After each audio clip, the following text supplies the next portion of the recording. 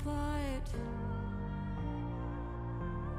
Feels like I'm giving too much in vain. There's records broken, I'm just trying to move my feet again. Can't keep reliving my past pain. 'Cause I'm not perfect, nor did I claim to be, and I felt worthless. But I'm shaking off that feeling. I'm not perfect, nobody here should see. We're all just trying to get through. I'm just trying to get through. I'm just trying to get through. I'm just trying to get through. We're almost making our way through.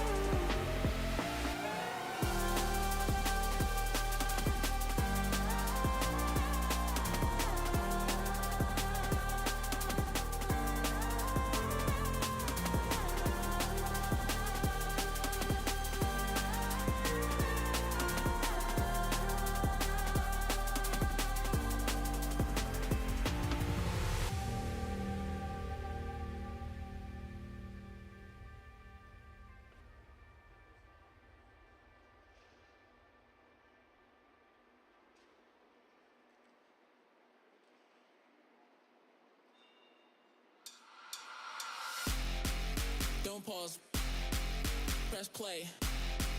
Don't pause, press play. Don't pause, press play.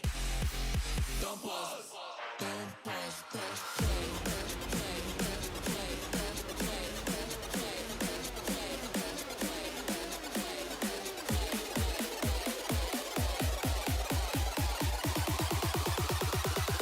Don't pause, press play.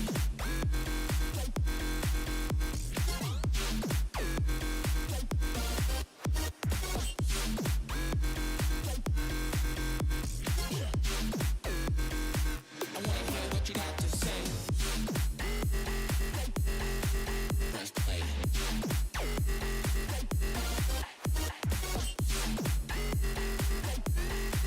Press play. I wanna hear what you got to say.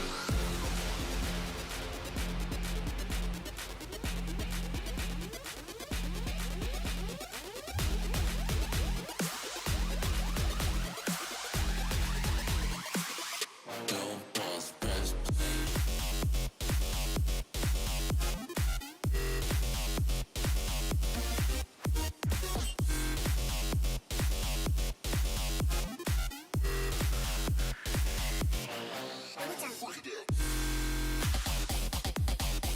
Press play.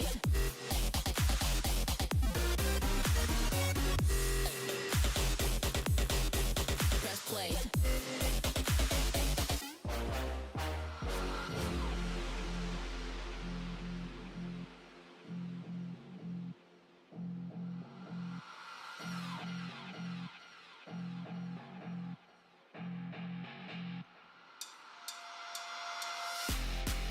Don't pause, press play. Don't pause, press play. Don't pause, press play. Don't pause, don't pause, press play. Press play, press play, press play, press play, press play, press play, press play, press play.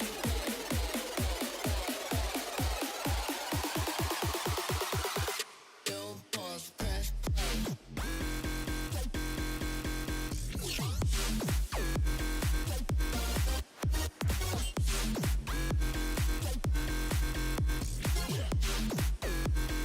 I wanna hear what you got to say. Press play.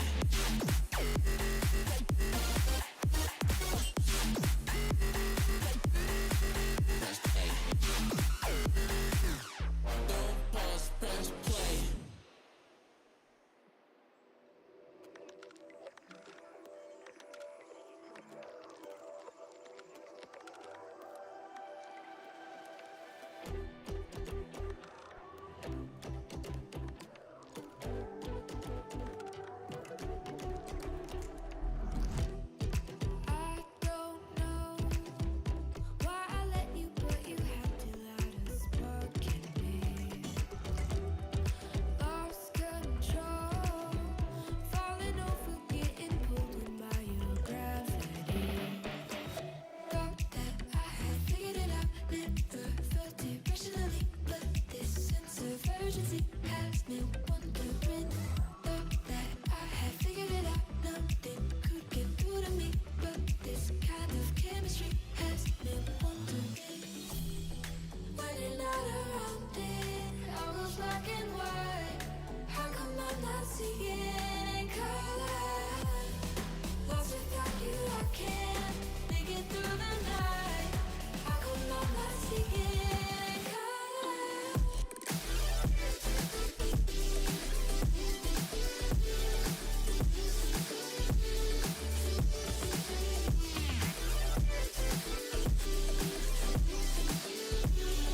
How come I'm not seeing in color?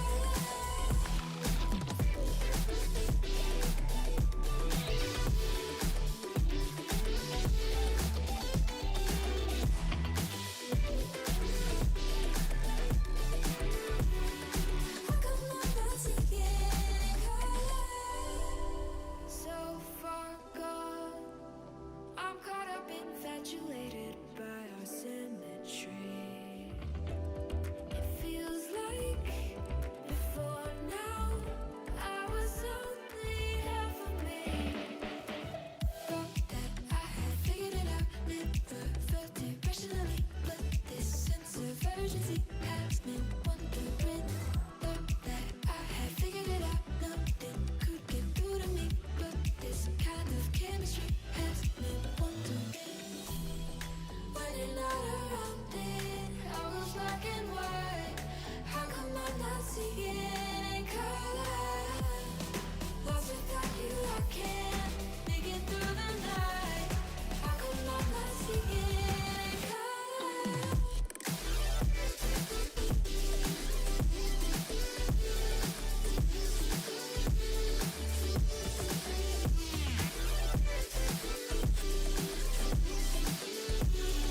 How come I'm not seeing in color?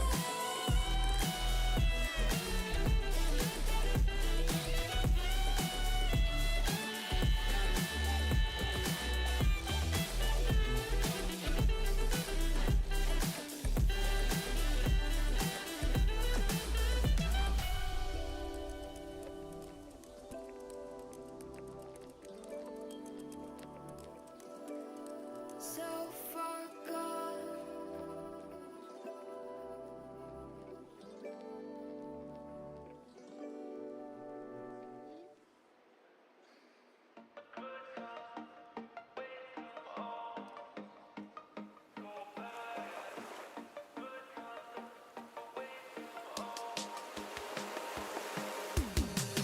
I've been in the good times already. You can see it on my face. I know. No more racing. We got it. We can reach it. Yeah, we got it. And you know I'm feeling good like that. So what you gonna do?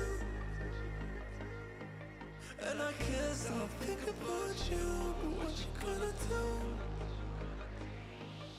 And you know I'm feeling good like that. So what you gonna do? And I can't stop thinking about you. What you gonna do? What you gonna do?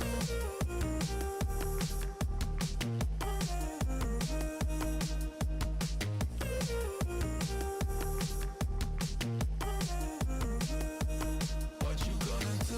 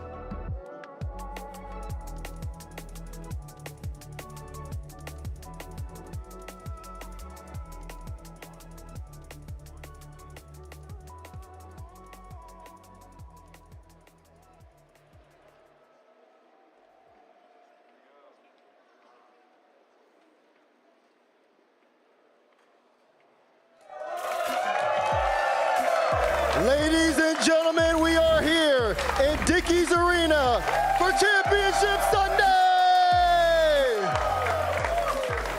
Welcome to the Rocket League World Championship Series. Of course, it wouldn't be a Championship Sunday without more talk and more announcements going on throughout the day. We're going to kick things right off here with news about FIFA E. Let's take a look at the video.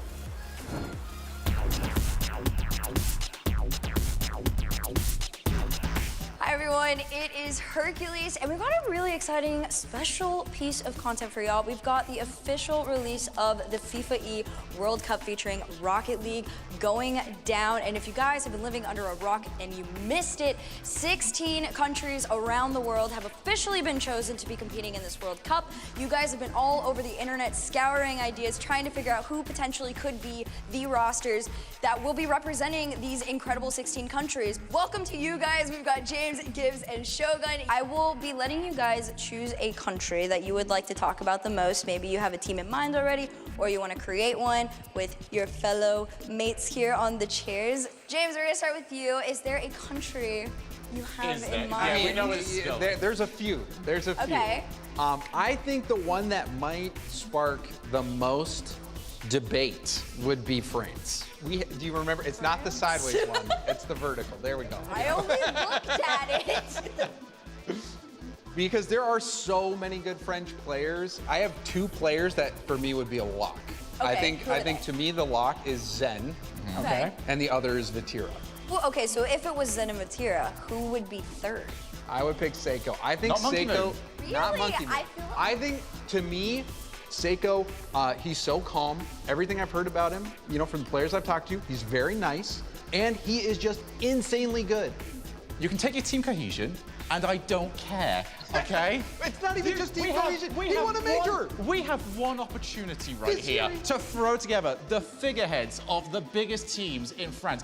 Zen, Vatira, Monkey Moon. We might not get Wait this a chance second. again. You can't just say that the Gentlemates are not the biggest team out there. No, they've got figureheads. They're all different. No, yeah. No, They don't. Oh, man. I The think three big French players are, Yes. they Yeah, are Zen, I would- Vatira, and This Monkey. is like turning around just good. We've got an open tournament in this. By the way, Federer and Nadal, we don't want you to play together. You might not work. I think that Seiko is the Monkey Moon. He is the face of BDS, but to me, Seiko is so humble. We've got 15 other countries that we can all fight over. Gibbs, Okay. the board is yours. So France was very long.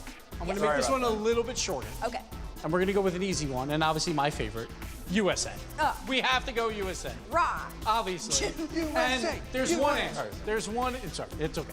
There's one answer for USA, and that is that G2 roster, currently #1 in the world. We'll see how they do here. Pretty good. They're all Americans. That is the roster. And their fourth player that they bring out as a hot hand very easily would be First Killer. You bring him out just in case one of the other players is a little bit First cold. Killer would be your pick? So First Killer would be a sub on that squad. That I would be your actually sub? disagree with this. Okay. So you don't pick G2. So, no, I like the G2 pick. Okay, but you don't I bring just in wouldn't bring in First Killer. I would go wouldn't either. LJ. I think LJ, honestly, because First Killer, he is goated. He's amazing. I said, you know, before that I think people are underrating and forgetting how good he can be. But I also think that when you're going to the international competitions like this, those previous results can matter, and I think First Killer might have a mental block of the you know, coming close but not winning it all. Whereas LJ, I feel like that's not going to affect him. He hasn't had the because results. LJ's never come close. Yes, but you put So he him. doesn't have You to worry put, about it. I'm not but on you this. put him with G2, and that to me is the unpredictable boost factor that they could The have. reason why I like that pick is because none of the players on G2 will have to worry about not playing because they're not going to play LJ over the G2 players. You're an American, and the first ever All-American team wins a major over the best. That you just have to go with them. All right, Shogun, who are you going to pick? We have had a bunch of teams that we kind of have to find an amalgamation of on this one. I am, however, going to go for the place that it's all coming home to. Give me that right now. I was so nervous I was about to pull the entire thing off. You almost did. That is all good right there. It is coming home. It is England. And the only issue I've got on this is whilst you guys have got teams, you know, the French teams have all stuck together, the Americans have all stuck together, The English players have gone everywhere so far. We have sent a whole bunch off to NA. Yep. We've got players like Rise that have pretty much joined the Francophones over there, you know, playing with the French and the Moroccans. So it's very difficult to find like a good team that you know is going to gel straight from the off over here. So Okay. I'm not going to worry about confusion. I'm just finding star players. To Yeah, I throw mean, and onto Shogun, this. maybe you can provide further insight due to the fact that you're from the United Kingdom of England or whatever. Yep. You were doing so well. Anyway, I want to know Shogun's four-man roster. My four-man roster. Yeah, What is Shogun's Give us the four-man walking. roster? All right, I'll go Rise Joyo with Appjack as the starting lineup. And then you know what? We're going to look towards like the upcomers on this one. So obviously Nolly. All right, well in that case, let's get Makeup does Speed. wonders. We'll haven't seen grab that Speed one. instead. Speed's perfect. Yeah. Speed's perfect. Wait, you take Speed in? I'll take Speed in. Honestly? They're never No, gonna. but they he's are- from Norwich, so I'll take Speed. Obviously, there's going to be meaning in representing your country. We've seen, you know, like James and everyone has been so stoked about, you know, the U.S. having the first full American roster, and we've heard a little bit about what it's meant to them. But some of these other countries, obviously, it's a little bit different because it's very rare that you have the opportunity to field a full roster from those places. What do you think that it could actually mean to some of them? I think the players will understand the gravity of that, of representing your nation. For Rocket League, we've been waiting for something like this. Everyone has always said, what if we had a World Cup? What if, you know, we had these nations competing against each other instead of just the teams? People have been wanting this and waiting for it. And so I think that is going to add even more to the pressure on these players, knowing that we have been waiting and waiting and waiting for this opportunity to compete as nations in a World Cup, and that stage is finally here. Well, guys, we've got some hypothetical rosters that we've all come up with. It's been great conversations. Obviously, there are many more countries to be discussed, but reminder to those of you watching at home or at LAN, wherever you are in the world, these are our guesses, our opinions. We know you have yours, and keep them coming. For now, though, you guys can head on over to FIFA.gg for more information. Thank you guys so much for hanging out with me. James, Gibbs, Shogun. You guys, thank you so much for watching, and we will see you next time. You guys excited for the FIFA World Cup? I like that, I like that. You know what I'm excited for? I'm excited for this First Touch pre-show today. We got a couple good guests here. We got Reynolds. Make some noise for Reynolds. Appreciate that, boys. Appreciate that, boys. And of course, we got my man Arsenal here. Let's make some noise for Arsenal. Hey, I love y'all, man. How we doing? How we doing today? I'm feeling good. You know, it's a good day to watch NA win, yeah? You like this energy, Arsenal? I love North America. Make some noise for NA, man. Come on. And of course, we cannot forget undefeated world champions here on the First Touch desk, T-Bates and Roll Disc. Can we make some noise for First Touch? Undefeated world champions. Where'd that come from? Yeah, I don't think that's accurate. No, that's accurate. I'm undefeated showmatch champion. Yeah, Undefeated showmatch champion. Well, I'm a world champ. All right. Okay. listen. Oh, you're a world champion. Just lying That's to the right. people When now. that Don't do that. happened? That happened yesterday. Oh. 'Cause everybody thought I was champ 3. And what happened? I scored on Rizzo. It was amazing. That was a good performance from you, Daz. I was impressed. Thank Genuinely. you. Not with him. With him, yes. Yeah, with you you, beat, yes. I'm not gonna lie. Tyler, I expected more. A little bit more. I mean, I definitely could have played better. I mean, I only averaged about 500. Definitely should average about 650 out there on the field. 650. But You should thought Johnny you were going to average 900 on his head. I know. Well, then they took away my game number 3. Game number 3, I Game probably number would have put 3? 1,000. Yeah, you would have dropped like 1,500. Yeah, about something. back up. I had a couple saves. Just need a little bit more safe. They weren't putting on that many shots, though, so it kind of makes sense. Kind of makes sense the points were up that much. But let's talk about the World Championship, where we are right now. You can take a look at the contenders graphic. We don't have that many teams left. One team from Sam, of course, Falcons still repping Mina. G2, NA's Last Hope, and 3 teams from Europe, BDS, Karmic Corp, and Oxygen Reynolds. Talk to me about how this tournament has shaped up from your perspective. It's a weird one because, you know, most tournaments going to the final day, you have a team or 2 or maybe even 3 that you're like, okay, these guys look kind of ahead above everyone else. Right now, the heavy favorites coming in, G2 and Falcons, both don't look amazing. And while Carmine missing the second major look awesome. So it's going to be an interesting day. Feel the same way? Yeah, I'm very surprised by Carmine Corp. Of course, they had a slow start, but I feel like each series they're getting better and better, and that's very scary for the teams to have to play against. I'm also very surprised about Falcons. I think they're not playing as good as they have in the past, so I'm a little worried about them. Yeah, especially, I can see that. If you take a look here at our playoff bracket, I know it looks a little different if you're new to the format. This came down from the Swiss stage, played those tiebreaker matches, and of course we have the new hybrid bracket. So again, if you won 3-0 in Swiss, you went into the upper round matches, played in those qualification finals. You can see where G2 played BDS and where Carmine Corp played Falcons. And then just if you follow the lines, you can see again where those finals ended up shaking out. We played those matches yesterday, so then that's why the bracket does look the way it is. A different format here for the World Championship. So a little bit of a twist, but I think it's a welcome one, right, Bates? Yeah, it's the first time the whole entire weekend I've been able to read the bracket properly. Now it actually makes sense. When the winner of the G2 Strive Furia game, as you can see, the line clearly brings you to play the Carmine Corp. That's beautiful. The winner of Falcons auction, they go to play Team BDS. All these are best of 7, single elimination the rest of the way, even the teams in the prelim. You earned skipping a game, skipping a match, and now you have to wait. Single elim though. Everybody's life is on the line. All 6 teams that are left though right now, they can win a world championship today. They could. And you know, we're here again at Championship Sunday, and we're here with one NA team left. That's good. That's a big talking point. Again, no OG, no SSG, and no Gen G here. Reynolds, I got to go to you. What do you think needs to change here in North America? I think Space Station had a great season. We got to give it up for Space Station a little bit. When they were counted as, you know, behind Gen G, behind G2, and they showed to be the second best team in North America. So it is props to Space Station, but that also comes at the demise of Gen G, which I know isn't the easiest topic for you to talk about, but it's tough. I'll pass it over because it's just not a topic that I don't like it. I hate talking about this Gen G team because they could be so much better. That's fair. So what about you, Arsenal? I'm gonna be honest, any ranked is just buns, bro. Like the EU players just being here and competing against them, you see how much more they wanted even in just ranked. Like they care, and we're kind of playing to have fun. What they talk about, the NRG have fun meta, that's what we're doing, bro. So I think NA need to really have a wake-up call and start trying to rank. I mean, gentlemen, do you agree? I don't know. I don't play ranked. I mean, I stopped a long time ago. I was watching Tyler play a lot of ranked in GC3 this week, so don't. Whoa! Rank like that, man. First off, how are you watching me play? Discord. Wait, when did you This week? Someone got a spy on you, bro. That was an SSL, bro.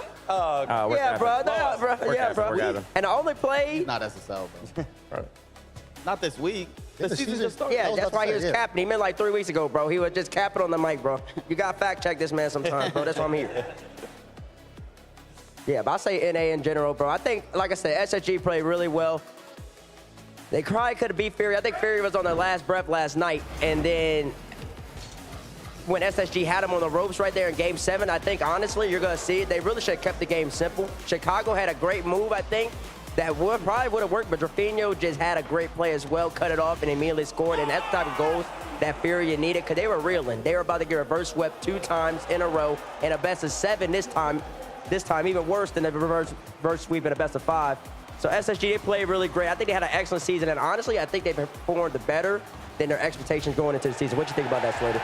100%. The Space Station team, you know, even as a competitor, I knew they were going to be good, but I didn't expect, you know, a top 2 team in NA. Chicago in particular had an unreal land, I think. Yeah, he's playing really well. I haven't seen Reed Curry play that well in a long time.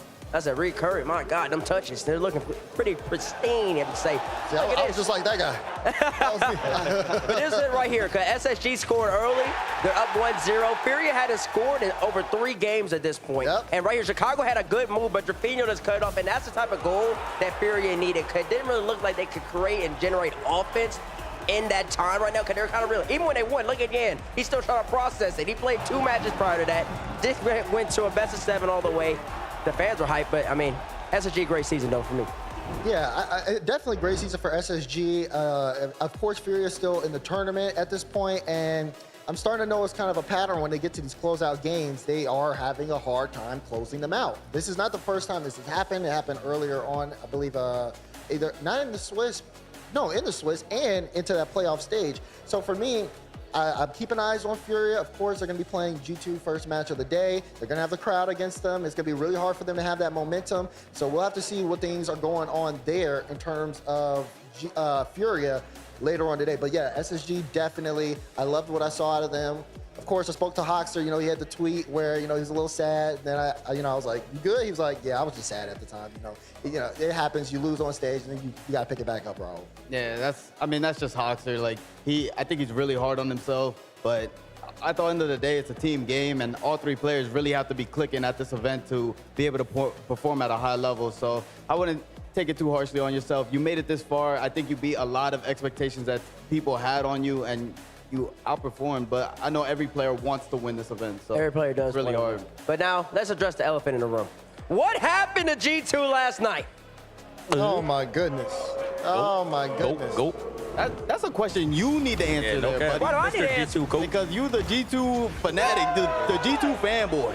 What happened? Well, what happened was BDS, they played the greatest series of their lives. Exotic looked absolutely amazing. And Monkey Moon, he just really loves playing in front of all y'all for some reason. He sees the Americans in the crowd. He says, I'm just going to beat him every single time. The moral of the story, and it's been G2's problem the entire season, they cannot shoot the ball, and it's kind of poetic. Game 7 overtime. I love my boy. Me and Arsenal picked him up when he was 14 years old. You have to score that. It's a shot you have to score. A follow-up as well. Atomic now with an amazing rebound. They have not shot the ball well this season, and it's the only thing keeping them away from the top. Look what they can do. They are one of the best mechanical teams in the world. But when it comes to dodging into a ball on the ground, they can't do it.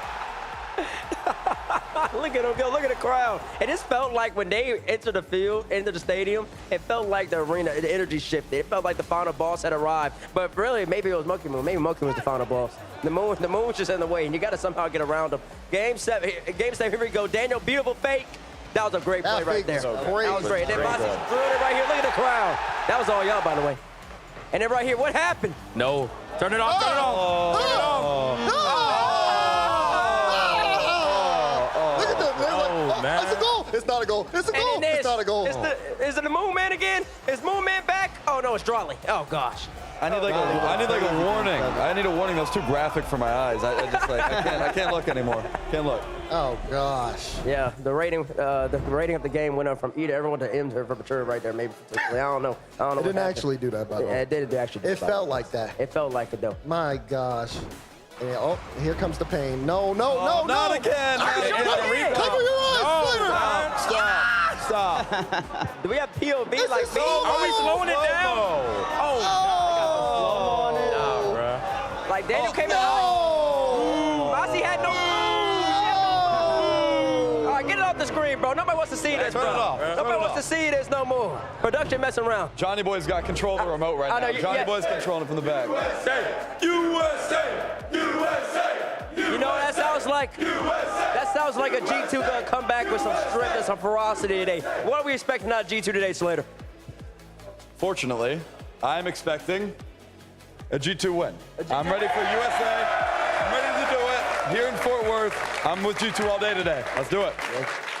I think now that G2 has taken that loss, ain't no more losses coming. G2 on top, baby. Let's go! Let's go! G2! Come on, Dan. I mean, you already know where I'm gonna go, so you don't have to worry about me. Bro, I know you like other teams, though.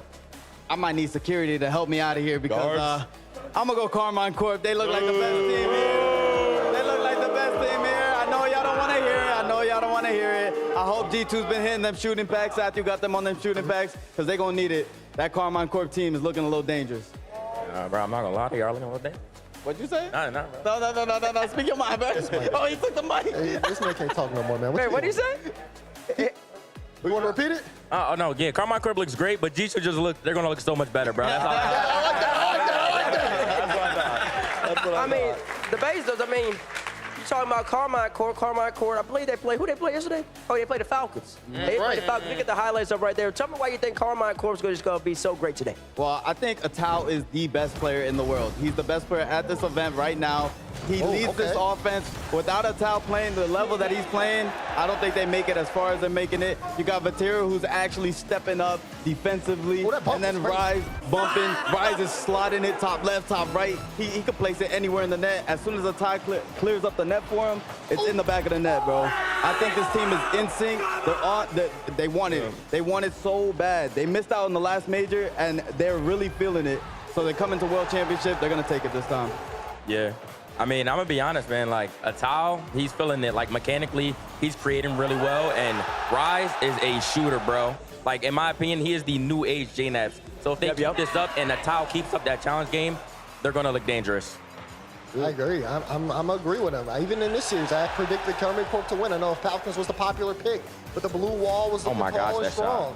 Great shooting out of them, great pacing, and the composure on stage was phenomenal out of them. So I'm really expecting a deep run. He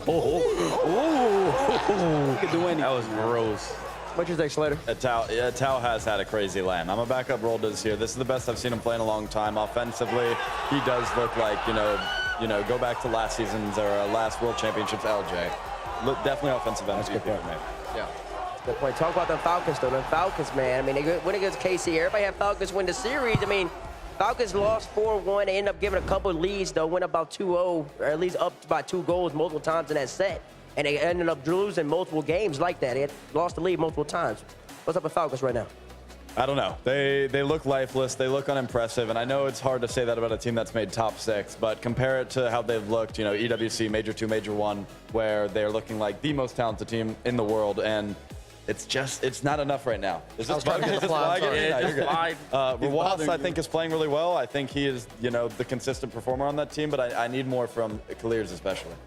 Yeah, man. I mean, in my opinion, I think this could truly be a blessing in disguise for this Falcons team. As you guys seen from the past lands, normally they kind of run through, they kind of steamroll everybody.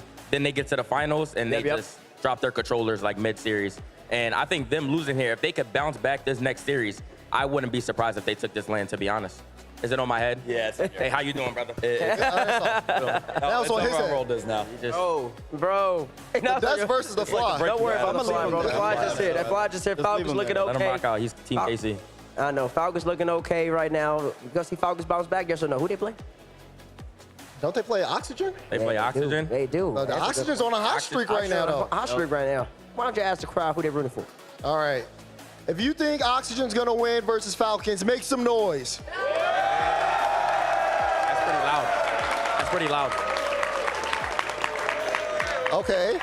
We're gonna try the other way. If you think Falcons are gonna win, make some noise.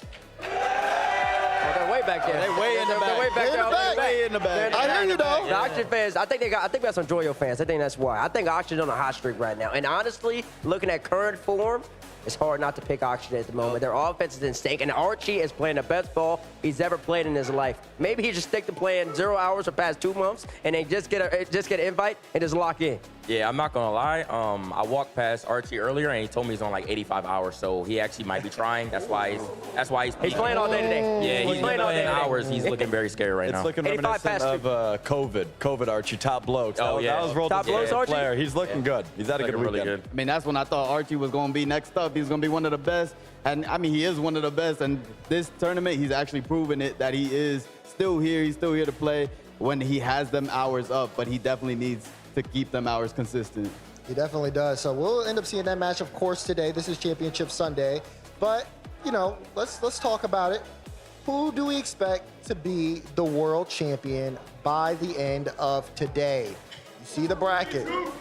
G2, they start us off first. They're going to play Furia. Winner of that plays the Blue Wall and Carmine Corp for a spot at the Grand Finals. On the other side of the bracket, we talked about Oxygen Falcons. Winner of that plays Team BDS, again, for a spot at the Grand Final.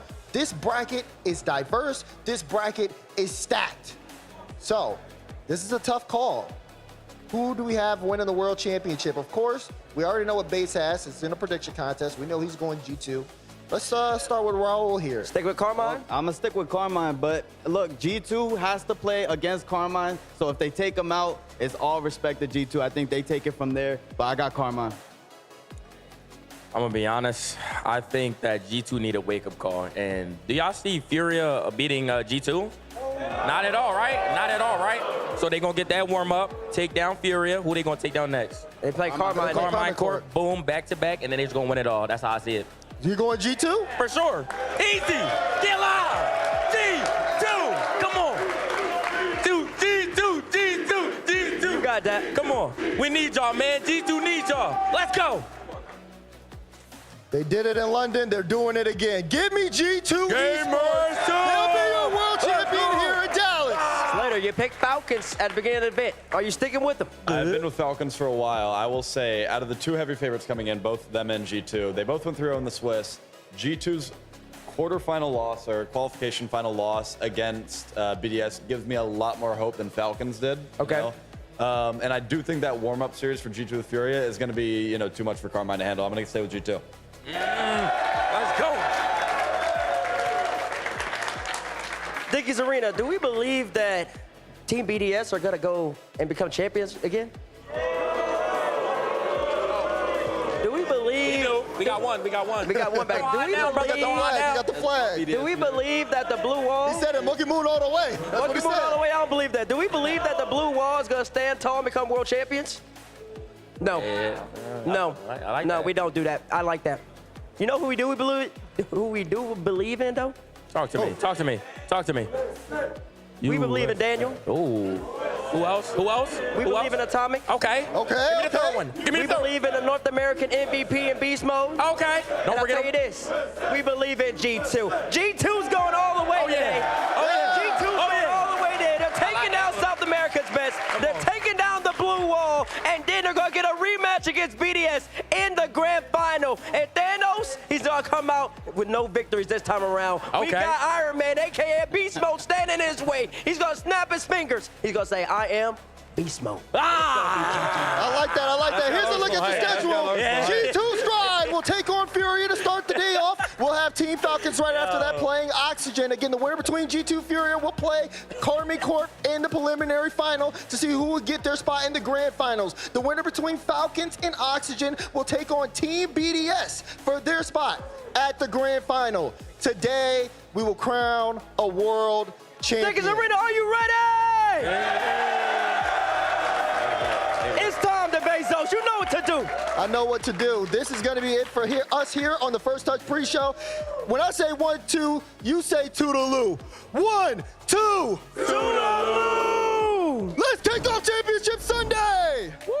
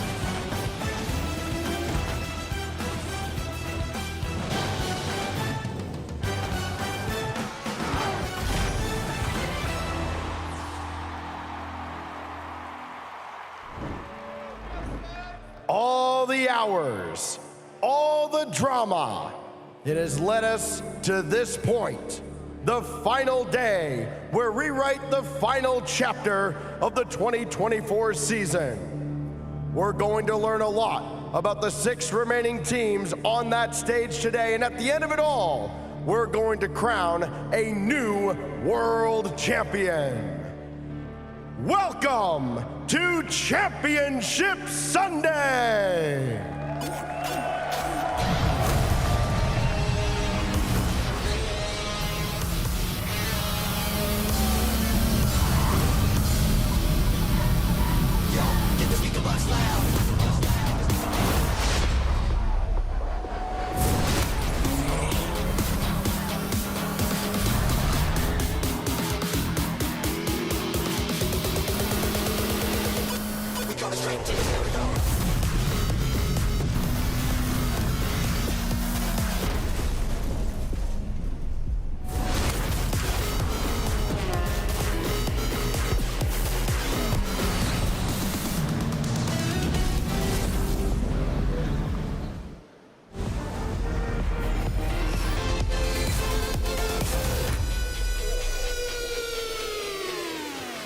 Rocket League fans around the world, welcome to the greatest day of the Rocket League year. This is Championship Sunday for the Rocket League World Championships, coming to you live from Fort Worth, Texas, and we've got, about 20 minutes until we kick off the first match of the day. 5 matches between us and crowning a world champion. I'm Wave Punk, I got Stumpy, I got Gibbs, I got James. James, we're crowning another one. Yes, we are, and there's one player out there that might be able to become a 2-time world champion in this modern era of Rocket League, Monkey Moon. So, the storylines are out there. It's going to be a fun day. And a 2-time champion in the same building as well. That's never happened before.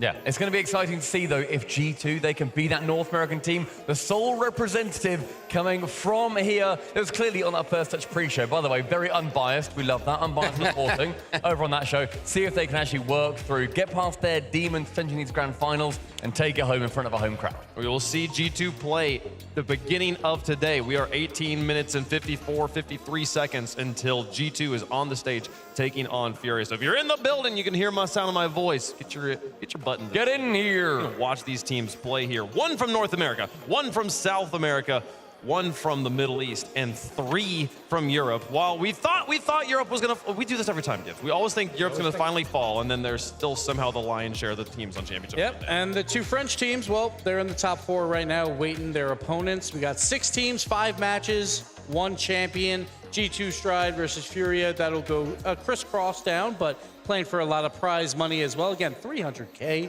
for first place. That's not a bad weekend. Not bad at all. Yeah, it's going to be exciting to see who's going to be taking home, not just, the go through the entire bracket, not just take home that prize pool, but also at the end of things, James, we see them lift that trophy, and they get the prestige going into this offseason knowing that they are #1 in the world. Oh, yeah, and this is what players play for. That world's title, if you only get 1, it's enough.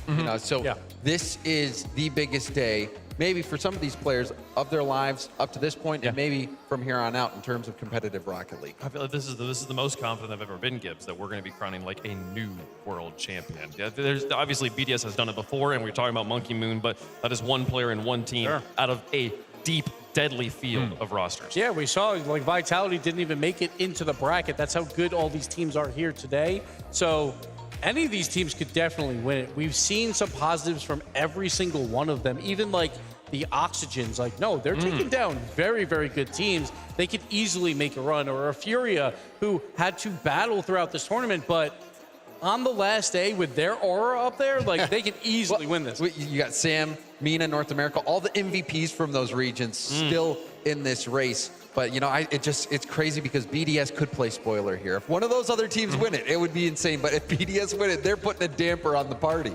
It would be incredible, but you have to respect their ability to make it happen again and just becoming the legendary team. BDS just putting another excellent chapter into their wonderful book here. Let's talk about the great gameplay we've had, though, so far, guys, because it has been 2 amazing days of Rocket League in this arena, including these top 5 plays that we had yesterday. Excited to see what you picked here, Gibbs. Here we go, top 5 plays. We're going first. Let's check it out. I believe this is a draw. Oh, no, here we go. It's just a bump play by Drawley. So this is a nice, easy play for them to just get started. Don't do anything too special. This is why it's number 5.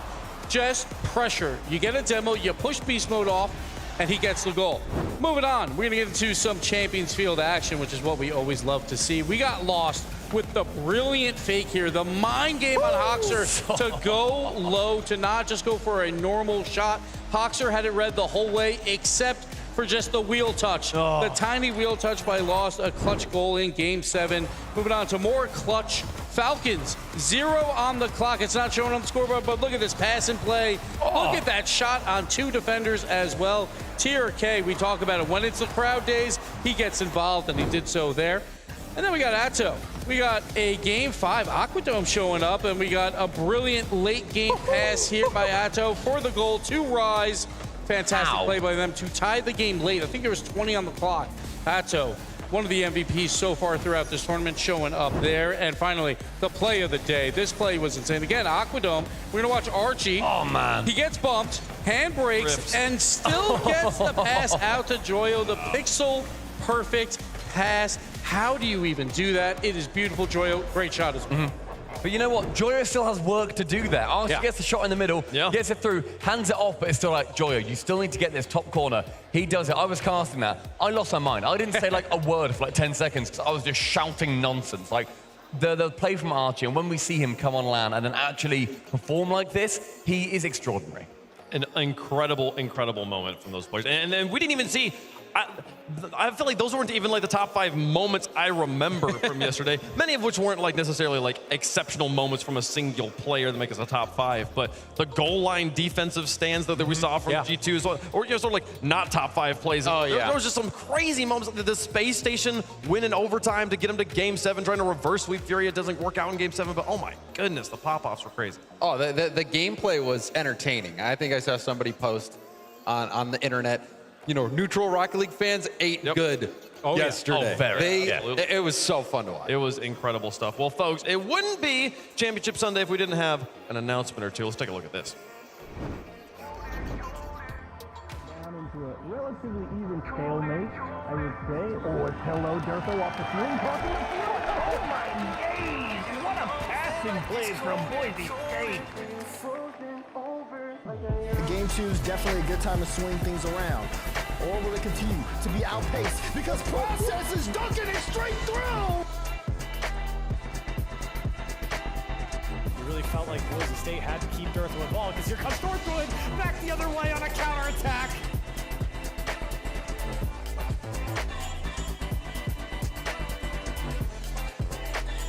Feed on any space that they're given. The same can be said for Ball State. Settled down into a relatively even stalemate, I would say. Oh, it's hello, Durfo off the ceiling, crossing the field, and oh my days! What a passing play.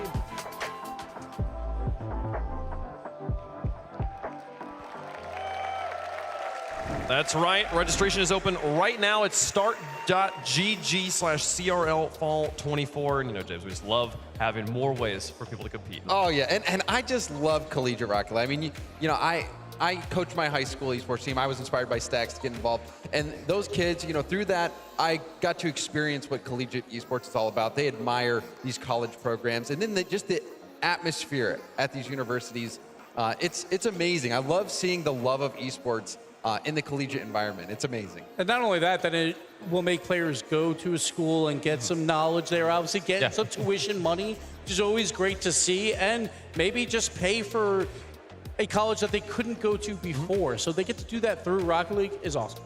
$50,000 in Scholastic Awards up for grabs in this new format here, folks. It's going to be the Eastern and Western conferences are combined to compete there for that prize pool. And again, like open to all colleges. So last time I was here in Fort Worth, I got to actually meet players from the TCU Esports School. They have a Rocket League team there. It wasn't a thing that existed when I was there, but because Rocket League didn't exist. So I was like, I was super cool. Like, literally, they walked with me wearing the jerseys. I was like, I want to talk to you guys. What's going on over here? Such a cool experience to see the way that esports is starting to rally around the collegiate environment and seeing those things combined, seeing the way that sports and colleges have gone together for so long. So wonderful stuff there. Sign up if you are in college right now and want to compete in CRL this season, folks. So we've got a lot of things going on here today. About 11 minutes before we get to the games, and we have MVPs to give out at the end of the show. We will be crowning a World's MVP as well as an offensive MVP, a defensive MVP. Let's talk through some of these MVP situations here, Gibbs. Yeah, we could talk about the MVP race overall as well. So we'll see the Ally MVP nominees so far, and this could change. It doesn't have to be one of these 5 players, but these guys have had a fantastic tournament. That's tough. Like, I want to start with Roas because he is my guy here. Roas has been fantastic, leading in goals per game and assists per game right now on the offensive side, and he's known for his defense. I mean, I'd also like to point out Archie on oxygen. We said it like, 50 times now. They're not meant to be here. And he's now got himself up there, past his 2 teammates, past Oski and past Joyo on this list. I think this is a very, very tough list to pick from. Oh, it's certainly stacked, but Roas, Team Falcons, they're the team I picked to win it all. But really, anyone on this list, they're all worthy of it, but it's going to come down to how they play today. But Roas, we know that he's got what it takes. And we always talk about his defense. He's one of the best players on defense, but again, leading in goals and assists as well. So Roas, like, every single time I see Falcons score, he's involved. He's just involved in everything. A lot of it was the twin synergy throughout Swiss. Now TRK's getting involved as well, but Roas just been fantastic all tournament long. Yeah, I think when we look as well over towards G2, we obviously have Daniel, one of the home crowd favorites. Normally, we'd look at Beast Mode to be that big pop-up player on G2, but this tournament, it has absolutely been Dan the man. He has been not just offensively great, but defensively, I feel like he has been putting up that brick wall that we see from him online, but not always translating to that offline play. And one small mistake in the Game 7, but they're still alive in this tournament. I can see Daniel popping off today and righting all those wrongs from yesterday. Next up, Exotic, the player from Team BDS, who has been putting on the performance of a lifetime, even through the Swiss stage. Exotic has been stunning us. It wasn't just a yesterday thing. It's been an all-world championship long performance from him. Can I just point out, by the way, that behind the scenes, T-Bates, we had an argument with him because he was saying that Exotic is about as good as Garrett G at the moment. And that is the biggest underselling of one of the greatest players, very clearly in our MVPs. But Archie here, for Oxygen, I've been blown away by him. You normally look at him and think, okay, when he properly grinds the game, when he really plays, that's when he is one of the top players. Because was he telling the truth, though, when we asked him how many hours he had? He held up. Yeah, but if he's got like 50 or whatever, that's still 50 more than usual, James. Oh, certainly. But one thing that we do know for certain is that Archie has been on fire. Archie, not only offensively, like we've seen on a lot of those clips, but defensively as well. And then we got Atto, and we talk about overtime winners, set the land record with 6 overtime winners throughout this tournament, and he still has a lot to play for today. He could raise that record even further. Been so incredibly clutch for K-Corp. We always talk about rise of its era, but Atto has really stepped up throughout this tournament. And Atto, against Furia, he scored every single goal for K-Corp in that win. It cannot be understated how insane he has been for K-Corp. Yeah, I mean, there's a lot of pressure on him too, being that new player, and then Carmine Corp falling after our first major. Now they're actually back. He's getting really involved with that team. Atto is another great shout. Those are your nominees for the Ally MVP. They will be the tournament MVP crowned after we hoist the trophy. But we also have some accolades presented by Progressive. These are for the best offensive player of the year, defensive player of the year, and savior of the year, or assist, the playmaker of the year as well. This is just based off of goals per game, assists per game, and saves per game across all lands. Yes, all 3 lands. So Killers is leading the way. Like Exotic was catching him, but in that G2 series, did not score a goal. So he did fall a little bit short there, but the Twins leading in both offensive categories. I find it crazy, by the way, that somehow across all lands, Killers has got nearly 1 goal per game. That's wild. From everything that he's competed in. Johnny, when they played yesterday, he had 1 goal per game in that, and he was so happy. It's the Twinergy. But look at the player who's on both of those lists in the race, Atto. Yeah, he's looking great. Again, overtime winners, that should count double, I think. He should have a couple extra points there, but he's looking fantastic.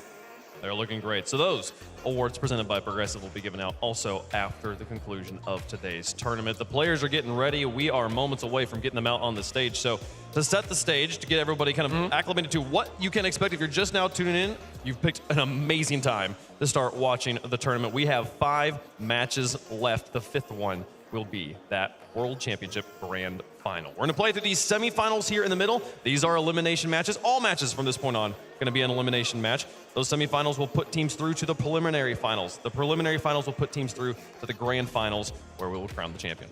Lots of finals, but this is what it's all about. It's the final day of competition. This is what you want if you're one of these teams. It doesn't matter where you are in that bracket. They all know they're at least 3 wins away from a World Championship title. I think as well, seeing as we have our first team up is going to be G2. I think the crowd is going to really start pouring in very, very shortly. I'm excited to see how many of these seats get filled up on Champ Sunday. The home side, stunning. Well, it is time to kick off Championship Sunday. It's time for our first match of the day. Introducing first, on the blue side, representing North America, they are G2.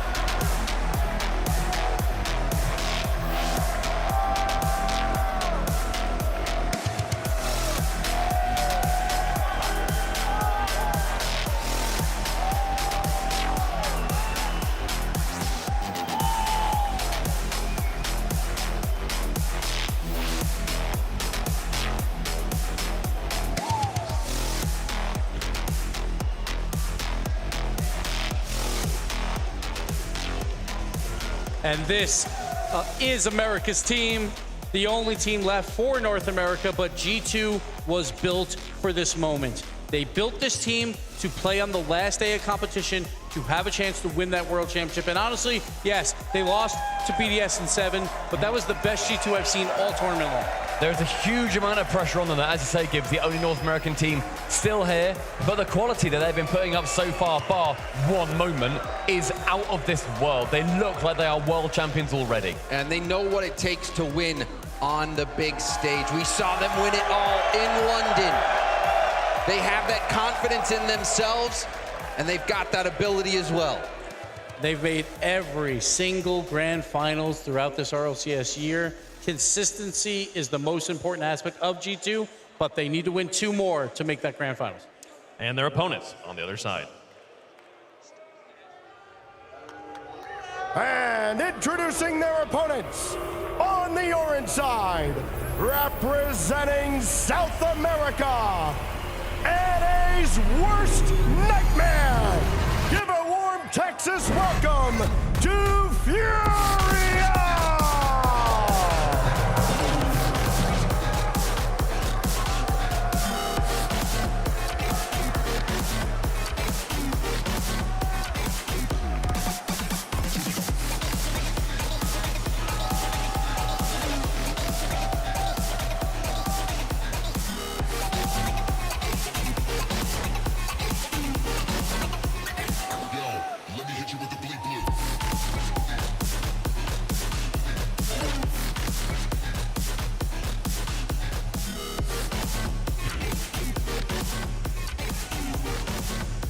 Furia, without a doubt, South America's greatest team. Yan, legendary, but it's been lost, who has been stepping up, getting the job done for Furia.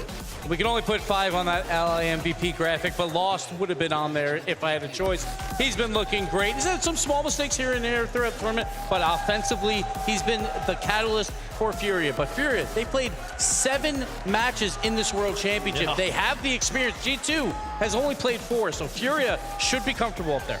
And the biggest question mark is, yeah, Lost is great, but can Drafinho and Yan step up to his level? They ended up getting reverse swept by BDS. They suffered against SSG. It went to 7. They lost their cool, but they regained it. And you talk about cool, and you see Yan. He has been putting up a few numbers, but not got to that level that we'd normally expect. This is now do or die. And you can't underestimate or discount how difficult that bounce back would have been. Furia losing to K-Corp, losing to Team BDS. They were reverse swept and then almost getting reverse swept by Space Station. They had to overcome that doubt, and they were able to do it. They were on this stage. The furthest South America has ever made it at a world championship was this Furia squad. Yan was on that squad on this stage at Dickies Arena. They have to win this match to get as far as they were in that tournament. They are still trying to make it past the top 4. And we've talked about Yam. We're waiting for that crowd pop-off moment that he loves to do. I'm sure he'll get it. He has to here, right? Yeah. Because if not, G2 will smother Furia.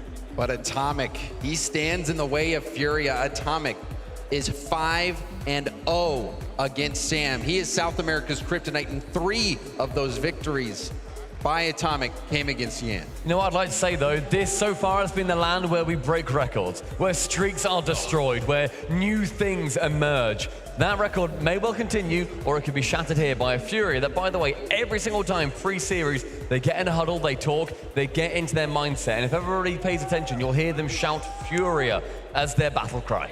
But this is such a difficult situation because this World Championship has also been defined by just taking the concept of favorites and just throwing it out the window. There's been so many upsets that at this point, I don't know what to call an upset anymore. If Furia wins here, is it an upset?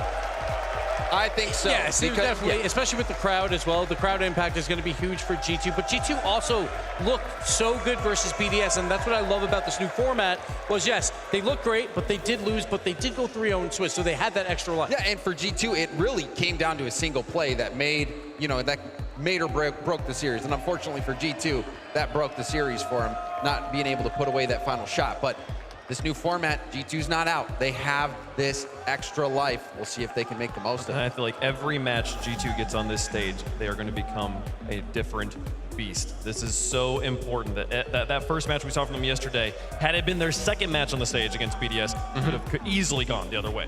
Yeah, and I think, you look towards what G2 have been doing across the season. They see this as just another stumbling block up until that grand final. This is going to be the last chance they get to have that crowning jewel in their season. They've come off as the major champions. There's one more title for them to earn. Very important here for G2 to get off quickly. Furia has been looking fantastic in all their matches, games 1, 2, and possibly 3. G2, when they played BDS, went down 2-0 early in that match. G2 has to wake up early here and get going in game 1. Okay, well, chat, let us know who you think is going to win. We'll make our picks up here on the desk as well. James, what do you got? You know, there has been some upsets, but I think that I'm going to go with the favorite on this one. Give me G2 Esports, baby. It feels like it's North America's time. G2, small blip in the radar. I love quality losses, Wave. That was a quality loss. G2 all the way. I hate to step up here and feel like a party pooper. We've had such a biased pre-show for the first touch. We're gonna have we have to come here and have a bit more impartiality. Give me G2 Esports. They are here as the better team. It's 3 in a row so far on the desk. I want to see the best team win. And I do think G2 is the best team in Rocket League right now. I think that they can make this happen. Give me G2 here. But Furia, what a story it would be if they can make it past them, folks. We don't care how I feel. No one ever cares how I feel. They just care how the coin feels, folks. We've got two sides to it. Oh. Let's see how the coin feels. It's going to be going G2. The coin is a believer, folks. Love to see it. Big sweep up here. G2's and the desk sweeping is never good for them, though, Gibbs. It's usually not. I think G2 fans did not like that I picked them right here, but hey, it is what it is. The desk sweep, it's a chat sweep, it's a crowd sweep. Everyone, clear favorites here, but can Furia play spoiler? It's time to kick off Championship Sunday.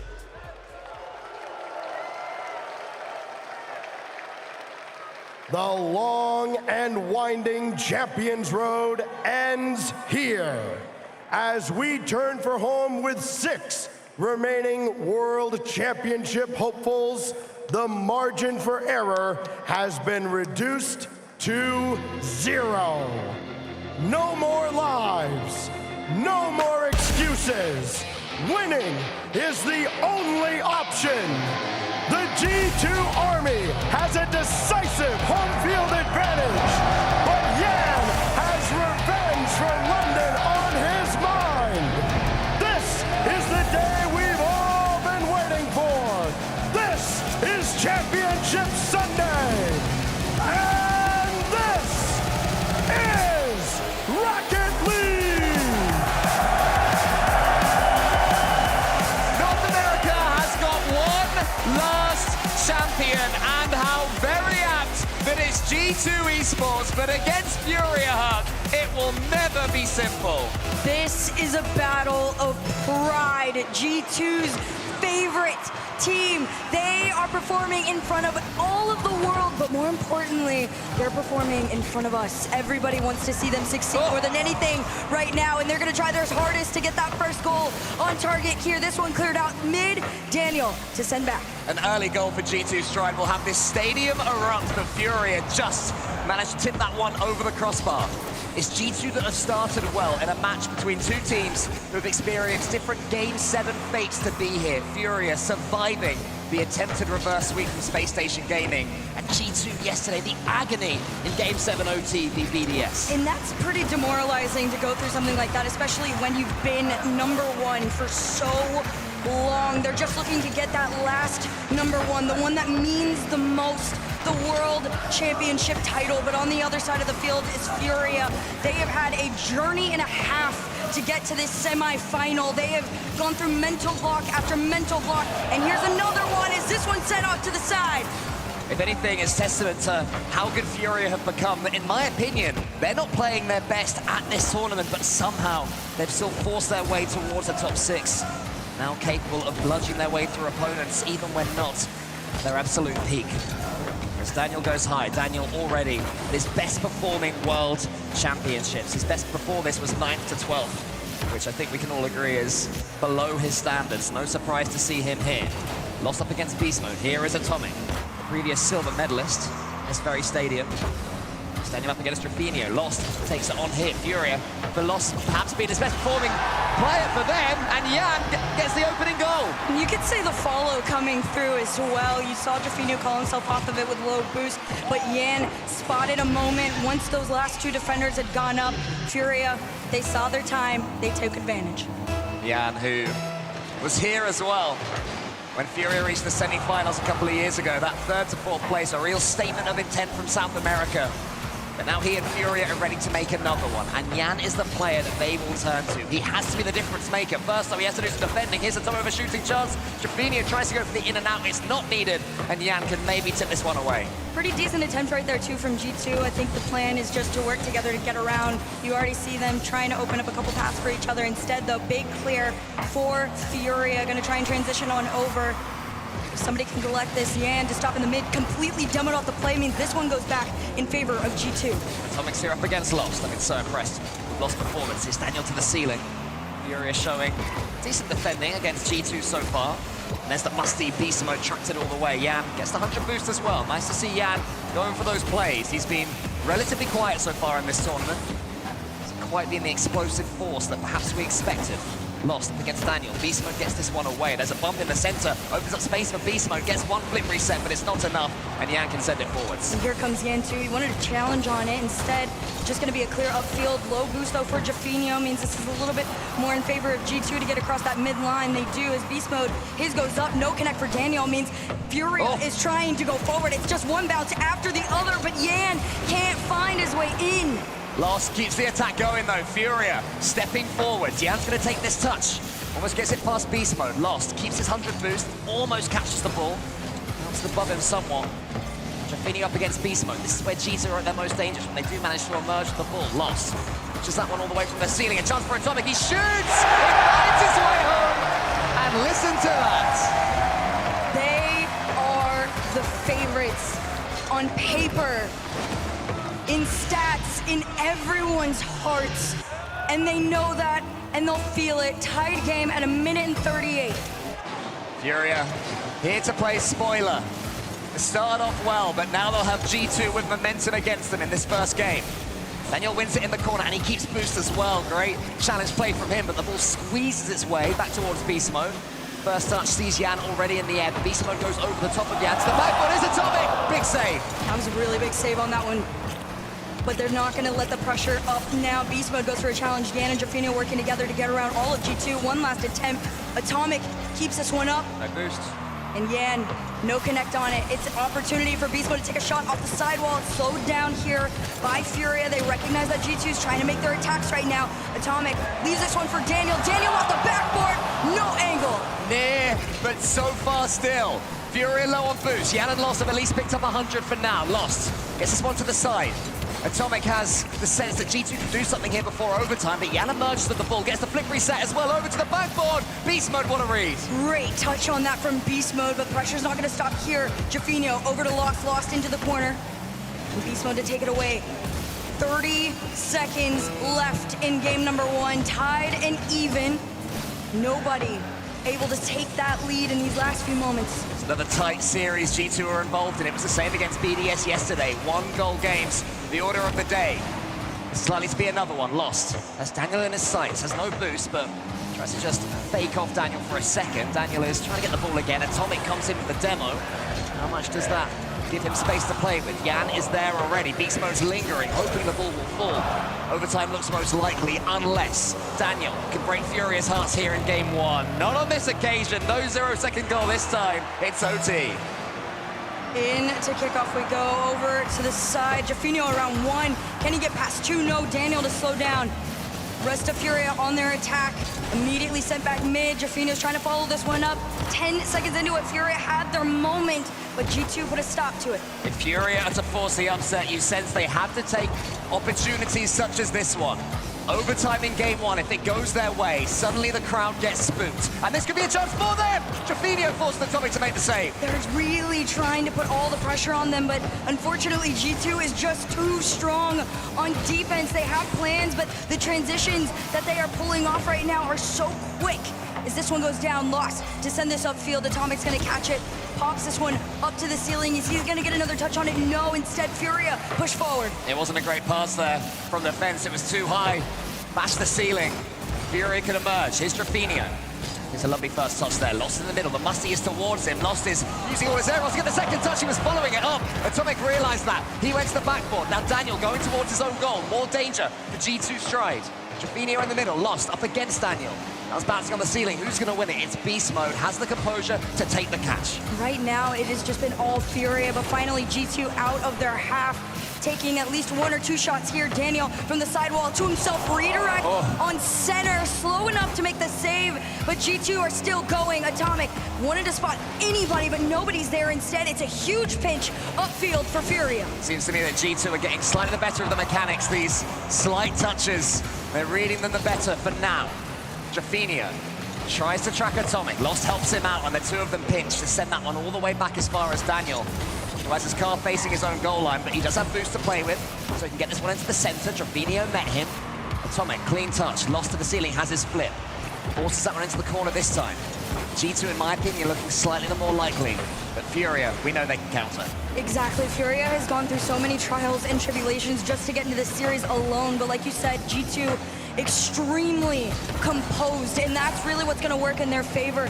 The mental fortitude to be able to take and withstand all of these shots that Furia have sent their way. And here comes another one. Daniel takes it, clears it up, and immediately sent back to the backboard. Great read again from Beast Mode. And there was a big demo from Daniel as well, just when it seemed that Furia were ready to spring the trap.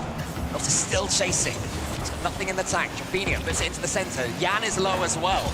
G2 stealing everything. We saw this at times against Team BDS, where there were no 12s and there were no 100s for them. G2 could put the ball in the center. Anything they wanted with it. Lost waits for Yan. Lost tries to barge forwards for Yan, but it doesn't quite work out. 2.5, almost 3 minutes into overtime now. It's a long one.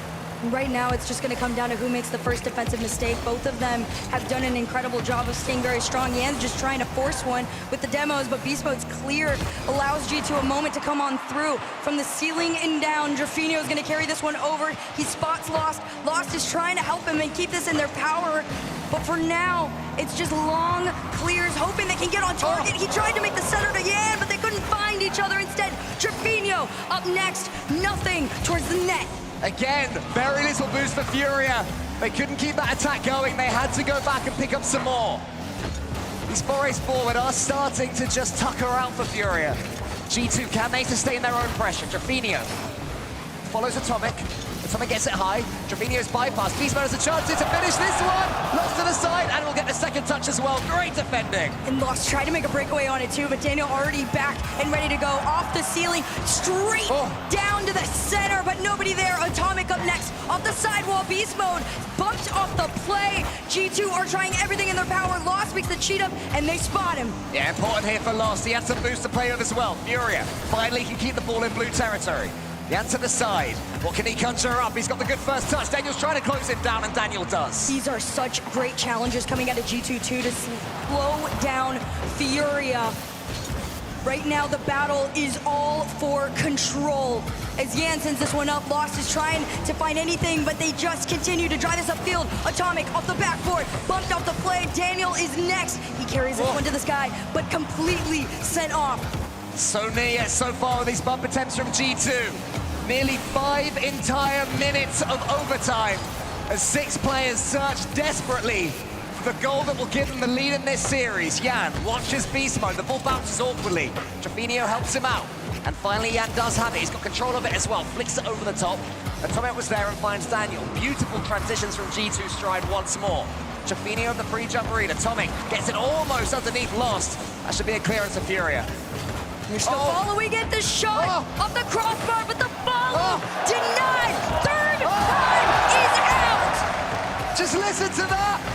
The crowd were worried for a second. G2 They had it under control. Lost booms it yet again. This could be the moment! Furia 1-0!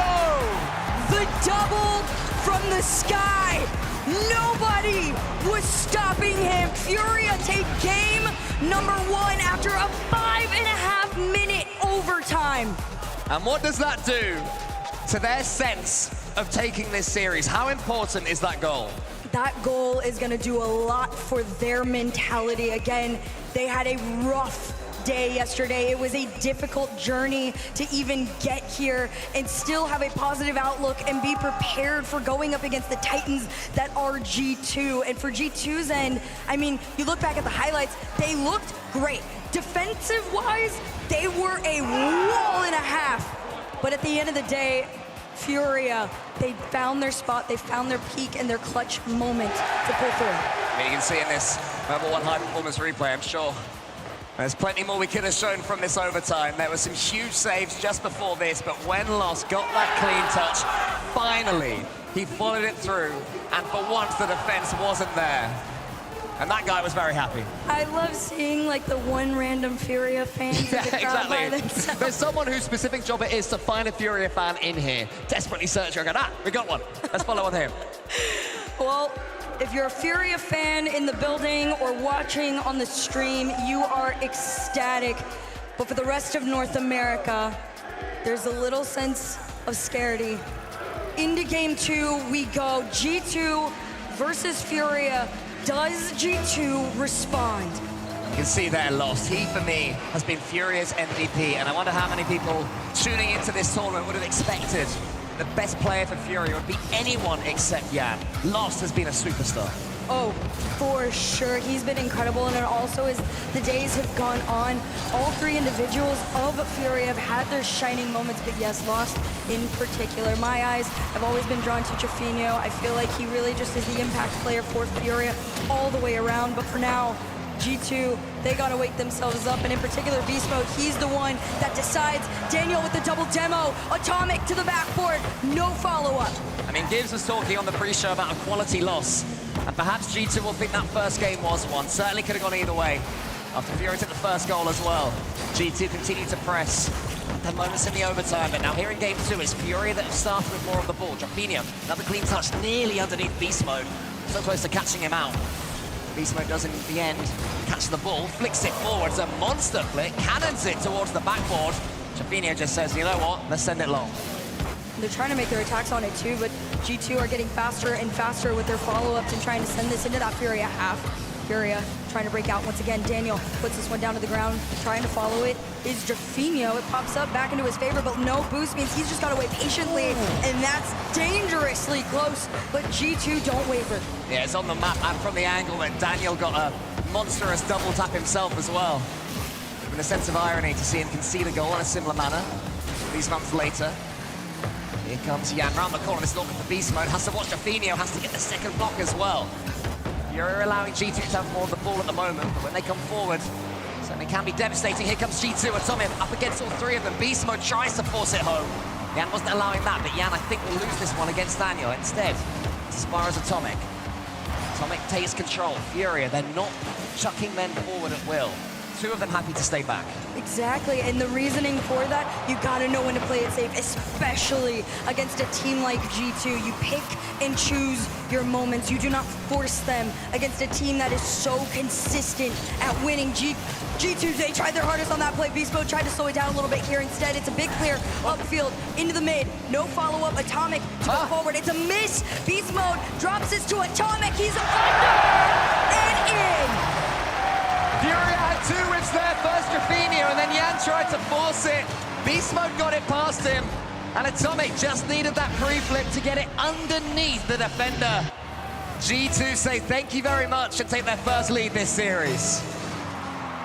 They're gonna try and hold on to it and extend, but Furia want to respond right here. Yan off the kickoff is trying to make his own challenge here. It's Daniel.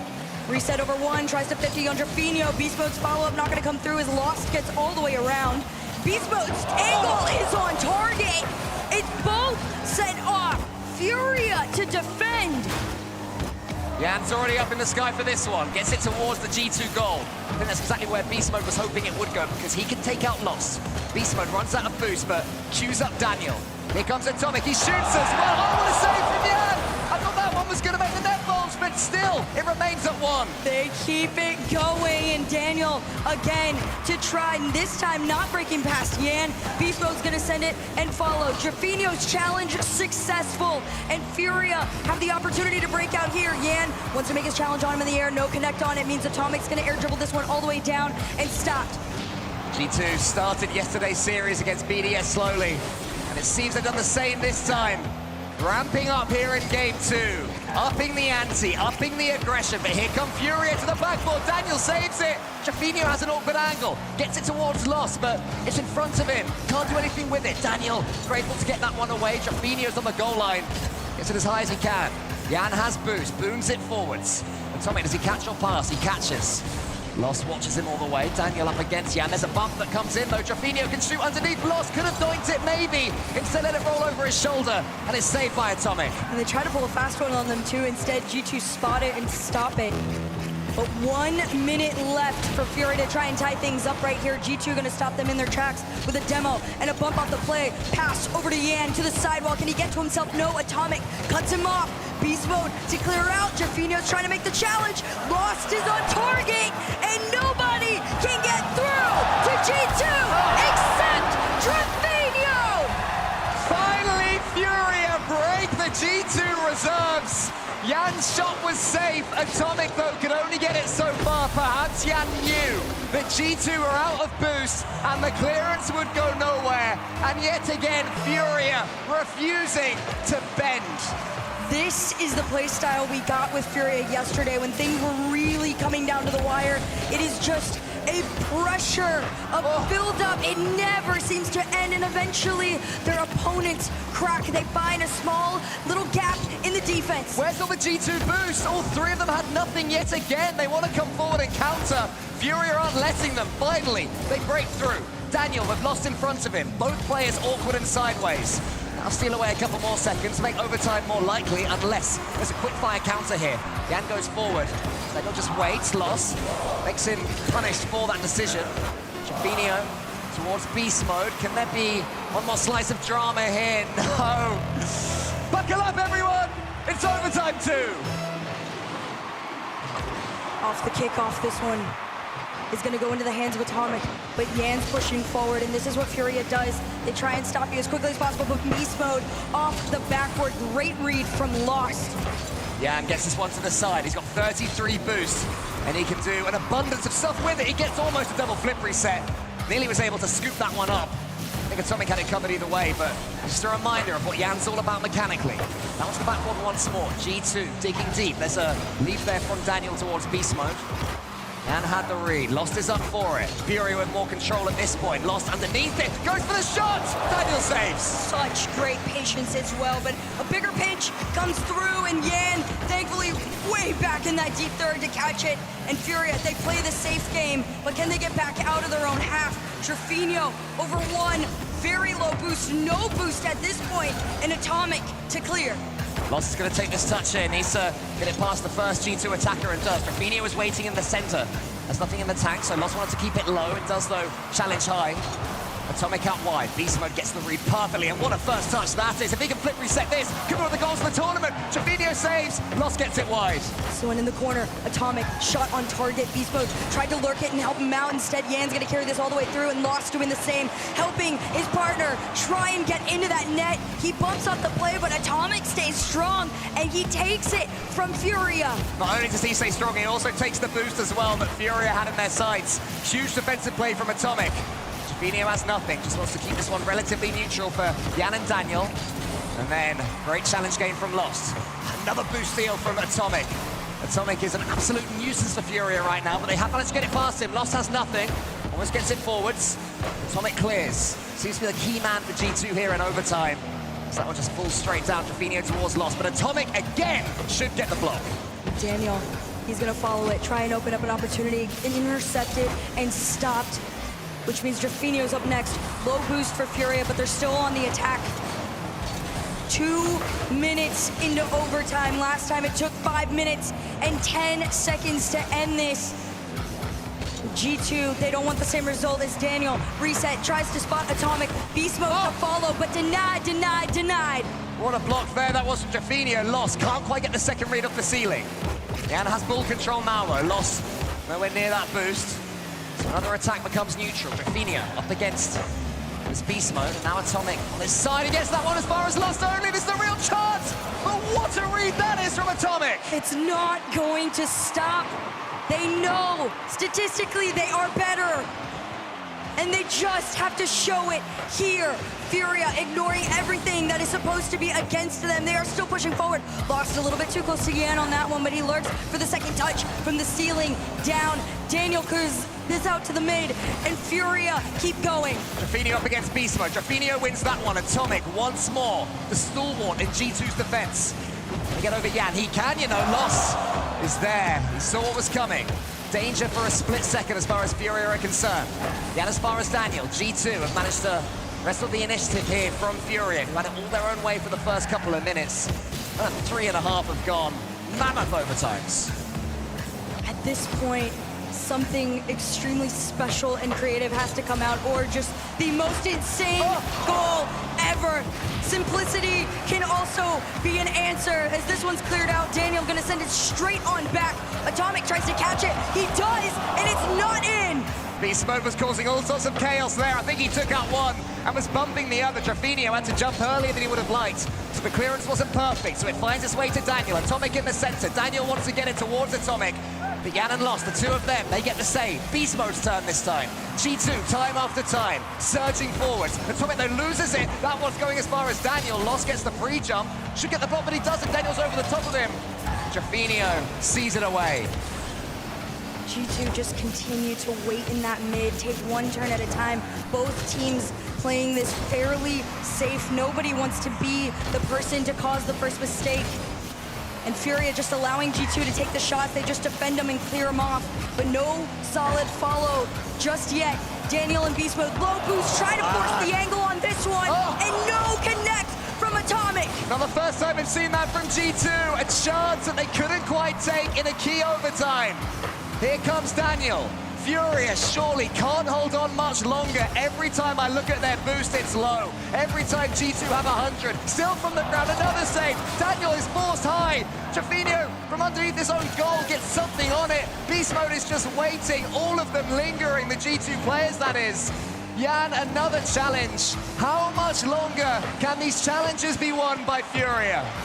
We're gonna find out here. Extremely low boost, but G2 still taking their shots to the backboard. Attempted waterfall down, but Lost keeps it out.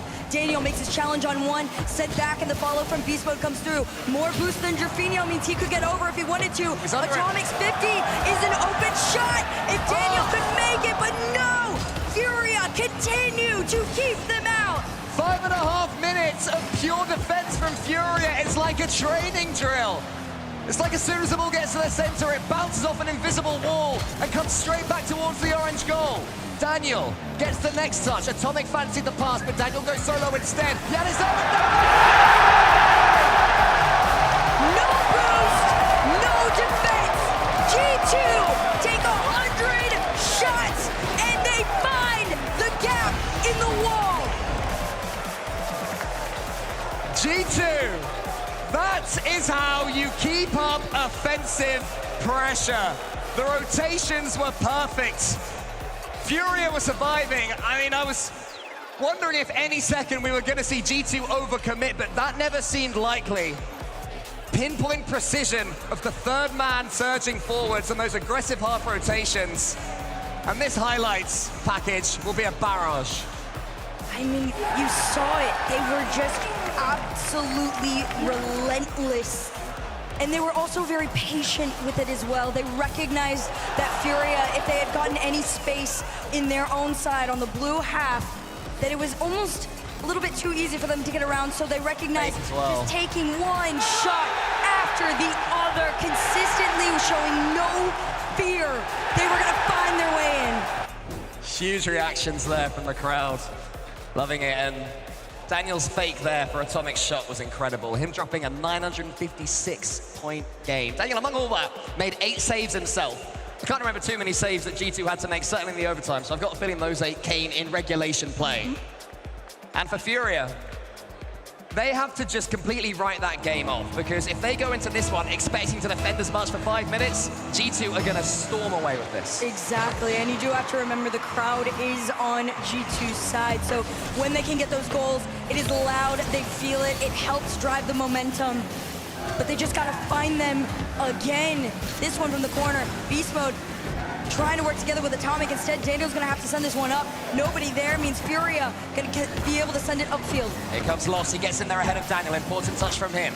Beast Mode towards Atomic though, G2 continuing this one where they left off. A bit of tempo, everything's now working. This was the G2 we were waiting for, the one that connects like no other in the game. They get those passes going, it can be incredibly difficult to defend against.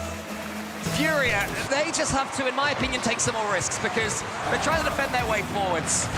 G2 aren't letting them have anything. Furia have to get back to the front foot. This might be how, via Yan. To Atomic on the backboard. Yan keeps control of the ball even though he has no boost. Beast Mode's clearance to be into the center. Atomic might in there ahead of Lost. He does to the back one, has actually hit the crossbar. Tough to read. Fino slows things down well. Furia just lurking, recognizing that G2, they're trying to force a lot of these shots, but now they're being a little bit more anticipative with their challenges. G2 still leading by 1. Low boost all the way around. Furia trying to break on in. Yan past 1. Can he get past Daniel slightly? And Lost is there, but they call themselves off. Furia races back as they wait for the next attack. Fino is anchoring. He tends to have 100 boost in the center, waiting for the ball to fall for him. And that's giving Furia an outlet right now. They're also charging forwards faster, taking more risks with dunks and challenges, and it turns things back around. Teamwork makes the dream work for a team like Furia. They work their way around G2. They finally spot a small hole in the net, and they place it on an tied game for G2 and Furia. I definitely get the sense that Furia have made the decision not to defend quite so deep, to try and sit a bit further forward in the pitch in the neutral game, so you can challenge G2 before they go up into the air, before they make their passes. And that slight tactical change seems to have paid dividends in the last minute or so. G2, though, they can up the pace again. They've still got more gears to play with. Lost in the corner, gets it as far as Beast Mode. Yan is bypassed so easily. Beast Mode a couple of touches, saves that wide. Yan has to get something on this one. He waits for Atomic's touch instead, and then gets the bump, and Lost has a chance. And the challenges are still coming on in. Jafina going back, but Daniel forces it on him, makes him have to go all the way around to the other side of the field and waste all of his resources, and that means Yan's up next. Reset one, shot on target, follow-up is wide.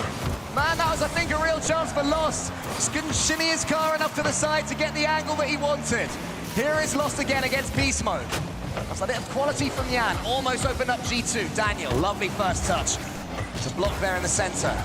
Lost has nothing, but gets the ball away. Beast Mode has everything boost-wise in the center. Yan has some control here. Daniel can't get the touch that he wanted. Atomic went as far as Lost. Again, we're seeing, we saw in the overtime, which is Furia in the center with no boost to play with. And here comes Daniel, wants to get the pinch. Instead, it's Lost, he's bumped away. Yan has to win this one and does. This one should fall neutrally. And the thing that is probably so frustrating is G2 know they're not playing at their peak right now.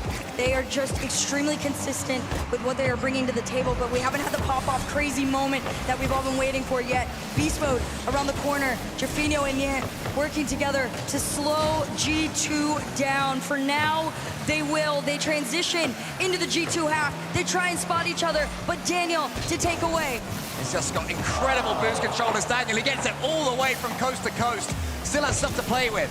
Yan succeeds possession to Beast Mode. Jafino in the middle here. Beast Mode can win this one. It could be serious danger. Atomic to the ceiling. Is anybody coming in? There was, but Lost beats him. Now it's a race. Is Lost going to win it? He's got no boost. It doesn't matter almost. Yan shooting chance to the side, to the corner, in the center. He misses though. And that attack for now comes to nothing. They keep trying to keep up the pressure, but G2 continue to put a stop to it. Now it's their turn. Daniel forces the stop. It's open. If someone's there,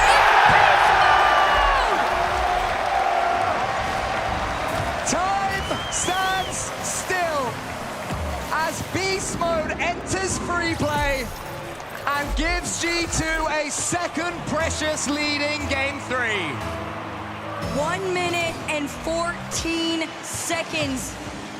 In Furia's eyes, that is enough time, but to G2, they just want to waste it. Yan takes his touch, gets the flip reset as well. No one from G2 takes the bait, so Yan says, okay, I'll keep on going, get a simple shot on goal, and take a player out. Lost, he's got a shooting chance, maybe. Yan up against Daniel. Into the center, Daniel has to get the second touch and does. Lost, forces the pinch. Beast Mode, Trevino in front of him. Yan's emerging, has got 24 boosts to play with. Can't do too much. Furia have to get a hold of this ball. Control is always going to be the name of the game, especially against G2. They do such an incredible job of holding that ball close to them, but the demos are coming out. The passes are coming through, but everybody bumped off their attempts. And 25 seconds left on the clock. Furia are getting sent back into their own half.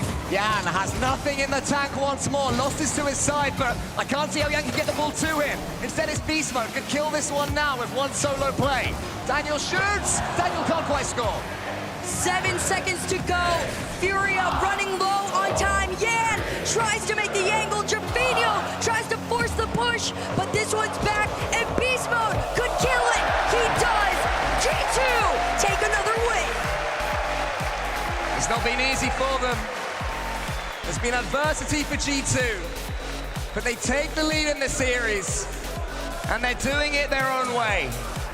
The passing plays are working, but for me, it's the boost control that G2 have that's the key differentiator. The one time we saw that G2 was not in charge of the boost on the field, that was where the game started to get away from them. And like you said, once they started to get a grip on that, and every path was in their favor, there was no slowing them down. Furia, I believe, is saving their tactical timeout. They're happy with the way things are going.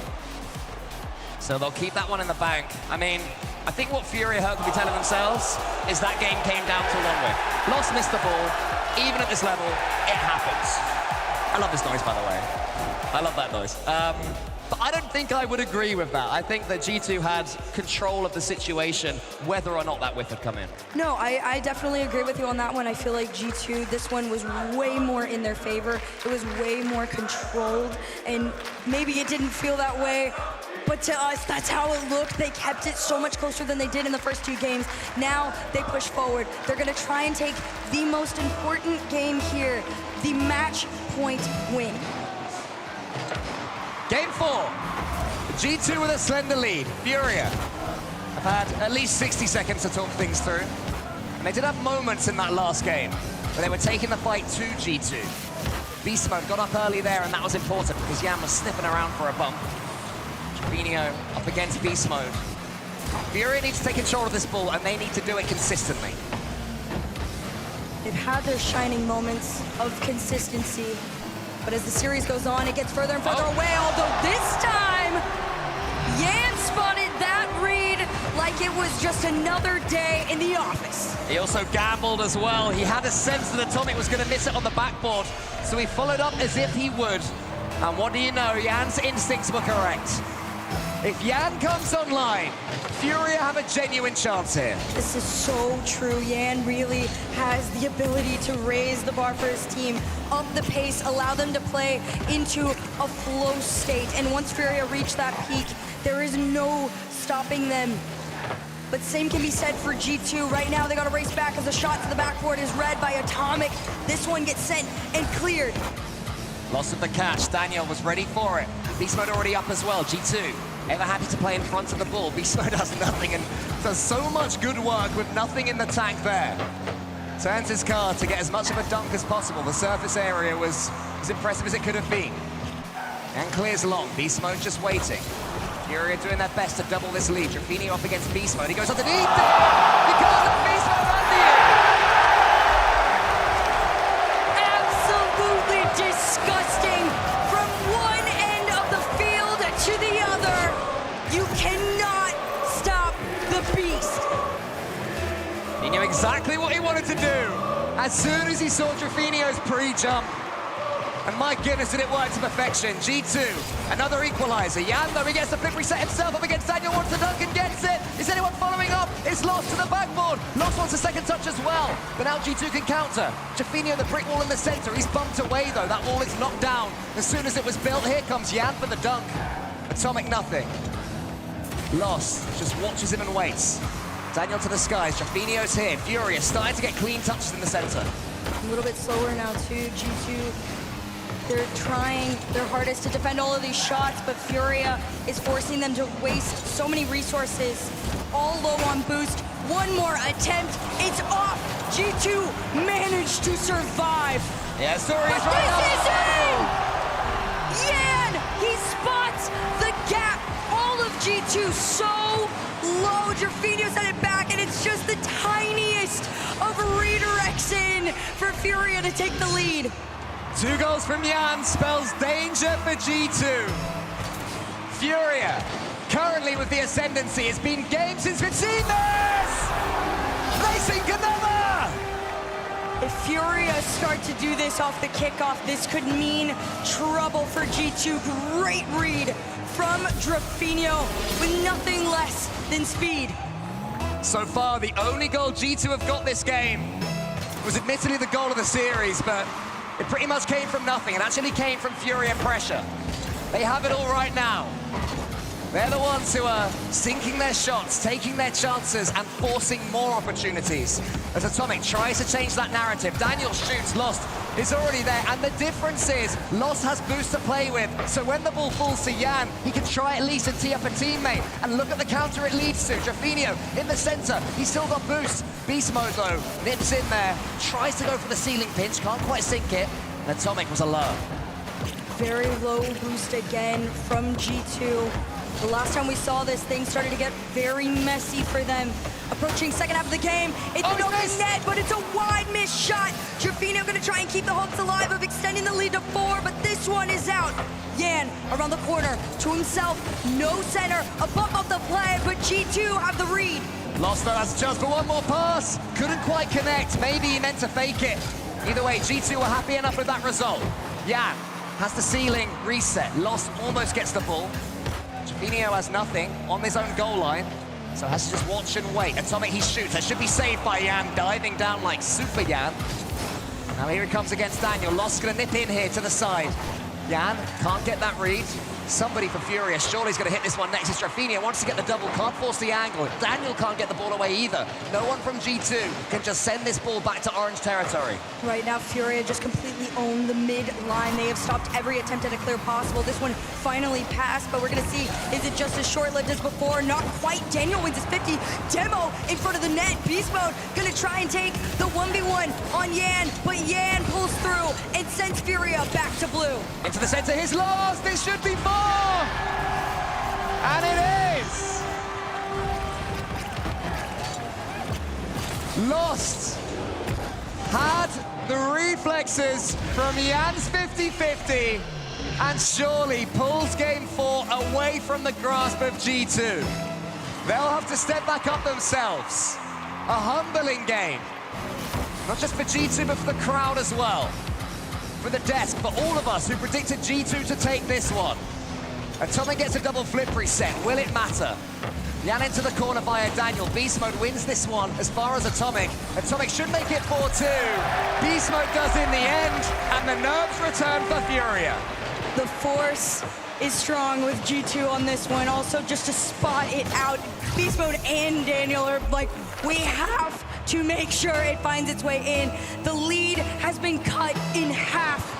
But only 46 seconds to go. Something off the kickoff would give them enough time to feel more comfortable headed into the last remaining moments of this game 4. Oh, Atomic was up there for the pre-jump. Nearly worked out. Furia were waiting for it, though. They know Atomic's game. They are familiar with it. Jafinho takes just the slightest touch. Atomic reads it again. He's buzzing about just like he was in game 2. Beast mode shoots! And he scores! The spot on each other, the two people that everybody want to see connect are here. Atomic and Beast Mode working together. 26 seconds left. 1 goal lead for Furia. Off the kickoff they go. Now the Furia players begin to sweat. 20 seconds gonna feel like an age. Atomic into the center. He has Daniel there waiting. Daniel's up. Daniel to the backboard. Yep's trying to pre-jump in. There's a big save from Lost. In comes Beast Mode. Daniel with a ball fall for him. Not quite on this occasion. One more chance maybe for G2. They're trying to nick this one. Have they overcommitted? You understand why they have to keep it up. Atomic, Beast Mode's there. He has 100 boosts. Can they get him the ball? I don't think they'll be able to, but still, the ball refuses to fall. Beast Mode, Atomic in the center. Is anyone there for a G2 player? It's Beast Mode, wants the flip reset. Can't quite get it, nor can Daniel. Furia, in the end, equalize. So much hope. But as time goes on, it dwindles away. G2 had so much strength to try and force those challenges at the end there, but at the end of the day, Furia are doing what everybody deemed impossible. Take down G2. 741 points for a losing team for Beast Mode. They couldn't take the game, but that certainly bodes well. Certainly I think the goal of this match so far. An absolute stunner there. But Furia, they more than rallied. They stepped right up. Suddenly, they were the team playing with belief. And once Jan got this goal, Furia ran away with it. I mean, you got to give props to G2. I mean, the fact that they were even able to come back as quickly as they were towards the end of the match, that just says a lot about them in themselves. But for Furia, again, every time these teams have matched up, it is gone to G2. They are trying to rewrite the head-to-head storyline on the biggest stage in the world. Combined, the G2 players are 11-2 against South American teams. Atomic has never lost to a South American team here in one of these beautiful RLCS lands. But it gets tougher. The South American region continues still to improve. Brazil just has a constant number of upcoming superstars. And right now they're putting NA's best to the sword. Beast Mode has to be the player that continues to step up. What a game he had in the last one, despite G2's loss. I mean, realistically, you just got to remember who you are at the end of the day. If you're G2, you know that you are a favorite, you know you're loved, but the same can be said for Furia. Yan tried to find his way on in. He wanted that first opening goal, and that's such an important one to have to really just force G2 into a position where they have to go follow your footsteps. Lost to make the center. This one sent out. Yeah, big save there from Atomic. There was a real shooting chance, and Atomic knew exactly where it was going. Blocked the bullseye. Lost against Beast Mode. Beast Mode wins that one handily. There's a big demo as well from Daniel. Jan can only tip it back, but it works out perfectly. Daniel has the 100 boost to play with. Into the center. Beast Mode's there, waiting for the ball. Daniel couldn't quite squeeze it towards him. Jan wins this one. Now Beast Mode can stare down Drafinio. Drafinio's getting more involved in this series as the games go on. Lost leaves that one more safe for Drafinio. Lost comes out with a monstrous ceiling pinch, and unfortunately for Furia, didn't quite go towards the goal. Yeah, there was no connect on it either. Daniel just tried to make another clear, but the one thing I will give credit to Furia is they have a lot of control in that mid line. Finally, G2 trying to make a break past them. Daniel collects that big boost, but it 50s back. But Atomic to send forward. Maybe the connect to Beast Mode could be enough from the ceiling and down. He's trying his hardest to follow, but no boost means Furia get to go back upfield. Mechanically though, Beast Mode continues to be unlocked. Another danger sign for Furia, but Jan gets a chance himself. He goes for the flip reset. Beast Mode saves. Drafinio is there. Into the middle again. The challenge is won by Drafinio. Gets it back towards his teammate, I believe. Yes, here comes Lost. Now it's Jan's turn to the backboard. Daniel's tracking this one all the way. Furia showing more signs of stepping forward further. Drafinio tries to take out Atomic, but can't quite. Right now, Furia are getting a little bit cheekier and cheekier as time goes on with their attacks. They're trying to inch up, push forward, and it's going to take one big clear for G2 to catch them off guard, but both back in time. Atomic recognizes it. It's a low shot, and Beast Mode next to follow. He's got enough to work with. He's under one. This one's not going to bounce, and Lost to keep this out. The chaos caused by Beast Mode, though, almost unblockable by Furia. Drafinio's going to take this one away.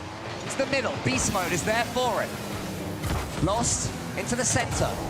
Atomic, one of these players, the ball's going a bit laterally. They all want it to go towards their opponent's net. Jan might be the player to finally get those angles correct. No, instead, it's dumped as far as lost. He continues the slow foray forward for Furia. Daniel up against Rafinha. And the defending right now from both teams seems to be the story of the game. Yep, it's going to be a story of who is going to be the first one to crack. Rafinha is going to try and force it right here. Great save from Daniel, and he's still trying to get around, but it's another challenge from Lost Furia. Just one challenge after the other. One attempt to center after the other, but Furia continue to be stopped every single time. This has got one goal game written all over it. And right now it's Furia that are trying to force the issue. Beast mode into the center. Here's a chance for Lost, maybe no Lost. Underneath the ball, Jan has the composure to get them onto the backboard. Lost is tracking it, and Lost is scoring it. Furia sneak their way through the pinch to center and just deadballed it straight enough in front of Lost to be able to get past Daniel. Furia get their 1-goal lead. A pinch on a plate there from Lost. And G2 currently being served yet another defeat, but Daniel wants something to say about that one. Can he follow it? He can. Can't get the shooting angle though. G2 suddenly going to throw everything at this one. Beast mode turns, he has the pass. That one's hitting the ceiling, but Atomic is ready for it. Tries to get the flip reset. Not this time. Daniel. Lost in front of him. Beast mode almost gets it over the top of Jan. Jan takes it away. It could be 2. He gets the flick over. In comes Lost. Here's the crossbar though. Javinho keeps it going. That must have been 2, but it wasn't. Furia are relentless at this point, just forcing shot after shot, forcing G2 back further and further, but Daniel and Beast Mode are trying to work together to get out, but unfortunately for themselves, Furia just have the upper hand in the moment. They're trying to take back control of this ball. 30 seconds left on the clock. 1-goal lead for Furia. Can they make it 2? He wanted the psycho, he almost got it as well. Jan as far as Atomic. G2 at least have control of the ball. Beast mode braces Trafinio, but Trafinio wins it. Daniel into the middle. Here's Atomic. They keep the attack going. It's a huge clearance though from Trafinio. Swats that ball away. Potentially swats G2 away. This is the cusp of match point for Furia. G2 have to win this series to stay in the tournament. And there's a shot! G2 are coming in, but it's too little, too late. 3-2. G2 staring down the barrel. They have tried so many attempts, but Furia, the moment they have that lead, they hold onto it for life. And G2 this time felt a little bit more disconnected than in the past, and towards the later half of the game, they finally were able to start to find themselves a little bit more. They recognized that pinballing this around the Furia defense was the answer. Just unfortunately for them, it was too little, too late. Yeah, they certainly made Furia worry. And now I think that Furia are going to take the most of this time, because we are going to have a NASCAR timeout from G2. They're going to be taking their time, and we will see a couple of extra minutes here. Well, 1 extra minute, 2 overall for G2. It's nervy territory here for G2 Stride. It's not only nervy, but it's unfamiliar. They have spent the entirety of the 2024 season in the top 2. It felt like no one could take them out for so long. And right now, the one team that has never been able to take them down is doing it. So G2 call the NASCAR timeout, and they try and make a game plan headed into the match point. I mean, if anything at this point, it's to take away Furia's momentum. After games 2 and 3, G2 were all over Furia. Furia couldn't land a punch. And suddenly, their South American opponents are pummeling into them. G2 barely have an answer. That last game was the closest one. That was the one that both teams were desperate to hold on to at all costs. Furia emerged on top. And G2, despite their late rally, just have to try and regroup. I mean, I'm glad I'm not in Sathu's shoes right now, because I have no idea what I would be saying. Honestly, knowing Sathu, I'm sure whatever is being said is towards the mental and remembering who they are. You don't have to talk a big plan or a big game. It's just all remembering that the next one is the do or die moment. For so long, G2 have been at the top. Everybody expects them to stay there, but right now, Furia have the opportunity to put an end to that. G2 need everything from this crowd right now. Every half chance. They need you on their feet. As for Furia, it's up to them to silence you, up to them to silence the doubters, as they've been doing for years now, as a region, as individuals. Jan has been in the conversation for the best player in the world. He has to prove that from this point forwards. He's underneath this one right now, but Atomic takes clear control of the ball. Daniel, chance to get the redirect. He's almost there. Does keep control of the ball, though. Followed up maybe by Beast Mode. A double commit from Furia, and that is the first sign of nerves. And unfortunately for them, that means G2 is going to go on their attack. They got the demo off of one, but Lost was able to regain control a little bit.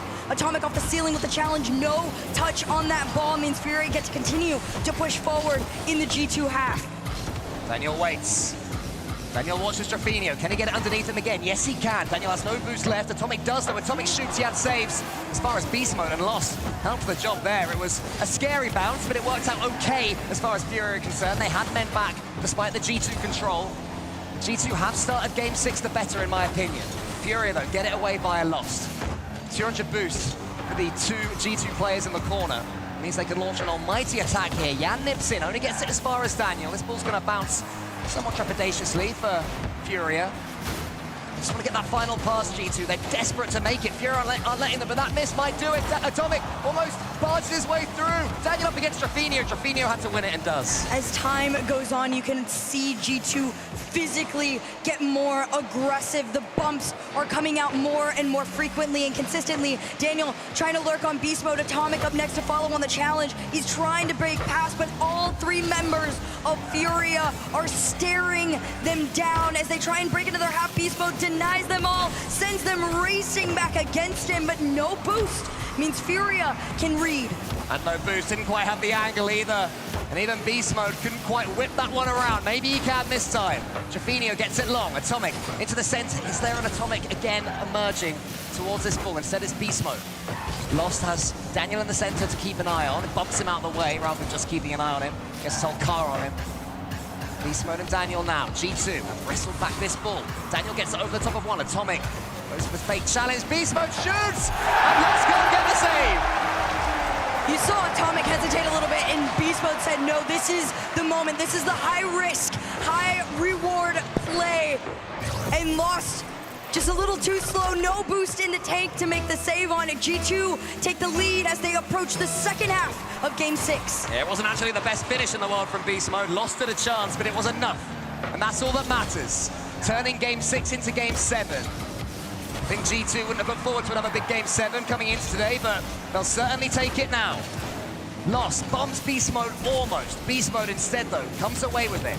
Can't land on this boost because Drafinio stole it on the way. Daniel, perfect first touch. Daniel, great second touch. Anyone up for him? No, it's just Lost. Lost over one. Yan trying to get the bump on Beast Mode, but he still prevails. G2 try and push forward. Yan and Daniel in the fight. Drafinio up next. Lost is spotted, and he's in! Wow! What a shot this is! Watch this right here from Drafinio. Gets the angle almost perfect, and Lost was already up there for it. G2 have to start all over again. Less than 2 minutes. It's even playing ground. Who retakes the lead? Daniel setting this one upfield, tries to follow, no boost, but he still makes another challenge. He makes his center, but it's cleared out into the mid, and Furia work together to break past into the G2 half. Jan has a chance, so he leaves it one towards Lost. Jan sweeps up again to the ceiling. Nothing in the tank, but he goes from the ceiling, wants to get this bounce to as far as Beast Mode. There's just nothing for G2. They have to watch Furia get this defense. Drafinio into the middle. Jan is already there waiting. Furia in front of the ball. Playing with confidence still, even in Game 6. Playing with house money right now, Furia. Beast Mode, though, to the backboard. It's saved by Drafinio. Jan gets it long. A minute left until yet another overtime. G2, they've been in this position before. They're going to try and not make the same mistakes that they have in the past of this series. 1 minute left on the clock. Atomic using everything left in the tank to make the bump on the play. but Yan makes the read, pushes them back, but G2 push forward. Beast Mode up next. Another bump on Drafinho means Daniel has the space to make a center, nobody to follow it. It's a late follow and a late touch from Atomic that gets taken away from him as Furia race forward. Nice touch there from Yan to get into the far corner. Here's Daniel, though. He's got a chance to make something from this one. Beast Mode waiting underneath it. In comes Atomic. He's already up, but Drafinho's faster than him. But once he's outpaced, Drafinho shoots, gets the dunk. Saved by Beast Mode. Here comes Furia. But better yet, here comes G2. 16 seconds left on the clock. Can somebody steal it away in the final moments of game number 6? Furia push forward, Lost and Yan work together, but G2 to slow them down. 4 seconds on the clock. Daniel, no boost. They're in the Furia half, but Lost to kill it. Another precious overtime golden goal to end it here. The marathon continues. G2 force Champions Field potentially. Yan gets it almost over the top of Beast Mode. He takes his touch. A flip reset into the corner. Does he have teammates in the center? No. Beast Mode rolls that ball away. As far as Drafinho, Daniel has to win this race. Furia start overtime the better. Atomic past the midline, trying to open up a path, and Beast Mode's next, but Yan sends him racing, and Daniel just gonna force the challenge on it, try and slow down Furia a little bit here, and Atomic makes a catch, an impactful one at that, as he sends this up to the backboard. He tries to drop it down, but nobody's there. Yan up against Beast Mode. Beast Mode has it under his control. Lost to the ceiling is what he sees. Wants to get the pinch and can't quite do it. Lost is finding the ball just hitting him from his teammate. Not quite sure that's what Furia meant, but somehow they smuggle the ball away. Furia is still trying to go on, but G2 even further. Low boost, reset forward. All 3 members of Furia bunched up together, just trying to make sure that G2 stay out of their half and don't force the most important game of the series, a Game 7. Furia a goal away from top 4. They can smell it again here in Dickies Arena. Yan booms it as far as he can. Daniel's first touch, yet again immaculate. Beast Mode has a chance. He takes the catch on the floor. Drafinho and Yan, the 2 of them together. But here's Beast Mode, wants to get the pass to Atomic. It's cleared wide. They're still fighting Furia on this one. They take control of this ball once again. Lost to dead ball it. Atomic to Daniel. Daniel leaves it down, but it's pitched out. He got past one. The second was alert. Furia survived for now. Here's Yan. Nice first touch. Wants to get the dunk on Daniel. Keeps it going as well. The recovery is flawless. Beast Mode has control of this one. Watches Drafinho. Waits for him. Tries to get it past him. Instead, he just clears the path for Atomic. Yan goes high. First touch is good. Daniel up against him. Yan wants the flip reset. Can't get it. Drafinho's turn this time. Has the goal in his sights. Has the flip reset. Flings it towards net. But Atomic was watching. 2 minutes into this one, extremely back and forth. And as time goes on, pace picks up. Atomic around the sidewall. Tries to make the center. Daniel to the corner. Furia want out of their half. They try to get there, but it's discombobulation as they work together. G2 pass to Atomic. Drafinho to kill. Daniel goes high, Lost. Waits for this one. Furia know they don't have to rush. Atomic shoots. Yan should be there and is. Beast Mode was flying home. Yan now gets it almost over the top of Daniel. Flings the ball away towards his teammate Beast Mode. Back to Daniel. Left to right now. The story of the progression from G2. Beast Mode races Lost. Beast Mode has a chance now. Catches it. He's on the floor. Atomic's turn. Pass Yan nearly. Is there a defender left? Yes, there is just. Furia slowly starting to waver against G2. One attack after the other continues to come in. This clear could give Furia just a small bit of breathing room, but it's completely short-lived. Down to Atomic, into the corner, back to himself, bump in the net. Can G2 find themselves here? Daniel wants it to the corner. There's a race between 2 Furia players for this ball. Drafinho wins it, but Beast Mode is there. Beast Mode is waiting. Lost. Knocks it wide. Drafinho to the ceiling. That's floating dangerously towards Beast Mode. He's waiting for it. Just beckons on Lost, and then there's 2 Furia players. You can see the nerves in the defending. You can. Furia slowly starting to crumble as time goes on, but they're finally in a place they've been comfortable, but immediately sent racing home. Low boost for Yan. Tries to send it back, but Atomic Atomic says, no, we're going to your side. Daniel to catch it into the air, to the ceiling, to the backboard. Can G2 spot themselves? No, it's a pinch back into their own half. Another 4 minutes trickle by as Atomic takes a couple of touches. Daniel to the backboard. Is Beast Mode coming in? He is! But it's saved by Lost. You keep pushing forward. Furia's defense has been monstrous to G2, but they are still going strong.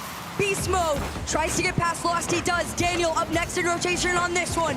He keeps going forward. You see Atomic trying to spot him, but they're not in.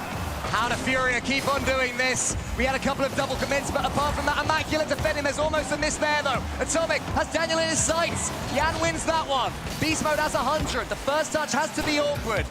An awkward height to jump at. And Furia forcing themselves upon him so quickly. Here's Beast Mode, wants to get a double. Yan waiting for it. And Yan now up against Daniel. Drafinio in the center. Oh, Yan fakes him out beautifully to allow Drafinio in. This is a real chance here for Furia. On the counter-attack. Could be classic Furia. Lost to the backboard, Atomic clears. This is one of the better opportunities that Furia have had, but now G2 have to play defense after having so many shots taken on the Furia net. Lost trying to find himself. He does around one corner. Beast Mode slows him down. 5 minutes and 10 seconds. They push forward. Yan to immediately send back. They're just trying to follow themselves. Can Yan set up Drafinio? The double isn't in. The breakaway is here. And G2 get the golden goal.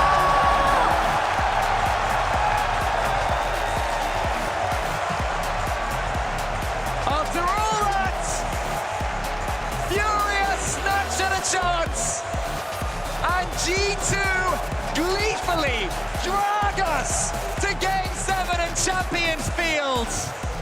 How are your nerves now, Furia? G2 are the favorites of the tournament, and for good reasoning. The one time we have seen them waver, the one time we thought this could be over, you find the breakaway and they give themselves another life. Listen to this.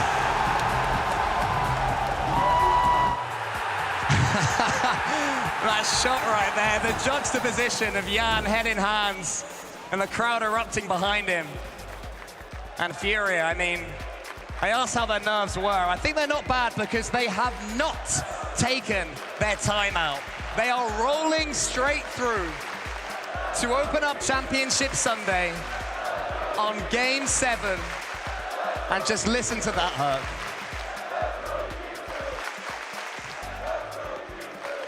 This is what family is. This is what Rocket League is. This is the G2 team. Everybody wants it. G2 have forced it. Ladies and gentlemen, we have Game 7. Loser of this goes home. Winner surges forward to the top 4. And not that it matters so much in this context, but this is the longest series of Rocket League we have ever had on LAN. Which just goes to showcase the sheer power of mind of these 6 players to be offering us this level of Rocket League in this situation after so long. Right now, it's up to G2 to continue the momentum that they found at the end of Game 6 in that overtime. And they're trying to force it. Atomic, shot on target, denied. Last chance for G2 stride. Lost, takes out Atomic. It won't matter too much though because Daniel's coming in. Has to be another save from the side by Furia here. Atomic just watches his teammate, Beast Mode, coming in. G2 stride, starting Game 7 the better. They've had more experience here recently. They did lose the overtime. Furia, of course, won Game 7 against Space Station Gaming as Beast Mode watches this one, has to get past Lost. He does do that.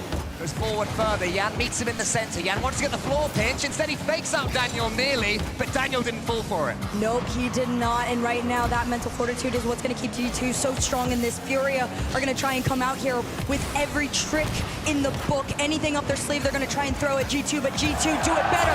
Daniel on target. Atomic keeps the attack going though. Beast mode's up, he races Yan, but Yan wins. Now Drafinio has the goal in his sights. He's taken out by Atomic, lost into the middle. Yan has no boost, so Daniel can just pip it towards Beast mode. Lovely first touch from him. What can he conjure up?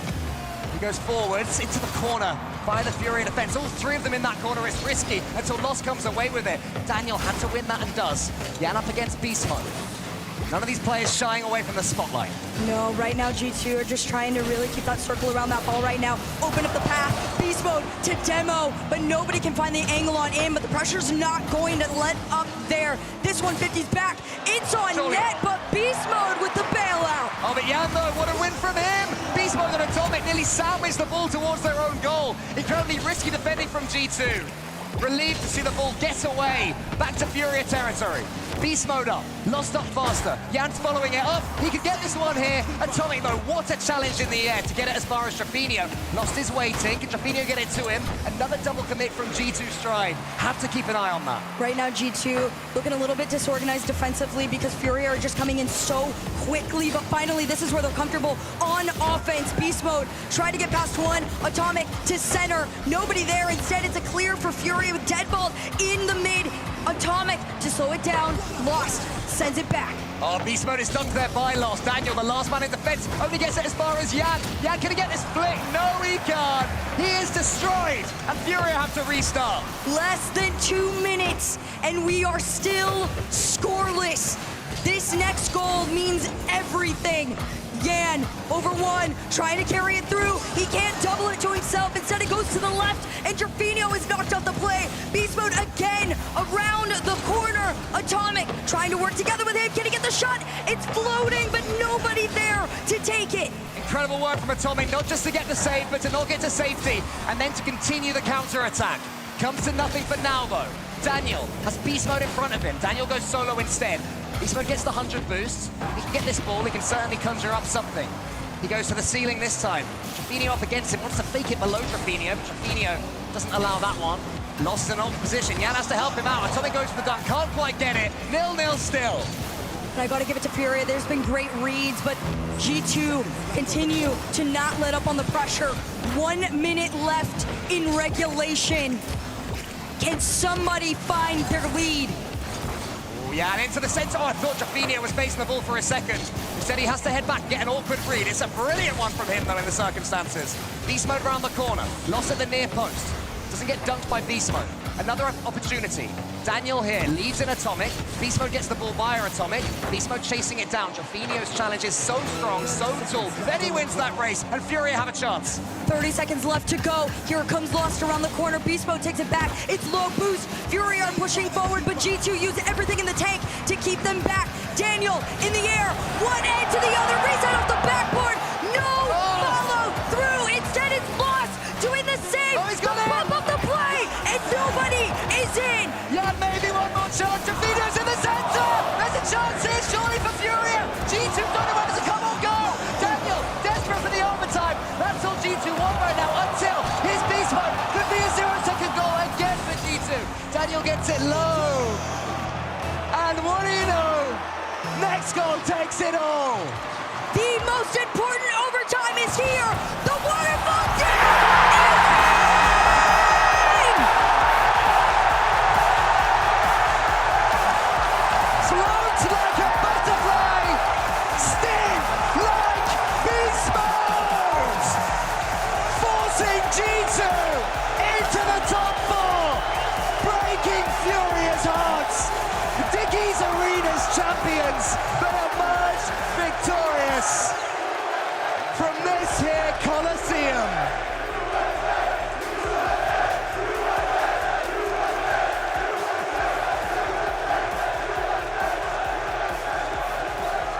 This is America's team, and for great reason. They are the ones no one can stop. They can win in so many different ways. They can grind out a victory. They can get beautiful passing plays, but when the chips are down, who better than Beast Mode? He is the exact player you want in that situation to hold his nerve at all costs. G2 are going to be up against KC later on in our semi-finals. It's not going to get any easier. It probably won't be any quicker. No, it's just as big of a challenge as what they just faced, but if there was any sort of a way a series could have played out to warm them up for the most intense championship Sunday, it was this. The longest series we have ever seen at a LAN. I believe around 52 minutes of total gameplay. A massive performance, a gargantuan performance, an otherworldly performance. And here on the stage, it's Leaf to try and make sense of all of it. I don't think you guys have been loud enough. Give it up for G2!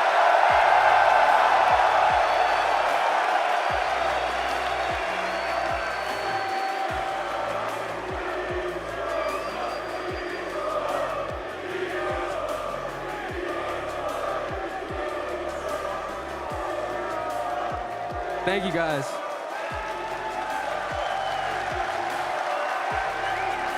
If you guys keep winning, you can get some more of that. Yeah. I need you to describe me right now. One word, that series. Stressful. Just completely stressful.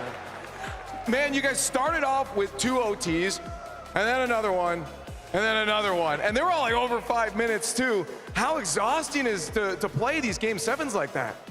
I mean, it's very exhausting, man. I mean, I can't even think right now, man. I'm just so stressed, but it's very stressful, but obviously it's good for you guys because you guys like to watch it, give you guys a good show, but yeah, man, that's all I gotta say. For you guys, we talked kind of earlier in Swiss about how you guys, Seth, you're saying you have a bit of a slow ramp for you guys throughout the weekend. You know, it still felt like you were working on it even yesterday. Did you guys feel that too? Like, oh, are we not quite there yet? And how do you feel now on today? I mean, it's still quite the same. We're not feeling the best right now, obviously, but it's getting there as the tournament goes on. We keep talking about it every single match, basically, and right. we're learning from our mistakes and stuff like that, but it's getting there, and I think it's gotten a lot better throughout that match progressively. Oh, absolutely. I mean, if you're going for entertainment, you guys are doing a good job, that's for sure. Now, up next, I believe you guys have KC. My question is, do you think it's going to be any easier or harder than the one you just played?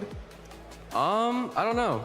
They've been playing good. It's going to be our first time playing them. I've been wanting to play them since the beginning of the season because obviously they're kind of a crazy team. So I'm kind of excited for that one, to give you guys a show for that one. But yeah, I'm just excited to play them. And I think it's going to be quite the same, or if not harder. What do you guys do now in the moment where you have a few moments to try to carry this momentum forward? Is this a breather moment for you? Or is there something you guys got to do to make sure that this energy is carried through? Wait, say that one more time? Sorry. Did you guys try to take a breather before your next series, or are you going to try to do something to keep the energy high? It's a mix of both. I think a breather is always needed, but I think we're going to talk with each other and just make sure we keep the energy high, because I think if you have low energy, you're just going to be really hard. So I think it's just going to be a mix of both and just talk to each other. True. Hey, I want this to get louder and louder and louder. So one more time for Beast Mode, your winner's here. It's G2!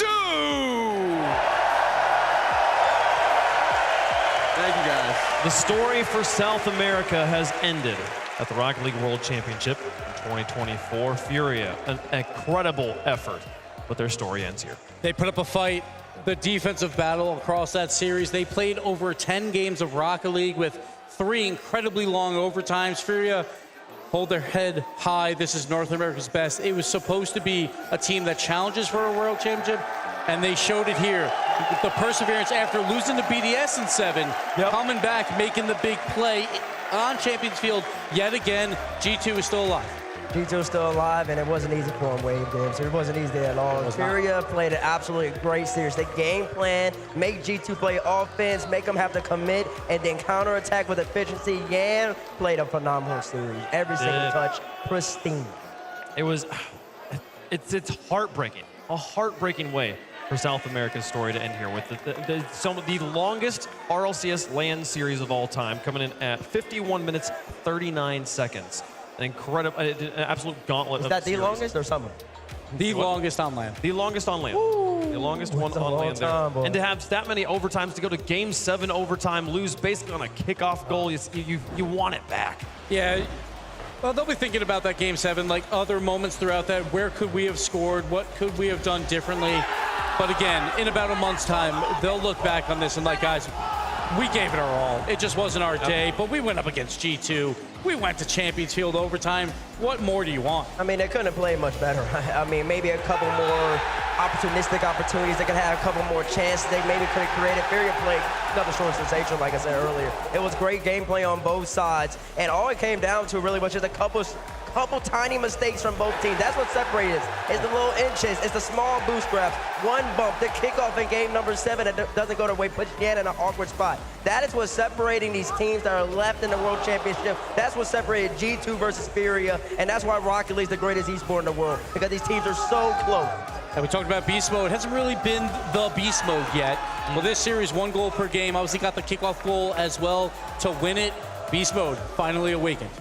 Yeah, Beast Mode had finally awakened, and then look at this. Game 6. This is the first time that Furia actually committed, and they probably should have scored. They messed up on the aerial. They did. I think it was Drew. Yeah, they messed up on the aerial, so they probably should have put them away right there. That opened up the gates. That opened up the floodways for G2, and then they score here. Yeah, and that's an awkward read for him. He's got to wait to see if it's going to bounce out or if it's going to waterfall where it hit that low corner. So it's all in Beast Mode's favor right there, and that's what separated the two teams, man. It was a great series, great series. I would say the difference between the two, which is a couple more chances created from G2.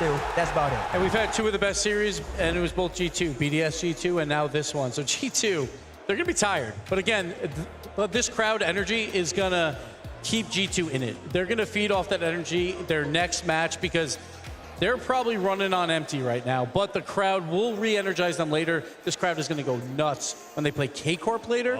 First time all season. It's going to be wild. Running on adrenaline. We'll see how G2 does. It's going to be an excellent time. I mean, Bates, you've been calling it that they're going to be the champions, and I picked them to be the champions as well. You guys on First Touch, we're all saying this is going to be G2 holding the trophy at the end.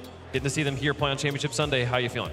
I mean, I'm feeling as if they're playing pretty good in all facets of the game, but even in the Furia series, it kind of felt similar to the BDS series, where G2's creating, especially in Beast Mode, he's creating up front, and then nobody's there to follow. But it makes sense, though. You're playing land. You don't want to give these great teams a counterattack opportunity, but you got to kind of weight it. You got to balance it. Should Atomic pre-jump? Should Daniel pre-jump? That's what made you London Major champions. That's why when you're best in the game, they got to just get a little bit more into that.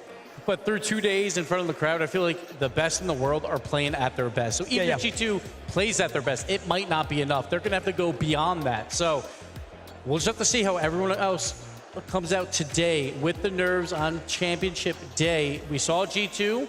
They got it done. Everyone else has to do the same. I feel like North American fans also are used to watching a G2 that is just like a league above everyone they're playing against. When you watch them play in North America, it feels like everything is they're pre-jumping, they're going for these like crazy freestyle type plays. They're just absolutely styling on their opponents.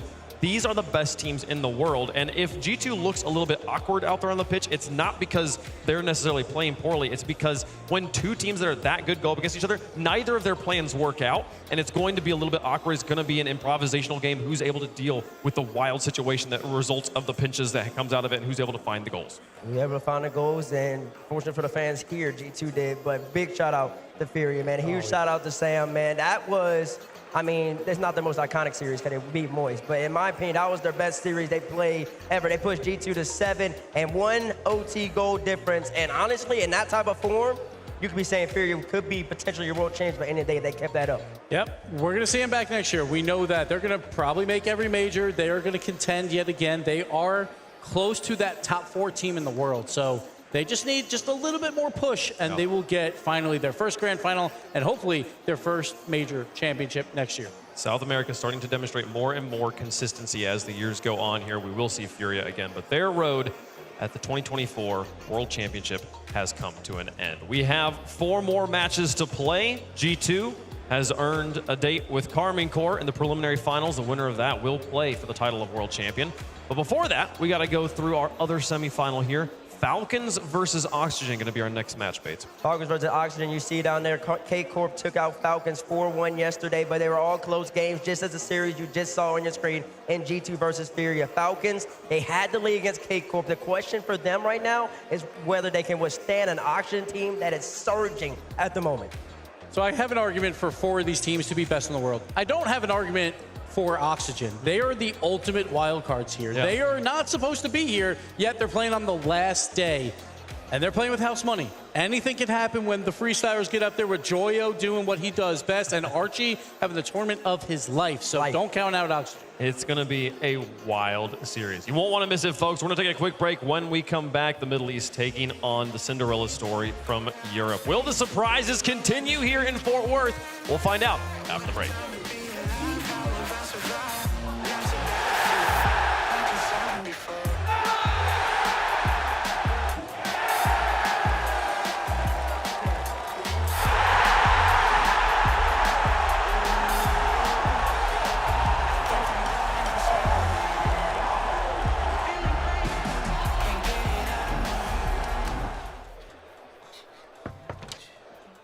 Hey, Flo. Cool leg warmers. Thanks. They're just for the bus ride to work. They're not part of the official uniform. No tunes today? No. My apartment was robbed last night. Took my cable-ready TV, VCR, portable cassette player. Yep, all the latest tech. If only Progressive had renter's insurance, like their home insurance. Then we could bundle our cars and get the same 24/7 protection. I think we just invented that. This is the best day ever. Well, I still got robbed. It's still a pretty good day. You know, being a Rocket League professional, a big part of that, going fast, figuring out how to make your car move as quickly as you can on the pitch. But how do Rocket League pros handle actual speed? I'm Wave Punk, this is Texas Motor Speedway, and we're about to put some Rocket League pros in some very fast cars. And I mean very fast cars. Can they answer questions while at speed, while feeling the G's out there on the embankments? Let's find out, folks. This is Hot Laps. Here's how it's gonna work, folks. It's a time trial. Fastest lap wins. Yet the players aren't driving the cars, so how do they make their time go up or down? Quite simple. We're gonna give them a category. Players will have 1 lap to give us as many correct answers of things that are in that category as possible. Correct answers take half a second off of their time. Incorrect answers add half a second. It's as simple as that. Let's race. Our first contestant, first professional player, Hoxer. Come on in here, bud. How you doing, man? Pretty good. How are you? You feeling good here? Amazing, actually. Yeah. How's the temperature right now in Texas for you? The temperature is fine. The temperature in here is not fine. Okay. Well, it might be about to get a little hotter. What's like the fastest you've ever gone? The speed limit. Well, there isn't a speed limit out here, so we might be going a lot faster. How on a scale of 1 to 10, how ready do you feel? 7.5. That's a great spot, you know. So let's go. Let's get you in the car. All right, let's get it. I'm gonna fall on my face. Mm-hmm. All right.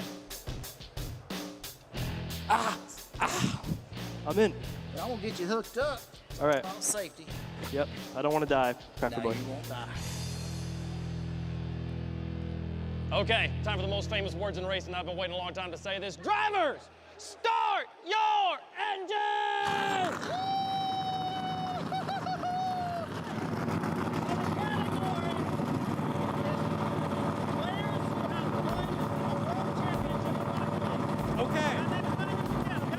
Okay. It's lap 2? Lap 2? Okay. Thanks. Let's go! 30 seconds as soon as they cross the start-finish line there to name as many players that have won a world championship in Rocket League. Here they go! Let's go! Start now! Monkey Move, Seiko, Turbo, Violet Panda. I bet he's naming so many players right now. K-Dom, Kronovi, Over Zero. His brain's working like a well-oiled machine. Lachinio, Remco, Barrett, Justin. Not panicking at all, I'm confident. Easy Meister, Mike Rules, Marky Duda, Boomshare, who won season 3, dude? That's the one irrelevant. Here it comes. Woohoo! Oh, baby, I bet he named them all. I bet it wasn't even hard for him. That was fun. I enjoyed that.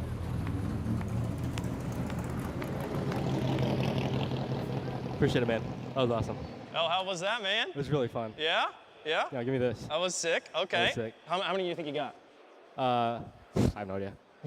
Okay. I think I said the same one like 3 times. I don't How know. fast did it feel? Hey, man, that's how fast I go in a neighborhood. Clearly. I'm kidding. For legal reasons, that is a joke.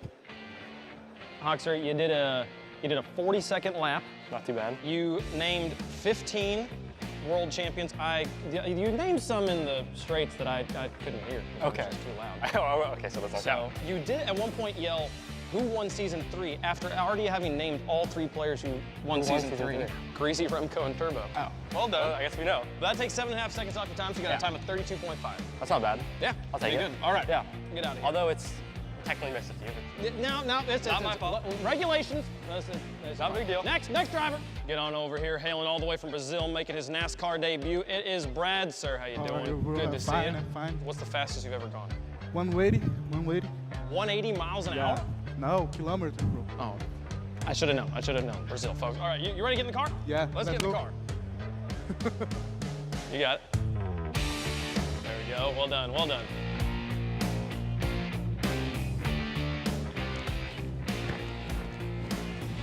Drivers, let's begin again. Start your engines!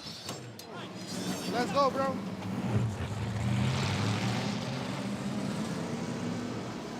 They're going about 160 miles an hour, and it's a little more than 180 kilometers. We'll see how it goes, folks. Here we come!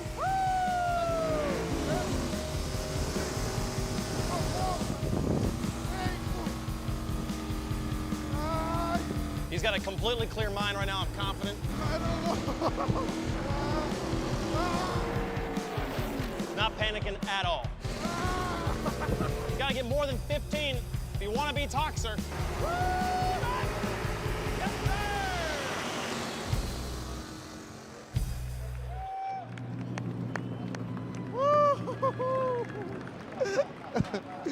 Thank you, bro. How'd that feel?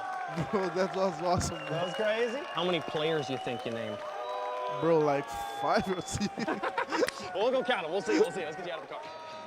We've had a little bit of time out of the car. Would you do it again if given a chance? Yeah, for sure. Yeah? 100%. Well, you got 6 players named. Honestly, it was kind of hard to tell when you were screaming versus naming players there, but that gives you a time of 37 seconds. How you feel? It's a shame, innit? It was a good effort. Well done. All right. Go get him next time. All right. We got one more driver here. The final competitor of the evening, Mr. Calm, the old man of the game here. That's me. No, Hoxer's older than me. Okay, never mind. Sir, you're a young whippersnapper. Come on over here. We've gotten 2 drivers down. Okay. They put up some pretty decent times so far. How fast have you gone in your life? I don't know. Usually I like to live at a pretty slow pace. Okay. So on a scale of scared to excited, where are you for this experience? I mean, like absolutely excited. I can't wait. Yeah. Okay. Well, I'm not gonna awesome. let's not hold you up any longer. Let's get him in the car. All right.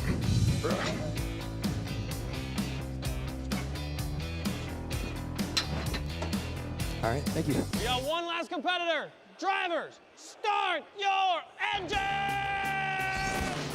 Woo! All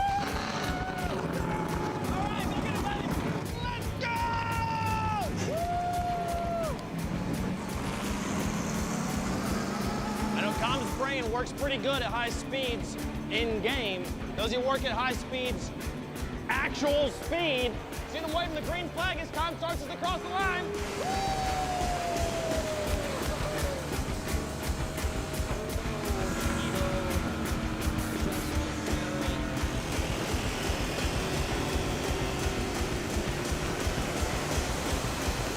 I bet he's having a great time.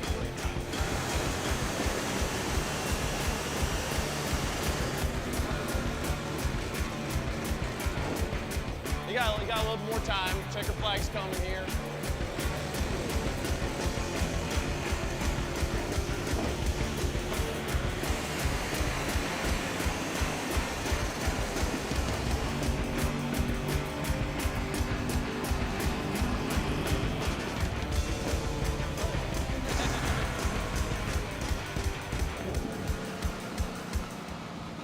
That was awesome.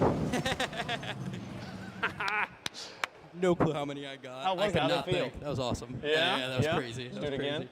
Oh, for sure. Yeah, For sure. I'll do it awesome. again. Well, we'll get them all counted up and get you out of the car. See how it goes. Sounds good. obviously, for this incredibly serious competition. It's important that we have a rigorous, competitively integral scoring system. So to make sure we have the best results, we have a state-of-the-art system of me listening to their microphone with all of the car and wind noise at the same time and hoping I can hear what they say. Is Oh My God a player?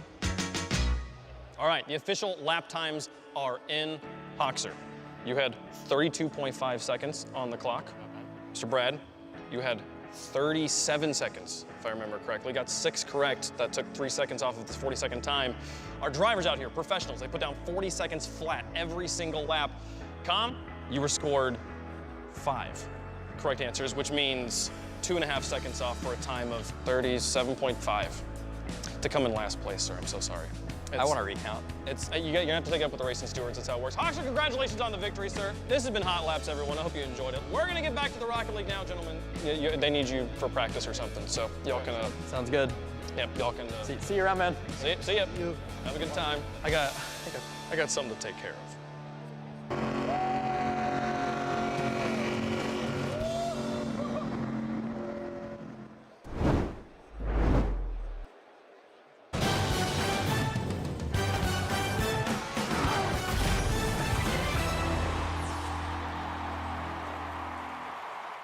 What an amazing experience. A big thank you to NASCAR, an official sponsor and partner, for bringing so many of our players out to the fan experience at Worlds.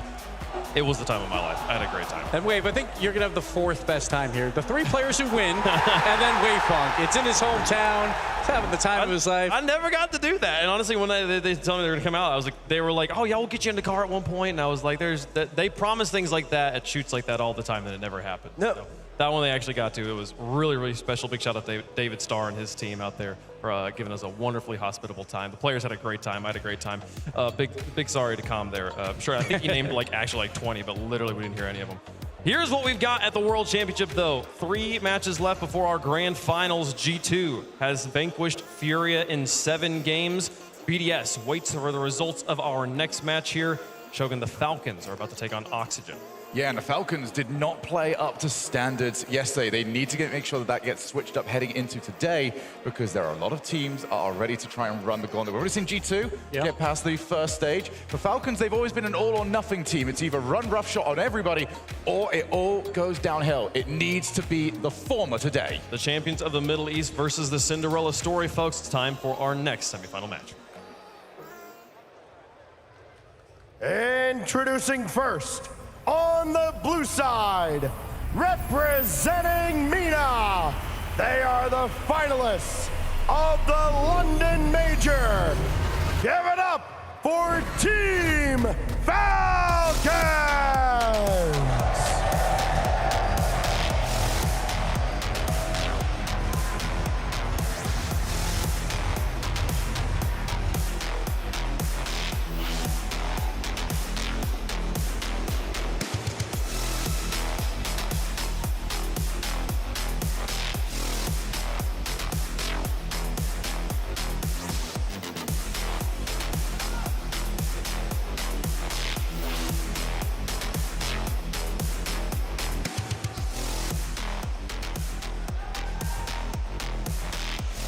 Team Falcons, I coined them the best team in the world, and then they won 1 game in a best of 7. But they earned 2 lives because of the 3-0 Swiss that they had. They are still on record pace numbers. They are 3.12 goals per game. The best ever at a LAN was 2.94. So even though they didn't look good yesterday, it was their first game in front of the arena crowd. They got their nerves out. They're on their last life. They're ready to play. And it is a long day ahead of them if they are going to go the entire way. But for a team that you look at and say, hey, you need a 4-0 here, you need to try and keep these matches short, Falcons are certainly a team to do that. Yeah, this MENA squad, you're looking at TRK in the middle, they're just simply great. They really are a great team. They represent all of MENA, and they do it with pride on their chest. And now what they're trying to do today is they're trying to win 3 in a row to become world champions. Usually, the last 2-ish lands even, they only come up short in the grand finals, but yesterday they did seem a little off. They weren't playing their usual game. It will be interesting to see what they bring to the table today. On the other side, a team nobody thought would be here on Championship Sunday, and yet here they are. And introducing their opponents, on the orange side, representing Europe, looking to continue the most unlikely story in the history of our sport. They are Oxygen Esports!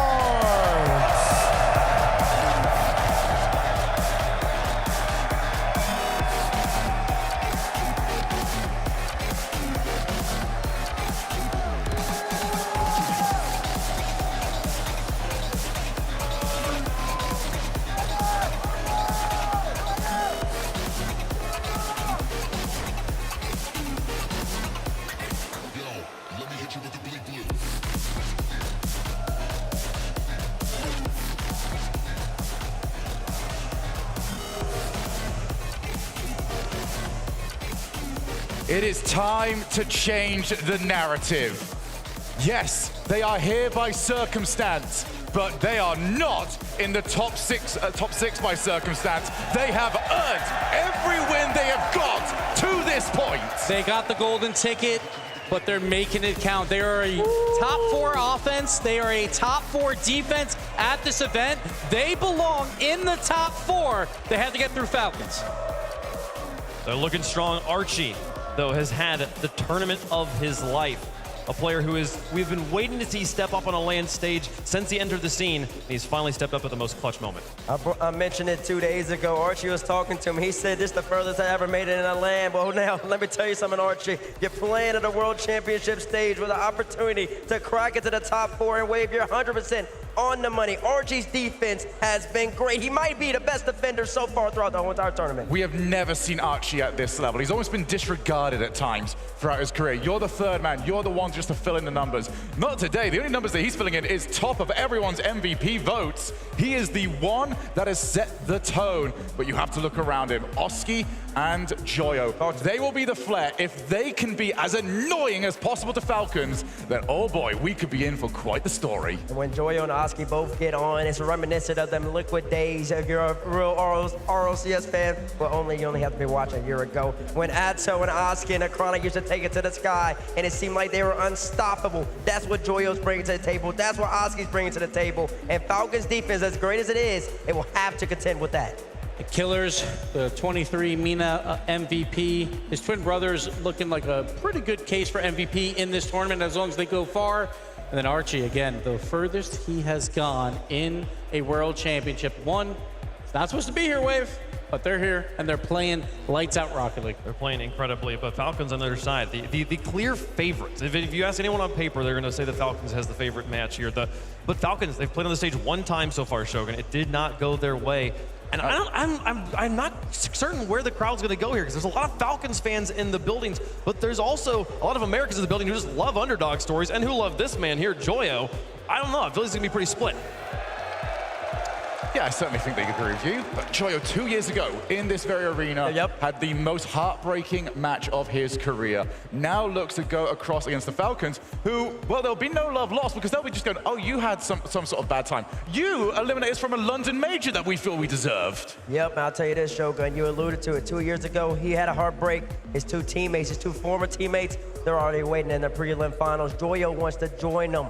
Let's see if he can do it. Let's see if they can. Let us know who you think is going to win in chat. Hashtag FLCN, hashtag OXG, depending on which side you're feeling. Shogun, who you got? So this match entirely comes down to one thing to me. Can Joyo and Oski get any space? Against other teams, he might get it. But again, this is the Falcons. They will be on them like a flash. But I do feel like this is the tournament to go with your heart, not your head. And my heart says that Oxygen will move on to the round of 4. The Falcons' #1 offense, the 12th best defense here. When they played K-Corp here yesterday, they gave up 18 goals in 5 games. Oxygen cannot score 18 goals in 5 games. I don't think it's possible. I think Falcons, their offense is just too good, and they will win it. He's going with Falcons. He's going to fight. That's a good pick. I do believe both these squads. I think it comes down to the back line, honestly. Can Archie stop the Falcons' counterattack? And can the Falcons contend with the 2 high flyers and Oski and Joyo? I say no. Give me Oxygen right here. They're going to take out the Falcons. They're going to beat out Mina's finest. Wow, we have 2 believers here. I mean, I was wanting I wanted to believe in Oxygen. Snasky even leaned over as I walked by and was like, who are you going with, Wave? And I'm like, I don't know, but it's the Falcons. It's gotta be the Falcons in this situation. They've had their warm-up match. This is the time when they finally end the Cinderella story. We're gonna hit midnight, but how does the coin feel? You guys don't have to care how I feel. We care how the coin feels, folks. Into the air, Battle of the Greens gonna come up. Oxygen here, the coin believes. Can they make it happen, folks? It's gonna be a close one. It's gonna be a battle, but one story ends here. Snasky's giving me pressure right now, folks. They're the favorites in chat, though. Oxygen's got the favorites there, folks. Can they make it happen against the Falcons? This is the one. It's the biggest day in Rocket League, and the clock is about to strike midnight. Stories collide, and only one can continue. The champions of the Middle East still hunting for the ultimate prize. The shock of Fort Worth making the most of a second breath. It's Joyo and Archie versus the Twins for your entertainment. It's time for Falcons versus Oxygen for top 4.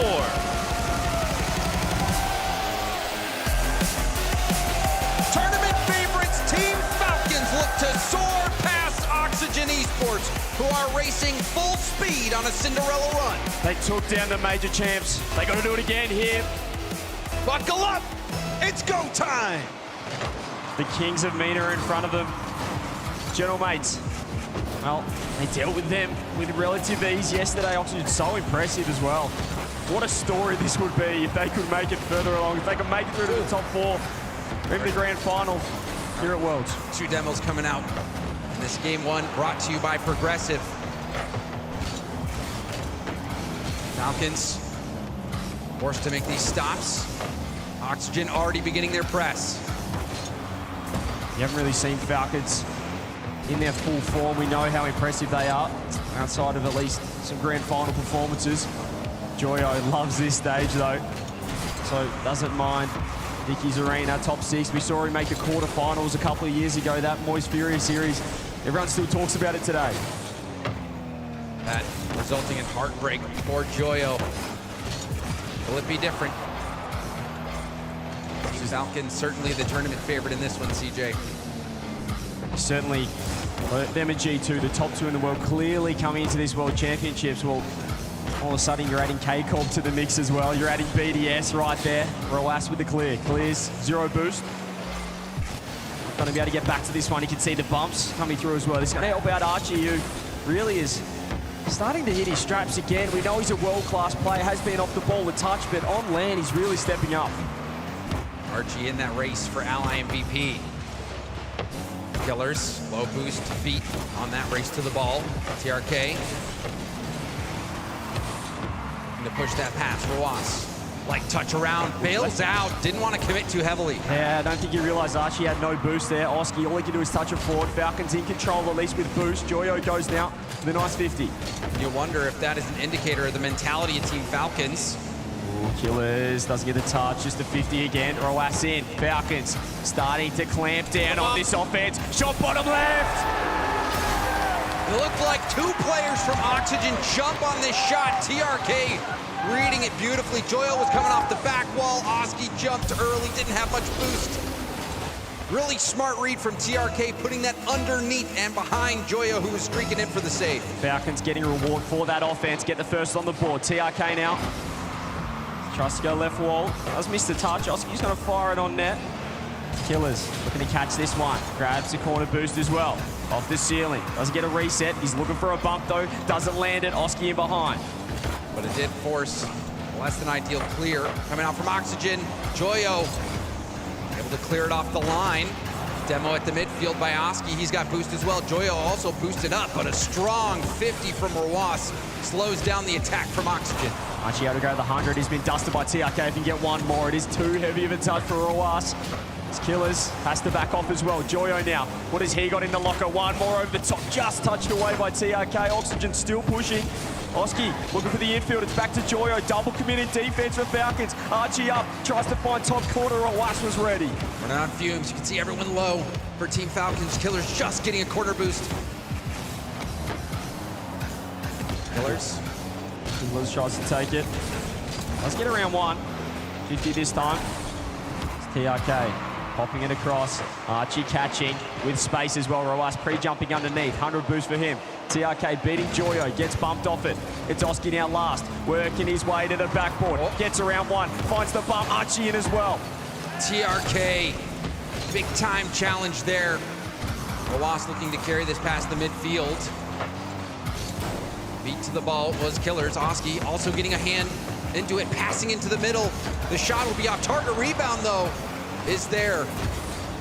Oxygen just yet to really lock in that accuracy. They've had a couple of good chances. That's a nice pass to Archie. He's going to get the free flip. Roas touch it at the back wall. Awkward off there, but hands it off to Killers. 50 in midfield. Oxygen really yet to have that sustained offense. They've had a couple of decent chances. Nothing too deadly yet. Archie, sideball double, misses. Here's Joyo in. TRK throws himself. Challenge has been fantastic in there. They've got to keep going, though. Falcons are under the pump. Falcons feeling the pressure. They have to be perfect on rotations. See Killers picking up small pads, waiting for a time to go in. TRK has to boom it because he's empty. Now Killers moving in. Trying to force the ball out of Joyo. Gets a touchdown. Oski is there, going for the backboard. Roas, first touch, and now second touch off the back wall.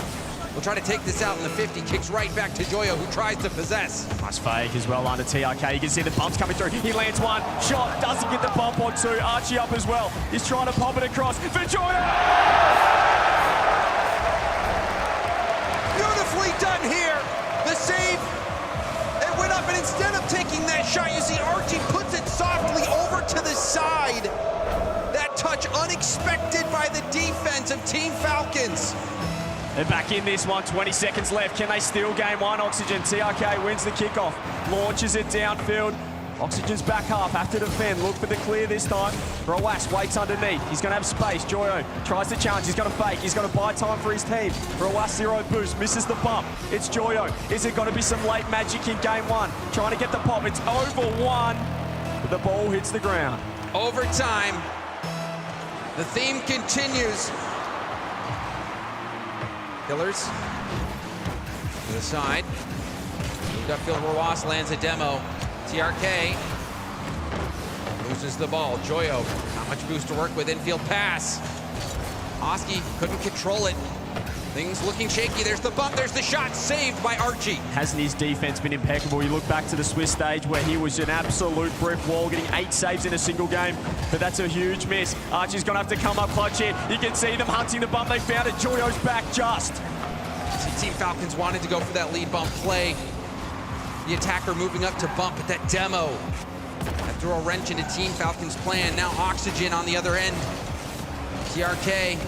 Pass over to Killers. The reception by Killers. 50 kills it to the middle. The delayed shot. Roas now trying to 50 this one out. TRK looking for a shot, and he's denied up to the corner. Yeah, really smart from Oski there. Just had to get himself in the way of the ball. Low boost still, though. Oxygen in big trouble. Oski in there. Reset. Backboard. Shot. Again, it's Joyo across. Team Falcons starting to wear down Oxygen. Oxygen need to find some boost, and they're finding it. Speed from Archie. He can get a double as well. Blocked out. It's Joyo up. Has one to beat. Just has to fire it on net. Goes himself off the backboard. Killers back in time. There was a chance for Oxygen, but they didn't go quick enough. Still on the attack. Blocked out. Still low boost for Falcons. It's popped off the backboard. TRK, the only one with boost. Just trying to buy time, but he's lost the 50. Killers has 0. Archie in as well. Oxygen, so many chances. Multiple moments you're seeing Team Falcons have zeros across the board in the boost category. Oxygen, some big swings of their own, but they couldn't make contact. Falcons looking in trouble right now. Just Roas with 100. Gets a touch, trying to get a dunk. Does manage to do so. Archie cuts rotation, turns in third man with the 50. TRK up. No one from Oxygen. They've just backed off a touch here. Joyo misses a double as well. It'll be a free ball for the Falcons. Oski, touch over to the corner, has to kick it into reverse. He's bumped off the ball. Hands by Roas. Now, Roas will have to retreat back. Killers, first touch control on his own back wall. Roas up to TRK. TRK couldn't get back to it. Archie, good speed on the challenge. We saw about 3 hours of overtimes in the first series. Is this what today's going to be? Just an overtime fiesta. You can see Oski racing to that mid boost, loses the 50, but Joyo should have a free clear. No, it's blocked out. TRK in there. Archie with a nice redirect, but it's straight to Killers. You can see TRK turning. Archie with the 50. Joyo wants downfield. Low boost though. The shot, it's got to be wide. Oski wants in. Over to TRK this time. Oski now fires. Rawas just pops it for support, and the support arrives. Joyo did well to get such a good shot on target, forcing Team Falcons into a tough spot. There's been a tug of war in this overtime.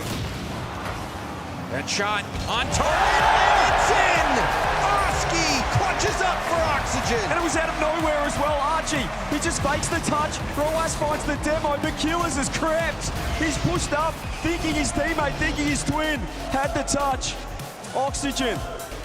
They were 20 seconds away from dropping game one. They force OT, and they get the job done. And I think that demo really confused Team Falcons. After the demo, maybe it just distracted Killers, but there was no hesitation on the shot from Oxygen. They made the most of that moment after the demo, just shooting it right on target. 15 shots to 5 as well for Oxygen. That is so rare when you're playing Team Falcons, to have triple their shots. They did manage to make 12 saves, Team Falcons. It was all Oxygen. They deserved that one with the pressure they had. They got the reward in the end. As we glance across at the Mode 1 high performance replay, I mean, it must show the nerves for Falcons. When you're only getting 5 shots, they are one of the most offensive, one of the most aggressive teams in the world, if not the most. And they haven't managed to fire in the first game. Even in their loss to K-Corp, we saw Team Falcons put up those offensive numbers. So now you wonder if they're going to be able to continue to find that offensively. It seemed like nothing was really getting going. Archie had a really big save in that game. He continues his fantastic defensive performance. I mean, he has just risen to another level. We often laugh about him perhaps not playing the game as much as he should, perhaps not practicing as much. I don't know what he's been doing, but those hours must have tripled because he is on fire. Joyo over the top, off the kickoff. Killers trying to catch it. Oski throws himself. Falcons still looking a lot more awkward than they usually are. But Rawas with the touch. Might be able to get a reset on net. Pop over the top. Oski there in time. Oxygen certainly looking more comfortable at the moment. Oxygen. Looks like they believe. They believe in themselves and the team. Nice catch. Great catch from Joyo. Gets it around one as well. Tries to pre-flip, perhaps get it dunk. Rawas was ready for that. Clear downfield. Oski pre-jumping. Oski so quick up. He's going to hand it off to Archie. Weak shot though. Falcons trying to bring it to the other end. TRK, again, not able to control that ball perfectly. 50, back to TRK, flicks up. Oski first there. Archie bumped off the play. Nice touch, Oski. Great touch. Killers up so quick, though. He had low boost for a Rawas sideball. 100. Archie has to go. Gets a touch, as he always seems to do in defense. The Khalil's still in there. Archie again, low boost, just pops it out. The fake comes through. Sets it up for a Rawas. Joyo pre-jump. Joyo's missed! It was such a difficult read for Joyo to make. Joyo, not much boost. Had to jump right away. You could see him trying to get control of his car, trying to make that read. But Rawas did well to get it around him.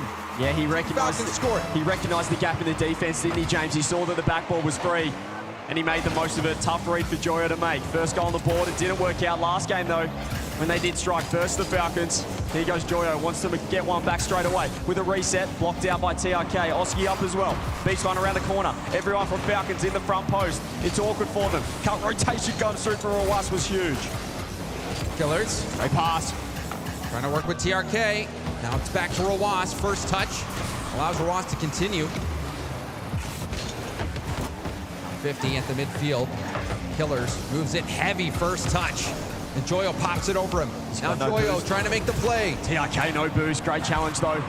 Oski in as well. It's the low 50. When does Archie want to bite on this? He's going to wait. He's got 100 boost. He's been popped over the top by Killers, who has 0. So does TRK. Just Rawas in behind with 100. And the shot is wide. He's, in fact, passed it across to TRK, who does get around one. Archie with the clear, only to Rawas. Oski cutting rotation. They're working it well out of defense. They've got to keep it going here, Oxygen. That's a nice challenge from Joyo. Rawas underneath. 100 boost. Archie was so quick on it. Had to go fast. Oh, you can see Rawas, the wall dash. Trying to get back up to the ball, doing so much work on that play. TRK has Rawas waiting on the wall, but Oski again there, Oxygen multiple times, making those reads on what Team Falcons are trying to do and getting there first to shut down the play. They're just giving them no time on the solo plays, no time at all. You know that Coach Nasky would have been speaking about that. Do not get these guys comfortable. Do not give them time in the air. And that's a huge mistake. Archie just did not see TRK coming. Frozen like a deer in the headlights. Archie turning in no man's land. TRK punches in an easy second goal for Team Falcons. You've always got to check your blind spot, James. It's the #1 rule in driving. He doesn't do it there, Archie. Gets punished for it, and that's a nice dunk from Awas. In again, Falcons. They want 2 killers. The fake comes through. Joyo up so quick. Been looking good. The TRK. Ceiling. Gets the reset. Fakes it low under Archie. Low touch. Oski ready. Great positioning from Oski to cover all options there. It's a well-placed shot from TRK. 50, kicking out. Killer's handbrake turn. TRK. 38. Straight to Oski, who doesn't get the touch. Joyo in though. This midfield game, this pressure has been really strong for Oxygen. Unfortunately, they've been let down a couple of times.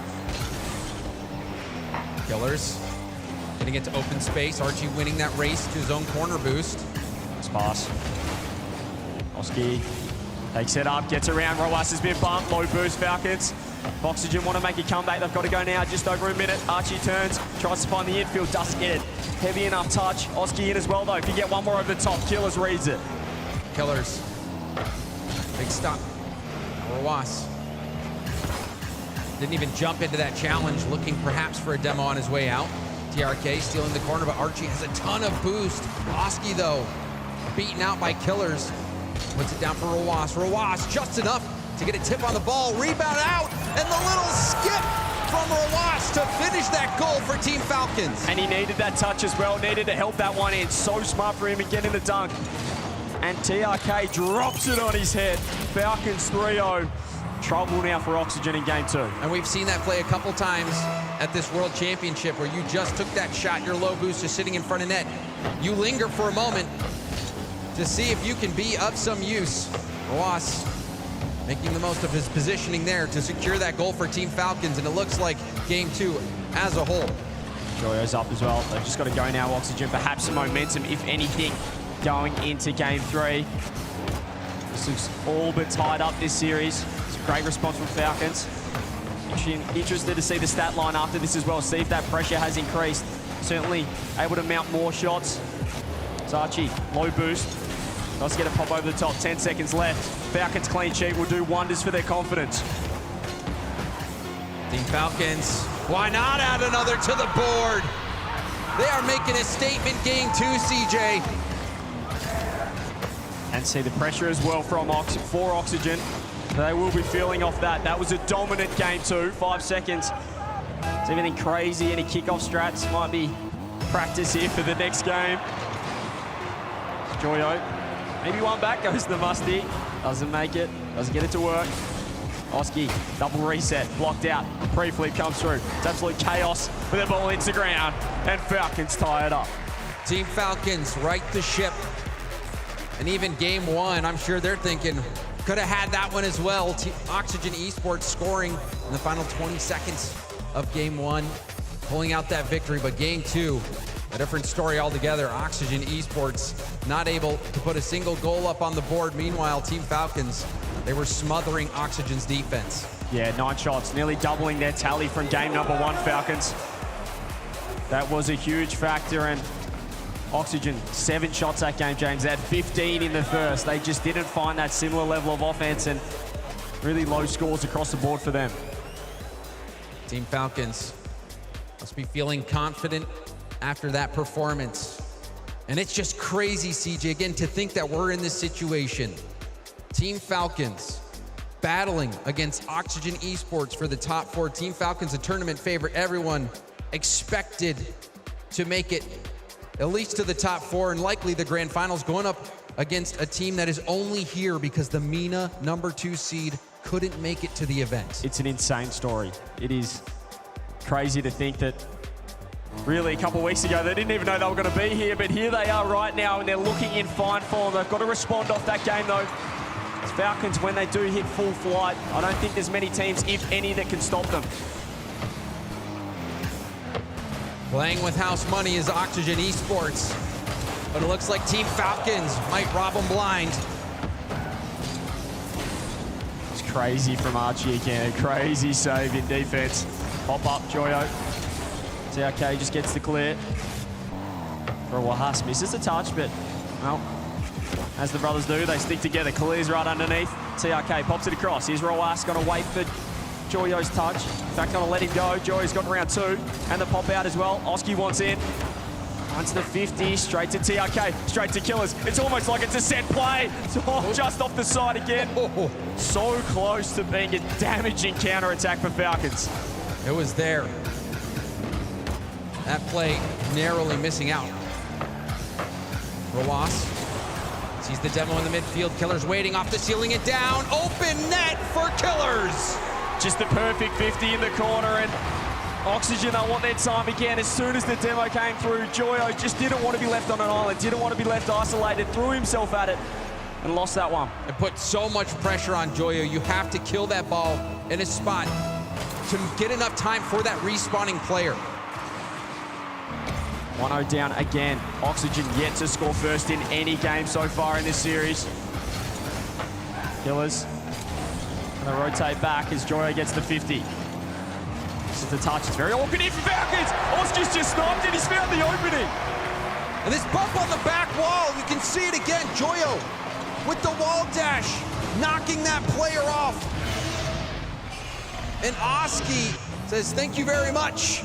Just been a couple times where Falcons have looked shaky. A couple of times where their defense hasn't been as crisp as perhaps we expect. And that time, Oski was ready for it. Joyo, nice touch with the control as well. Pops it over. So needs to get it past TRK. Archie. Joyo's there with the pre-flip. Nearly worries Rawas out of that one. Rawas, we're confident on that play. Dodging the bump, but now Oxygen are at it again. He said Archie doesn't get it. Joyo right here as well. Pop over. Double commit Falcons. It is, again, awkward defense. It's not the most clinical. It's not exactly what you'd want if you're a coach. Nice 50, though, from Killers. Just launches it down the orange half. Joyo's going to take it up. 100 boost. Can he get to work now off the roof? 3 back for Falcons. Has a reset. Uses 2. Gets the 50. Oski in as well. Blocked out this time. Killers up. Just trying to get it to that corner. Trying to preserve boost as well. Beats the first defender, beats the second defender. 50 from TRK. TRK also getting that touch, trying to slow down this breakout from Oxygen. Flip reset from Joyo. Tipped softly, you can see Joyo maybe even messing up Oski there on that approach. TRK's accidentally 50 it backwards. Killers doesn't want it, he's got 25. TRK goes, I'll help you out. Joyo now with the touch, 0 boost for him. Oski not quite ready to launch it downfield. Has to take the 50 instead. But Joyo cuts rotation. He doesn't worry about boost at all. Rawas up. Pinch off the backboard. TRK popping. Falcons transitioning. Archie clearing. Joyo now downfield. Rawas picks up the mid. Killers also boosted up now. Go after the ball. Reset. Into a 50 attempt. Out to the corner. Will steal the corner as well. Great 50 though. Joyo up. Can outpace as well. Killers has to go. Underneath. Dusted Archie that time. Oski backs off. Has to. Needs support. Needs reinforcements. Finds it through the sidewall. Beats it around 1. Rawas has to back off. Killers just launches it downfield. 0 boost. Joyo's off the ceiling. He's read it. Rawas just as ready for that one. Makes the There's double. a shot. Nice fake. Archie just sits himself in net like we so often see. Demo as well. Joyo going after it again. Now Oski moves in, goes for the bump, but still the tip is there. TRK up off the ceiling. Rawas, he's trying to get the demo. Ends up getting a tip back. That's so smart. He knew he couldn't get a touch. He grabbed boost instead. And this is why Oxygen are in massive trouble. Rawas with a shot blocked out by Archie. No boost for anyone on Oxygen. 23 to tank across the board. Killers up. Great touch for Oski. It's desperate now. They just need to find some boost. Does so in through the midfield. 50 again. Oski up. Launches it back. They're just trying to reset themselves here, Oxygen. TRK setting it up to the sidewall. Killers waiting for a chance now. Will leave the play. Roas dives in. Oski. It's beat high. Shot will be on target. Oski, chance to redirect. Oski! The redirect Oxygen needed. The demos came through. It was chaos in the midfield, but Falcons got too aggressive. Archie got cleared off the map, but Oski wasn't worried about that one. Sits upfield, gets the redirect and the lead. Stretching out his fingertips to get a piece of that ball. It looked like he was going to be too far away, but perfect contact from Oski. What do Falcons have now? Archie with the touch. TRK has to go. 15 seconds, counting down on the clock now. Roas has to leave it. It's going to be Archie. He's just buying as much time as he can. He's just playing with this Falcons defense. Can Oxygen regain the lead in the series? Oski gets it around 1, gets around 2. They don't get the goal off it, but if they can just find the ground, they'll be able to take the 2-1 lead. Oxygen. How far can they go? How many upsets can they make happen? This is a team that didn't even make it out of the Swiss stage in London. Not even making top 8. Now on the verge of being top 4 at the World Championship. It would be one of the stories, not only Rocket League Esports, but esports in general, if these guys can get all the way, can make it all the way to the finals. And to get a win here, to get into the top 4 over Team Falcons would be just about, I'd say easily, the biggest win of these guys' career. I know that, well, not career, but of this team's career, even though they did take down Genomates yesterday. Unbelievable stuff. Oxygen also taking out the reigning world champion. This seems to be a miracle run shaping up. But the one game that Team Falcons did win, it was a decisive victory, CJ. It was indeed, as you can see, Snasky, coach of Oxygen, just running them through their paces. He wasn't a bad player himself back in the day on Snasky, but let's see what he's got in store. It's all about the mind games now. It's all about the mentality, and we do get the timeout, sponsored by NASCAR. Team Falcons calling this timeout. And what do you make of it, CJ? Timeout before that match point, potentially trying to stop Oxygen much earlier. I mean, we saw in game number 1, Oxygen getting triple the shots of Falcons. Game 2, they were able to grab that midfield dominance. They were able to get their pressure, but still lacking that consistency. We spoke to even TRK in a post-game interview. When they do have so much pressure, how do you keep your head? How do you not drop your bundle and perhaps create an opening down the other end? And at the time, they were cool, calm, and collected, but we just saw a lapse in concentration with that Oski redirect. We saw a demo, and they just lost their positioning for a second, and Oski was able to punish. I think that just goes to show how good this Oxygen defense really is, how tough they are to beat. Even in the losses to K-Corp, Team Falcons still able to find the back of the net a healthy amount, but this time against Oxygen that last game, oh my, and that timeout seems to have not helped at all. 3 seconds in, Oxygen scored. We don't know what they were talking about, James, but it certainly wasn't a kickoff or any kind of kickoff strategy, because they've been absolutely done there. 3 seconds in, 1-0 Oxygen. All smiles from Oski as well on the player cam. What do Falcons have now? Roas over to TRK, could be the perfect response. Oh, the he's knocked him! And TRK, I don't think was going to be able to get to the double. The ball hit back into him. Just goes for the 50. You see him immediately shaping or changing his car, air rolling to make it as big as possible. Perfect dunk. We've been raving about Archie's defense, but that's a touch that he won back. He had the free clear to the corner, but just didn't quite read the touch in the end. Just pops it straight into TRK, and maybe another one. Roas straight away off the kickoff. 19 seconds, James. We've had 3 goals. I guess we found all those goals that Team Falcons were waiting for. We're not even 20 seconds in, CJ.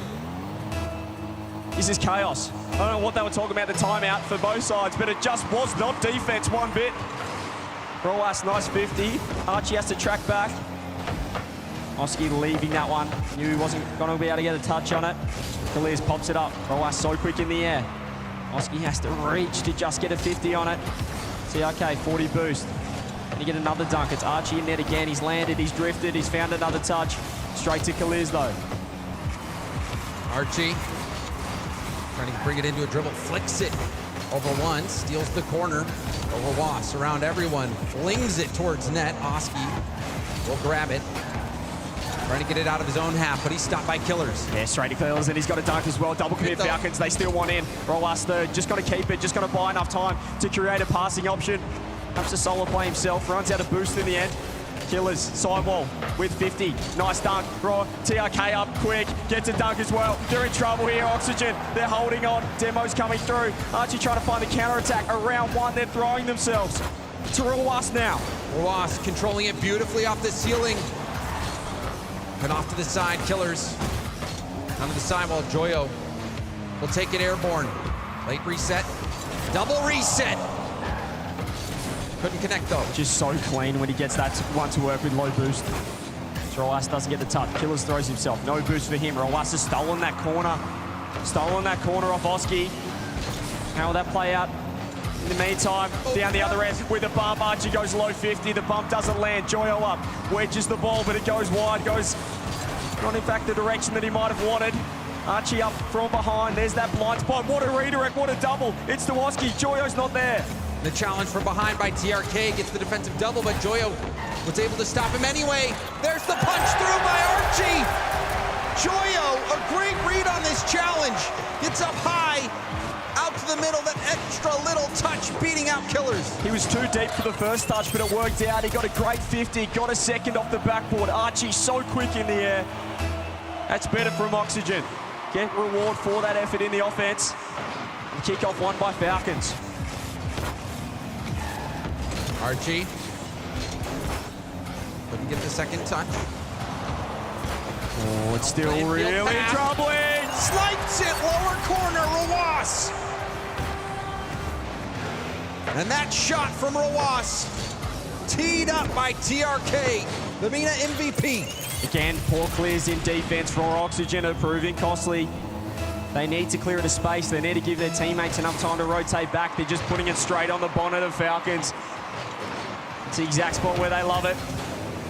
Rawas up, more 50s coming through. They really have gone for these air dribble 50 plays, Falcons. Have been successful so far, earning them 3 goals. Joyo up, let's get the reset. Fakes under one, he might do a boot! He has got boot!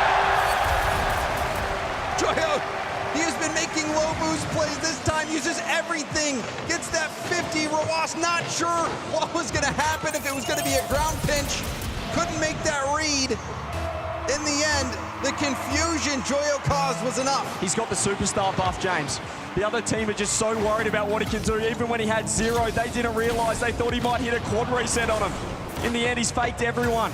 Ties it up. Falcons want one back. I think this is a style of game that Falcons do enjoy, though. High scoring. They're happy to concede if it means we're able to score down the other end, and that's a great pass to TRK, and there you go.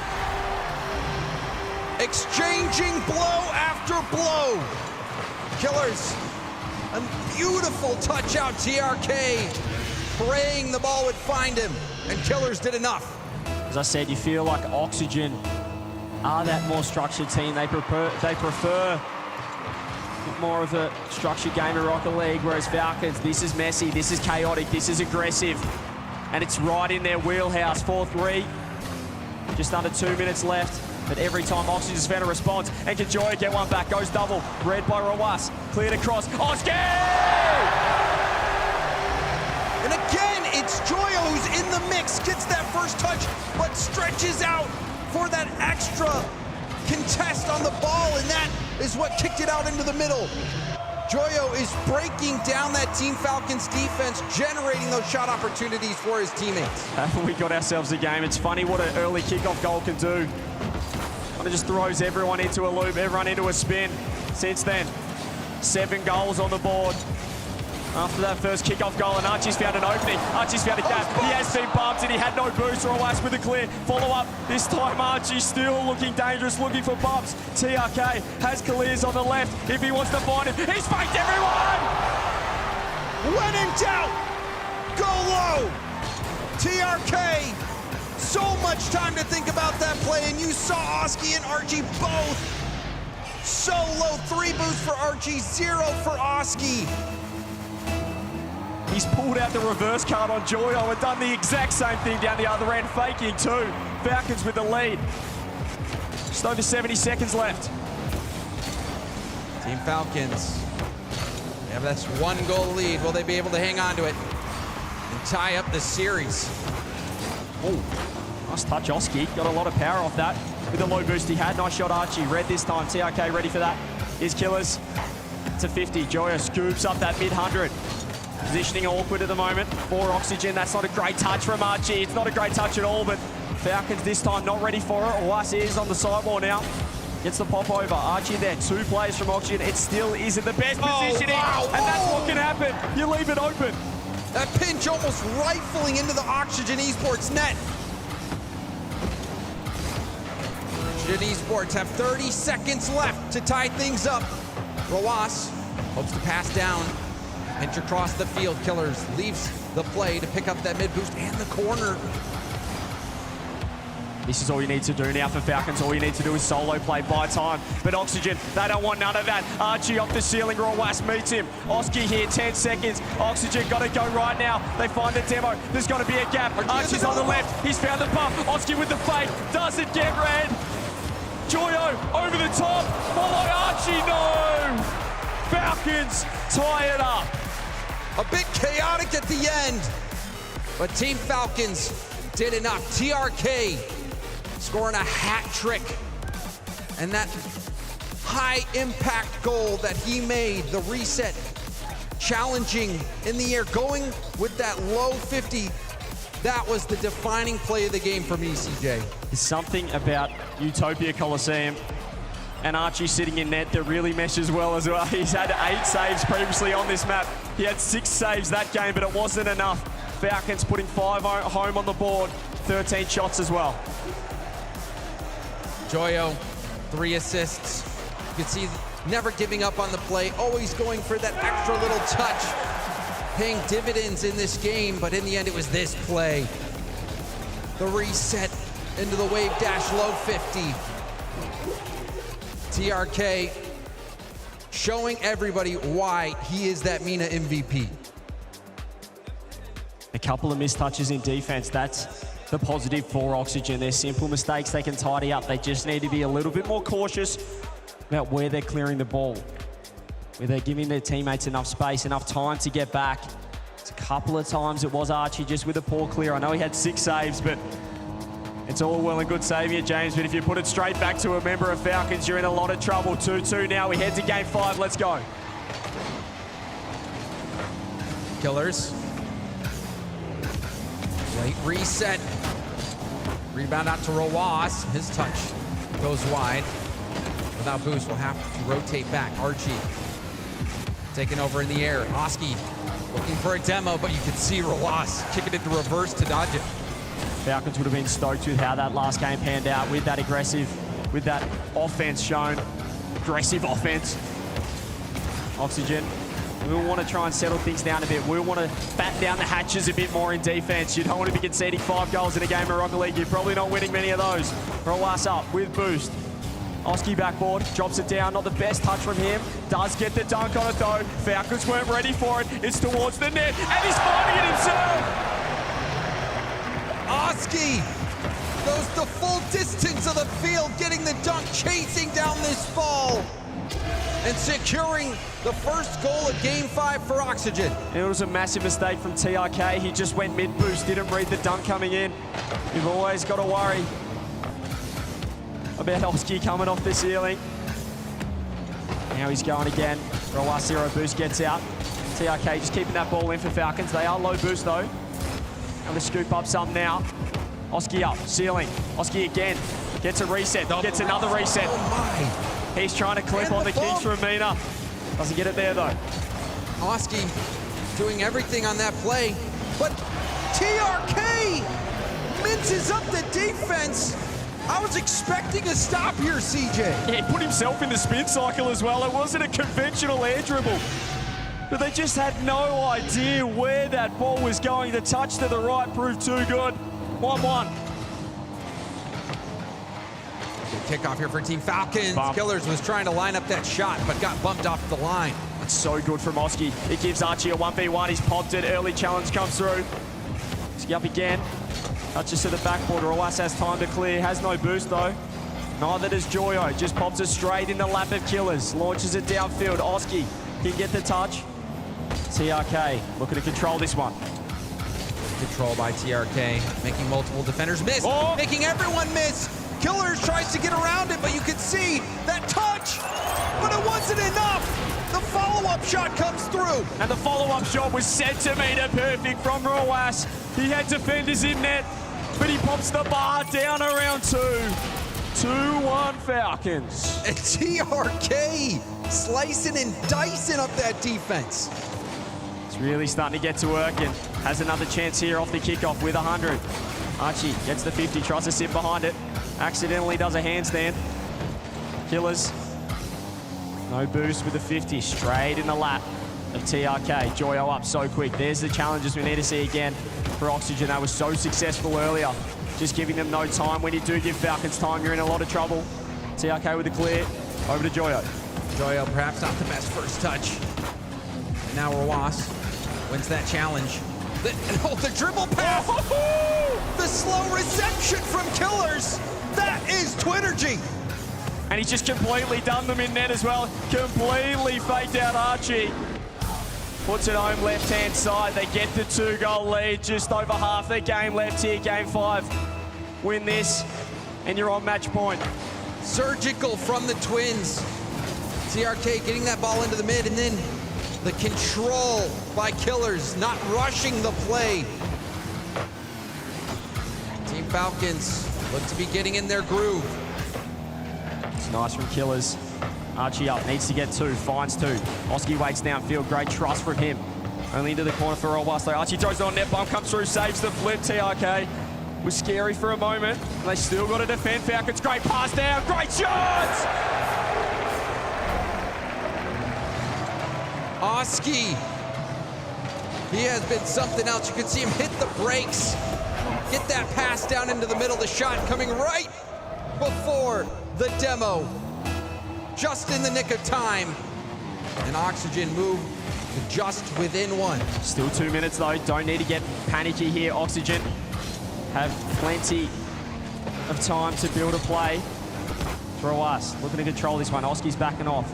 Who's going to challenge first? It's going to be Archie. Turns on it. Killers underneath. They've controlled the midfield pretty well, but these challenges I like to see from Oxygen. They're really getting in the face of Falcons. Just got to put a hand up straight away. You can see again, Joyo throws himself. He has been faked though. It's the worst thing you can do against Falcons. You just cannot get faked first man. So Roas, you see, gets this first 50. No one even makes contact. People didn't know what Roas was going to do. Roas still stays in the play, lands, immediately goes into bump mode. Joyo just had to force that high. He knew he had support in behind. Off the kickoff though, they might have faked everyone. Roas throws himself, saves the second flip. Falcons 90 seconds to move on to match point.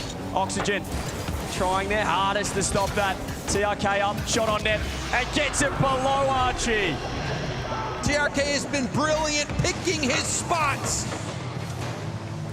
TRK again seeing the defense high, Archie high on the back wall. Gets that shot low. 3-goal lead now, just under 90 seconds. It's looking dire for Oxygen.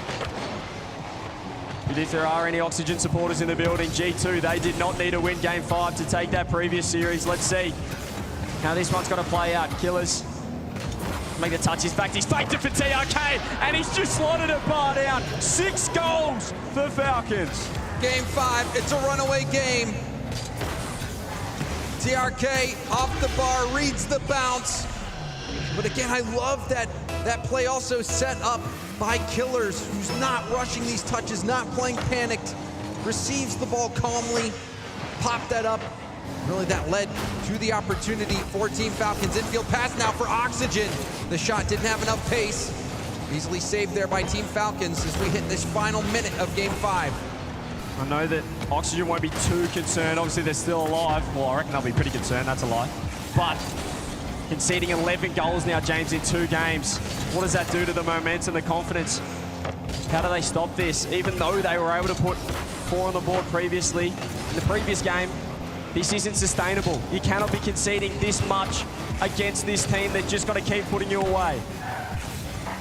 Seems like Falcons perhaps have figured out Oxygen, at least on defense. Hard ceiling pass. This one will kick off the ceiling again. Oski passing to the middle, but Roas had the first read and gets another save by TRK. The support comes through. That was a bit chaotic, CJ. I think we just played pinball for a moment there. Killers fakes it out. Joyo reads it. 5 seconds left. It's going to be a 4-goal victory to Falcons. It's going to be Falcons moving on to match point, and it's going to be putting Oxygen 1 game away from going out of this tournament. Team Falcons. They are now on match point. They are looking to make it through to fight Team BDS for a spot in the grand final. They just haven't managed to stem the flow, stem this offense, stop the bleeding that we've seen in defense from Oxygen. Falcons just feel like they've cranked it up a gear, James. It feels like they've found another level. Oxygen yet to meet it or find a way to counter this new style, this new gear that Falcons have found. And it started out with an Oxygen lead. Oski with that big dunk high, chasing the ball all the way down the field, getting that goal.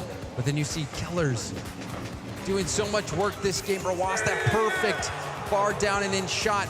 TRK again putting up the numbers. Another hat trick for TRK. Even that play, Roas slicing and dicing through the corner. Team Falcons, they seem to be able to make those reads now based on Oxygen's positioning and are trusting their read on their boost levels as well. And then the confidence from Killers multiple times to slow the pace. And he was able to get Oxygen to dive in and make the play. So now we see a timeout come by Team Oxygen as they try to slow Team Falcons down and find a response to this runaway offense. As we all take a breath here in Dickies Arena, see what Oxygen have in store. Is it going to be one of those days that this esport can do so often? Game 7s everywhere. We're 1 away from another one. We just had the longest series in LAN history in our first match of the day. Well, this one's 1 away from going the distance, but it's up to Oxygen now. The ball's in their court. Falcons, they've showed their hand. They've stepped it up. Let's see what Oxygen can do. Oxygen, they're on a Cinderella run right now, but they are on the brink. Team Falcons diving in, trying to push them off and end their tournament run. Team Falcons, they are the favorite in this matchup. The underdogs, Oxygen Esports, down to their last life. It's a Cinderella run. They got to get their dancing shoes on and get going here, Oxygen. Here we go, Joyo, straight away off the ceiling. This is a nice start. It's a great reset. Faked out this time, Roas reading. Falcons defense has also gone up. It's not just their offense, but the pressure immediately for Oxygen. Oski putting a shot on. TRK air dribbles it out. Lands on the corner as well. And tries to cut across the goal line. That should be a goal, and it is! It's rinse and repeat from the last 2 games, and it's just Falcons with so much pressure. What a shot, what placement there from Roas. Opts to not shoot, puts it wide, off the side. And both defenders, they dove. They were thinking, we have to block this shot from Roas. That's all he needed. He just needed someone to bite, and that's nearly rolling straight in. Oh, Joyo was worried about it. That could have just been game, set, match right there. Killers to the backboard. We get help from TRK. Joyo, 50 attempt. His 50s have been quite good when he's continued on in the play. Generated quite a few goals for Oxygen in this series. Joyo, 50. Roas stays on it. Oh, what happened there? Oh my goodness. Level 5, there's only one back. He just has to get the bumper or once. Low 50. He's managed to dodge the bump and get the the save. Roas, the magician. But Team Falcons, they're not out of it just yet. Great pass, over to Joyo. RG shut down by Roas. Roas so quick. Joyo didn't even go for the shot in the end. He was getting dusted to that. Archie in again. Delays the touch, goes to flick. Oski waiting across. Oxygen trying to build this offensive wall, trying to keep this ball in the blue half. Joyo with 100, off the ceiling, gets around 1. Can he get around 2? No, haven't we seen him do that before? Doesn't come off this time. Archie is hoping to 50 that through, but Roas refuses to let it. Rebound out to TRK. TRK up the gut. And Oxygen just gets smacked out in net. That time it was Archie. Loves to be in that position, third man. But in that case, he had a Falcons player to worry about. 2-0. Oxygen have to go now. Chance for Oxygen. Killers sitting right in the center of the net, gets the stop.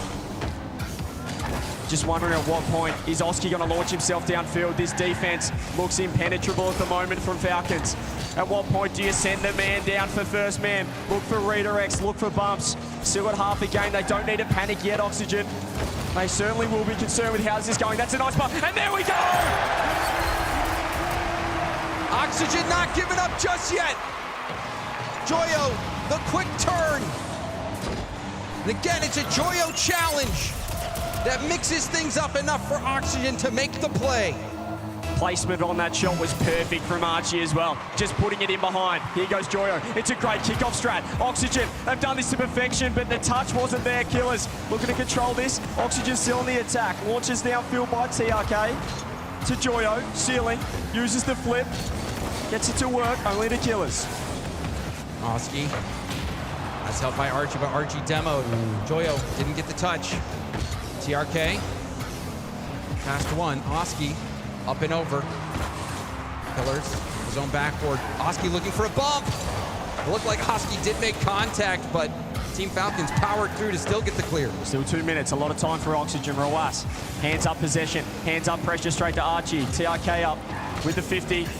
Killers backs off. This is awkward. This is very awkward. Great cut from TRK. They're in big trouble in defense. Joyo leaving that one.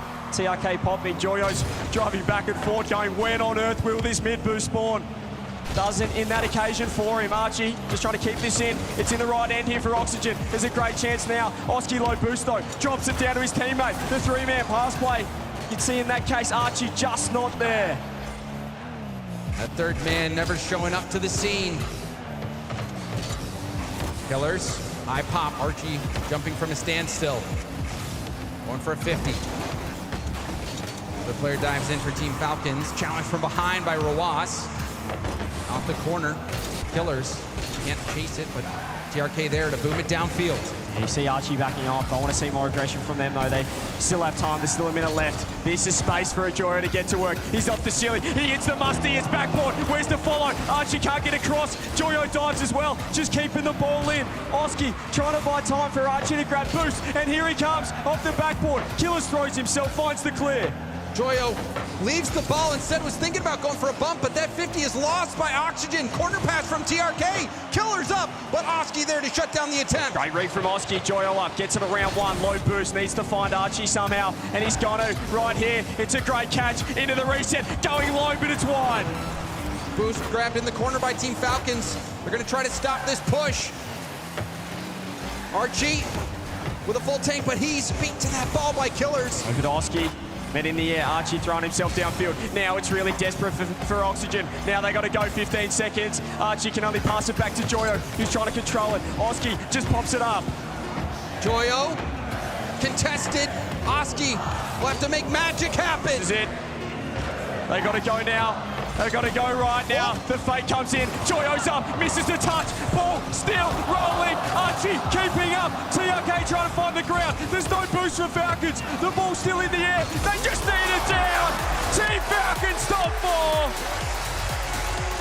4. Oxygen going home. And the clock strikes midnight for Oxygen Esports Cinderella run. It was fun while it lasted. But Team Falcons They're a team of a different breed. The kings from the Middle East trying to become the kings of the world.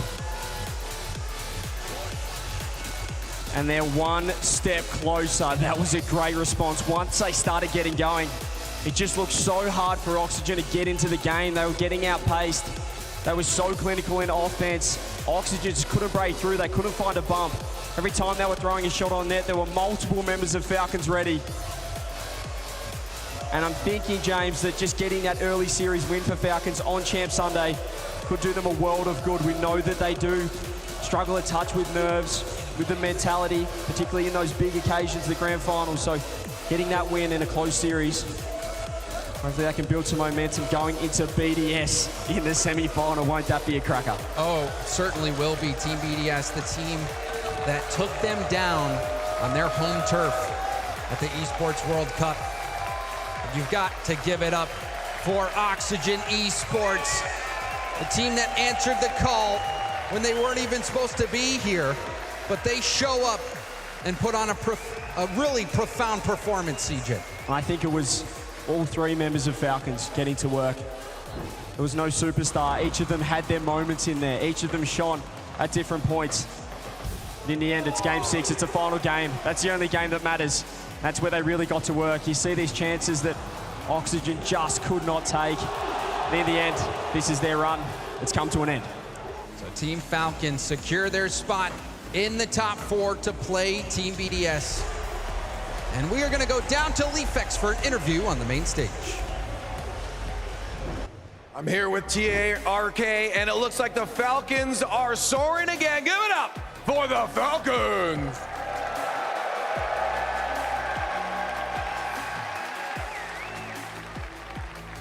Now, TRK, I want to ask about preparation coming into this because, you know, you guys are always looking good, but felt maybe a little bit shaky in your earlier series throughout the week. What was the preparation like last night coming into today? Because I think I saw you guys here late grinding. أول شيء مبروك على التأهل، مبروك على الفوز في هذه المباراة، وحابب يسألك إنه كيف كان التجهيز للسيريز هذا أمام فريق أكسجين؟ إيش الشغلات اللي اشتغلتوا عليها قبل ما تفوتوا في هذه المباراة؟ الله يبارك فيك. ثاني شيء استعدينا الأكسجين مرة وتابعنا الريبليز استعدينا له بالريبليز. So first of all, thank you very much. And when it came to Oxygen and the prep for them specifically, we were watching a lot of their games, we were watching a lot of their replays, their play styles, and we tried to work around that. Fair enough. Again, sometimes you don't see direct, I guess, research towards the opponent, so it's cool to see that. Now, for this series specifically, it was very back and forth. I had whiplash because not just the speed, but the winds were going back and forth. What was causing that in this series? Why was that happening? حابب يسألك إنه بخصوص هاي المباراة يعني هو دائما عم بيطلع يمين يسار يمين يسار صد ورد جول ورا جول عم بفوت فايش فكرك السبب لهاي النتيجة إنه عن جد عم بنشوف كمية أجوال مو طبيعية في المباراة؟ بصراحة احنا فكينا الدفاع وهم فكين الدفاع عادي نسجل يسجلون. It was mostly just because I feel like both our defenses were a little bit lower and we were playing a little bit more aggressive. And like speaking for themselves and speaking for Oxygen, it's just we're just going for goals every single time, every single turn, every single opportunity we get. That's what we try to go for. And you got enough goals to get the win. And that leads me into my next question, actually, because right now, I believe you lead this tournament in goals for, and you're also in 12th for goals against, which means you guys have a lot of goals you let in and a lot of goals you're getting. Why do you guys think your play style leans into that? وهلا من ناحيه الاجوال انتم تعتبروا يعني الفريق اللي اكثر فريق سجل اجوال في البطوله يعني خلينا نقول رابع اكثر فريق دخل عليه اجوال، فايش فكرك السبب لهي النتيجه بينك وبين جميع الفرق اللي مشاركه؟ بصراحه لان افضل فريق هجوميا وفي الدفاع يبينا في افضل في الدفاع. So when it comes to like that kind of scoreline and those kinds of results, we tend to be like one of the most aggressive teams here at the World Championship. And we do have to work a little bit more on our defense, but we're just very offensive every single time, every single chance we get. Well, I like the aggression. I know a lot of the fans do too. I've played against similar play styles and it's very scary. Now looking forward for you guys in this little break here, what are you guys up to? Is it straight back to PCs? I've asked this for other teams. Some grind and some relax. What do you guys do? هلا بعد هاي المباراة ايش حتكون خطتكم؟ هل حترجع على طول على البيسيات وترجعوا تتدربوا ولا هل حترتاحوا؟ لأنه في بعض الفرق على طول بتفوت تتدرب وفي بعض الفرق بالعكس انه بتقعد بتهدى شوي وجهز حالها بهداوة. لا ما راح نرتاح بنرجع نستعد للBDS. We're not going to stop. We're getting ready for BDS. That's fair enough, because that's who's up next. Give it up one more time for TRK and the Falcons. The Falcons continue their story of dominance, and the Cinderella story of the tournament makes its exit here in Fort Worth. What a performance from Oxygen, though. There is no team we can point out in the history of Rocket League that has taken a second opportunity and made more of it. No, absolutely not. And they had to take everything they possibly could to get rid of them. Falcons needed to play at their best. If they performed the way they did yesterday, this version of Oxygen would have beat them. But Falcons look ready for Championship Sunday. But for Oxygen, I mean, opportunity well taken. That will be a sign for anybody else. If you get given something, do what you can, make the most of it. And it was back and forth early on. Oxygen game 1, game 2 goes Falcons. Game 3 Oxygen, game 4 Falcons. But then Falcons, the offense woke up in game 5 especially, blew them out. Falcons over 3 goals per game throughout the series. They shot as a team 43%. So limited opportunities, but when they had the shots, they always made them count. And they started getting to a rhythm, Gibbs. That's exactly what happened. Back and forth, but then the pendulum swung in game number 5. And after that, Falcons didn't look back. Game 6 was close, but it always felt like Falcons had control. Like they always felt like they were going to make the next play. And that's exactly what happened. They're going to move on and play Team BDS. I think you made a fantastic point there because it just kept ramping up in pace. Game 1 was a little bit slow, but we kept getting faster and faster and faster. And then at one point, Falcons just went, yeah, we can hit the brakes as well. And the moment we do that, we're at a pace that you are uncomfortable with. We can get the fakes to come through. We can make you miss, and that is when Oxygen broke. And it was really impressive, though. Oxygen shot 2 more shots per game over Falcons. We talk about Falcons always having that offensive pressure. Maybe the quality shots weren't there. They only shot 19%. Yep. Still, they put up a fight against Falcons. Again, Oxygen was not supposed to be in the top 6. They were supposed to exit in Swiss, but they made a run, and they contended versus one of the best 4 teams in the world. They have to hold their heads high. Yeah, I feel so great. I cannot wait to see what this team does next season. The way that they develop in the offseason. It will be a monumentous thing to watch when we get into the RLCS 2025. But the Falcons, continuing on here. They now are top 4 in the world. Our top 4 is set. And we haven't talked about TRK a lot. 1.5 goals per game throughout this series. He's been quieter throughout this tournament, letting the Twins do work. But we always know as the pressure builds, that's when TRK gets better and better until finals, which we'll see later. But the Twins, a little bit quieter, especially killers, but TRK, he rose to the occasion yet again to carry them into a victory. Well, that leaves us with just 4 teams left here at the World Championship. This is Championship Sunday, and Johnny Boy, you watched that match pretty closely. What'd you see? Well, a lot of highlight reel plays, a lot of amazing goals, mechanical goals. But, you know, the great thing about Rocket League is there's occasionally a goal on the pitch at the highest level that you think, I could do that back home. And I'm going to show you one here. We've already seen it in the highlight reel. We're in game 3, Oxygen down by 1. But on the counter-attack, Joyo's able to get the ball over Roas's head. He's able to then get a favorable 50 with TRK and bump Kalir's off the back wall. So really, that's all we're going to be looking to do here in your ranked games. You're going to annoy your opponents when you do this, and you're going to set up chances for your teammates to score. But right here, this is important. We need to take a look at the angle that Joyo and TRK are both coming at this ball. You'll notice that Joyo has already gotten up onto the wall. He's coming at the ball from the top side. TRK is coming upwards at it. If you just look at, where is the ball going to go there? It's really quite simple. Rocket League it's a game of angles. It's going to come out in the angle of least resistance. But Joyo does a good job here, not just flipping too hard into this and having it go right across the goal. He wants it to stay on this near post back wall, which is exactly what happens. Let's keep the clip playing here. And now again, the bump lands. Joyo gets in front of the ball, last ounce of boost. He bumps Kalir's off the wall. Kalir's is now above the ball. He can't get back to it. But critically, Roas has already advanced out of the net. He was expecting Kalir's to get a touch on this, and that's what's going to happen when you guys use this in your own games back home. Your goalkeepers that you're up against, they're going to expect their teammates to get easy touches. I mean, that ball was just rolling into the middle. That's easy to clear. No, Joyo gets the bump, and then we already saw it. Let's watch it one more time. The goal that follows. So, sometimes there's simple stuff that even T-Base can pull off on an off day.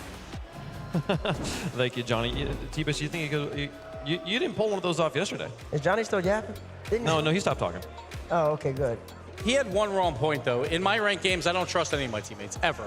So I'm not moving upfield. I'm staying in net until I make sure that ball's hit out of there. So I don't know about his ranked game, but not in mine. That explains your play style from top to bottom there. It does. We have 3 more matches left to play in the World Championship. The top 4 is set here. The Falcons will play against Team BDS. Carmine Corps will play against G2. Man, oh man, this is a crazy Final Four. The best from Mina, BDS Inform, Carmine Corp surging, and G2 Stride trying to just uphold the American flag, basically, and all NA hope. These are the best 4 teams in the world at the moment. They all deserve to be right here, and I'm expecting nothing but just sensational gameplay the rest of the way. Yeah, we have 2 LAN champions in G2 and BDS, and then we have Falcons, who many consider the best in the world until a finals, and then we have K-Corp, who were the early favorites in this year, so dominant. Then they fell off, but we know they're back now. We've seen how they've been performing. So any of these 4 can be a world champion. I'm excited to find out who it is. We wouldn't usually call Carmine Corps a wild card, but that's sort of starting to see how they're shaping up when it comes to the top 4 in the world, folks. We'll see them play here in just a moment. We're going to take a quick break at the World Championship. When we come back, your North American champions, G2, back on the pitch. They'll be taking on the blue wall. That's coming up after the break.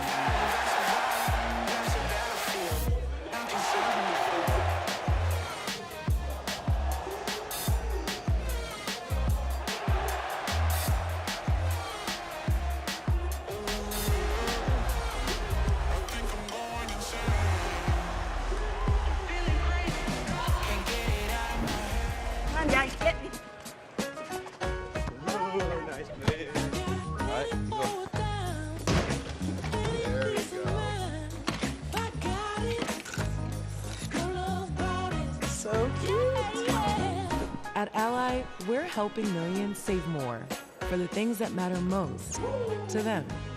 Whatever you're saving for, we're all better off with an Ally. Get back to work.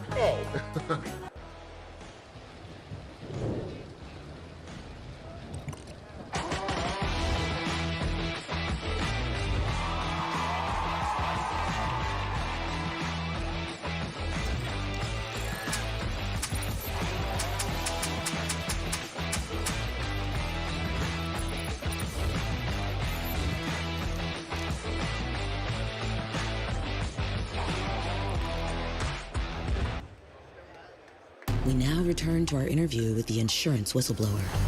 I just think everyone should know there's an insurance company out there exposing other companies' rates so you can compare them and save.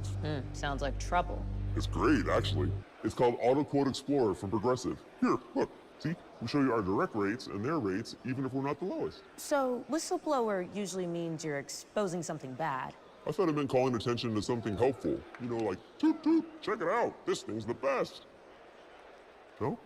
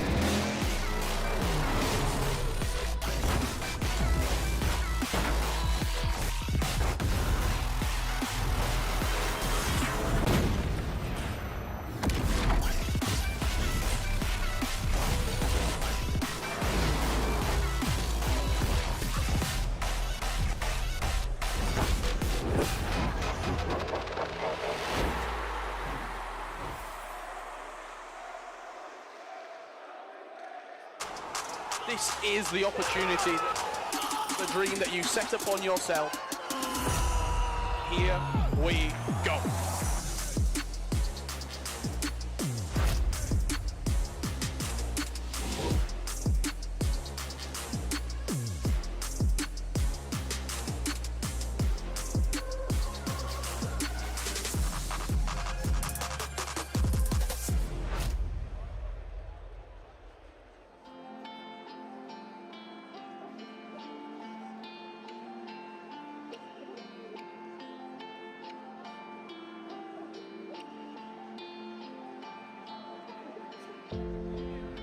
Nothing cuts quite like a memory, especially one that you're trying to forget. But I can't find the energy to rewind and reset.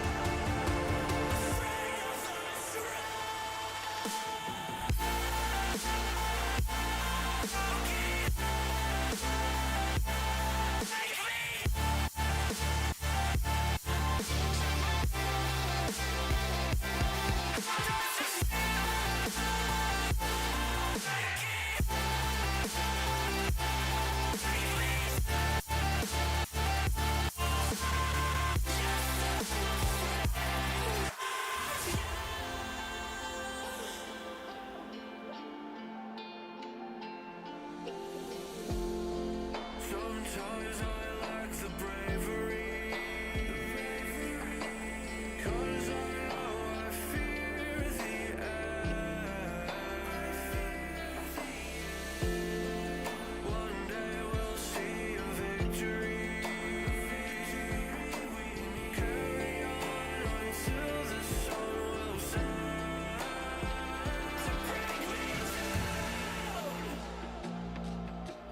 How does it feel? How does it feel to knock me around?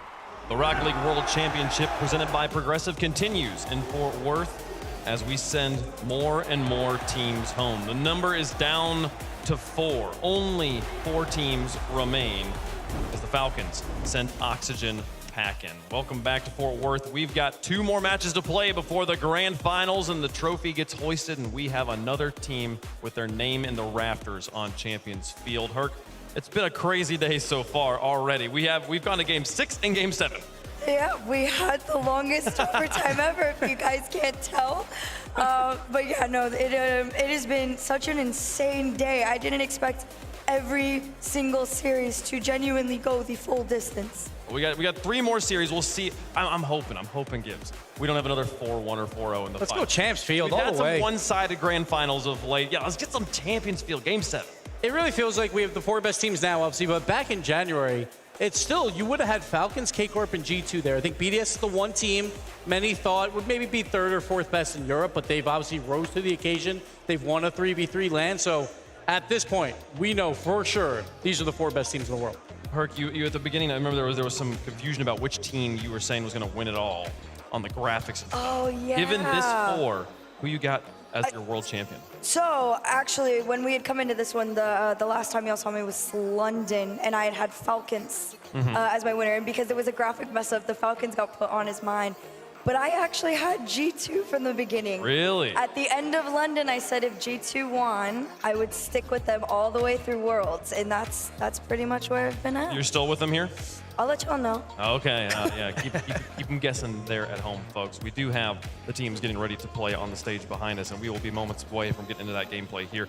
BDS versus Falcons on the other side of things, Bates. Those teams waiting. They're going to be watching this result closely, try and get a read on which team they're going to be playing in the finals. They sure will be watching the result closer. They probably won't even be in the back playing that much because they're really just locked in. These 4 teams, there's not much else you can do. It's just trusting your preparation, seeing what your opponent is doing, what their feelings are like, and how they're moving on the field at the moment. That's exactly what BDS and Falcons are going to be doing right now. Yeah, and I do feel like that is the name of the game on Championship Sunday, Gibbs, is trust that you've prepared this year, and then don't overthink it. Trust the process. Don't get too nervous. Those are the 2 main things. Because nerves can play a factor. Then you start panicking on defense, going for a double commit. And with these teams, they're so good right now. One mistake will cost you games, and we've seen it. A lot of Champions Field. 1 game is the difference. So much energy, folks, but it is time for top 4 at the World Championship. Introducing first, on the blue side, representing Europe, they are unstoppable, they are unbreakable, they are the Blue Wall, Carmine Corp!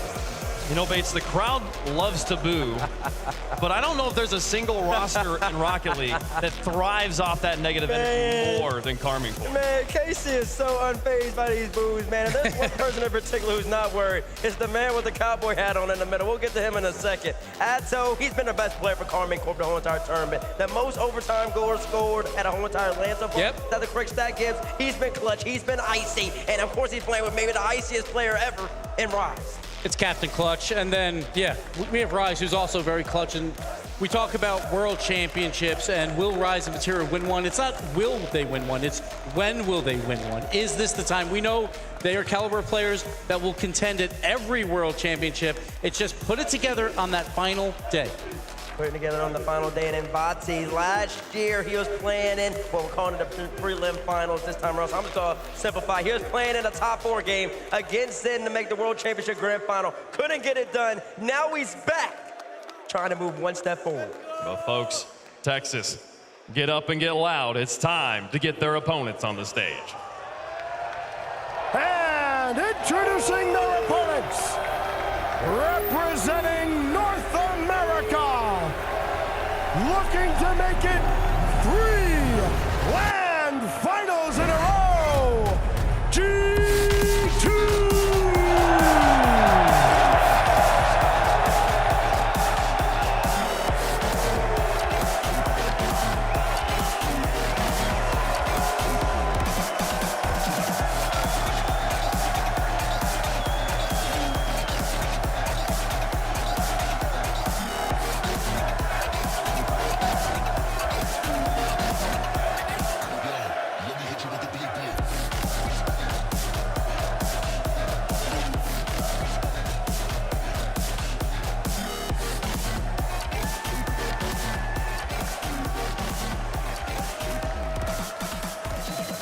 We've been saving one of the best stories for last year. We haven't talked about it much in the last 6 days, but now that we're in top 4 action and grand finals is just around the corner, Herc, I feel like it's time we got to bring this up.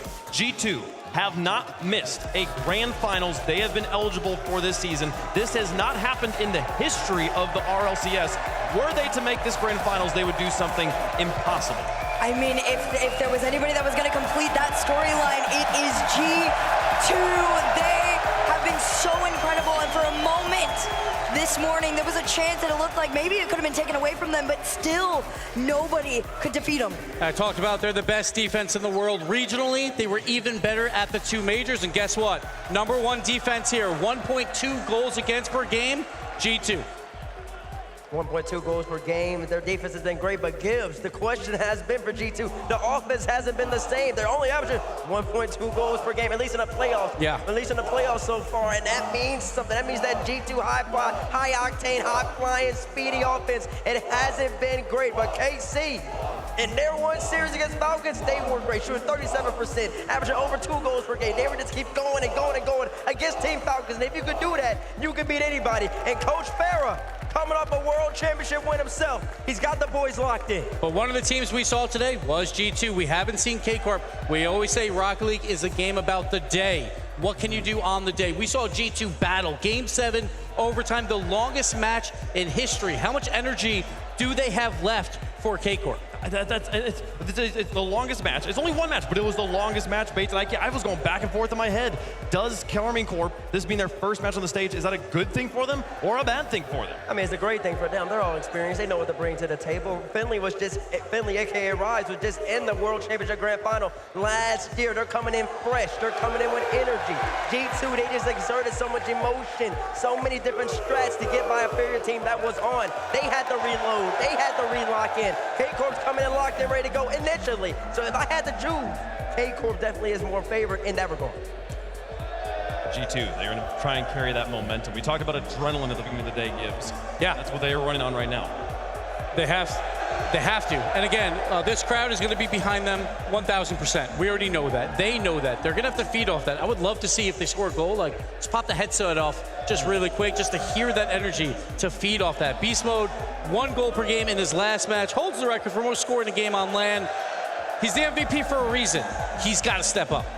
Rise has been one of the biggest players of the open era. JNAPS has been playing this game way longer than Rise has, or at least been competing in the RLCS for much, much longer, and yet Rise has found a way to make it deep into every tournament he's been eligible for. He's trying to make another grand final. I mean, he makes it deep in the tournaments for a reason. He's clutch. He makes great plays, and when you need him to knock a shot down, that's exactly what he does. He's a shooter for a reason, and shooters make it to this part of the tournament. But the question remains, can KC do it one more time? Hashtag KC in chat. You think Karmine Corp can take it? Hashtag G2. Do you think the G2's got it? Herc, you said you were going to save it. Tell me who you got. All right. I gave those boys my heart and soul in that match for a reason. I believe in G2 just as much as you guys. I got G2. Bates? Listen, man, I'm all in for the storylines right here. Karmine are coming in hot. They had peaks and valleys this season, but only one team's been steadily consistent the whole entire time. They're not going to come up short when it matters most. They're back in the grand finals again, guaranteed. Give me G2. I'm rolling with them yet again. I think G2 has what it takes. I picked them to win this whole thing, And this is Championship Sunday. They are as warmed up as they need to be. Sathu's got these boys locked in. I think G2's got this one, Gibbs. All right, crowd. Who's going to win this? Is it going to be G2? I think they'll be louder in game. I was not impressed, crowd. I'm going K-Corp, baby. Go K-Corp. Blue wall. Let's see it. This is a pick for G2 though, because if you pick G2, then we're sweeping on the desk. You know that anyways. Let's see what the coin thinks. We all care much more about the coin here. G2 on one side, Karmine Corp on the other, and it comes up G2, folks. The coin knows what's going on. They are the favorites on the desk in every way, shape, or form. They have been the favorites all season in North America. But the blue wall is here in force. It's not a bug, it's real, folks. 50-50 down the middle. NA on one side, all of EU on the other. This is gonna be crazy. K-Corp 7 votes ahead is what I just heard in my ear. 7 votes? There we go, 51%. Gonna narrowly get it there. Kamado and his crew, they go hard in chat. They're ready for it, folks. It's gonna be a big one. You play the entire season to earn these opportunities. And here we are. It's time for a brawl under the big lights. The glory of the French, looming and terrible, standing in the way of the North Americans' greatest champion. The eyes of the world on footwork for this fight. It's Karmine Corp versus G2 for a shot at the title. For a shot at the crown, you gotta stand up to the Kings. G2 hope to siege the blue wall, and K-Corp will not stop until they see goals. G2 so far having to go through 7 entire games versus Furia. They may well be tired from that as Karmine Corp come through completely fresh from last night's sleep. But G2, their performance versus Furia is going to go down in the history books as one of the hardest fought wins that we will ever see. 20 or so minutes of overtime racking up between those two, and they take the dub in Game 7 OT. And after that match, Beast Mode had said they're taking a break, but they want to keep that energy up. They didn't play their best, but they're getting there. But they're going up against K-Corp. Their coach Ferris said they cannot play any better than this. This is a K-Corp that have peaked. So you know what? A peaking Karmine Corp, a peaking G2. What a semi-finals this is here in Dickies Arena. Starting off with a decent amount of pressure from Karmine Corp over towards the orange side, but a long shot forces it out to jump off the back wall. Their colours in the arena complement each other so well, and I think these two teams fit together like jigsaw pieces on the pitch just as nicely. They're different play styles, G2 wanting to have much more of a measured approach, wait to strike, take a couple of shots and go for quality over quantity. Karmine Corp on the other side of things, they want to pepper their opponent's net. Way more shots, way more goals, but it all depends what's going to win a championship, offense or defense. And after a dominant season from G2, you gotta come into this confident, especially this match. It's Daniel! What a free jump as well. Across the pitch, atomic back to Daniel from the first pass across. That's what you love to see. Immediately, the two teammates on the exact same wavelength. K-Corp have said you could throw any situation at them, nothing will shake them. Split two, form them into one of the most resilient teams in the world. Farah said this, and it'll be a battle of genius. Farah and Sathu to mold the pieces on this chessboard. It's G2 that strike first. How will K-Corp respond with that resilience? Matera on that right-hand side trying to harass any G2 player that wants to attack his ball as far as he's concerned. Daniel will reset in the midfield. His resets there have been great. One bump, two bump, a flick up high. The next man there. Beast Mode, reset, down on time! Beast Mode, a boomer in the first. The Beast is here! The double to put them ahead by 2. G2, I couldn't ask for anything else. They are not tired. They have just woken up. And it's K-Corp with their first match of the day that want to put on the press. They have one of the most deadly offenses in one that is suffocating. But Daniel, he tried to adjust and he sent it over Atomic! 3 for G2 in game number 1 one is a statement that I'm sure Carmine Corp were not expecting. An immediate dusting of the defense may well cause Carmine Corp to rethink their strategy. Out of time and out of pressure. So far, G2, they're on top of that leaderboard.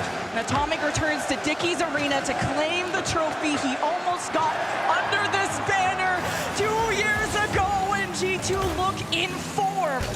Despite how long of a series they just experienced. But K-Corp, they've been through so much. This will not touch them. Relatively soft shot central is going to now force Atto into having just a little demo on the back line. Atomic is going to be holding it down. This is where we see Carmine Corp really start to pepper. Instead, G2 can work out of their own half. Daniel up nice and early, the star player for G2 so far. Another reset over a defender. It seems that Daniel can pluck them out of thin air. Oh, Beastman with a 50 win. Atomic wasn't trusting. He wanted to fight for the corner, but here's the counter from K-Corp. Not like this! You know what? Chuck that in a black and white montage. That is a stunner of a redirect. Daniel right at the back, can't help but score goals. Couldn't get to it quick enough. Rise will be happy to accept that one. He was the last man able to defend it. He got the touch. Not the one that he wanted. Only 2 goals separating KC now, and a kickoff going advantage G2. Can G2 keep up with the momentum that K-Corp can bring to the table? Daniel just barely. K-Corp with the first goal of the series, and Atto, that MVP for K-Corp, wants to show out. It's Atomic hoping to slow this down. Atto sends a shot flying. Beast mode with a full tank, still trying to dribble this, can't get under the ball. Rise senses this, and there's Vatira with the miss, and Atto challenges as the third man. Rise gets back in time in the midfield for K-Corp. These small touches from G2, typically we're seeing Daniel go for them, but Beast Mode got them in his locker as well. Just getting out the reach of their opponent. Atto near enough over one, but Atomic is going to be able to shut it down, taken away by Daniel. Rise central, Batira's waiting and lurking, but as is Beast Mode. No chance to get it round, does get the beat on him this time. Batty up high, attempts to reset, a bump at the back for Daniel. Near enough, a shot on target, but it's going to be weak. More needs to come from Carmine Corp as we enter the last minute. With the fake challenges, K-Corp are really testing the waters against G2, and now 2. But Atomic on the sidewall looking awkward. Beast Mode has his back, he's on the wing, and G2 are going to need some wings. Here's the attack, it's on the crossbar for Atto. He's got some pads to work with. There's Vatira off the back wall. Rise has time, and Daniel with the early challenge. A 0 boost defense across the board for G2, and yet they stay steady. Beast Mode now pre-jumping that one with nothing. A single pad on the way. An exemplary display of force from the G2 side. 30 seconds, K-Corp are running out of time and out of options. They can't afford this. Vatira safely to the side, collects the corner. Beast Mode with a 50, getting scary as Rise leads Atto towards the net. Vati with the fake, a bounce that Daniel plucks up. Rise again, sees one central, Atto's there, saved away, G2. Their defense that they've been forced back into has held so well so far. Rise misreading that, it's not going to be enough. Game 1, going the way of the hometown heroes.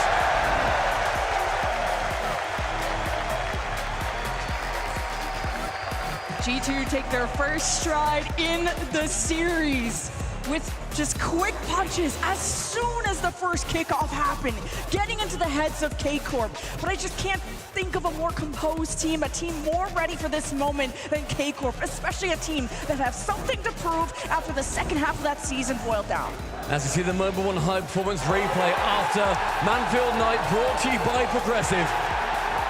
That chance for Daniel across the board, he got 610 points. The star player across the series so far, but with Beast Mode getting double taps, especially on the reset, we see how much it means to these fans.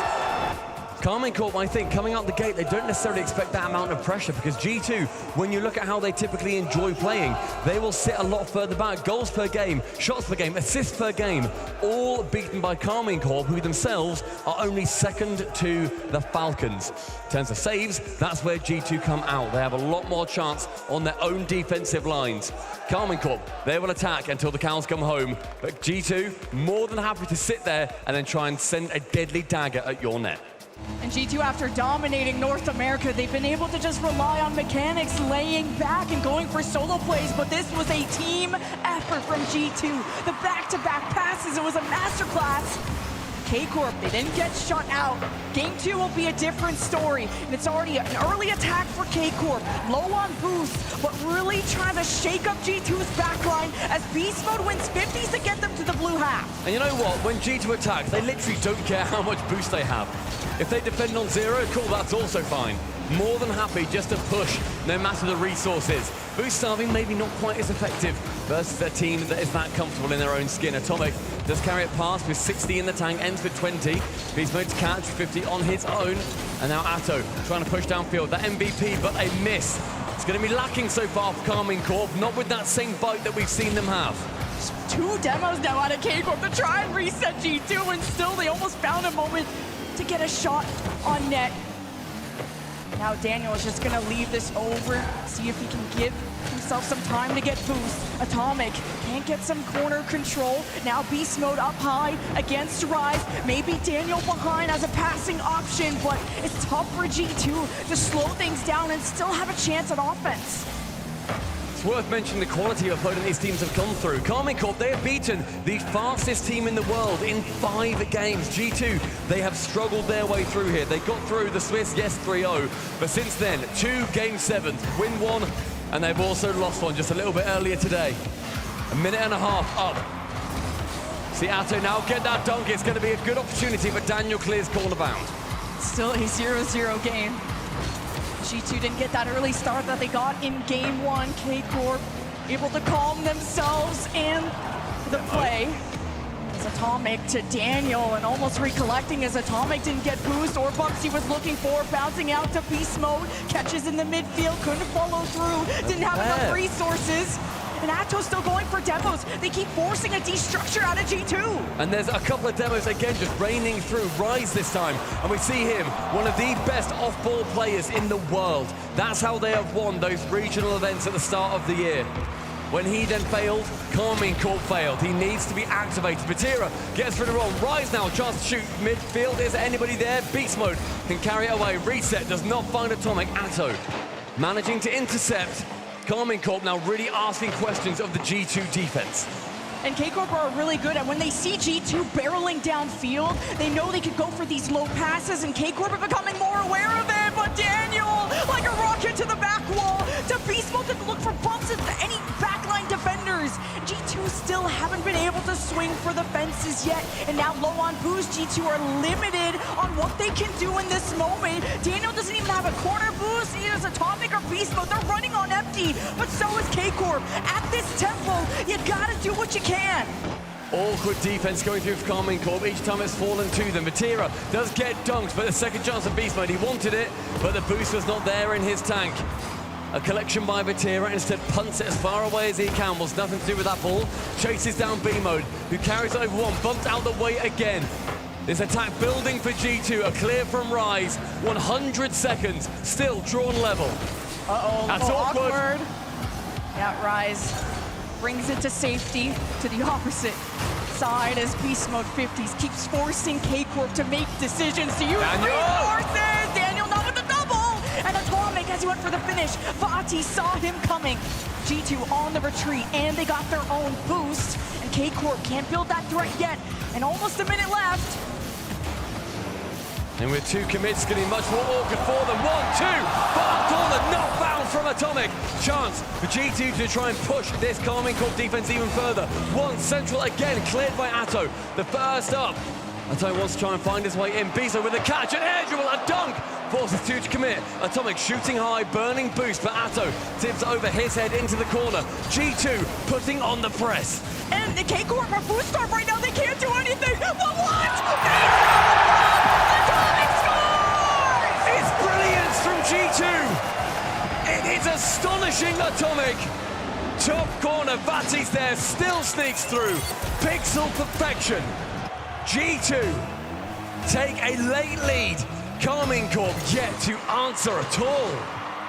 Atomic under the same banner but different teammates. This is one of the best and most accomplished teams that North America has ever seen. And K-Corp on the equalizer! Whatever you can do, G2, you know what, fellas? We can do it better. A massive miss, a team bump, an aerial goal nonetheless. 30 seconds, Karmine Corp draw it level versus this G2 team that so far has controlled the tempo. Now on this kickoff, how will they approach it? It does get forced back corner, which is exactly where Rise is waiting. Up for one, on target, beast mode, more than enough boost to keep it safe. And the defenses have been so good, it takes physicality, demos, bumps, whatever. Atomic leads that. Beast mode with the delayed challenge to Daniel, and it's on the crossbar! Beast mode now needing to defend. He had zero boost, the flick up high! No one's there until Beast mode, a pre-jump from the heavens! Oh, and it almost got centered in front of the net. A few more seconds. Monty double off the corner, and no follow-up. A team bump from G2, it's hectic, and it's overtime! Beast mode saving the skin of G2 on that one. I thought he'd misjumped, but clearly he knows ball a lot better than I do. A challenge coming through. Daniel wanted to get the ball away from Atto. Midfield with another team bump. We've seen them from both sides plaguing them. Vatira, a chance for a long shot. Instead, the reset goes a bit further than he might have wanted. Only finds Daniel on the backboard. In front of this game might go to a 0-0 overtime, but somehow both score in regulation. Wonder if G2 can take control of the K-Corp boost. That's what really helped propel them to a lead, as K-Corp can take their time. Like you said, they can play back and wait for quality, not quantity, and it was almost there. Vati pushing G2 to the edge. Atomic skirts to the side, can't get it up the wall as Rise grabs the side boost, and Atto dances along Daniel, and Vati just can't bully through. Now a transition for G2, but Atomic's demoed. Beast Mode still just gonna delay them and distract them. Low boost across the board for KC. Now they get a chance to go for this attack. The only player with boost was Atto very briefly. Again, back down to zero. They use a huge amount of boost in these games. One of the top 3 teams, in fact, in the entire tournament so far. Vatira, back left, gets one challenge. Atto, just a nicely to clear into the corner. Atomic there, though, is waiting. That one on target. A couple of bombs and a miss! Beast mode, OG, he owns them. The beast is unleashed. I can't believe that shot placement. Listen to this crowd. The chance at beast mode as beast mode takes his chance. KC, they have got a timeout that they can use. After 2, it comes down to Ferrer. Do they take it? Do they need an extra minute here to dissect what happened in games 1 and 2? And also to cool off whatever was happening on that G2 side. They were very level, but with the goal like that over the top and the boost starving, as I said, KC, they use one of the top 3 amounts of boost this entire tournament. When they don't have it, G2 clearly know that. That is how they get the advantage. Overtime though, Lemon, all theirs.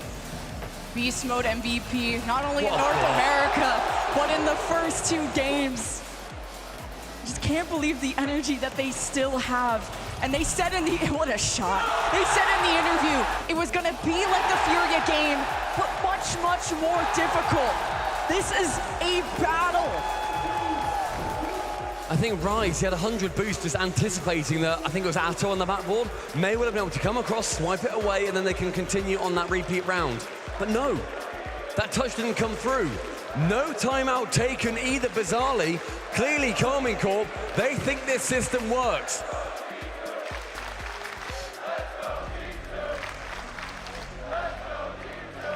A timeout does in fact get called. Well, maybe the latest one that I've seen. We normally hear it like at the end of that game. But they now get themselves an extra minute. They've already had about 1 more minute, so they'll already have another one on top of that. But it's a chance for Ferrer to talk to his team, the Grandmaster of Rocket League, alongside Sathu. Both of these chess players using their teams, using the crowd if you're Sathu, to give yourself the advantage. It's going to be a lot about tempo. This has become really hectic. You have to come up with a lot of low boost plays, and there can't be any hesitation in those moments. Decision making has to be perfect. And you already saw G2 kind of collide into each other, a few team bumps, and somehow a messier deep. What? Please don't fall. What is? What's that spell? I mean, that was almost, it was sort of like an H, but then he fell and it sort of became a really sad N. So, wasn't great. Be careful out there. Yeah, maybe don't fall in the middle of the sand. One of these teams, though, great segue here, is going to fall. Game number 3, Carmine Corp did take their time out right on time. The G2, 1 more, and they set themselves up for that date in the Grands. G2 is with a defense that hits K-Corp with a few demos, and they're working on nothing. Beast Mode with a shot, but Fati was ready on the back wall. Rise tries to collect, and Daniel attacks him, swarms him. K-Corp can't really develop something, at least off the kickoff! Atomic again! The atomic bomb released on Carmine Corp's head. The reset from Beast Mode, opposite corner. Thank you very much, G2. Early advantage.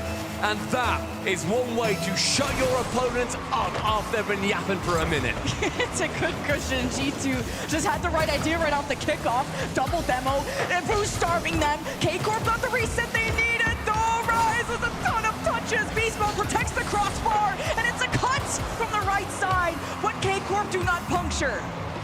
Furia now going into the back corner, does get that 100 boost. Now up for one, who's going to challenge him? No one just yet. And you know what? We're seeing so much patience from G2. They aren't necessarily attacking everything in the air, which is normally what Carmine Corp in Europe are going to be so used to.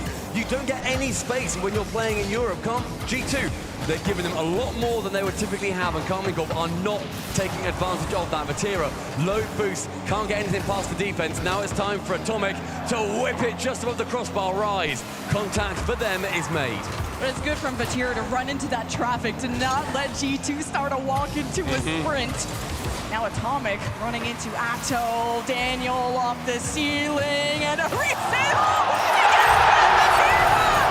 Daniel, you're insane! Daniel sets the world on fire. A lean back reset, takes it low, uses it immediately. No one at Carmine Corp reading that kind of flip. 2 goals to the good for G2. The crowd bay for their champions to enter the finals. Most mechanical team in North America, on display. K-Corp just can't allow that to happen. You can't give a team like G2 time on the ball, and demos come into play. Double demo in favor of G2 there. Atto gets out some frustration, removes Atomic from the pitch, but with one going towards the side and then falls back towards the blue half. Opposite corner, Vatira clearing. They need this ball to stay a little bit closer to them should they have any success. Atto's probably going to wait for one in the middle, takes it round, and Beast Mode can dive in. Up for one, maybe an attempted reset instead of a dunk. Not quite enough boost. Atto's ready, almost off the ceiling. Few more extra touches, and almost got the pass to Rise, and it's open! The beast has been released! The third for G2, with a demo on the back line. He sees blood, he sees his future, and he takes the bull by the horns. The triple in favor of those from NA halfway through this game. No one expected this level of Beast Mode again! Ladies and gentlemen, you are witnessing greatness. Previously it was the age of Zen. This is the millennia of Beast Mode. I just love hearing the crowd chant. And they love it too! 4-0 for G2 in Game 3. Looking ahead at match point, Beast Mode. He's so confident. He keeps going for these ego challenges. And how can K-Corp get the face to play the mind games, to find any gap? Because the demos aren't really coming out of K-Corp's side, it's more out of G2. And Ryan looks Great for bump. and Fonzie almost gets it. Air draw bumps so far are going to be the play by Atomic. He is released, it goes to the other side. Rise cannot make contact. G2 rob their way through the Frenchies. G2 are forcing K-Corp to commit all the time. They have to send the house. They need every option, every person standing tall on the front line. And they need that risk. But it turns around. G2 spit in their faces in Game 3. 5-0. So close previously. This time G2 absolutely run away with it. A double chance. Not quite taken from G2. This one all but over. With 2 minutes remaining, it's a chance for Carmine Corp to save face and prepare themselves. Especially, they've just taken their tactical timeout. What do you do after this? It's a mental game. You would never expect K-Corp's net to be open. There's always someone there. Something is breaking down in the K-Corp camp. And you gotta wonder if that's gonna be fixed for next, or this could be in a sweep direction, but Atto will give life to his team. And now a demo opens up the midfield, but Vati is quicker. Atto at the ready, and he keeps throwing shots to G2's net. Atto hasn't given up. We are seeing a few double commits come through from G2. They're not impenetrable, but they are absolutely extraordinary at covering up the smallest error when it comes through. And Carmine Corp, the inability to deal with them. Vatira tries to chip it round one, isn't able to. Rise Central, Beast Mode doinking it to safety, but safety has changed his name to Vatira. Central with him, goes down low, bottom corner, saved again, this time! Rise, he brings back one. Will it be enough? This was the layered attack we wanted to see out of K-Corp. To send it and finally finish it. It's 5-1. This is really just to build some kind of momentum for the next game. Unless 4 goals happen in 1 minute, I'll stand corrected. I don't think I've ever seen 5 goals come back from in the RLCS. It might have happened once or twice, but out of the thousands of matches that we have played, it's not going to be happening here today. A bump at the top, falls back down into the orange half. Final 45, again, as I've been saying, purely to save face. G2, if all goes wrong, and it goes to game 6, game 7, whatever it is, they've still got their tactical timeout. The defense and Carmine Corp still being stretched. G2 are not done with the carcass that they have made out of KT. And even Atto with the back pass is just trying to get the ball out of G2's hands, but G2 are playing so fast and methodical that you just don't have a Okay. Guess you don't have anyone in there either. What happened there? At this point, you type in chat, FFGG, go next.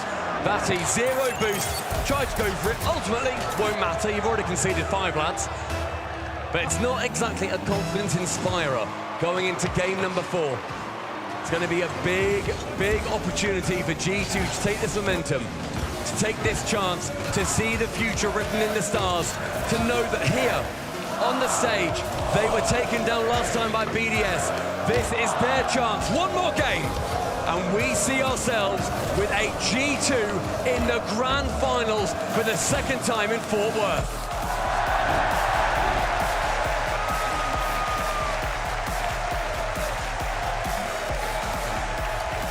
G2 are not done, they are just getting started. G2 want to go after that title, that trophy. Atomic, he's been there before. First championship Sunday for Daniel. Beast Mode been here before, but not this deep into the bracket. I don't know what happened between the last series against Furia to now, but G2 look incredible. I thought there'd be a spot of fatigue. I thought there'd be something. I was going to 7 yesterday, 7 again today. I thought they'd look a little bit tired, but no, they're electric. They're overcharged. They are everything right now. You see sparks flying when they hit the ball. Carmine Corp on their side, big questions. Coach Ferrer, you earn your paycheck here. Right now, you're losing to Sathu in the battle of the brains of Rocket League's greatest. And that, my friends, is the face of North America staring you down, Europe. What have you got? Match point for G2 to go to the grand final.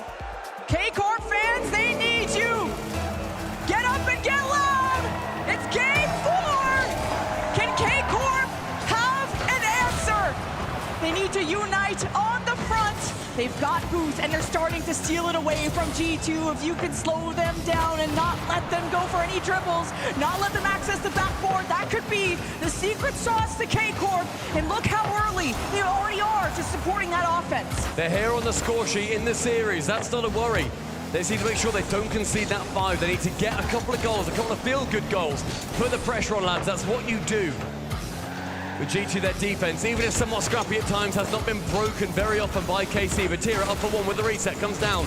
Rise is there, but Beast Mode, he manages to squeeze in front just instead. Atto can't quite get it out of Beast Mode's grasp. Atomic bumps one off the ball, and that is what G2 have been doing so well, the physicality. And G2 have been able to have a lead, but here's Daniel off to the side, though. When G2 have a lead, they don't have to overcommit. It's K-Corp that send everything, that throw everything, put the kitchen sink. As even the mind games, the delays, the baits, it's not enough to get through that G2 defense. It was one of the best. As K-Corp lacking boost, but Batsi's get a chance on the ball. Not a great touch from Atomic! K-Corp up first! Rise with the first. Minute and 10 seconds in, and it's G2 put to the pressure. Atomic didn't deal with it on the backboard. And that's what Karmine Corp want to do. They want to pepper, they want to make sure that nobody feels comfortable. A shot after shot, they're going to be a revolving door. G2 have dealt with it so far. They've shut them down in the midfield. Those chances have not been very often. Batira for a pre-jump. Does get a miss. Beast Mode down. A reset cut out by Atto. G2 have way too much time in the air. K-Corp learned that lesson the hard way before. But it's kind of uncharacteristic for G2 to have these missed touches, and K-Corp may have found a weakness, but it's Beast Mode that is constantly attacking this ball. He is always behind it. And who is behind K-Corp? It's Fati, doesn't go for the boost, pops it up to the ceiling. Atto takes the helm to the corner, he collides into Beast Mode. He wants to take a bite out of this defense. Now Rise with time, Beast Mode to the ceiling, almost dropping it down, and Atomic saves. 2 minutes through, Karmine Corp with just that one, still holding them in the game. A shot long, does find itself wide. Beast Mode, just a spot of space, but Rise going to shut that down immediately. Atto, one! Top corner! That is bottled by the Belgian! After what, a 150-point game, Atto alive and well. Beautiful shot. 2-0 for K-Corp. Finally up ahead, up early. But this is gonna take a lot of work out of K-Corp to come back in this series. Maybe late, but it's fine if they can do it. It's that latent timeout. Now it's sinking what Ferro was saying. A 50 from Batira does go high into that back corner. All three players on G2 very close. Chance here for Rise to try and sneak his way in. Daniel versus Vati. Vati wins out on that one. He has the boost advantage. 1, 2, not quite round one, but does get the bump. Beast Mode though, supporting his teammate has been his #1 goal every single play that he goes for. Such an unselfish player. Rise though, up for that bump on the opposition side. Top corner, not quite found this time. And K-Corp have had time because of that exchange to grab boost to keep this pressure going. Can G2 withstand? Beast Mode has to go up high to Atomic. Atto with the save. A vital save as well. G2, you want them to have no momentum heading into each consecutive game now. Heads back into the corner. Beast Mode cuts out early, finds Daniel. Not quite much on it, and we're seeing these missed touches from G2 come through a little bit more often. Rise, the zero boost commit. That is how G2 shut down KC so effectively in the first 3.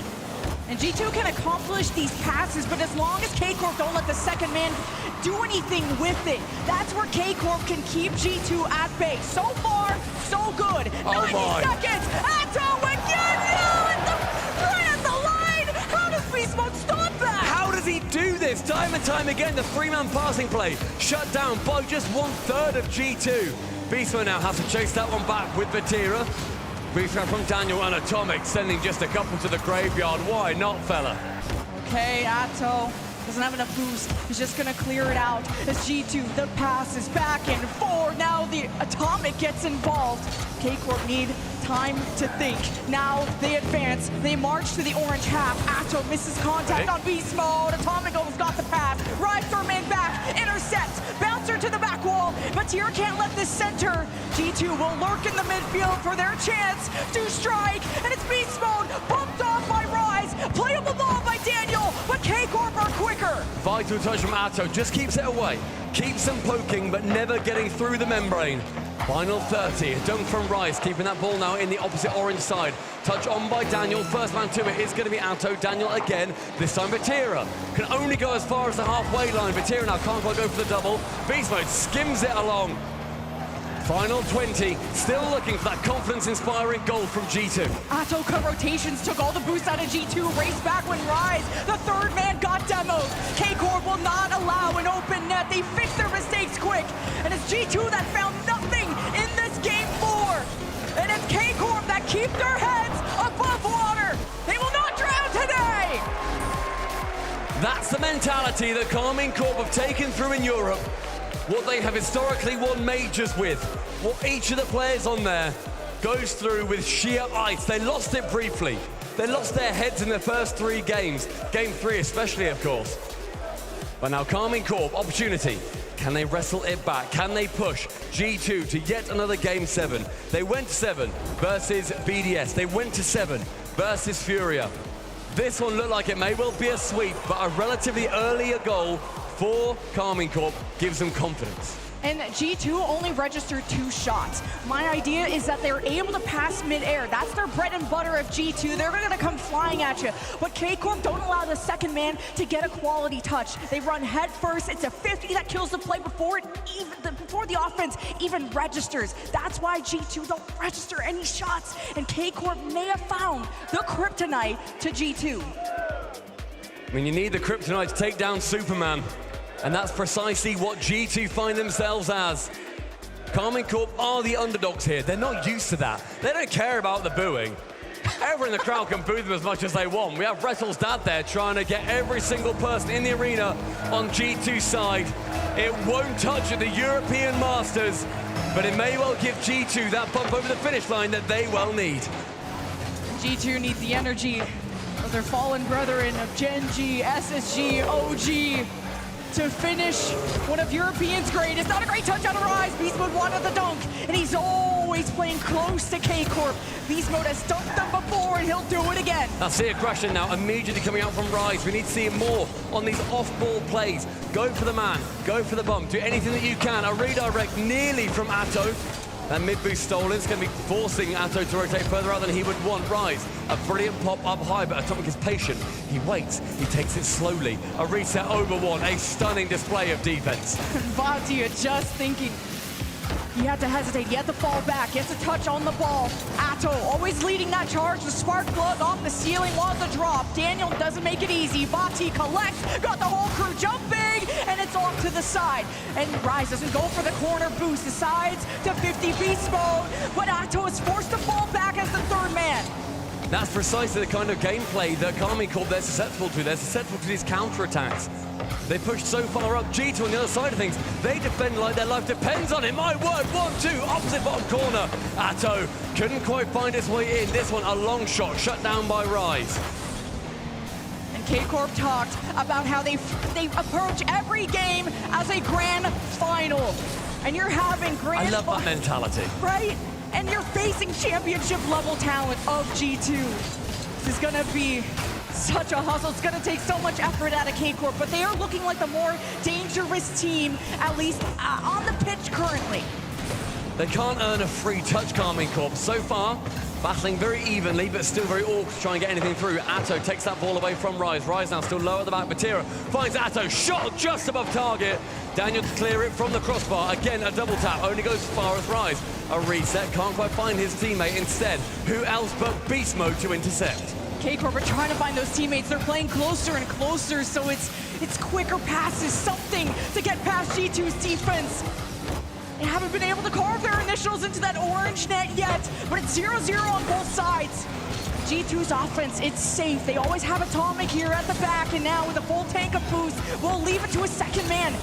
But that wasn't the plan, as G2 go in again, plan B, but it's Vati. Atto looks for a bump, the bouncer, it's too high, Rise with the cherry on top! One good chance on net, and Karmine Corp take it. A gorgeous fake from Vati. Sends Beast Mode to the shops. He knows he's going to be committing on it. Rise can come in for the follow-up. Karmine Corp halfway through, they earn the lead. There is a contingent of Karmine Corp fans. The blue wall in the corner, they are electric with every chance that KC get.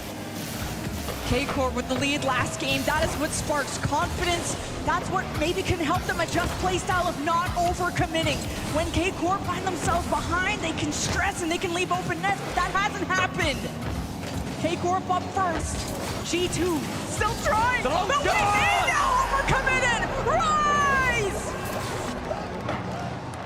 2 minutes, 2 goals, 2 great chances, and a dunk from Rise catches that defense lacking. That happens so rarely for G2. They so rarely get those long shots coming against them. But pushing up as a 3, and with a Karmine Corp that right now have nothing left to lose, you cannot shove them in a corner and expect them not to lash out. I don't think this shakes G2 too much. These unexpected 50s when the game is played this fast. You gotta let this one through as Atomic tries to adjust, leaves it to beast mode. A shot, a bump. Atto has to keep this ball in the air, buys time for his team to restructure their full-on boost. But they're not on the ball. Rise will assure they can have a swing at this net as Vati intimidates at the corner and centers the ball to pinch low, and Rise can't bully his way through. There's a minute and a half. It's still very dangerous territory in time.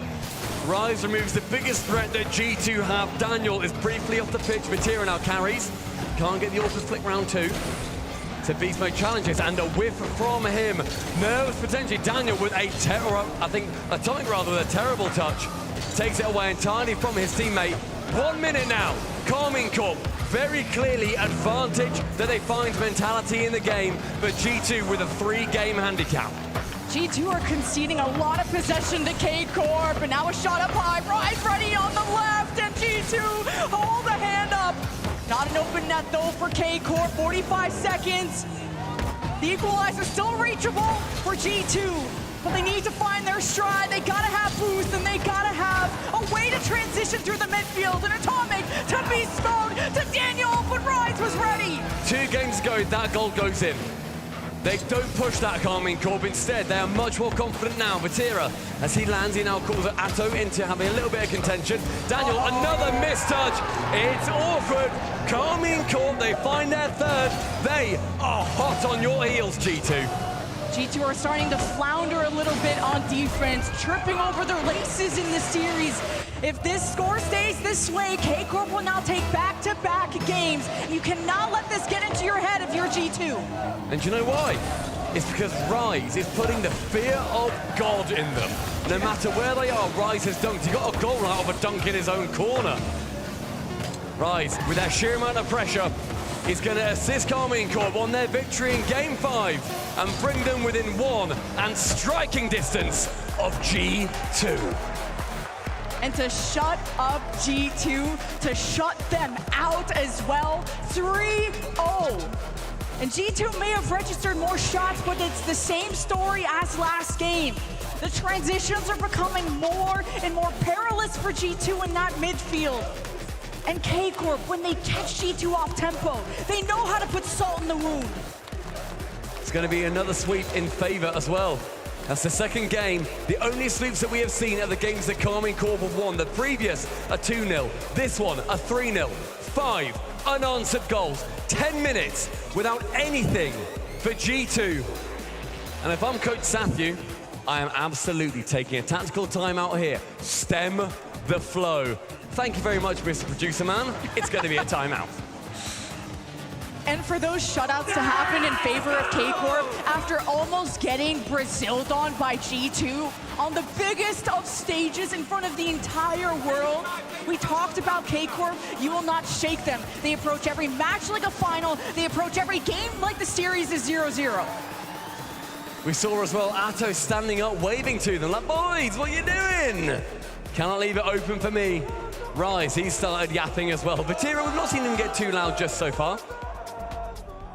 And to be honest, I think the crowd has gone a little bit quiet. I think G2 aren't feeling the energy from their fans.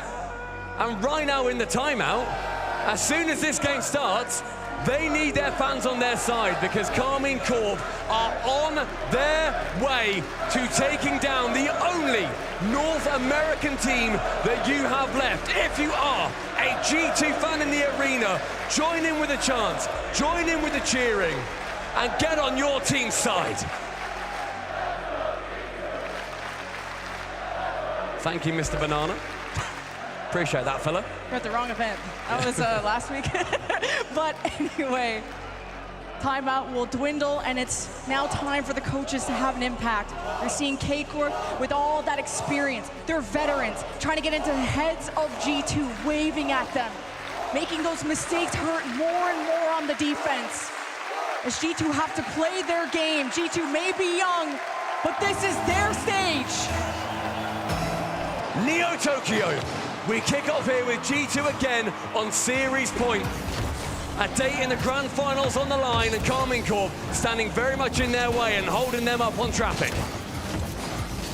K-Corp, oh, they want to go to Champions Field bad. A best of 7 reverse sweep. Those don't happen too often, but not on Beast Mode. Watch, almost with the bump, but the ball not in the net. Atto will stand tall and wanted to lead K-Corp to a counterattack. It's been slowed in the midfield, and G2 ready at the back.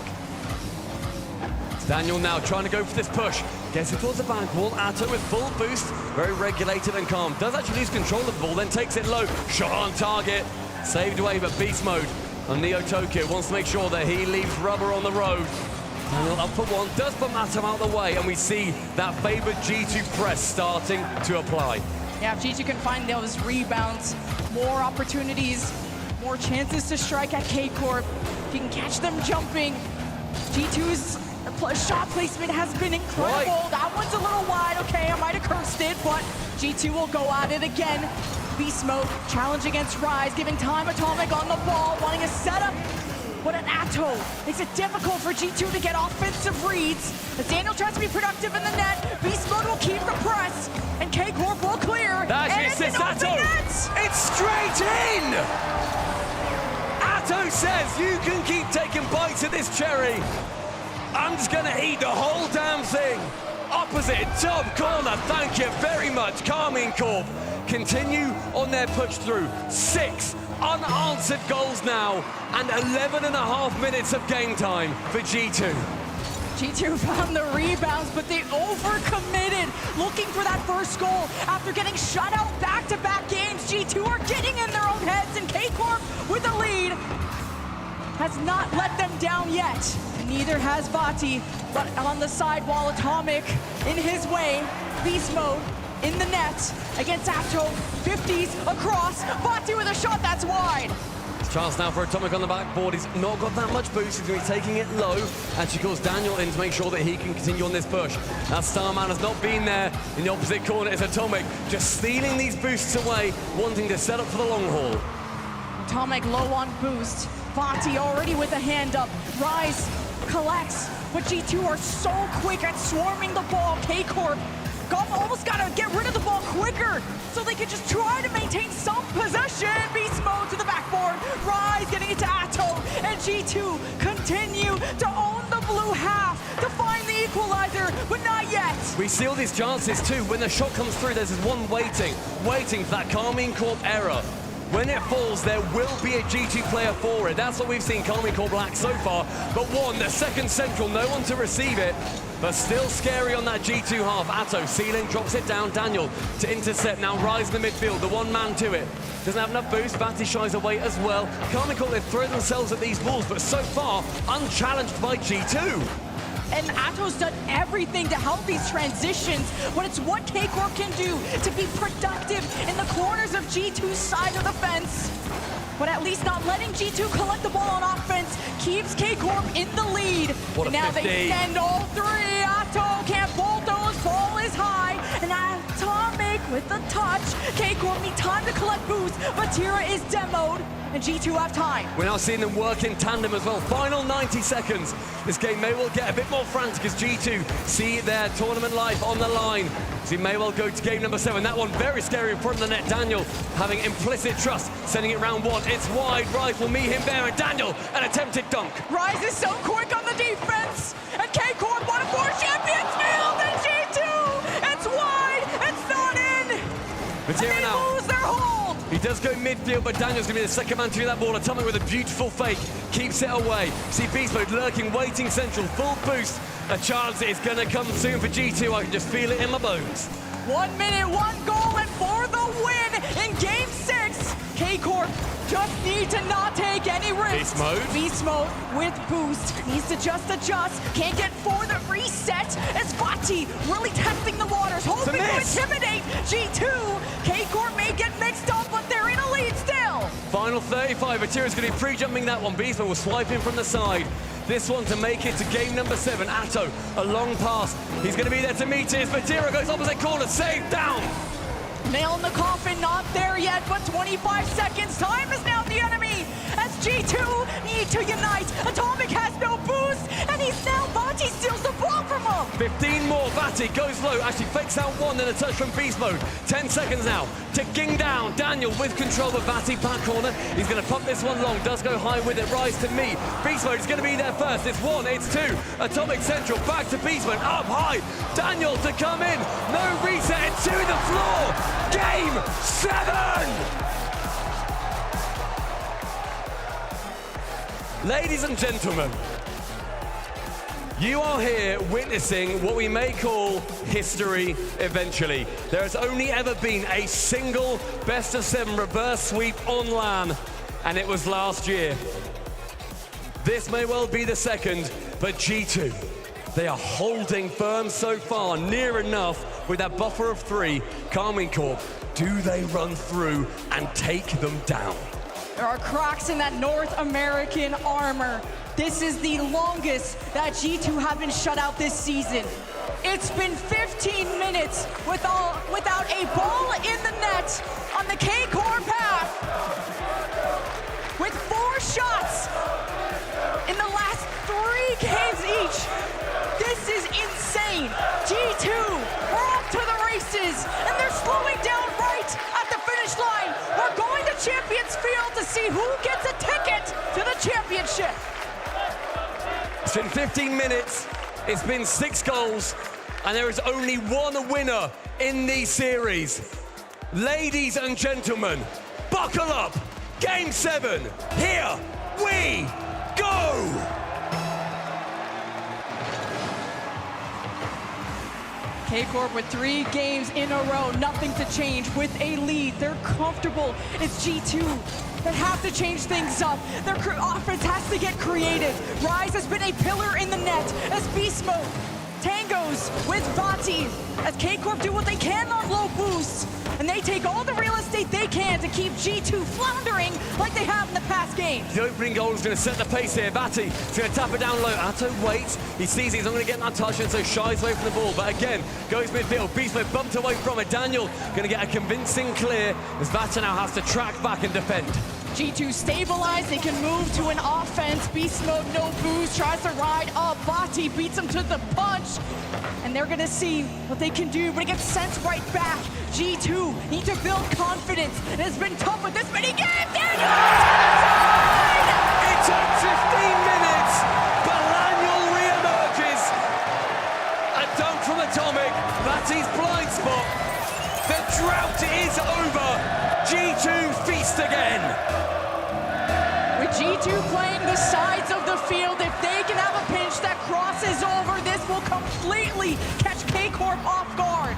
But that was only one, the first goal from G2 in 15 plus minutes. K-Corp need a response, but you gotta be confident after what K-Corp have done so far. They need a response as soon as they can get it as well. So far, unable to win a single game when G2 have scored. Beast Mode confidently up high. Receives ball back down towards Atomic. Daniel with a great touch. Taps it towards that mid boost and then collects Vatira. A double dunk, but Atomic strong arms him. Now K-Corp being more careful on these 50s and what the potential result could be. G2, they've been able to force the ball to someone like Daniel, but with the solo play pitch! Atomic for the potential series winner. Daniel with a huge carry. Sails over Karmine Corp. Crosses the Atlantic, and Atomic delivers the package that Karmine Corp did not want to receive. 1 minute 40 elapsed. It's 2 to the good for the hometown heroes. G2 starting with a snowball, becoming an avalanche. The quick shots, the strikes that K-Corp can't turn around for in time. Now 2 goals for G2. There's still a lot of Game 7 left. And it's K-Corp cutting it close with the post. And G2 with the beat. And it's open for now! It's wide at the end of that. A huge amount of pressure. Rice, right-hand side, with composure and boost, gets over 1, 2, not quite 3, as Daniel now steps in the way. Rise getting out of Vati's way on the retreat. Atto, beautiful touch, slowing down Daniel. You don't want to let G2 have time. Daniel collects the corner boost, and get K-Corp jumping, and G2, how do they deal with Atto? 1v1 against Beast Mode, and then... Atto, the Belgian battering ram! With Beast Mode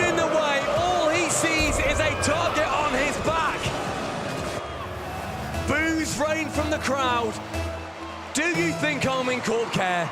Does that just serve to set them more on fire? We're gonna see a great pass across, intercepted by Atto. Halfway through the game, and it's still competitive as ever.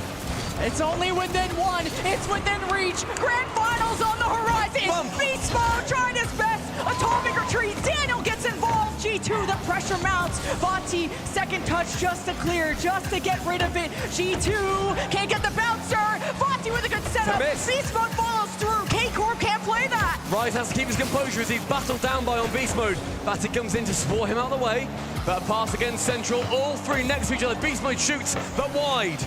K-Rise has got the ball on top. He's gonna flig. Atto on the wing doesn't have boost, and K-Corp need quality opportunities. Daniel can't get the drop on Atomic. Atto reads it like a book. K-Corp have less than 2 minutes to get it done. A demo in the back from Atto over towards Beast Mode. That ball Central. Beast Mode on the reset. Comes through. Daniel with a win against Atto. Can't quite bump him out the way.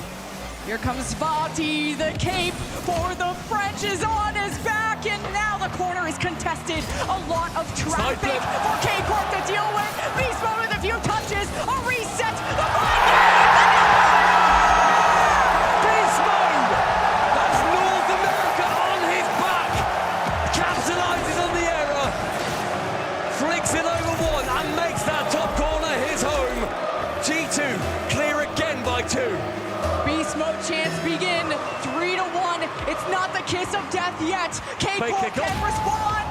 And it's Daniel that pops it up. Rise was ready on the wall. Atto, shot on net. Atomic forced to react. G2 don't have space. Now they're getting demoed. K-Corp need to organize. They're too committed. They're desperate for goals.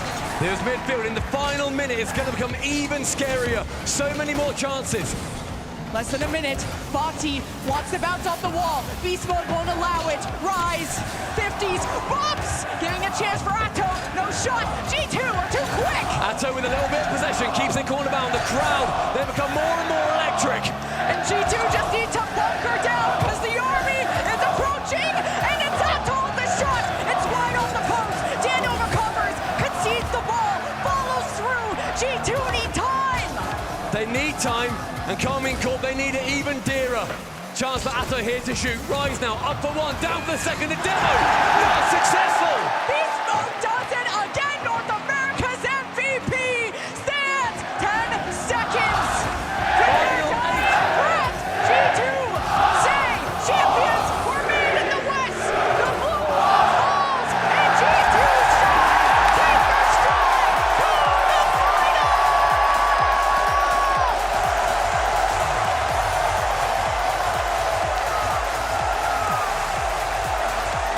Another game 7, but the same old victor.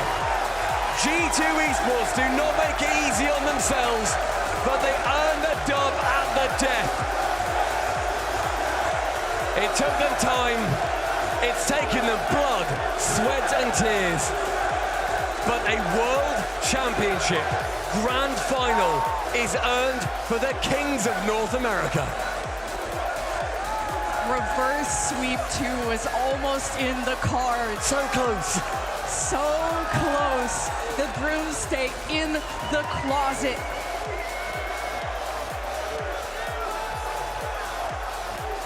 We're going to be seeing G2 taking on the victor later on of BDS versus Falcons. It may well come down to another event where we don't see a European team in the final. It could be a rematch of Falcons versus G2. We've seen it before. We've seen who comes out on top, but there's still one more result to roll in before we get there. There's a lot of highlights to look at as well, but my word, you see how much it means to Vatira. We see the tears on his face. That man has got more dedication to Rocket League than many others in the game.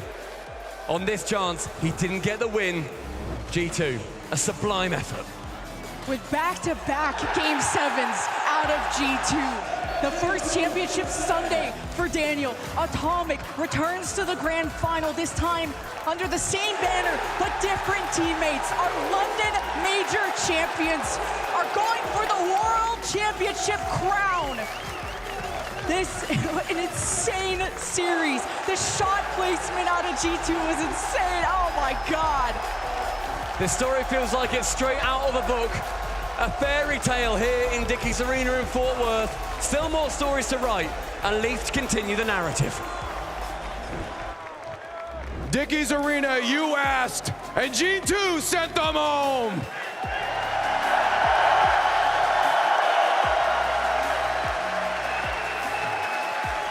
Atomic, that was a nerve-wracking match, I bet. A little bit. I need you to walk me through this because at the beginning, it looked like you guys had it on lock, but something flipped. Walk me through that. I think they got a lot of confidence because they had nothing to lose at that point. Right. And they just started rushing every ball and getting a lot of good dunks. And that led to us kind of being in bad spots, but it was also us just kind of wanting to close out the series too fast. Oh, okay. A little bit ahead of yourself here. Yeah. So how do you reel it back in then? How do you stop that pressure you started feeling? That's what Sathu does. Like, he reminds us what we have to do.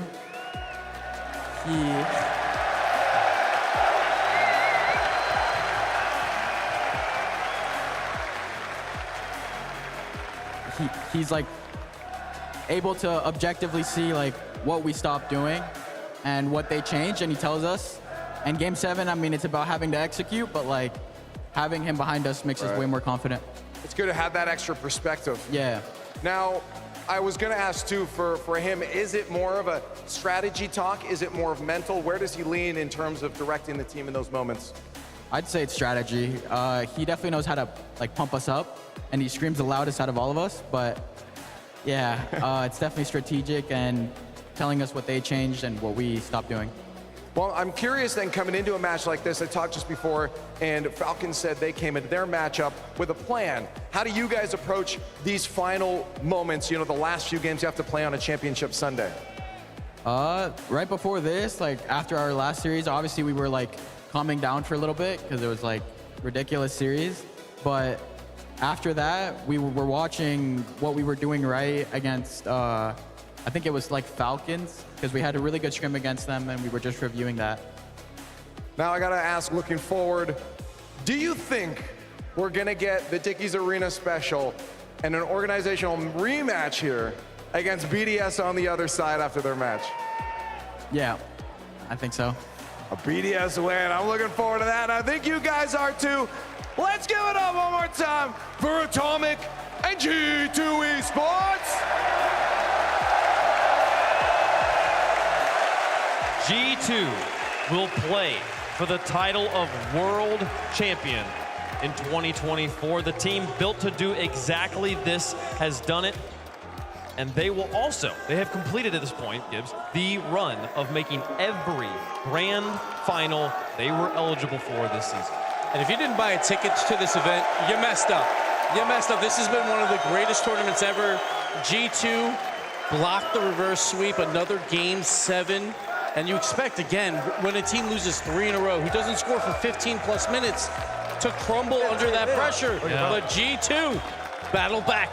Man, they had to dig deep because K-Corp started so slow. G2 just hit him in the mouth immediately. Definitely coming more fresh into it since they got warmed up in their previous best of 7 earlier in the day. K-Corp reminded them, though, that we're not no slouches. We were the EU1 for the first half of the season, and that's why we're here to play. Pushing them all the way to 7, but then it came down. You heard Masa, you heard the timing. He said, Sathu reminded them who you are, what you can do, what they're doing, how to execute, and then they broke the seal, finally scoring once again in Game 7. If this journey that they have had today is not proof that they are genuinely the best team in the world, the most consistent, not only physically on the field, but mentally, I don't know what else could rally people behind them. And that's going up against K-Corp, who normally are so mentally sound as well. We saw Vati throughout that series, 0 goals. Did not score in any of... No, he did not score at all throughout that series. And K-Corp, if just they started a little bit quicker, that's the question mark about this next match too, Falcons BDS. We saw G2 already play today, get a little bit of the warm-up. We saw it in those first 3 games. Yep, and that made all the difference in GT. You see it, they ran the score up for probably, I think, the first time of all tournament against a really high-quality squad. And after that, it kind of looked like it took the foot off the gas, and that's all it takes in Rocket League for those of y'all back home. Once you take your foot off the gas, one game, that's all KC needs, that's all your opponent needed, and they kept running with it. But that's what I loved about G2. We said their offense has been kind of lackluster. They would win based on defensive performances. Well, their 4 games that they won, they scored 3 goals, they scored 2, they scored 6, and then they scored 3 again on Champions Field. The offense is starting to click, and that is scary for whoever plays them in the final. Look at this right here. That big deep ball by Atto right there. Farrell was laughing behind. You can't see it. He's like, wow, look, we're going to win anyways. The energy in the building has shifted. The crowd had went quiet. But then after this, the boys struck immediately. It was a beautiful pass. You didn't see the first goal. It was Atomic. Zipped it right across the box to Daniel, who slotted right into the crossbar. Dan made another great play, and that's what you need. If G2 are going to become world champions, obviously this mo's got to do what he does. But it has to be Daniel, and it has to be Atomic as well. They all have to be on. And that's what I loved about the first 2 goals. It was Atomic and Daniel. And then they handed off to the MVP. Beast Mode, just do it yourself. Yeah. And he did it by himself over K-Carp against that great defense over there. G2, they prevail. But this is the consequence of losing yesterday and having to play in from the first match. G2 going to have to play 3 matches in a row here if they want to win the title of world champion. And carrying energy, that's an exhausting match to play. Having to thwart a full reverse sweep there, that's what I'm looking for, reverse sweep. And the game 7 hurt. That they're going to be exhausted. You're going to have to find a way to stay in that like momentum headspace. Honestly, after what I saw in this one, because I was very curious if they were going to be really tired after the first initial game 7, I don't think they will be tired. There is a series in between. That's your moment to really just settle down, come together, and prepare for your last match. Well, folks, James Bott is standing by. He got some analysis of G2. What do you see there, James? G2 had to fight tooth and nail for this victory, and a great example of that is this Game 2 overtime winner. Let's dive into it here. So Beast Mode punches it downfield. You'll see a little bit of confusion in the corner. Vatira panic hit out Daniel with the first 50. Atomic gets that challenge, and then here you see that he gets a touch out. He sees over in the middle of the field Beast Mode shaping up, but he also sees Atto awkward in net, facing towards the net, and also Rise in a very awkward position. After Atomic makes this touch, he doesn't give up in the play. Watch the angle that he takes across the wall as he continues on and prevents Atto from getting that jump.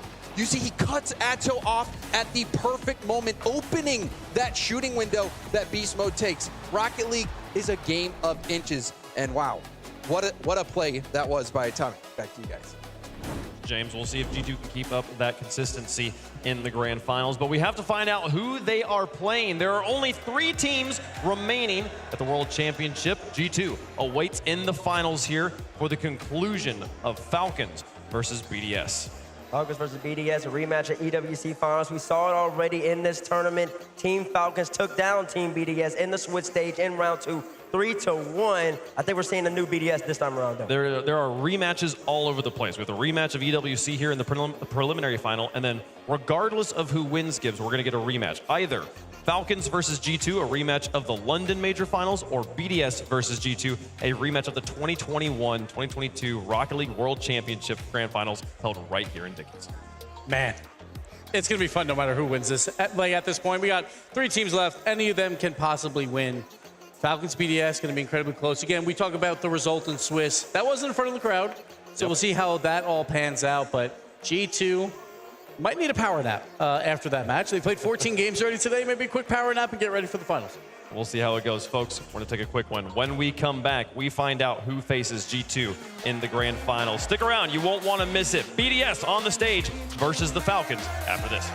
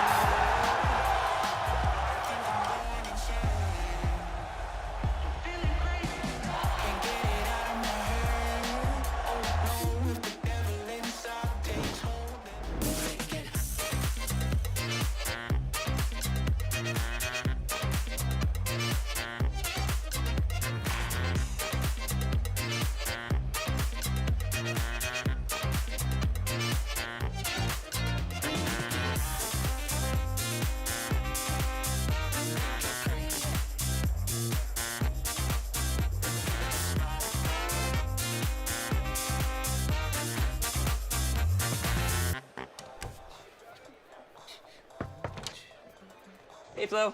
Cool leg warmers. Thanks. They're just for the bus ride to work. They're not part of the official uniform. No tunes today? No. My apartment was robbed last night. Took my cable-ready TV, VCR, portable cassette player. Yep, all the latest tech. If only Progressive had renter's insurance, like their home insurance. Then we could bundle our cars and get the same 24/7 protection.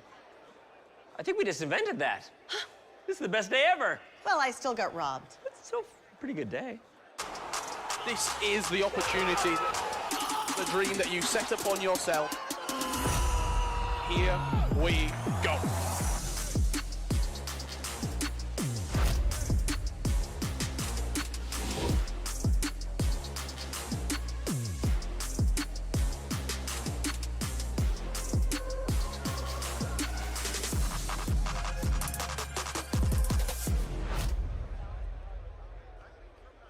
Hi guys, I'm Lethamir and I'm here with JamesBot today. We're watching 4 pros go through a dribble race on a 4-year-old map that was made by an incredibly brilliant, smart, handsome... Didn't you make this map? Wait a minute, I think I did. So you were right. Yeah, it's an incredibly difficult map even now today. I released it back in 2020 and I'm excited to see JNaps, Tho, Juicy, and Radosin go at it on this map and try it out for the very first time, except for one player has maybe tried it before. Yeah, well, and also, I have played some of your maps before. I actually learned Air Right playing your Rings map. Oh, really? Yes. You're welcome. Thank you. But this dribble map, this, from what I've heard, is a very challenging map. It's like, how many levels and when does it start getting hard? There's 30 levels, and it honestly starts off pretty decent, but even after level 5, you kind of get into some pretty challenging things. I'm excited to see how the pros handle it. I wanted to create this map because we had dribble challenges before, but honestly, most of the players at that point with their skills would breeze through the maps. They knew what they were doing. They wanted something harder. So I took the time and took months of my time to just put together a really difficult, challenging set of challenges. And I think the pros are even going to struggle in 2024. We'll have to see how far they get. So they've got 15 minutes to get as far as they can or even beat it. Will they beat it? I don't think so.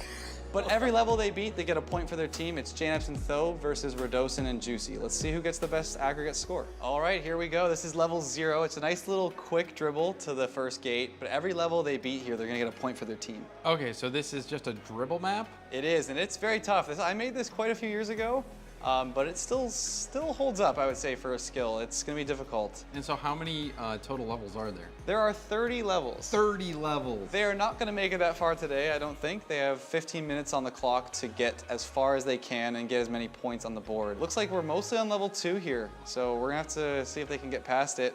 It's tough. If you go too fast, it's gonna trip you up. But we have Tho and Radosin on level 3 now. I went back and revisited this recently, and I did not do as well as I first did when I played this map. All right, so when does it really start getting tricky, in your opinion? I would say level 8. 8. Yeah, you have level 5 here, which is a bit of a dribble through rings, which is a bit tough to navigate and get used to, but then you go up a hill, and you start to deal with some obstacles. And then Tho is about to finish level 5 as well. He is the furthest along so far. And yeah, level 6 is a nice little climb. Oh, you have to jump right at the end? Oh, that is demented. That is a little mean, I will say. You go through that whole challenge and then just maybe not see the gap. But that's kind of why I did it. But this is level 8 here for Tho. And this level is where it really trips you up. It has moving golden platforms that will get in your way. And you have to time your jumps. That's number 1. But now there's 2 that go back and forth. Yeah, so it's the hurdle as well as the moving platform. It is evil. I will say I really wanted this challenge to like I said, stand the test of time and really keep a good level of training for players. And you can see it's causing even pro players some trouble. And you can see everyone else is still on level 5 as well. So level 5 is a long one. I don't think we're expecting to see past level 15 today. Yeah, and you also said 8 is where it's tricky. It looks like Tho is starting to navigate it. He's trying to taking his time. That's smart. Oh, his first pop wasn't great. Oh, and he reset. Okay. Radosin might make it to level 6. He has to take his time here. Oh, he lost it. Oh, he controlled it. Oh, he's got it. struggling. No way. Oh, he got it. What was that dribble? He had to go for the shot. He made a shot on a dribble map. I didn't expect that. He also hit 2 rings. That was crazy. I did not think he was going to keep that. After that, he should make light work of this ramp. Yeah, 7 is going to be a much quicker level, I think. Oh, we might have JNaps with a finish. He's got 1 ring left here to get through. Can he do it? He must be nervous. He's got to jump if he hasn't seen it. Did he flick it off target? Oh, he hit the post! No! J-Nabs! Yeah, you're seeing when players slow down and take their time and control the ball, they do well. Radosin has a decent climb here. He's got the final turn. Can he make it? I think he's got level 8 in the bag. All right, now we have finally someone on the same level. And they're on two different teams, so we have a bit of a competition. The scores are equal right now. It's a tie. It is. I just realized that. The ball is bouncing. He must be nervous. He's got to make it here. Oh, it's really bouncing. Oh, oh, J-Naps, come on. He flicked it again. No, doink it. No! J-Naps! J-Naps! He's collapsing under the pressure. We have Tho at the final jump here. Can he make it to the number 9 gate?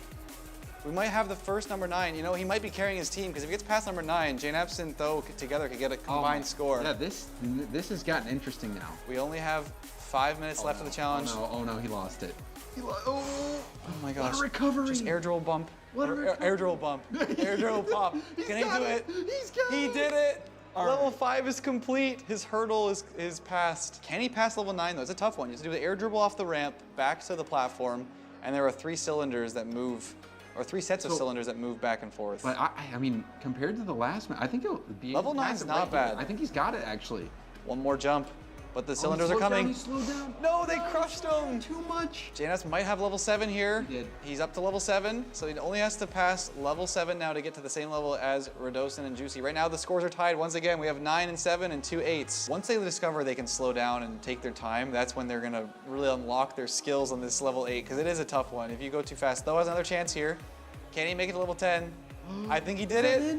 Yes. There we go. Now he's on the wheel of misfortune. This level is a quick windmill on the ground. You have to air dribble over it as it moves towards you. So you have to constantly do little air dribble pops. You know, it's crazy. I made this map 4 years ago. That's four years ago. And players of this skill, it's still testing them. And then, so when you released it 4 years ago, I'm assuming there were probably people within the first month. Oh, and it looks like Tho might actually. Oh, he did it. Past He made it to the ramp, and there's level 11. Wow. J-Naps, J-Naps. Please. He's got it. He's got it. He made it to level 8 at the very end. There's only 10 seconds left. Oh, that's clutch. He clutched at the very end. What an incredible run. It looks like Tho and J-Naps will take the win. That is it. So that was the Lethamyr Dribble Challenge. Congratulations to Tho and J-Naps for getting the win. Taking down Juicy and Radosin, it's not easy to beat the French. 100%. Those guys are very, very good at dribbling. They have had so much practice with other challenge maps similar like that, and the fact that Tho and J-Naps pull out the win, especially after J-Naps, we're pulling our hairs out watching the two of them. Yeah, getting so close. They were getting so close on all the levels, and J-Naps missed the gate twice on the same level. Goodness. I'm honestly very proud of him that he kept going. Yeah. I think a lot of players would have rage quit at that point. And you know, honestly, 15 minutes to get as far as they did is impressive. I probably would still be stuck on like level 3. Oh, there's probably still people that are still stuck on that level from 4 years ago. Well, I mean, speaking of 4 years ago, you made that Dribble Challenge map. Do you think it's possible we could get another one left? Maybe sometime soon. But on that note, hope you guys enjoyed as much as we did. Until next time, have a great day, and we'll catch you soon.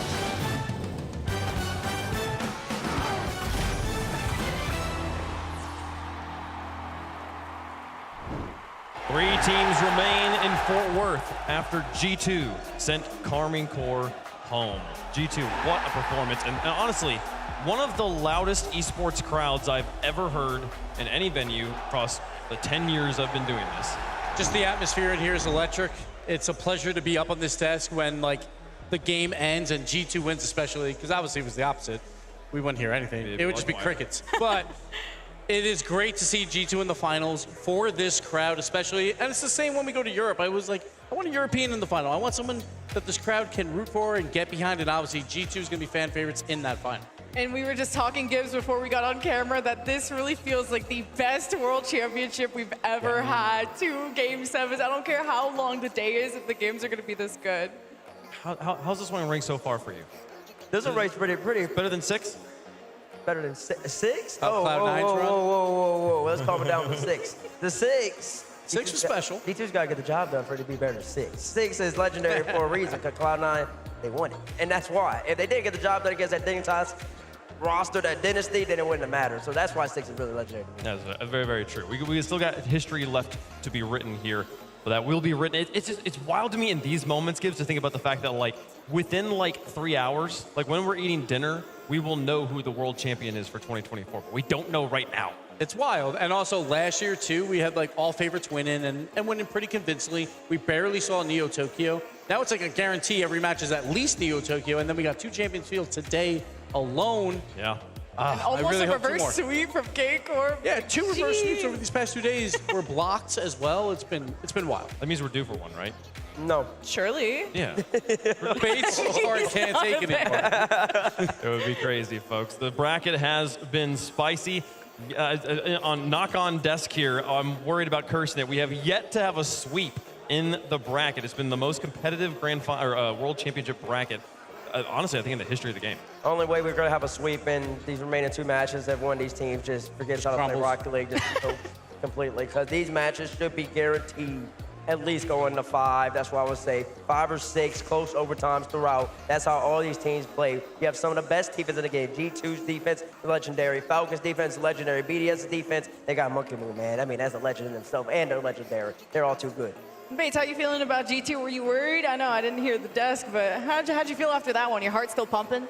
I mean, I'm fine. I'm fine. I'm cool, calm, and collected. Job's not done if you're an NA fan and a fan of your arena. If you want to see G2 win, they got to get it done. I know they've been in every single grand final. I know they're London major champions, but they're not world champions. 2 times in RLCS history, we've seen this organization, we've seen that organization make it all the way to a grand final, and 2 times they've come up short. You know who else has done that? Nobody. When we're getting into talking about the match, I want to talk about those teams specifically. But again, like the rematches here that are on the line. If Falcons win, we get a rematch of the London Major, the last RLCS Major that happened. If BDS wins, they face off against G2 in the building. They beat G2 on the World Championship Grand Finals 2 years ago. One of these stories is going to come true. Time to find out which one. Introducing first, on the blue side. First, they've conquered Mina. Now, they've come to conquer the world. Give it up for Team Falcons.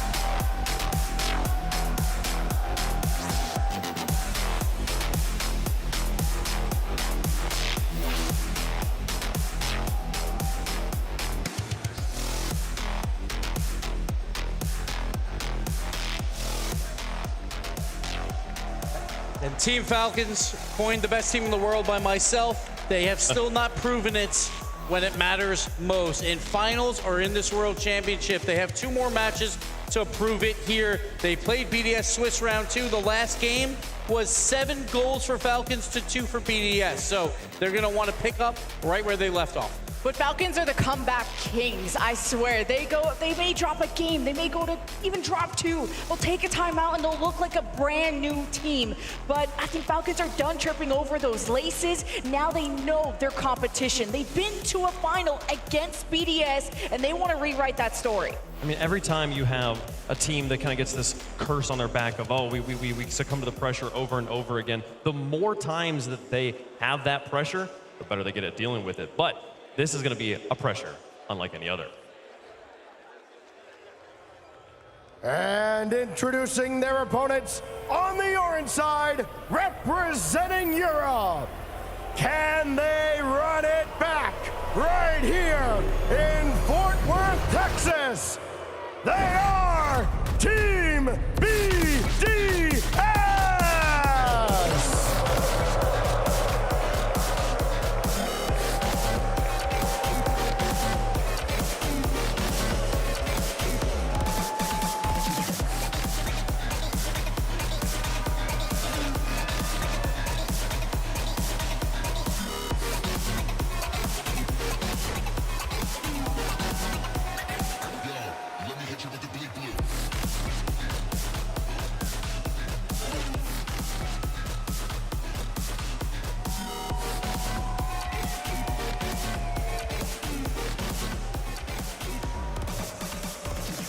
Last time we saw them on the stage, they were playing against G2, and we thought, oh, the boos are because they're playing the hometown heroes, they're playing the crowd favorites. No, I think that Texas just remembers and holds a grudge against BDS for the last time we were in Dickies. And the first World Championship for Trolley, but what teammates that he has. Exotic is having one of the best performances I've seen out of him, and if Monkey Moon goes to a grand final again, Bates, you're gonna have to put him #1 in your tier list, best player in the world, right? Not if he don't win. Not if he don't win. Listen, I say this though. I say Exotic, he has been performing. He's been clutching, and the Moon Man, he's not even fazed by the boos. This is 2 years removed from him winning the World Championship in this arena. He knows what he needs to do, and he just stands in the way. Their defense is so solid because of him. And just 3 weeks ago, they played in the EWC Finals, and that was Falcons' home turf, and BDS came out and destroyed them. Falcons scored 2 goals in their 4 losses in that match. BDS won the series 4-2. They were the underdogs, BDS then. Now it feels maybe a little more coin flippy. I'm not sure which way it'll go, but again, the crowd is against BDS. But just 3 weeks ago, it was the same exact thing, and BDS came out on top. I mean, but this is this Falcons roster, right? They're the stats leaders. Every time we check on the accolades that we're going to be giving away at the end, when it comes to offensive stats, this is the team that's got it in spades, and this is the team that it was the thing that you said was going to be the difference maker against Oxygen. It was the difference maker against Oxygen. Does that carry them here, though, against BDS? So the one issue is their defense, right? I'm not sure what the numbers are like, but I have a feeling that if you're a grand finalist and you're the 12th best defense at a tournament, that does not happen often. Falcons have to clean that up. Yes, their offense is the best in the world, but you don't need to be the best in the world. Just play a little bit better defense and you'll be just fine. So Falcons have to figure that out. And Falcons is about quantity, and it comes with quality, but it comes with suffocation. It's really hard to break out of your own half when you're going up against the Falcons, and it says it in the stats, almost 4 shots for Roas. And I mean, his teammates match that too, and you talked about a wave offensive warlords out there. He is over 1 goal per game, Roas, and 1 assist per game as well. That is unheard of. That has never happened before. See, I mean, the other thing we talk about with Falcons all the time, though, is their speed. And they had that. I think when it comes to the mechanics, Bates, they've just got everything it needs. They need to be the best team in the world.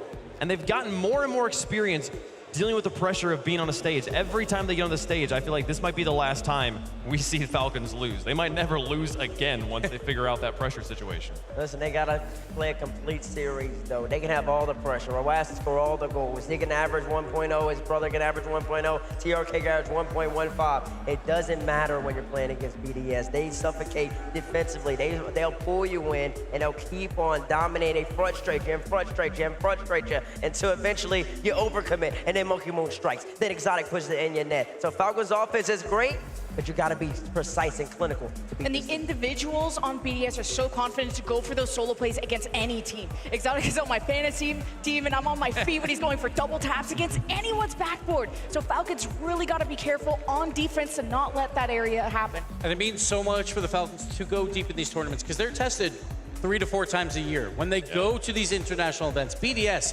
it's weekly for them. It scrims against the best in Europe, the best region in terms of depth there is. So BDS has always been tested. Falcons, though, they only get tested when they come here. And it feels like when there's a crowd and they get tested, they do fall apart at some point. But eventually, Wave, as you said, they will win one. It's just, is it today?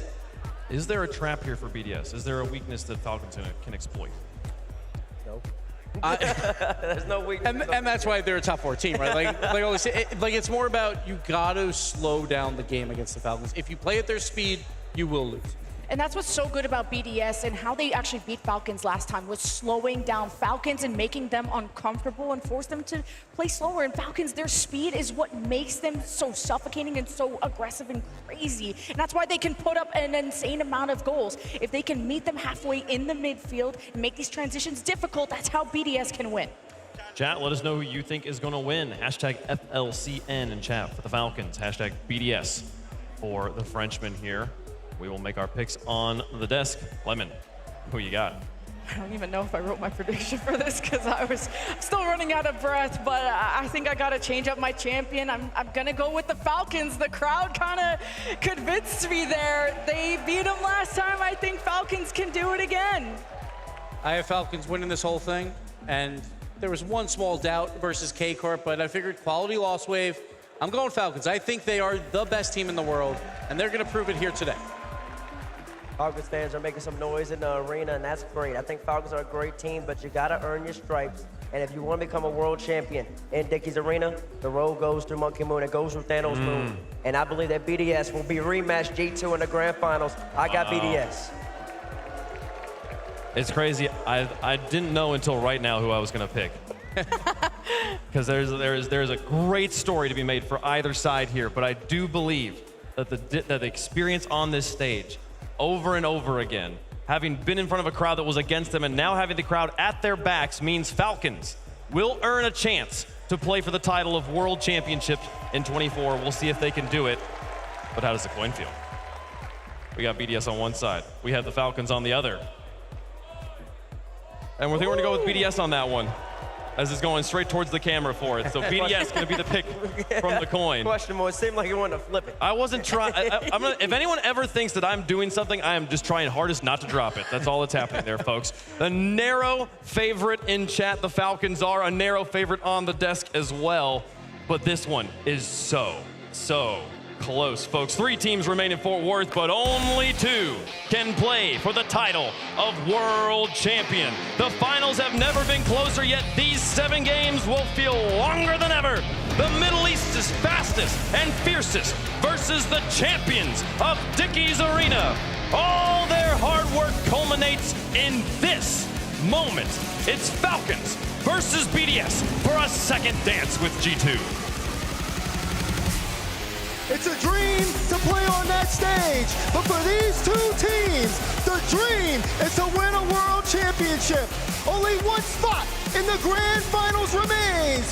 Falcons versus BDS to decide who goes on to the grand finals. Game 1 at Manfield, brought to you by Progressive, our penultimate match of the World Championship. As that one just ricochets wide, and it is not a hope for either of these teams to be in the final. It is an expectation. If you show up, anything less is a disappointment for these squads. They've been playing at a high level all year long, but they still have to keep going. Both teams have traded back and forth. We've seen them in international competition, highs and lows, but it comes down to this series right here. Who will have their chance to take on G2 for the World Championship? Team BDS following a similar trajectory to when they won it all here 2 years ago. 3 different faces when you include the coaching change, as well as Exotic landed on a corner booster. He can follow this play up, so too can Drolly. Only Monkey Moon remains from that World Championship squad. Rawas almost 1-1 through, but Drolly will be there to collect as they go back and forth, throwing jabs either way, waiting for someone to flinch. Drolly's shot blocked by Killers. Follow-up here is just a little bit wide. BDS getting a little bit closer here on some of the plays, but gotta watch out for the counter. There's a quick shot. TRK, quick to put that one netward, but Drolly able to get the denial here, and you have to be careful if you're BDS. I mean, such a strong starting from them, but all it takes is one lapse of judgment, and Falcons will turn the knife around quickly. Rawas right at Exotic. And Exotic, the better of the 2 on that exchange. Falcons will try again to clear from the opposite side now. And Rawas will only get as far as midfield. Here comes Exotic again. Boy, he has put in so much work here on this floor. All the time that BDS has spent here in Fort Worth.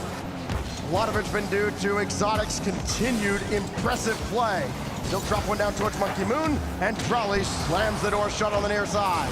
The other side of things for Falcons, Rawas has been there, almost a close chance, but it will be denied. GTRK trying to force this one mid, does get it down there, but Drolly will deny. And now Falcons are in a good position. They're able to trap the ball here. Watch when these players get on the ball. Sometimes that high nerve lets you throw away that possession away. But so far, everyone's been kind of keeping it close, playing a 50 game. Falcons kind of known for it, but they got a double come in for the save there. Now the Twins both up to make sure that stayed out. No follow-up out of BDS immediately. They take their time. Here's Exotic again, picking a spot. Rawas says no, but the net is open, and Drolly bounces it home. BDS strike first. Again, you spoke about Exotic, and you see him go into work here. He is able to pull off every single member of Team Falcons, makes the net as open as possible, forcing that double commit. That's the threat of Exotic. Now, Falcons down by 1, 2:20 to go here. It has not been a dominant run through this World Championship for Team Falcons. They proved to be vulnerable, especially yesterday. Killers has that ball towards TRK, but it's going to be Roas instead. Around the boards. No threat on the other side as it goes all the way over to Killers. Monkey Moon at least set on by. Crowley starting to charge in, but he turns off, and Exotic will keep it at the back. They're not going to dive in until Falcons give them something to worry about. Communication for Falcons seems really solid. They aren't overcommitting on offense. They do have some strong field positioning to just get that presence to BDS, but still, they're not sending everybody upfield. They're always keeping one kind of back behind that midfield line yet, while everyone who is in front is working to make BDS uncomfortable. But BDS still maintain a 1-goal lead, and Falcons may need to speed it up. They're getting beat to these midfield challenges, and Drawley on top of the ball, not able to do too much with it. Well, TRK was going to take his time around Monkey Moon, but Monkey Moon gave him none of it. So back it goes. Boy, how about the patience of Exotic? Not panicking at all. Would be so easy to do with all the pressure playing on the World Championship stage this late. Monkey Moon high, Exotic denied. Good faith on Exotic. Expected Monkey Moon to get the flip and follow it up perfectly. A minute to go, though. Falcons in trouble. Unable to really get anything going offensively. They have been able to keep up the field positioning, but BDS's defense has been very solid. We expected this series to be tight going in, but that's a good 50. Exotic was last back, dove perfectly in time before someone behind him could pick up that demo play. BDS have to maintain this 1-goal lead. Falcons trying to get out of their own zone, but that whiff on the side is not going to help matters at all. Now Exotic just playing the possession game, trying to bring it away from Killers, and now here come Falcons, all just diving into the BDS half of the field. They realize now is the opportunity. That drops down. BDS in trouble. Killers denied by Crowley. TRK and Roas. It's Roas who takes charge. 15 to go. Roas going low, and the shot from Killers blocked out. He was hunting. You can see him in the right spot. Chance here. TRK tries to drop it down. Does get an extra touch. Roas was keeping it. Killers goes for it, though. And now TRK, he's low boost. Roas has enough. He won't be able to get to the ball. Is there anyone there to keep this up? Killers does. And TRK off the respawn. Grab boost and dropped it low. Pop up high. Drawley with the 50. It goes off the corner. Can Roas get there? Does keep that ball in play. TRK pops it up high. Killers just waiting, hunting. He gets it through. No one's in net for BDS. Pass. No. It's Monkey Moon. Of course it is. He's the one to deny. But Falcons, no way. They're still keeping it up. This is unbelievable out of Team Falcons, and they may get one more shot. Out of the corner, and Killers blocked out. Team BDS had to play defense for an extra minute, it felt like, but still hold firm. But that is a great sign for Falcons, though, that fight towards the end. They are telling BDS they're not stopping until the ball hits the ground, and they made BDS look very uncomfortable, especially in those later stages. I think, honestly, if you look back there, that Monkey Moon save toward the end, everybody was low on boost. Drawley and Exotic hit a double commit. Monkey Moon, to make that decision, to go for the turn, get that block out, was actually everything BDS needed in that space, kept them in the game. This one, it's going to come down to those types of plays. It may be small in the moment, but it's a big-time block out. Imagine that, this late in the tournament, a 1-goal game as we look back at the Mobile One High Performance replay, and the only goal you'll see is that little bouncer out of Drawley.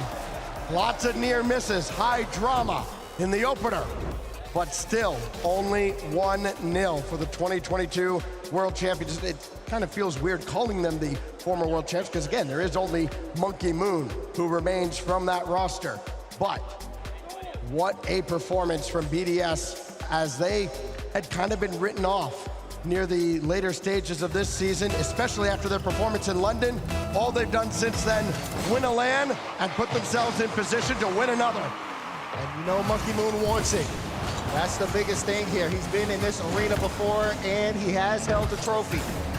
He would certainly like to do it again. But he's got to stop the red-hot Falcons, who have been dominating, especially more so towards the end of the London Major. They've been dominating all season long. TRK!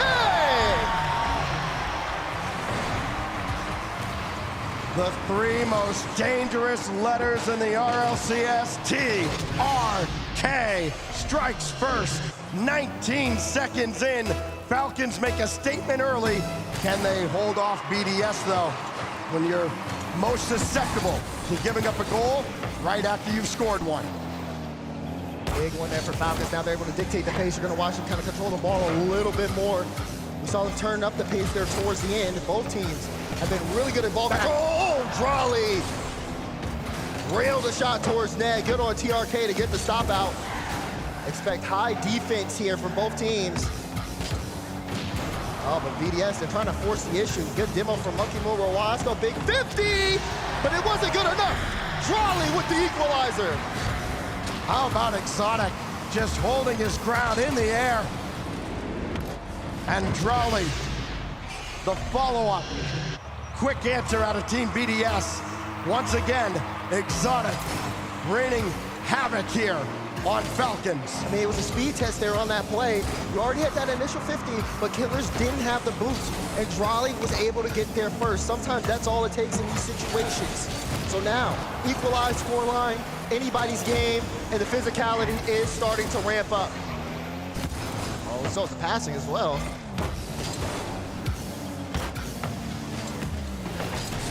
What else will we see out of this one? We know we'll see at least one more goal. Who will it come from? Drawley chasing TRK all the way to the back line. Killers, midfield. What? Yes! Oh, what a play! He said, go get it, and my goodness, did he? When does he jump? He's up so quick. I didn't think he was gonna beat Monkey Moon to that. He straight dusted him to it. Here we go. Falcons fighting back. After being held scoreless in game one, they are showing their fight in game two, but they gotta be careful because BDS still knocking at the door. They do have that quick hitter capability, but that one's given right to Ross.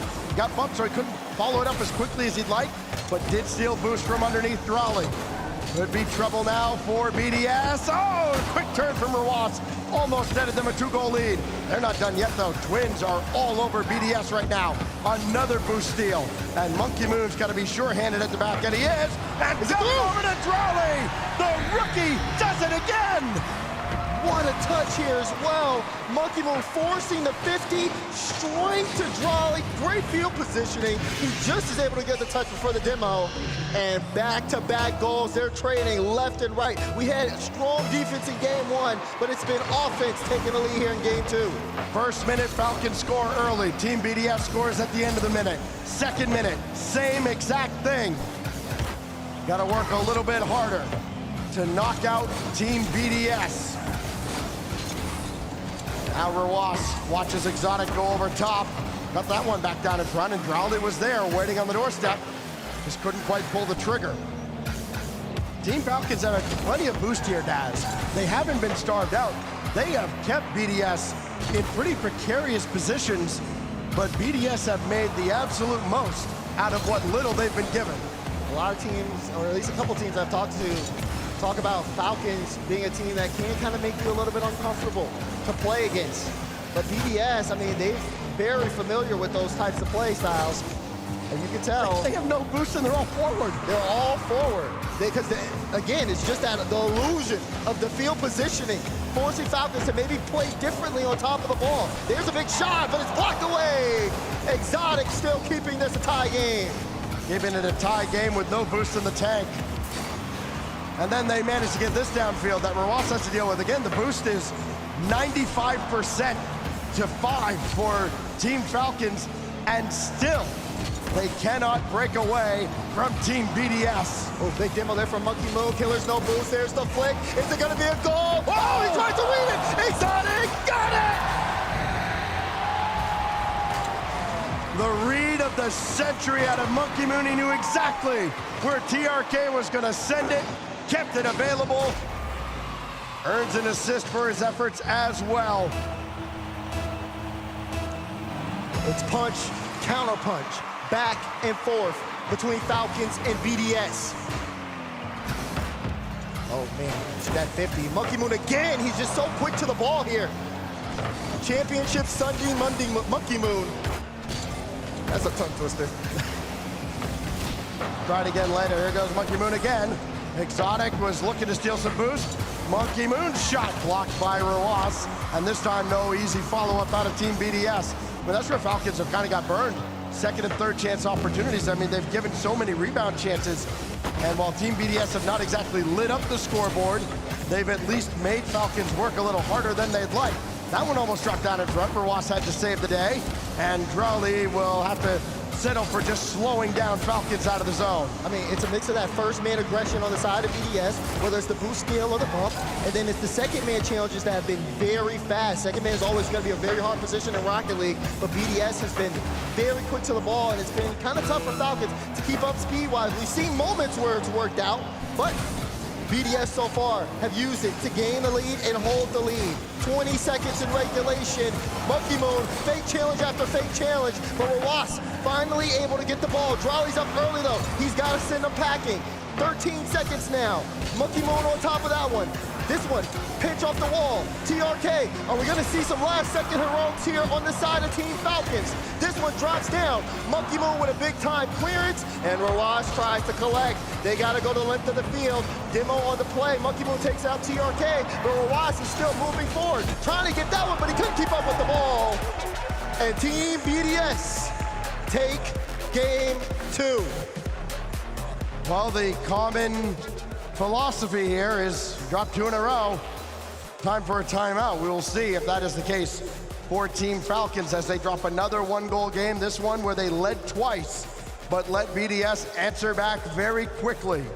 And then in the end, Exotic, the game winner. And Team BDS are halfway to another shot at the title. Hey, I mean, you look at BDS there. I mean, fantastic work offensively. The number is also kind of interesting here too. BDS, 7 shots from Drawley, 4 shots from Monkey Moon, 2 shots from Exotic. You look at TRK, 7 saves out of him and 2 from Rawas. Definitely a more defensive game on the side of Falcons, but it didn't feel like it for the first half. BDS started to turn things up after the second. I mean, the first half did take a long time for all the early goals that were going in those first couple of minutes. But then BDS hunkered down offensively and forced Falcons into the back end. Once they took the lead, it was just pressure, not give Falcons any space. As Monkey Moon, man, he almost scored that initial touch. Great follow-up from Exotic to give him the game. There have been a lot of questions asked about this BDS squad, and I mean, rightfully so. A lot of change coming into this season, especially. How good was this Drawley going to be? Well, that's been answered. He has been a superstar. How good is Cassio going to be as the coach? He has emerged as one of the bright coaches of the scene. Very rare for a team with this much turnover over the period of time that BDS has had to still stay at the level they have, and yet through it all they've done is finish at the top of the rival series, finish at the top of RLCSX, win the World Championship, go to another World's Final. Now they're 2 wins away from doing it again. And on the other side, Team Falcons, who have been oh so close so many times. They can get to finals on their home soil, on foreign soil. They haven't been able to seal the deal just yet.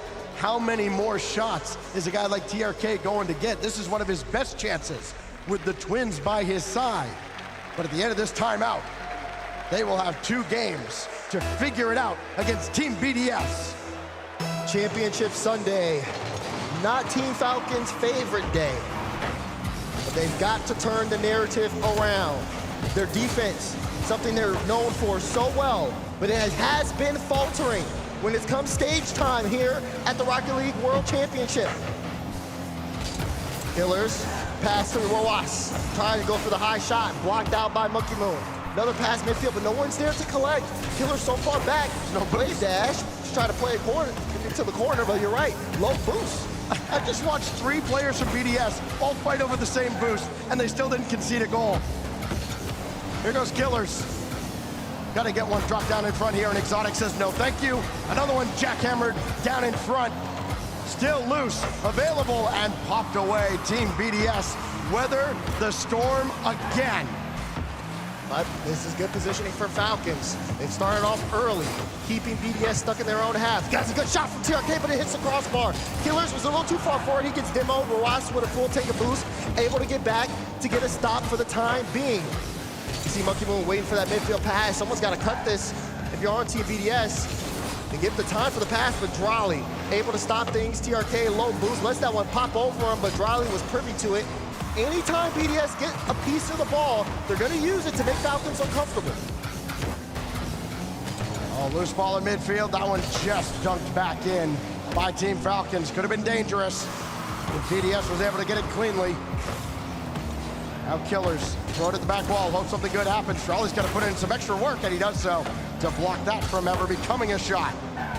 Another one thrown way downfield to test the Falcons. One of the twins at the back with TRK. It's Rawas. Had it drop down to Killers. TRK maybe getting a little too close.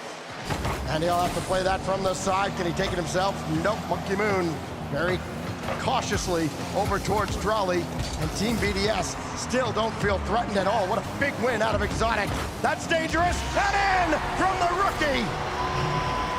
Drolly again. This one off of the assist from Exotic. TRK, a little bit of panic there as the ball rolls all the way over his head. Couldn't get the touch needed off that back wall, and it's an open look for BDS. We've seen time and time again, BDS offensive aggression, making Team Falcons a little bit panicky on defense, and once the net is open, I mean, it's just a simple tap in. That's all BDS have to do. Monkey Moon was trying to drop another one down in a favorable position. This time Exotic will take charge. Center ball. TRK just about gave it away to Drolly, but he couldn't force it through. Now back the other way. 2 to beat. Drolly coming in from the back. Exotic thought about going. Now he's on the back wall with Drolly. They got to sort that out.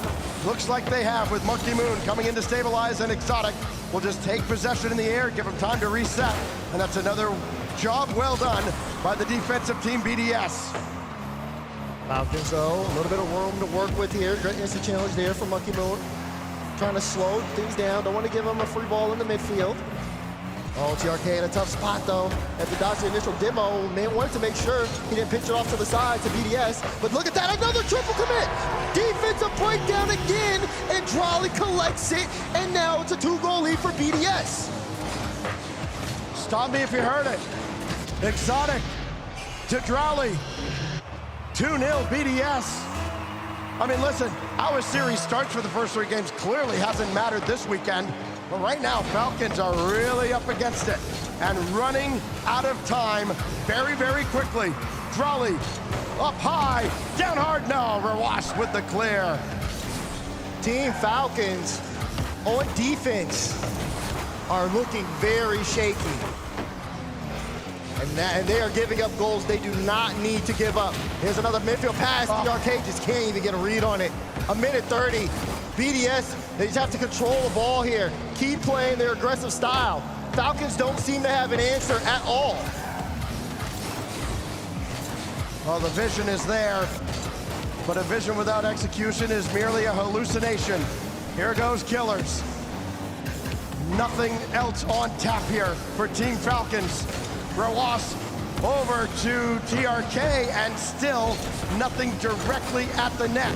It just kind of falters in front. There's a bump on the back wall. Another opportunity, but nobody on the weak side. And still, Falcons yet to capitalize on an opportunity here in Game 3. That's awkward for Exotic, and still he recovers to power it away. So much time killed here from the clock. Falcons gotta take it from around the field again. So much high energy early on in the series, but it does feel like they're slowing down. Can Rawas get this one midfield?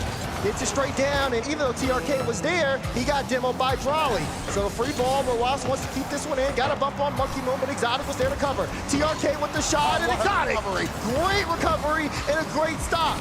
20 seconds left. Falcons just want something here, but it's clear BDS is not giving it to him for free. Matter of fact, that net is looking wide open. Flips down the field, and won't matter. Exotic gets the goal. 3-0 in Game 3. Another resounding statement from Team BDS, who are about to be 5 minutes away from another shot at disappointing North America here in Texas. Final countdown of victory lap in Game 3 as Team BDS inch ever closer to the finish line. Time and time again, the phrasing I would constantly hear is Falcons are the best team in the world until they get to the grand finals. That is not the case right now. I don't even know what we just saw out of them on the back end. You're going up against a team like BDS. Of course, BDS are familiar with this matchup. They've had that preparation. They've had prior LAN experience on this matchup as well. And they are coming out and making a statement, not just to Team Falcons, but also to G2. And when you look at it, I mean, you look at the simple stats, right? The shots, those are the easiest thing to look at, and you go, okay, clearly BDS must have so many more than Team Falcons, right? No, not the case at all. There's only one game where BDS has vastly outshot Team Falcons, but they're taking advantage of the opportunities that have been presented to them. Whereas Team Falcons, they have the shots. I mean, yeah, TRK had 5 shots. He's scored 1 goal in this series. Again, when they get an opportunity in front, they don't have the follow-up. And give credit as well to the defensive team BDS, Exotic and Monkey Moon especially. As great as Drowley's been on the offensive end, they've created some messes and cleaned them up themselves. 1 win away, Team BDS from another date with G2. We've seen this situation so many times in this building. A team goes up 3. Oh man, what a save. Hold on, Monkey Moon. Oh, Drowley went a little early. Falcons though, they're at 0. Rawas will force Exotic back. They can get boosted up. Like I was saying, we've seen a team go up 3-0 in a series, and then all of a sudden we're in Game 7. Will that be the case here? Can BDS close it out right here, right now? If Rawas makes the shot, it's going to make it a lot harder. Falcons on the board. A rare miscue out of Exotic as he went flying by. An awkward ball at midfield. They find Rawas for a much-needed early lead. Falcons' leads have not lasted very long in this series. Can they make this one last when they need it most? Killer's trying to get that double commit onto the side. You see Rawas now. Playing this high on the sidewall. Wanted to see if Drowley would clear it into him. Drowley instead tries to switch the play, gets it to Monkey Moon. Good clear there, forcing Drowley to use a lot of boost. Rawas doesn't have any, so he's waiting on the pad. So Killers will go up for him. TRK able to assist. Rawas moving up midfield. He's playing that right side. Killers on the left. BDS stuck on that back wall, trying to clear the ball out. Monkey Moon able to buy some space.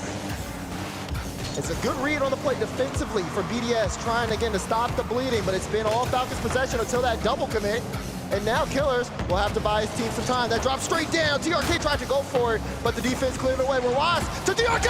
Oh, what a redirect! When you need it most. Boy, the vision out of Rawas. Knowing TRK is right there, put it on a dime for him. Needed that desperately. 2-0. Surely this one can hold. Maybe another. Rawas, no. Follow from Killers, just a touch too slow. Now, again, another closeout game. We're seeing the team down start to show some fight. Great offensive performance for Falcons that were actually connecting on the pressure. But they got to be careful not to overextend. Exotic, he did get that demo. There's no one in net right now with full boost. Drowley could get a high flick, but Rawas challenges to cut off the play. Exotic, quick turn with the midfield boost. Left it for Drowley, and the save made. No follow out of Monkey Moon on target. It was easily blocked. Now Killers just ahead of Exotic. Team Falcons settling in now. In the game they absolutely must win. Will it be enough? Oh, Drowley almost won that one too. Good tracking on the play. Expected to get where the clearance was going to be, but it wasn't enough. BDS still need 2. Falcons would love to camp out on this end of the field. Here comes the follow. TRK blocked by Exotic. So close on some of these plays. Big time clears. Drowley's actually up for that. Got a redirect, but TRK on the back wall. Now it's Rawas, he's got a double. Does he get it? Bang! This is the Team Falcons everybody talks about as one of the best teams in the world, maybe the best. But they still have a long way to go to prove it. 3-goal lead, biggest lead anybody's had in this final, matches what BDS had at the end of game 3. Watch out, exotic, awkward, Rawas. He's gonna play it away, he can't wrap around the ball. Defense is gonna get back in time. We may see a shutout here. Falcons keep up this performance. BDS starting to see them dive aggressively for the play. 1v1 situation, TRK 50, is it through? No, BDS able to deny. Oh, watch Exotic. Oh, wait, he's going all the way around. Oh, right through the line. Oh! Moon gets one back. They took it right back and gave him the same situation. Look at Exotic, cut right through the defense. Great 50 in front, and Monkey Moon able to find the target. Now it's a 2-goal game, and BDS, it's still in their favor if they can get something quick. Monkey Moon turned up, but it was skied high. Exotic got to read it. Can't catch up. TRK gets it right back. That's exactly what you need if you're Falcons. Look at this, great touch from Killers before the demo. TRK, another great shot out of him. Exotic just couldn't read it. Back to a 3-goal lead with a $1:36 to go. Ross bumped from following. He's still going to stay with the play, but watch out. This is a quick counter out of Team BDS, and Killers is there to shut it down. So now, for Team Falcons, to settle in just a little bit. Maybe not let their guard down as much. Got to be feeling real confident now that they've lit up the scoreboard to some degree. Probably blocked by Killers. A lot of those shots that were not blocked in previous games. Team BDS finding a lot of Falcons defenders instead. And also conceding on the other side, and almost did so again. Monkey Moon can't get that one quite through as TRK and Killers combined to fend him off. Man, you are starting to see Falcons just get a little bit more confident, a lot of trust in each other. They're able to connect on really strong pass plays, and there's not too much panicking on the back end defensively. 40 seconds remaining. 3-goal game in favor of Falcons. And BDS trying to search for something here, but they are sent packing. Been very aggressive on the offensive front for a while, but that one, almost on target there for Killers, just going past the goal line. Time is starting to tick down, but this one does look like Falcons finally starting to turn things around. Better late than never. When you still have a life, you'll take it. Killers tried to get them back to TRK, and what can you say? Team Falcons, another team here on the World Championship stage in the final weekend of the season that's gone down 3 and started to claw their way back. 1 down, 3 to go. In this situation, you got to take it game by game. And that's exactly what Falcons do in this particular situation. Great offense out of them. Assists from everyone. As Rawas shot 2 for 3, TRK 2 for 5. Falcons get things going. And BDS actually started to look really awkward for the time being. It just felt like they were playing catch up as Falcons dictated the pace. In the RLCS, Team BDS has not beaten Falcons on land this season in 2 tries. Again, you have what happened in Riyadh at the Esports World Cup, but this is a different stage. And that might start creeping into the minds, if not of the players, certainly of their fans, of, well, wait a minute. How are we actually going to extinguish this team? Still need 1 more game, and as other teams have found so far today, getting that last win to close out a team at the end of the season is oh so difficult. Yeah, because in those first games you feel so comfortable, but then when it comes down to it, you know, okay, this next shot, this next goal could put me in the grand finals. It's a little bit of extra pressure, especially when you got the entirety of Dickies Arena watching. Here we go, game 5. G2 waits in the wings for whoever emerges. Could Aquadome be the final resting place for the Team Falcons season? Not if TRK has anything to say about it. That's pushed wide. And now Rawas throw it up there. Monkey Moon just lob it off. That is not great out of the BDS defense, but it's well enough. Here goes Drowley, and Killers makes the save around the interference. TRK, oh, looking for Rawas and could not connect. Now it's a numbers game here. White Drowley, nice pop, trying to buy some time, forcing Killers off to the side. Monkey Moon wants to keep that possession, but TRK tracks it. Not the best touch there off of Exotic, and Drowley wants to keep this up. Here's Killers though, good first touch, and Monkey Moon will clear away the danger for now. It's a good job by Exotic as well, trying to screen off the oncoming attacker. Demoing the net though by TRK. And that hindered Team BDS at all. Rawas so far back, will dive into the play. That is network for Exotic to address, and he does so as he has throughout most of this tournament, expertly well. Now still Falcons with the pressure. TRK off that back wall, and Killers was there. He's trying again. Look at this, doesn't really leave the play necessarily, just tries to go up the wall, see if he can get a better approach. Falcons still hungry. Execution's been better. Yeah, Team Falcons for sure. They're actually testing BDS, and those shots aren't getting aggressiveness there. Oh, what a save by Monkey Moon coming back. And now Exotic back the other way, only Rawas to beat, and he can't. And sometimes you're seeing this from Falcons though. That aggressiveness can sometimes lead them low on boost. Rawas had to track that ball with nothing in the tank. He can't afford to be in that position again. Killers though, pressing the pressure. Ball in front of the goal line. It's Exotic who will clear it away. Oh, watch out, Exotic on the other side. Can he line this up? No. And it's Drowley's floater that sails away courtesy of TRK. Still scoreless through 2 minutes. Relatively tame compared to the last couple of games. Like that from Killers. He saw Rawas going up, decided to leave it for him. He was going to get the follow-up and then used it to keep this ball on BDS's side of the field. They're trying to play it around BDS, forcing them to use boost and maybe waiting for a good opportunity to hit the pass or throw something off speed, maybe even a fake to set up a potential shot. Halfway through game 5, that's a great drop to TRK. Got it! Falcons in front. Got so many options to cover. Killers had a choice. Able to find TRK, who steps up in a big way. 4 goals now in the series to lead his squad. Can he continue leading them back from the brink of elimination? Monkey Moon just trying to delay. That's all they can do against Falcons lately. That ball's right on his head, and he's got plenty of boost to play that from the back, but he's burned most of it already. Monkey Moon against Killers. Easy stop.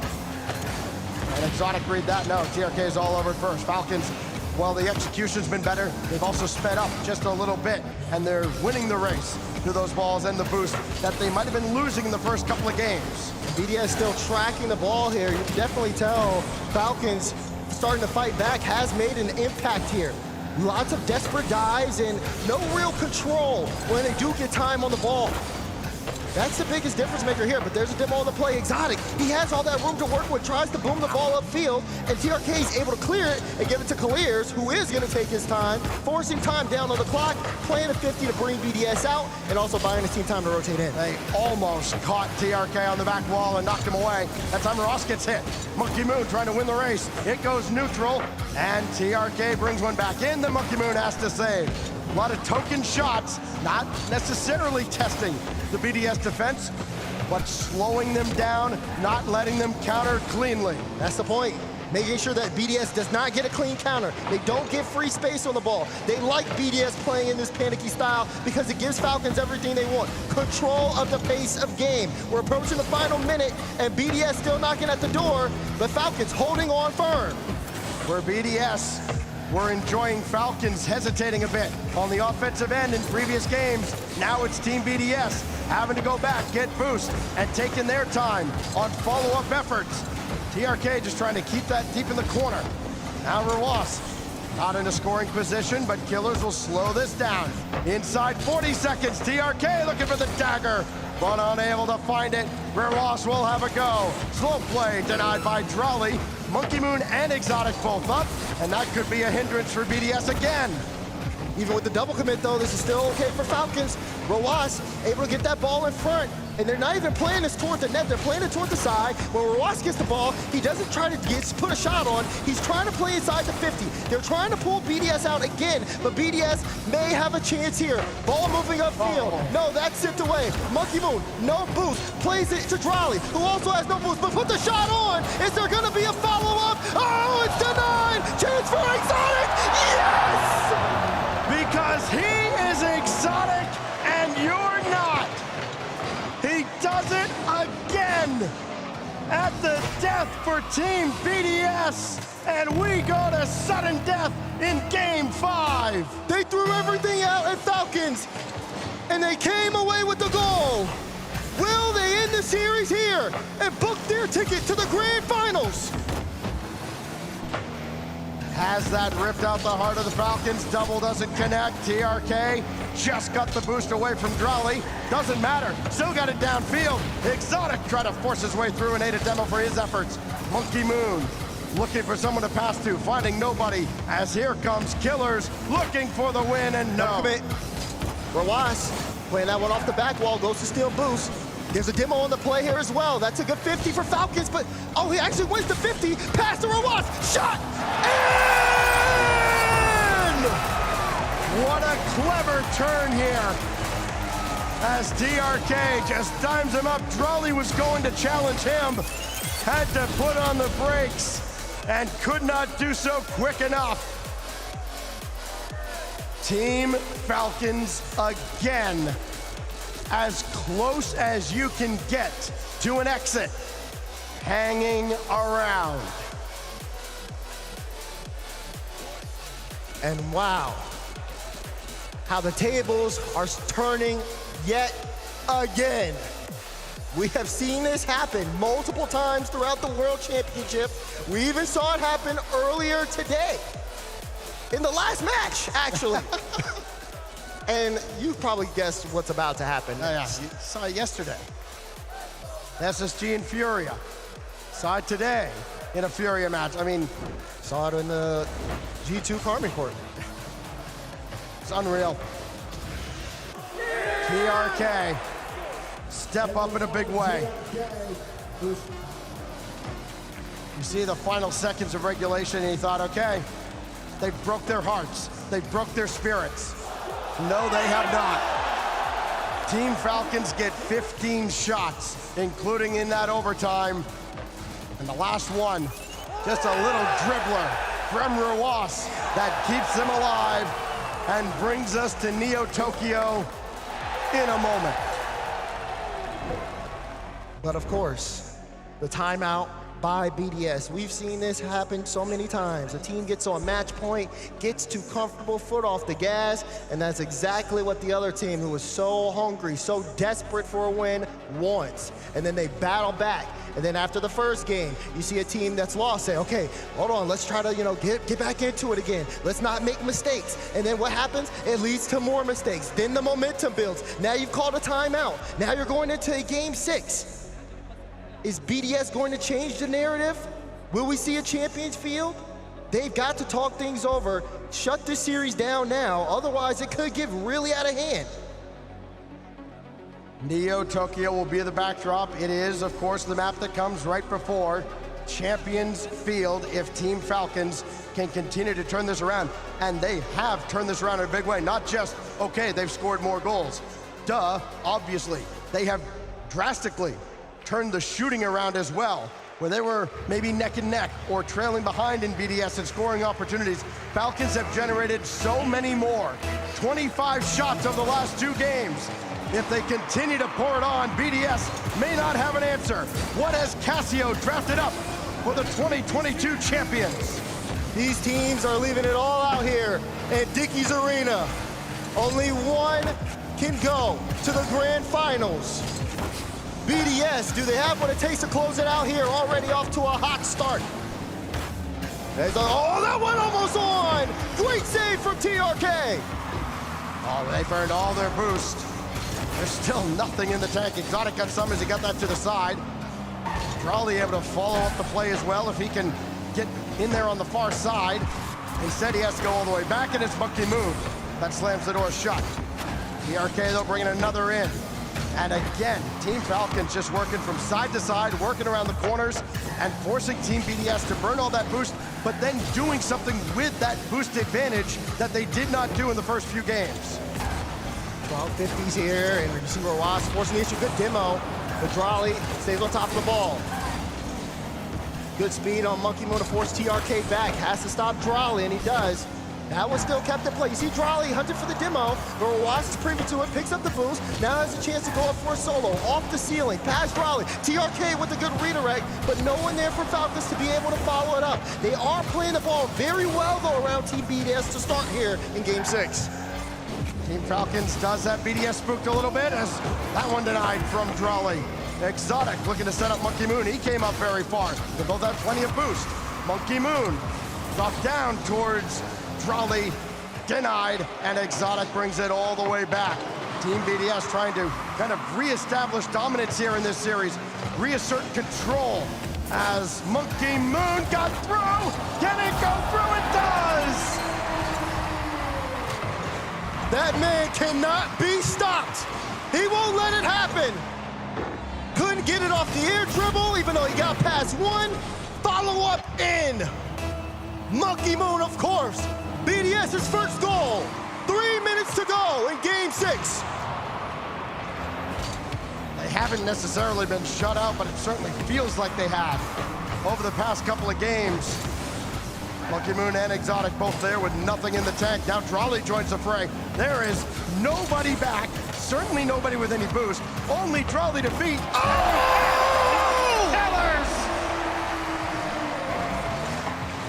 Roas spots the twin, and the connection is good. What were they thinking? They all came up with no boost. There was never a chance that Drolly was going to stop that. Team BDS have let Falcons right back into it. It's a gift here in Game 6, and you can't afford them at this stage. Oh, but you see Falcons getting more aggressive. Here's Drolly playing it off to the side. Good speed for Monkey Moon to cut it away. TRK sees Exotic. He pulls off. Clears has a better challenge. Monkey Moon's got to get back there. It's going to roll towards the net. Monkey Moon missed it, but Drolly able to bail him out. Watch the counterattack. It's Drolly. Has it. Exotic waiting for the rebound. Drolly actually kept that close. Over to Monkey Moon. And TRK, the easy save. Looking for an outlet and instead only finding Drolly. Team BDS trying to serve up another. Monkey Moon high and wide. Monkey Moon, clean shot. He won't get too many opportunities like that. Exotic putting one on, but it goes straight to Killers. We may have to look at that one again if Falcons force a Game 7 here. Oh, watch out. Killers is there. So is TRK. It's Killers who strikes again. 2 unanswered from Mina's royalty. And Roas again with the assist. Great speed to beat out 2. Drolly with 0 in the middle of the net. It's just a clean shot. That's the Falcons' pressure. They're starting to ramp up here. Shot after shot as Drolly barely catches up with that right off the kickoff. Team Falcons have just buried Team BDS under an insurmountable volume of pressure. Whoa, Exotic went flying past this. Only Monkey Moon to beat. He will make this stop and at least clear this out of harm's way with a demo on Killers, who respawns on the far side. Monkey Moon to Drolly, and Roas is there for the stop. They have starved out Drolly now in this series. He's been incredibly quiet. TRK just making sure he gets to the ball quick. Wait, that's open. No, it's not. Drolly able to battle back in time. A minute to go, though. BDS moving upfield. And they are charging all the way through. They are charging through Falcons! Get on out of here. TRK watching a charging Drolly just spin him out. 51 seconds. Can BDS find one more? This is so tense. Roas trying to grab it. You see Exotic, great cutout. Again, forcing Falcons back. Things might start to slow down here. Both teams at this stage of the game, no one wants to make that error. No one wants to make the mistake. But someone is going to have to go. That's a good bump. We're one for the lead. Falcons in front. It has been the freest thing from the backboard. What a bump. And Roas has Falcons in front again with only half a minute to go. That bump has been incredible. The Twins have been just locked in this game 6. Back-to-back assists and goals between the two. 20 seconds to go. BDS not done yet. Almost got through. Killers with the deny. Final 15. BDS needs an answer or we go to game 7. TRK tried to deny. Roas, boom it away. Empty net. Good night. We'll see you on Champions Field. One last dive. Exotic wanted to get there in time. They sent everything, but it was not enough. 3 seconds left unless we see something at the kickoff. We're going all the way there. Time ticks down, and you all know what's coming next. They want to get one more, but it just will not matter. Buckle up. 3-0. 3-3. Game 7 on the horizon. Both teams have burned their timeouts. We will go directly to Champions Field to determine who gets G2 in the 2024 World's Final. Would you have it any other way? My goodness, this series started off so one-sided, but as Falcons brought it back game after game and pushed BDS to the brink, nothing else matters from this point on. You have 5 minutes on the clock, and if you're BDS, you gotta get it together quick. If you're Falcons, you gotta stay locked in. It all comes down to this. 3-0 leads in this tournament should come with a choking hazard. Everybody's been perilously close. And now, just a few seconds away from the 2 best words in our great sport, Champions Field. I gotta see how we feeling out there. We ready for game 7? Winner gets G2. Here we go. Monkey Moon. Set up. It's a good one for Drawley, but all he can do is just kind of dribble it over towards Roas. Turn on that though. Right all the way to the side. Exotic is waiting. Important for everybody now to try to not do too much. And that might be tough for Drawley, who had so much success, but he's a rookie. Never been here. A chance for greatness, a chance to make a statement. Who's gonna make the first move? Monkey Moon, up to the sky. Got Drawley in the assist, has Exotic on the wing. But TRK sits there with the nod. That's a good touch. So Killers, he'll end up having to receive this pass from TRK as he gets the clearance. And Falcons get away with it for now. That battle for midfield will ensue though. Who's gonna maintain possession? Exotic with the double. Straight to Roas, but the clearance goes downfield, and Monkey Moon's gotta slow Falcons down. Oh, Drawley, turn, and he scores, everybody! Caught out by Falcons, and Drawley, who just happened to still be down there. And you know, as soon as you saw Monkey Moon last back, Falcons started charging, but he was able to turn it around. Like you said, Drawley in the great spot, and the rookie gets the first goal of game 7. BDS setting the tone. And if BDS were going to stave off this reverse sweep, that's who had to get going again. And what better confidence builder than being in the right place at the right time. And watch out, Monkey Moon's gonna clear that one away, and has got Killers all the way downfield, ready to trigger it right back in. You see Killers just playing it close. He has someone in the midfield, tries to dish it out, but Falcons kind of a little bit far back. No one wants to go too early. Just scared of those long clearances, scared of the overcommits. Good fake out, and Roas now playing that one. Good speed from Killers. There's the double. You see the pre-jump for TRK. Oh. He jumped too early. He wasn't able to make contact with the ball. It could have been a tie game. A net so open, nobody could miss it, except once in a million. Now Drawley gonna take his time. Confident win. Just about got through another. Exotic trying to serve one up, but Monkey Moon cannot go. TRK will have it at his mercy. Verwas starting to dive in as well. Grab the corner boost. There's Killers, and we're not tied just yet.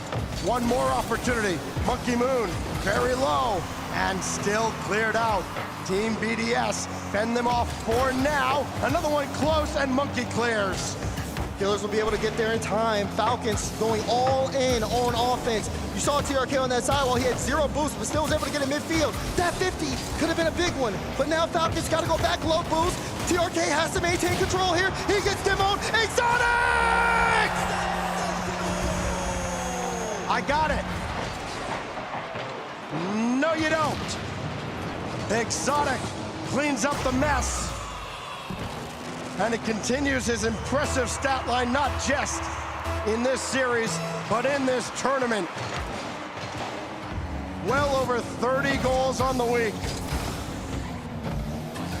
MVP caliber for sure for Team BDS. 2 goals to the good. TRK and Verwas running forward. Killers waiting for a pass. It does get there eventually. Killers got to do some more work. Great pass! Nice shot! Back within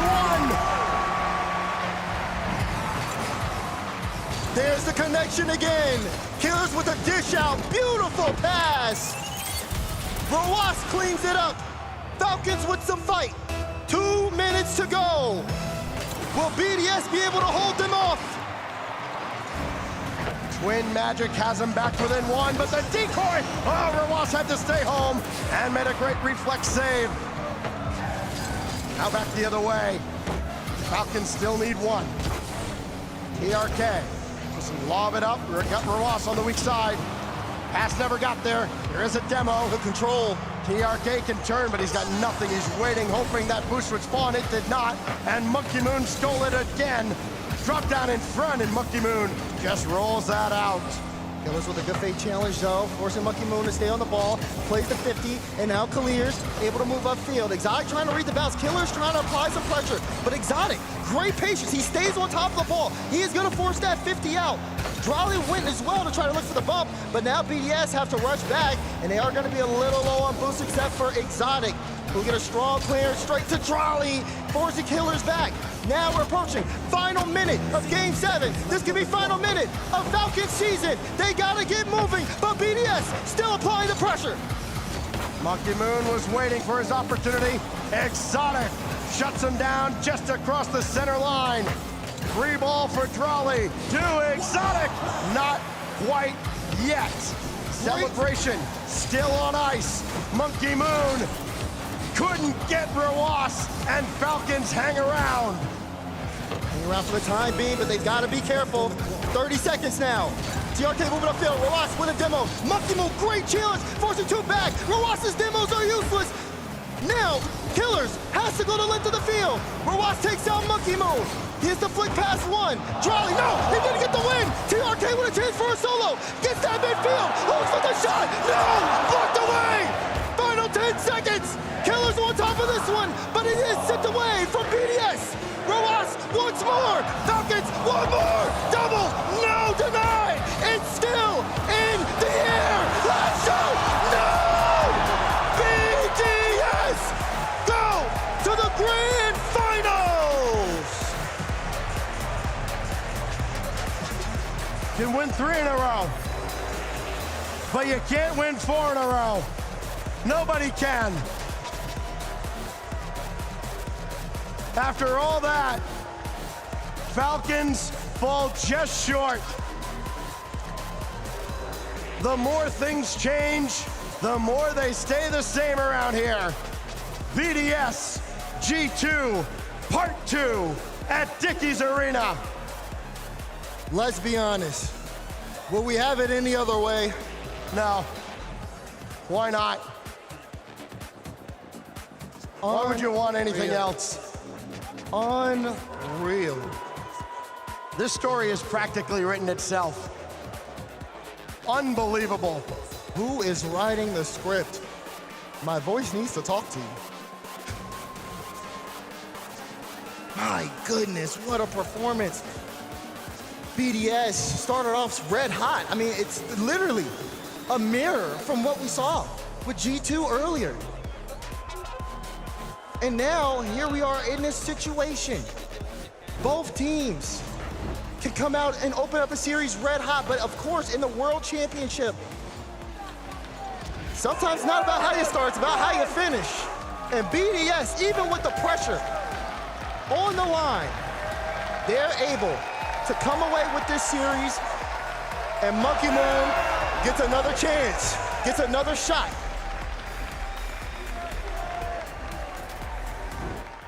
After an intense hold-off against the Falcons, it's BDS with the victory.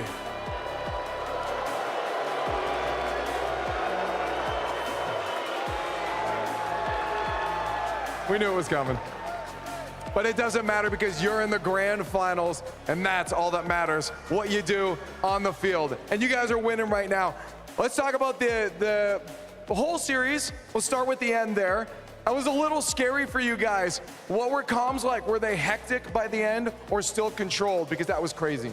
Alors si on revient sur la série, sur la fin de la série, est-ce que au niveau des communications, c'était un peu shaky? Est-ce que c'était un peu perdu? Ou est-ce que vous avez réussi à garder votre calme sur la fin de la série? Non, on a surtout réussi à garder notre calme. Je pense que c'était le plus compliqué parce que on est en demi-finale des Worlds, on essaye de passer pour la finale et on était un peu stressé, mais il fallait garder son calme.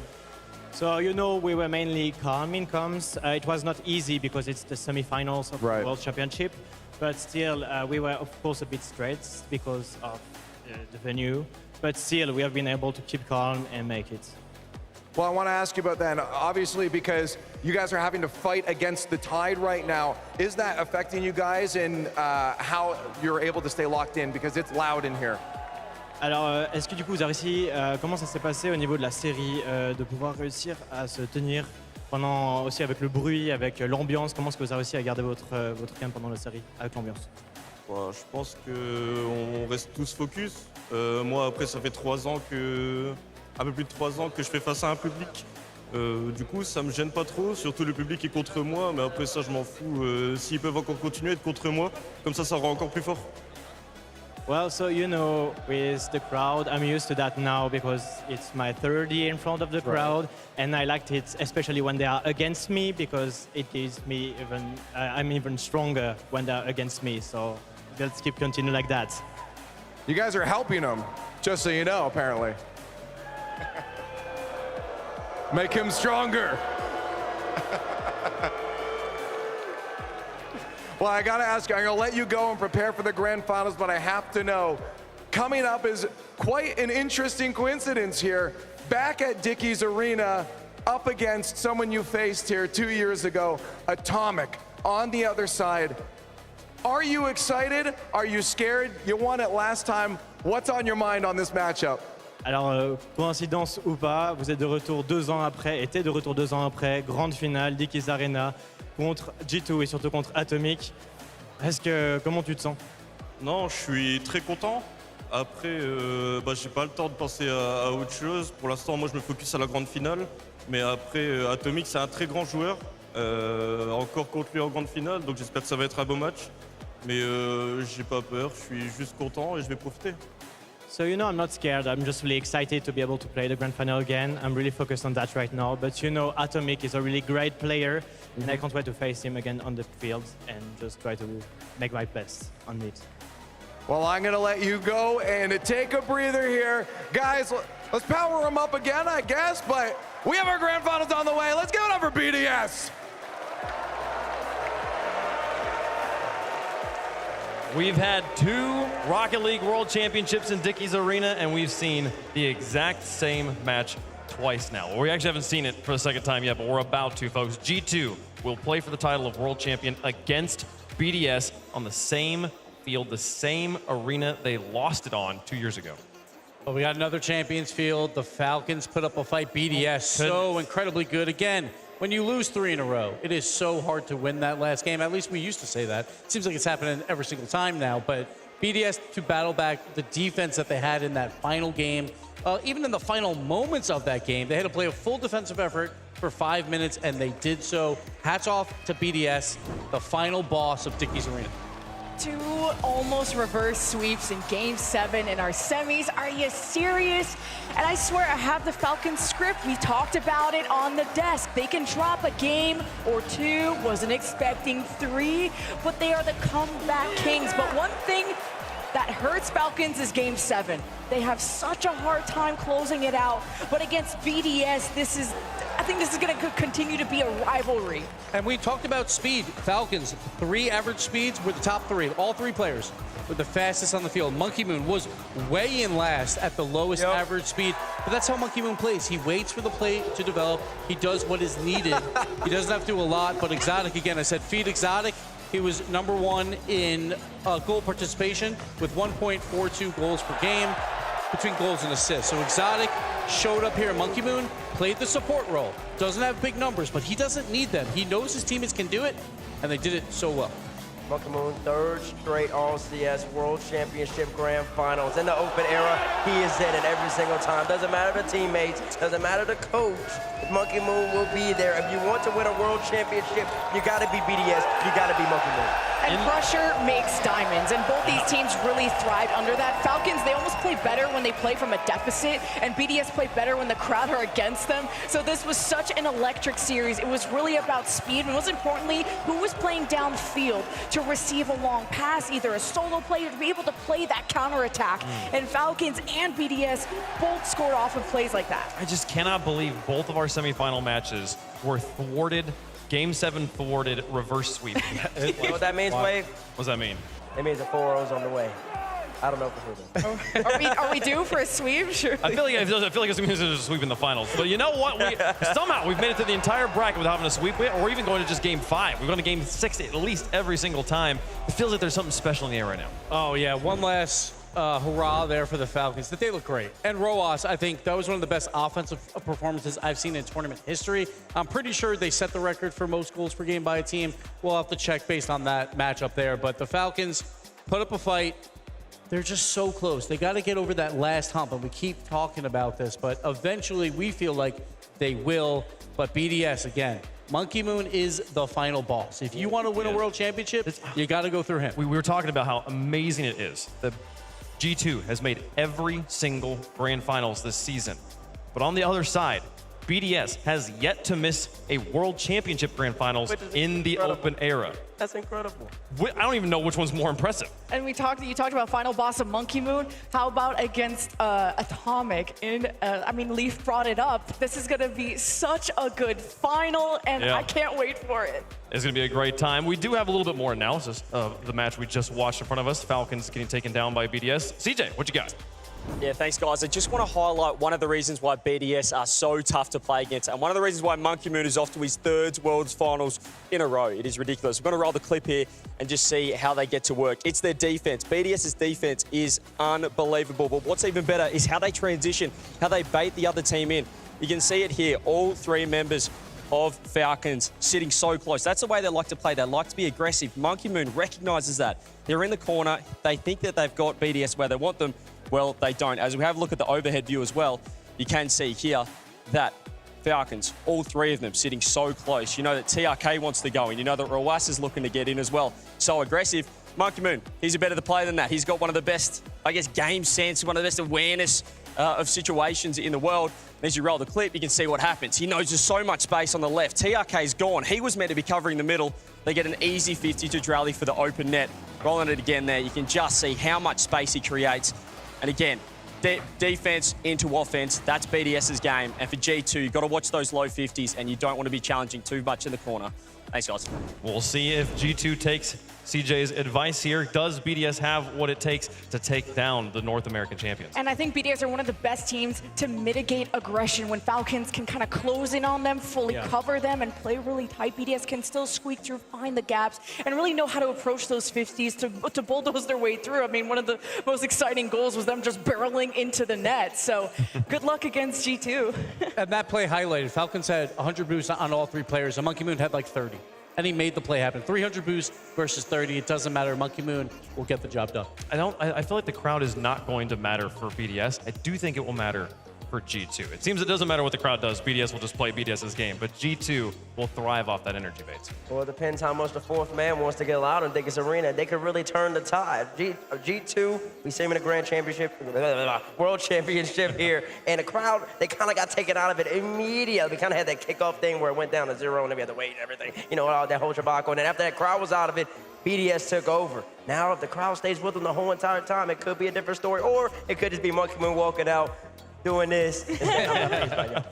We'll see, folks. We have played through 6 days of competition to get to this moment. Team BDS versus G2 for the title of world champion. And we were only 4 games away from a full bracket so far, all champions field. That's how close all these matches have been. Again, any of these teams could have potentially won this. It comes down to those moments on champions field. And right now, BDS and G2 are the 2 teams that are doing best there. Best of North America versus the best of EU, but both had strong starts, but can they close out? Both with the game 7s, do they even still have energy left? There is so much left on the line to play for. Only one more match left, and it's the one we've all been waiting for. We're going to take a bit of a longer break while we let the teams get ready on the stage. We'll have the grand finals of the Rocket League World Championships of 2024 coming up next.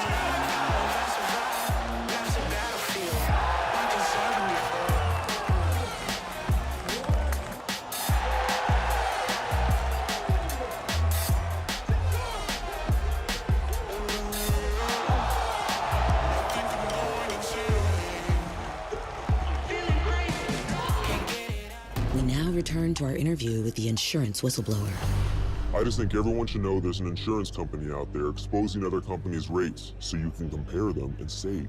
Sounds like trouble. It's great, actually. It's called Auto Quote Explorer from Progressive. Here, look. See? We show you our direct rates and their rates, even if we're not the lowest. So, whistleblower usually means you're exposing something bad. I thought it meant calling attention to something helpful. You know, like, toot toot, check it out. This thing's the best. No? This is the opportunity, the dream that you set upon yourself. Here we go.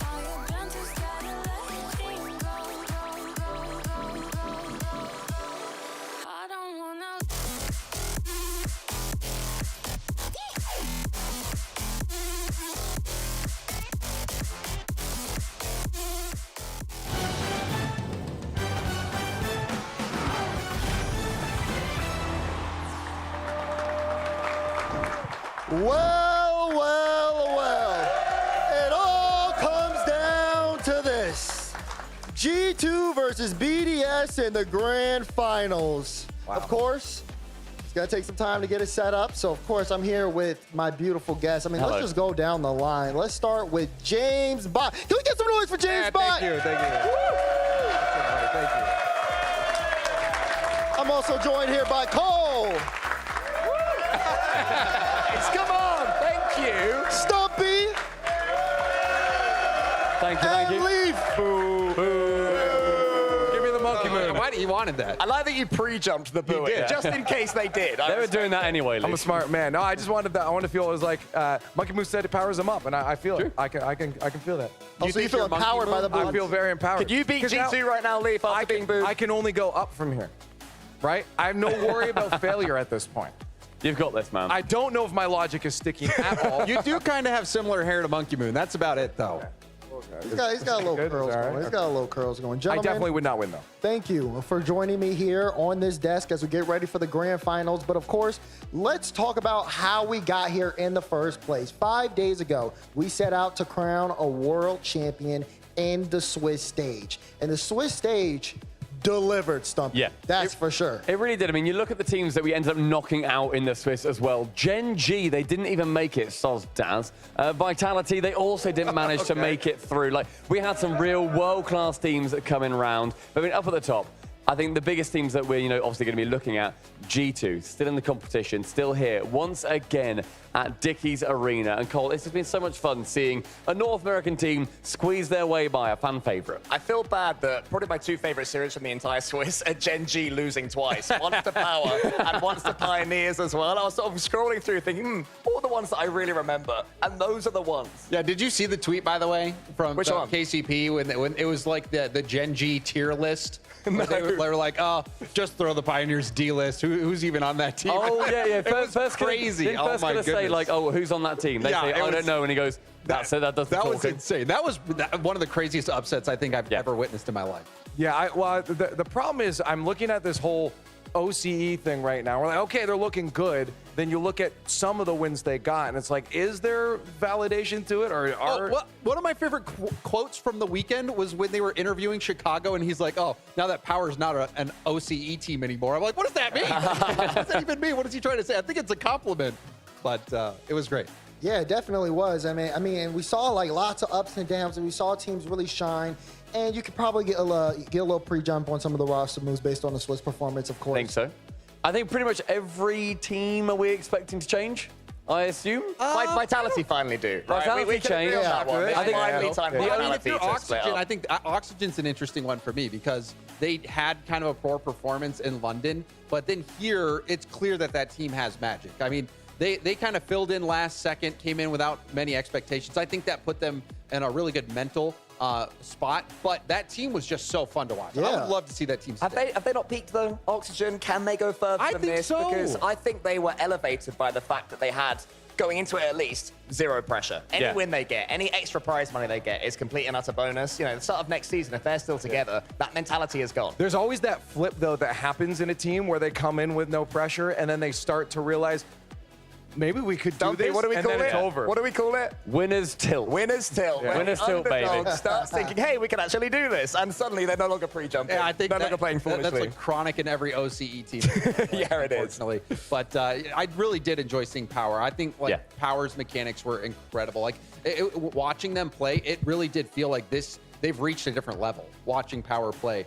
But then, it's crazy, like Stack said, the more things change. Yeah, the more things change, the more things stay the same. We're sitting here with BDS in the finals again, but also Monkey Moon, who, even if he doesn't win this, might go down as the greatest of all time for what he's been able to put together in this open era. I'd like to just direct a question to the crowd, if I can. I'm going to name 3 teams. You cheer if they should change, or, no, boo if you don't think they should change, all right? So we'll start with Vitality. Should Vitality change? Okay, all right, that's the only cheers for a French team so far. Yeah, it's true. This is so toxic. I'm facilitating it. Low-key. Okay. Second one, Gen G. What are we thinking? I have a third big hitter. And maybe it depends on what we see the result here in the grand finals. G2 Esports, should they change? All right, they're locked in. So just to confirm, G2. I'm trying to catch you out. You didn't fall for it. Call it. You didn't want to mess that one up. They're like, we better not say anything. Like, what do we do? What do we do? It's America's only home G2. Somebody on social media just clip me saying G2 Esports, then the boo, send it to me, and I'm going to farm with that. All right, cheers. Thank you very much. Bro is farming. Stop, okay? Listen, there have been, of course, like you said, a lot of things change and some things stay the same. But yeah, even with this Swiss stage, this was something completely different. We had the Swiss into the tiebreaker round, and we got to see how that played out. We also got to see a lot of teams play in front of a crowd, too, for the first time, like the Pioneers. And you can see how much of a difference it makes playing on stage. It's so good. That's a team that definitely needs to be on stage a lot more often. I mean, you see Super Lucky popping off. That performance was unlocked. It was Fiber for me. Like I had to like mentally just say, I'm sorry, Fiber. I apologize. I didn't know your game. Like you were. Fiber was subbed. Bear in mind, like for the final 3 regional events in OCE, he was subbed out for the coach. They then bring him back in for Worlds when they qualify, and he's in their best player. What an amazing final round for him in 2024. What we've learned is that he's better at playing Rocket League than he is at stepping up on steps, though. Yeah, very true. That wasn't quite a tumble. I tripped over the lights just earlier, man. Yeah, these guys saw that. These guys saw that. We need a caster compilation of everyone just failing miserably. Well, the one other moment I thought was really cool from this event was the limitless 0-second goal from To Die For. Yeah. That was one that I'm going to remember. I mean, yeah, I think everybody also just seeing the fact that, you know, a crowd, well, you guys were cheering for Limitless, for Pioneers. Power got to a crowd as well. Yeah. It was so good to see. Like, even just for those guys thinking, yeah, you know what? That's now my new aim. If we don't do this again for some reason, it gets taken back, they will have that thing to remember of, I want that moment again. And it was beautiful to see. Yeah, you know, you guys have been loud all weekend. Give yourselves a round of applause. You guys are doing great. I gotta say, it's not even just the loudness, it's the general vibe you get around the positivity. There's a couple teams, not, but for the most part, it was always, let's pick a team, let's cheer for them. Someone's got support going behind them, which I think is just huge, especially for the players in the moments that they're going to remember from It's in good humor as well. I mean, even the players and the teams that are being booed. Monkey Mood is not upset. He's asking for it now. He's exactly. Like shooing the crowd away. Come on. Exactly. That's credit to them as well, knowing how that comes from experience, right? It comes from experience of being favored and then not being favored. You have to know how to play for both, and that's part of this sort of world we have where we hop between different regions for these lands. I do want to hop on and say, too, I know you got to get your cars after. No matter who wins, though, make sure you're here and you stay and you support them for that trophy lift. It's a big moment. We're here to celebrate Rocket League. That's still Rocket League. Yep. Beautiful. Absolutely beautiful. This is Rocket League. I heard that. There were like 4 people clapping leave. Let's take a look at the bracket here as well, because again, the bracket was a little bit different, of course, due to the tiebreaker on the Swiss stage, and of course, due to this kind of hybrid playoff bracket, things were a little bit different here. So, I mean, this is we've played the games, we've come down to it. Obviously, of course, I want to get your guys' thoughts on this. Let's just talk about it. Team BDS versus G2 Stride. Let's go around. How do you feel about it? Oh, sorry. I was looking that way. I need you to look at me. I'm pointing to you. Well, G2, I'm happy because I didn't get to come to Dickies Arena last time. So I didn't get to see this matchup happen. Now, obviously, there's 4 players that are different in this matchup. But I kind of feel like I get to relive this matchup going into the grand finals here. What'd you think? Score. What? Score prediction. Who do you have? Who will win? Who will score more goals than the opposition leave? We have like 30 seconds, mate. Be quick. It's going to be. Oh, I gotta say G2, right? Okay.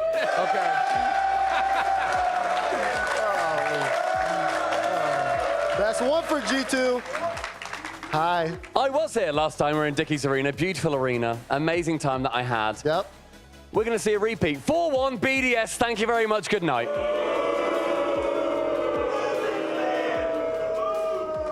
Listen, I said it on the first touch desk. I'm going to say it again. Give me G2 Stride. They got to do it this time. Come on, G2. Do it. You're America's last hope. I'm going to do a wave punk, make things interesting, and split the desk up to now. So I'll go BDS, and then that means that James, you are the best of 5. Wow. All eyes over to Jamesy B. I have been wrong all day. I have been wrong all day. Please pick G2. Also, I've watched every single World Championship. I am shell-shocked by Europe. I fear Europe. I don't even want to have hope that G2 can win this. I want them to win so bad. So, since I've been wrong, I'm going to go Team BDS. Wait, sorry. Yeah, that works. There's being on the fence, and then there's that. James built the fence.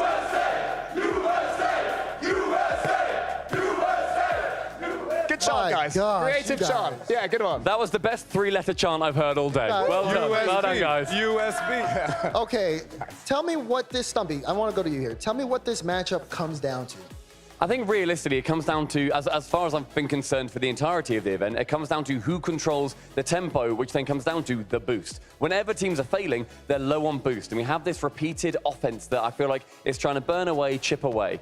G2, their main thing is they don't take the quantity of shots that a Karmine Corp or BDS do. They go full quality of shot. To get that, they need to make sure that they just don't be giving boost away. They need to keep swiping past, grab some, have that sustained offense, and then you can take one shot, one chance, and you have to take that opportunity. I agree with that. Wait, who was that? Was that? That was me. Okay. I was going to say that both these teams have beaten each other in best of 7 so far this season. I think this one actually comes down to energy, and I don't mean sort of spirit. I mean exhaustion. I mean, G2, they've already played 14 games. They've had the overtime. They had the game 7. Team BDS is shattered as well. Who actually can keep their energy? You know, I don't know if I enough? buy that, though, because we've seen such big lower bracket runs. Sometimes you get in the zone, because I thought G2 was going to fall. Like, I didn't even have G2 make it into the finals, hence me being wrong all day. Yeah. So, but I think it's going to come down to putting away the easy chances, because that's what it came down to the first time these two matched up. We all saw that crazy play on the goal line.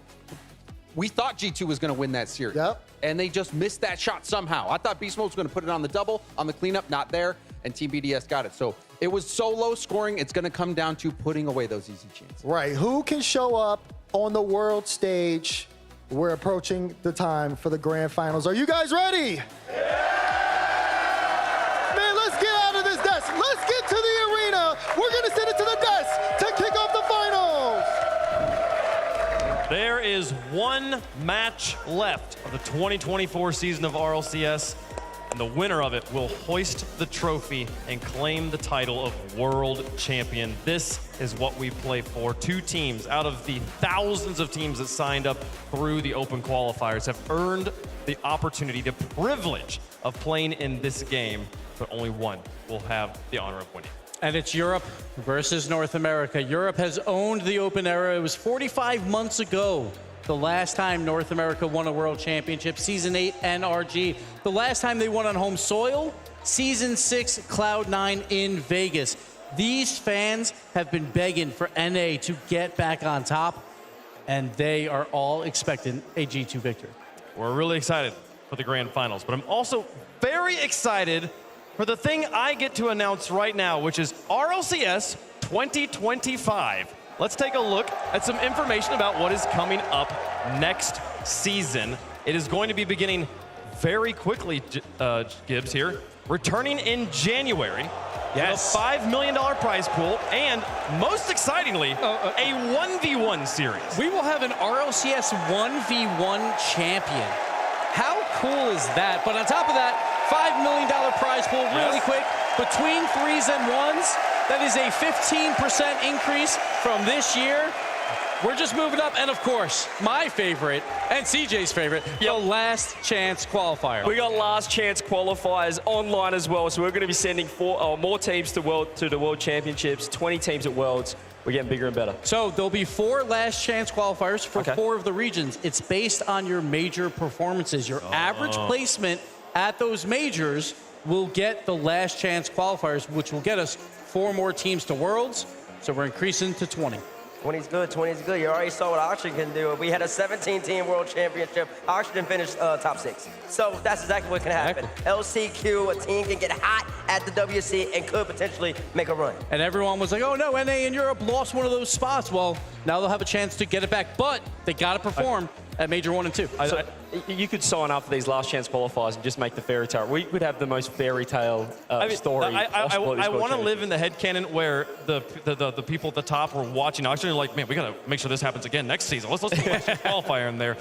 We can show you the roadmap of how things are going to go, a little bit more detail of how the season will play out. 2 majors, 2 splits, and then the last chance qualifier there before the World Championship in September. So I think I'm allowed to say, but last chance qualifier, completely open. Completely open. Yeah. So if you're in NA and if NA does well in those 2 majors, well, you could just form a new team and just completely open it up. 3 people here right now could sign up and go to the World Championships. We could go to the World Championships. No, actually, I think we're not conflict of allowed to. Well, and especially you, because you lost to First Touch, so you're just not allowed to play any more Rocket League. But Rocket League World Championship, the 1v1 final, we will have 1v1 finals as well at the 2 majors. We finally get it. The RLCS 1v1 champion. I'm so excited. It's going to be so electric. It is an evolution of RLCS, unlike any change we've ever had. I feel like adding 1v1s is a bigger change than going to the open era.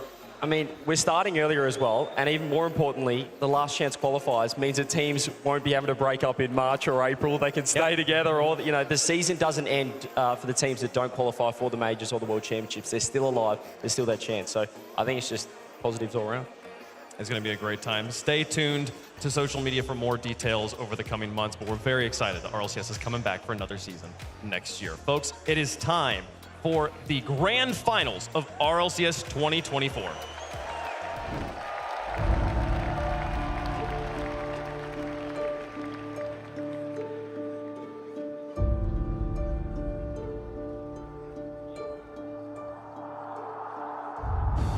Worlds is what every Rocket League player dreams of.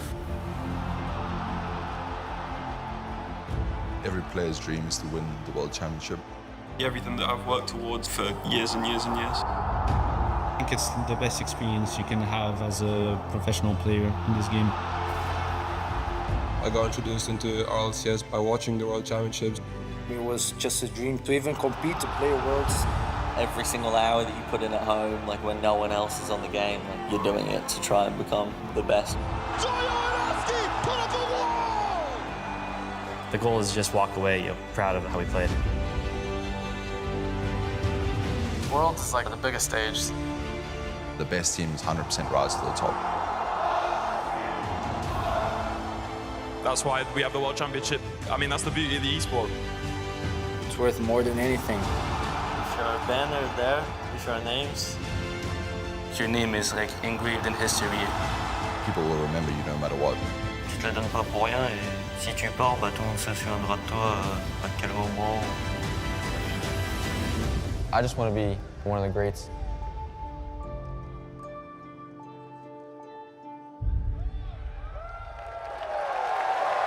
It's time for your main event. Introducing first, on the blue side, representing Europe, the phenomenal rookie,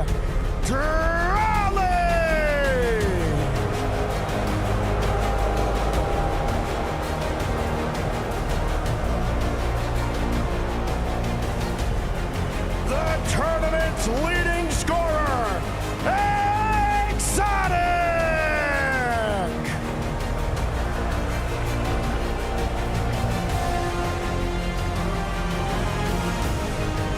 And the once and future king of the world, Monkey Moon!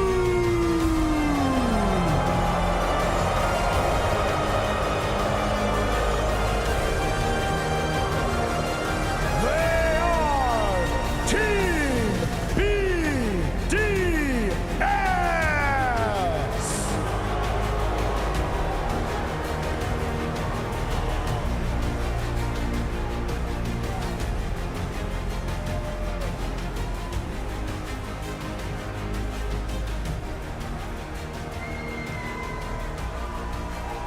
Every epic story needs a hero and a villain. We've got a villain on the stage.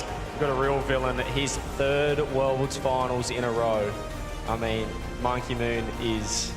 You looked at me like you were surprised. Did you forget about it? No, but I just want to say that's an open era Worlds Finals. That's much harder to do than before. We used to do half-year World Championships. This is a full calendar year, 3 times in a row in the Grand Finals. Exotic, we talked about it earlier, feed him the ball, the #1 offensive scorer in this tournament. Looking great. Give it up for Exotic. And Drolly, it's a rookie again. BDS, last time they won, it was a rookie. It was a player with the letter E with extra, and now Exotic, and Monkey Moon. So Drolly, the rookie coming out, the only rookie to make the playoffs, and he's been popping off.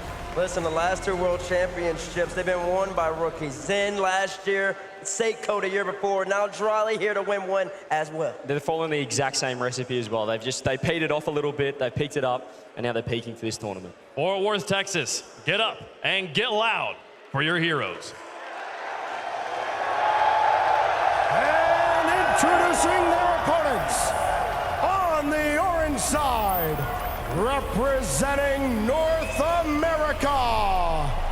Introducing first, the only remaining player from the 2022 World's finalist, Atomic!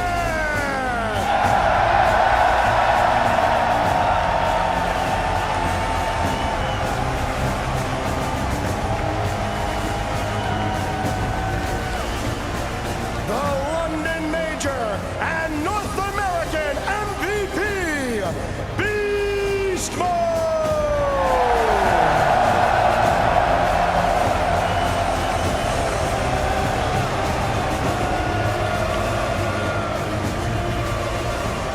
And his longtime duo, upgraded to annual, it's Daniel!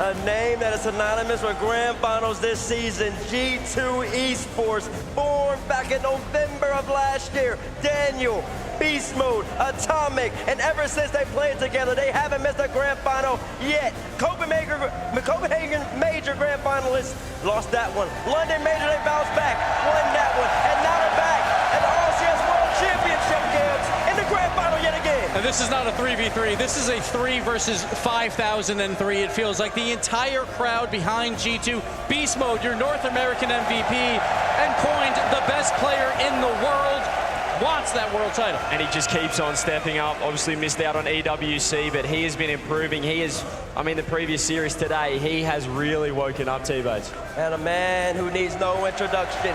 2 years ago, he was on this stage. 2 years ago, we couldn't get the job done. But now he's back, going up against his nemesis, going up against Monkey Moon. Atomic v Monkey Moon, we all want to see it. Let's see who can come out victorious this time around.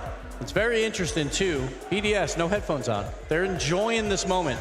They're watching G2, and G2, just full series, headphones on, ready to go. BDS, enjoying the crowd noise. There is a moment to be taken in by these players. 4 of them on the stage have never played in a Grand Finals before. The number of players in Rocket League who have played this game is so small. 4 new ones here, and yes, they're going to want to take in the moment. And 2 completely different roster moves as well. Back in January, Monkey Moon tweeted just a sad face. All of EU was making these roster moves, making these big teams. Monkey Moon felt left out. Kind of had to pick up the scraps.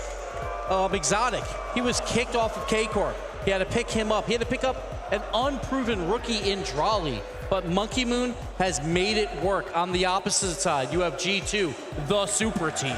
They were built for this grand final. They have made it here. So from January, huge underdogs BDS, but not anymore. This is a true coin flip matchup. They are the super team from North America. They have made it to every grand final they could possibly have made it to this season, and they are reigning major champions in RLCS, yet they are the only organization, Bates, in the history of the game to have played for the title of World Championship twice and lost both times. There is a curse here for G2. They are trying to shake right now. And there's a curse that they have to overcome, and the curse is that they gotta beat a European team in the grand final. Couldn't do it against Vitality, couldn't do it against BDS. Now they gotta go up against them again. And we talk about reigning champions 3 weeks ago at EWC. BDS was the 3v3 LAN champions, but Beast Mode, the best player in the world, was not there. So the full G2 squad did not face that BDS. They get the chance here. They didn't show all their cards, did they? They didn't play them all. They left one of them at home just for this right now. But, I mean, they've already lost them before. Everything is telling us that BDS are the favourites in this. They've already beaten them in Game 7. Monkey Moon, he's just the winner. And that match, too, only 13 goals were scored, the lowest ever when you go the full set. So we're going to see a lot of defense. Will we see a lot of offense? I feel like G2's offense has picked up, BDS as well. So I expect a higher scoring match. Stumpy on the little pre desk said that whoever controls the tempo will win the game. That's a thing we talk about a lot with Falcons, but obviously it's just a general kind of concept here in Rocket League. How important do you think the tempo is in this match? It's massive. I know Sathya would be, analysing that last match that obviously went the distance to 7, but G2, they really struggled to break down that defense. There was always someone there on the backboard for BDS. The solo plays weren't effective. It was highlighted with such a low-scoring game. It just feels like when G2 played a little bit faster on Champions Field versus BDS, a couple mistakes happened as well. Yep. They should have scored that goal. They had two chances to do it. Monkey Moon is going to play his game. He's not going to play fast. He's going to position well in that midfield and do what needs to be done. But again, Exotic and Drolly are the true X factors. Yep. Like if their offense is clicking, they can compete and win this. Beast Mode's been warming up too. I feel like for me personally, this is Exotic versus Beast Mode. Watch for that matchup on the pitch. Hashtag G2s in chat for North America. Hashtag BDS for the rest of the world. And for France, we'll make our picks for world champion here on the desk. CJ, who's going to be world champ? Who's going to be my pick? Everything is telling me that BDS are going to win this. But they've been the best team all season, and they're about to be new world champions. Give me G2, baby! Bates, I've had doubts all year, and they showed up in London, and I still had doubts here. Even today, I picked against them. I have zero doubts at this point. This crowd is going to get G2 that win. G2 wins it. Let me tell you something. 2 years ago, we were out there on that balcony, same desk. Gibbs win BDS. I like how Gibbs switched it around, but now G2 is all about the storylines, the run back, the comeback. G2's gonna get the job done in Dickies Arena. Dickies Arena, I believe in G2. You need to believe in G2 as well. Let's go! I've been rolling with them all day. They haven't let me down one time yet. It's G2's time to win the World Championship. Give me G2. The desk, at least as far as people brains goes, is sweeping. Well, there's one important opinion here, folks. How's it gonna go? BDS on one side, the coin with G2 on the other. Here we go. And it comes up BDS for the coin. Is it an omen? Is the coin correct? The coin's been very wrong a lot of the time. But it's not a death sweep. That might help G2. G2 fans, 2/3 going for G2. Favorites online, favorites in the building, favorites on the desk. BDS, the villains of this match, will they strike back, folks? It's time to play for the title of World Champion.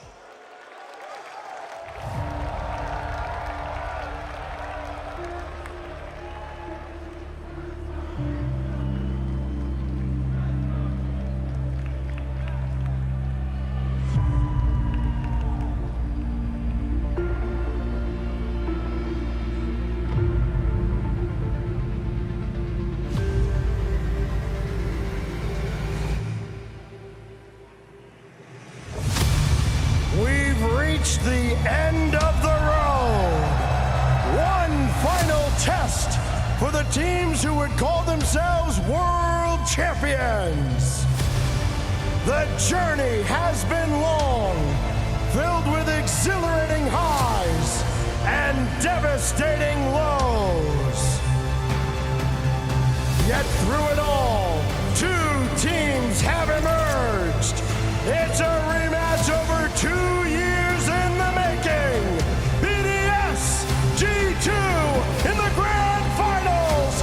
Fire up and let's roll!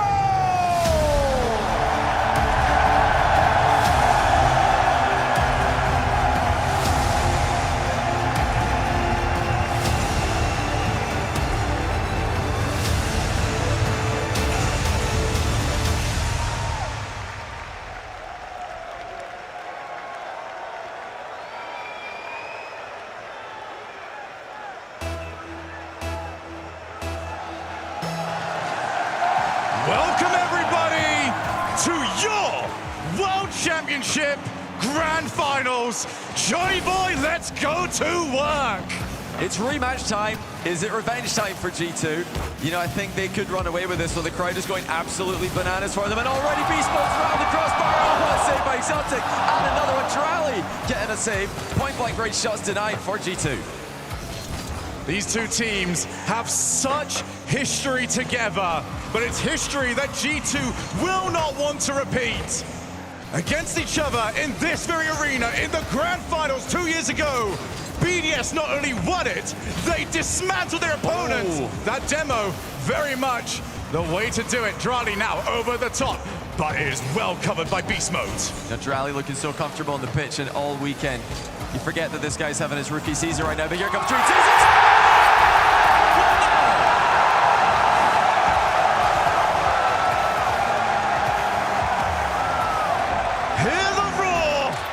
It's the sound of G2 scoring! The perfect step! The not-so-perfect follow-up!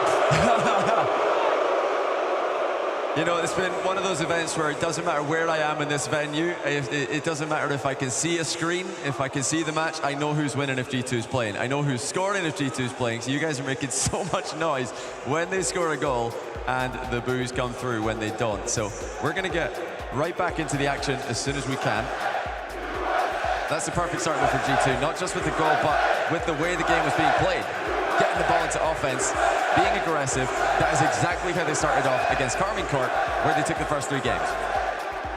We've had such a strange day when it comes to teams able to bounce back. It's been a strange tournament for this. Furia had a few of these actually earlier on, but in both semifinals, we came so close to reverse sweeps. However, Johnny, we've seen in our last 2 World Championship finals, it is a different beast entirely. You have to get going off quickly, because as G2 and BDS can tell you, if you don't, it is a big, big struggle to get rolling halfway through.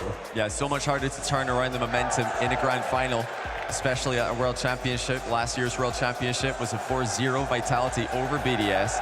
This year before that, 4-1, BDS over G2. But maybe notably, the first 3 games, they're going to BDS, the eventual winners.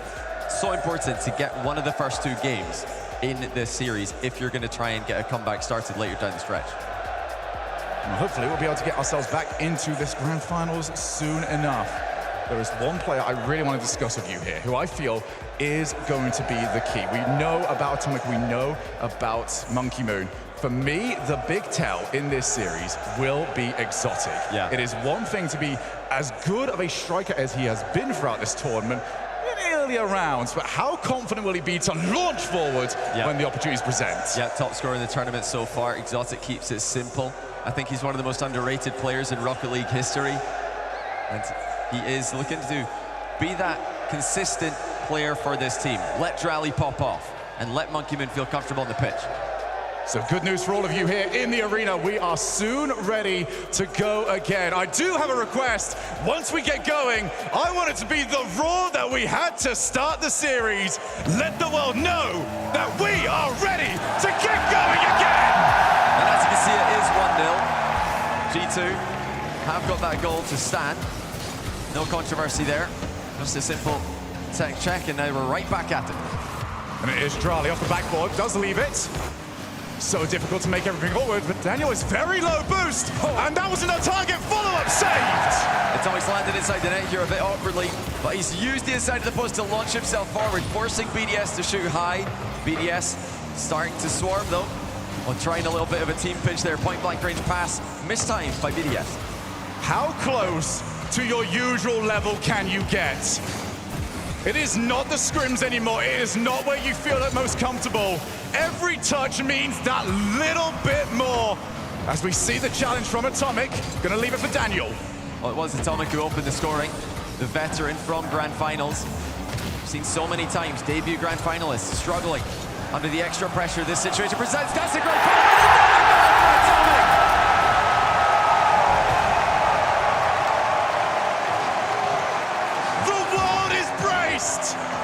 And it's a brace for Atomic!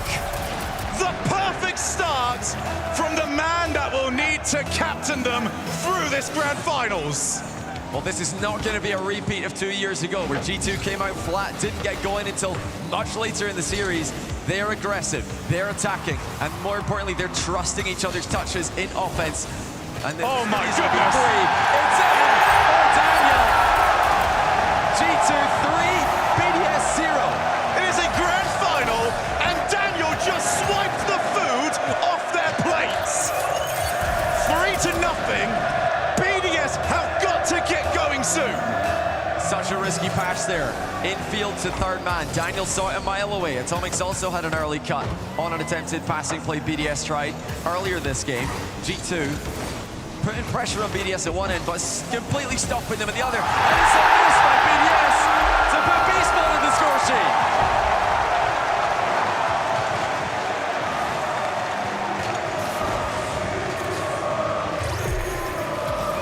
It's not even close.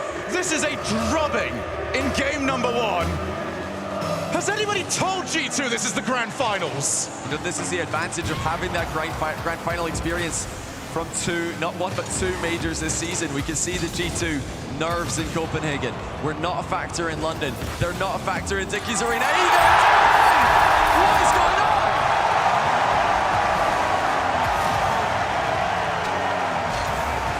And each goal roared into the net with the same fever pitch as the first. G2 5, BDS 0. A receipt from 2 years ago. This has got to feel oh so good. Well, you know, Monkey Moon's played a great villain character this whole weekend, asking for the booze. He left his headset off as more rained in, uninvited. But it looks like they've been rattled, either by G2's on-the-pitch confidence or by the crowd being so strongly against them. We spoke about how important it was for G2 to start off strong, as they're going to look to try and add another, not quite this time.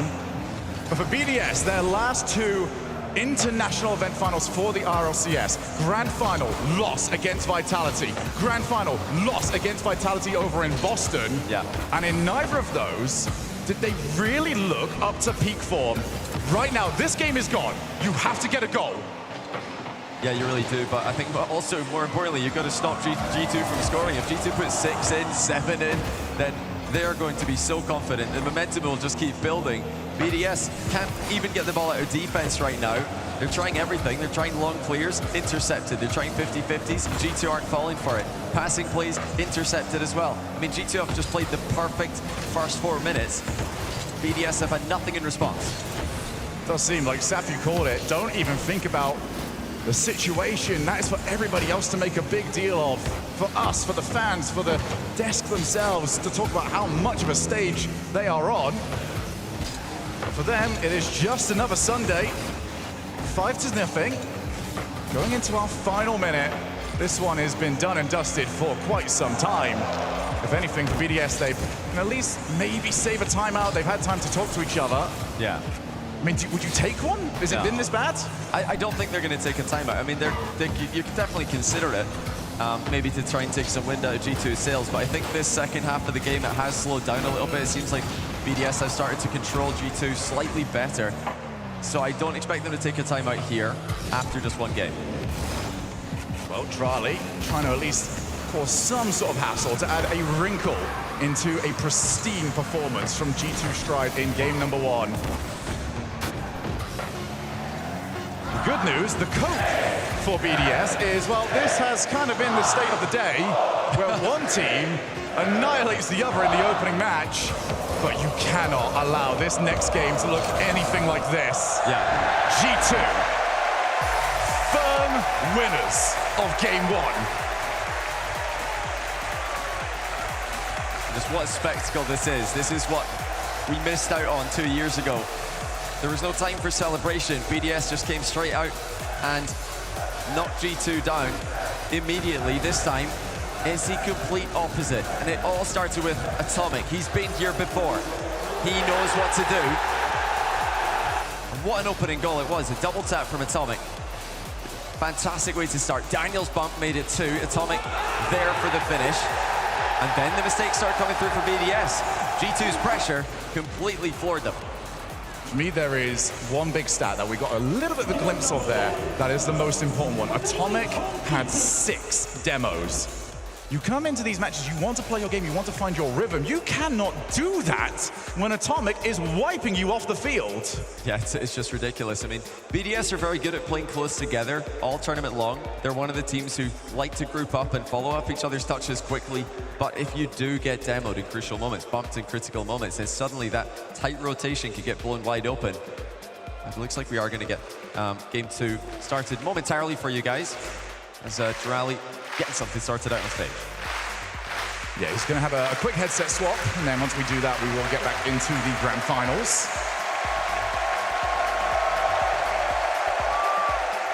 Do you get the feeling that this arena has been waiting for a result like that one? It has been 2 years of stewing on that result. What gave you that idea? Nothing whatsoever. No. It might be the volume that we can hear behind this stage and behind the arena. It has been oh so very loud, and if we keep going the way it has been, we might have just seen the start of it. Well, you know, we knew it was going to be a party if G2 made the final, but if G2 lead in the final, okay, now we're talking. This is entertainment. Can BDS respond, or will G2 do what teams have been used to doing in Worlds Finals as of late and completely run away with it?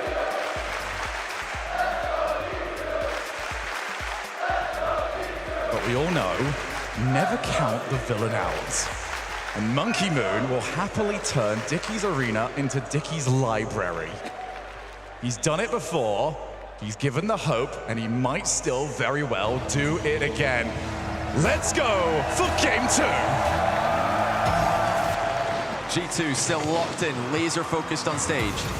Have a bit of defending to do to start things off, but it's automatic for Daniel. Catches the overhead and then carries it into a mid-air 50. So what can BDS respond with in game number 2? Or do we maintain the Atomic show? They've got to avoid his demos. They've got to avoid Beast Mode's outplays. They've got to avoid Daniel just in general. There is a lot of work. BDS have got to get covered. And right now, the first bit of that is just getting the ball out of their own side of the field, off the backboard. Nobody available. Daniel chose defense first. The G2 just have a better read on the game right now. You can see a lot of the races to the ball are starting off with BDS players sideways, backwards. G2 are the team who are coming in at the right time, facing the ball and jumping at it with momentum. Good clear. Monkey Moon dusted to that one. Back out yet again, Monkey Moon. Nice three-way passing play. They just couldn't quite find Atomic.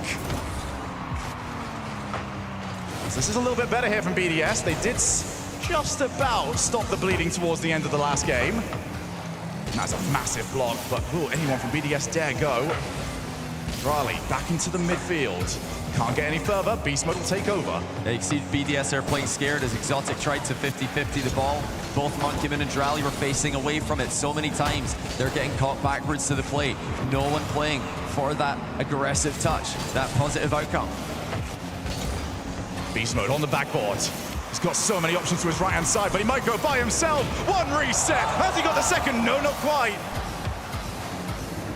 Now Monkey Moon tried to do it himself, but now this is very awkward for both teams. Monkey Moon's low on boost. G2 won't know that, however. Had to just dive forward, see what they could get. He stole the 100 away as he went for the ball there. Now turning, cutting rotation, Monkey Moon. But look at the speed of Daniel from a dead stop, straight up into the air. And now with a reset, turning defense into attack. Oh, a very early jump, actually. And that's a massive mistake. Monkey Moon now, the target. Drali gonna have to just hold back, see if he's gonna get opportunity. He's now called in.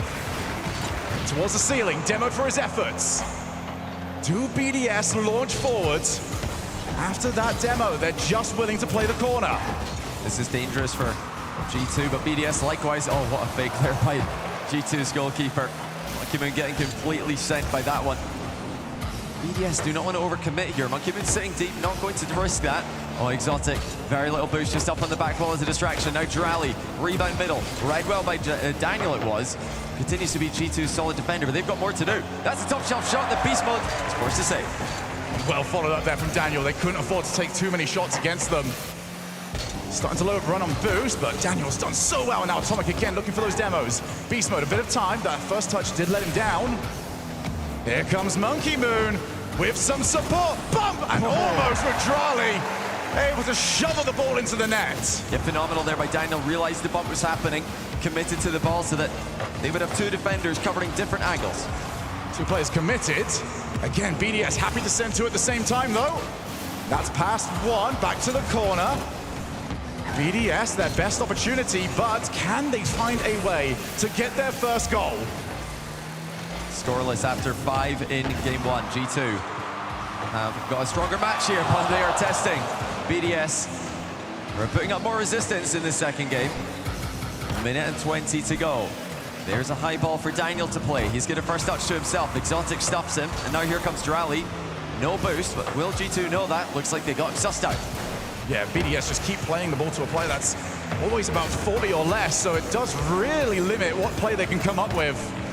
Again, the passing has been phenomenal from BDS. Can they get the result? That's going to drop down. Monkey Moon leaves it, and it's taken away from Exotic. Yeah, missed the ceiling read there, Monkey Moon. Didn't get the right prediction on the bounce. Otherwise, I think he would have been first to the ball there. Final minute now, G2 in an awkward spot. Daniel does well to find his teammate Atomic on the back wall, who has missed, though.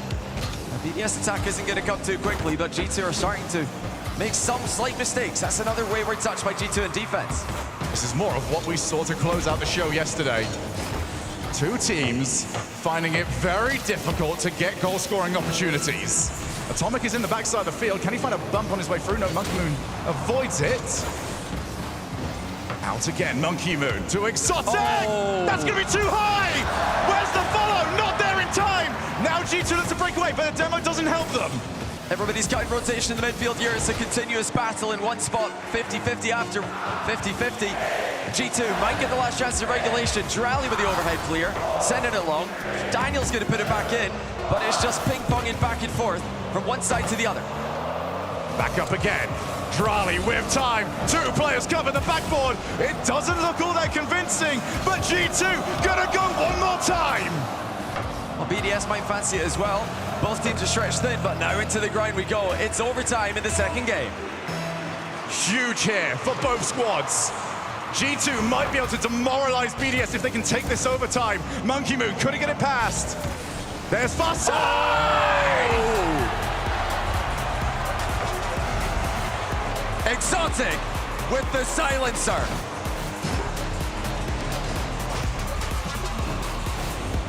The Hitman does not miss. The best goal scorer of the event. He had a massive opportunity in regulation. Couldn't put it away. But in overtime, that is where he grabbed BDS their first game. Well, ladies and gentlemen, we've been treated to a brilliant script this whole weekend. Today especially has been full of entertaining series. Can we get one more? For the first time in the open era, we have a game for both teams before Game 4 in the Grand Final of Worlds. For the first time since the semifinals of this event, we have a game for both teams before we even get to Game 4. What an event. What a response by BDS as well. I mean, Monkey Moon, he's been here before. He's been here so many times. He's looking to enter that GOAT tier of players up there, Arcade, up in Turbo, with a win here today. But how about Drally, the rookie, who is playing like a veteran on stage right now? And how many more times does Exotic have to prove that he is that caliber of player? Major winner with Karmine Corp last season. Looking to add Worlds to his impressive list of successful events. So yet again, G2 and BDS play a one-goal game. Is it going to be more of the same for the rest of this series? Or will we get a breakaway from Daniel, who's got no one to beat?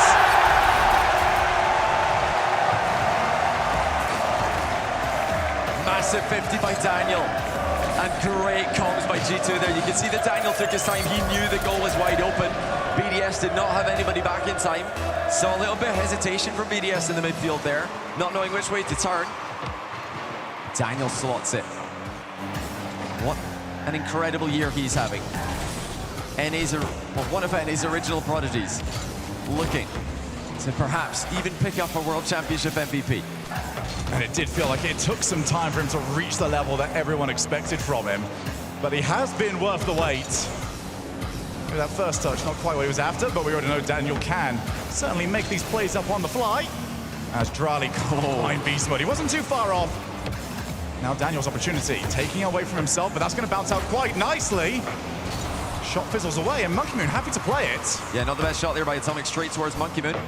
But I love the 50-50 by Daniel beforehand. Daniel has been controlling so many series, controlling so many teams with this 50-50 game. I feel like that's probably, for me, the one thing G2 have improved on the most since Copenhagen at the start of the season. Back out to Exotic, who will happily play backboard. Has to avoid getting hit, though. You can already see the support player, just something for G2 to keep their eye on. This time it was Monkey Moon, who is now in. Just delays. That was disgusting Beast Mode, but they are still in somewhat trouble. Will BDS want to cut rotation? No, happy to go back to their own back third again. Monkey Moon has tried a few of these, limited success to this point. Yeah, a lot of these air dribbles from BDS are coming in slow, so there is an option for G2 to break rotation, just rotate towards the ball instead of towards the back post side, the more traditional side to rotate. That will be off the post. Oh, for a second there. Look like we might be having a second goal for G2 going to an open BDS net. Monkey Moon realized after the demos there's no point diving in. Tentative since that first goal went in. Drali backboard, he can't follow, he was bumped. Lovely touch there from Beast Mode. Drali still on so little, but he gets enough. BDS, as always, will just try to hold the opposing team in their own side of the field. Wait for that massive golden opportunity. Nice block shot from Monkey Moon. BDS not able to break them down. It's back out again for Drali!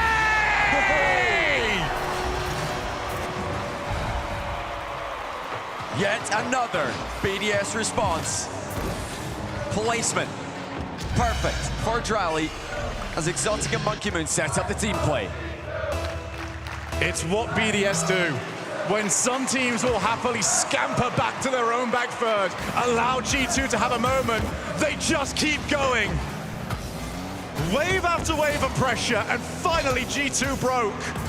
Atomic with Daniel in support. Daniel's gonna go to the far side. Wait to see what Exotic does. Put it behind him. Oh, G2 have got the flair at the moment, but can they get the result? Just ridiculous activity by Beast Mode. Drali with a tough overhead save there. Does very well to stay with the ball there. Beast Mode is always that guy for G2. Surprise opponents! And there's another one. Mind game by Beast Mode. And G2 have the lead. Monkey Moon believed, but Beast Mode just will tap the side of his head and say, I got you. G2 have got the lead, 2 minutes left in this game. And that was the first real offense G2 have had in some time. Can they now add a second? Monkey Moon with the catch, gonna go off the wall. You already know it's gonna be turned and challenged at some point. There it is. So now it's Drali's turn. Well, Drali's been asked to do a lot of difficult work in defense here for BDS, but continues to do what's needed of him. G2 giving BDS a taste of their own medicine here. Starting to box them into the blue half of the pitch. Still a lot of time left in the game for BDS. G2 unable to run up the score like they did in game one. Lovely challenge again, Beast Mode. Struggling to put a foot wrong at the moment. Just making life awkward for BDS, who would love just that little bit of extra time before they went into offense. Time is running away from them here. 70 seconds left on the clock. G2 will not give up a freebie. They might go up by 2. Here's Beast Mode!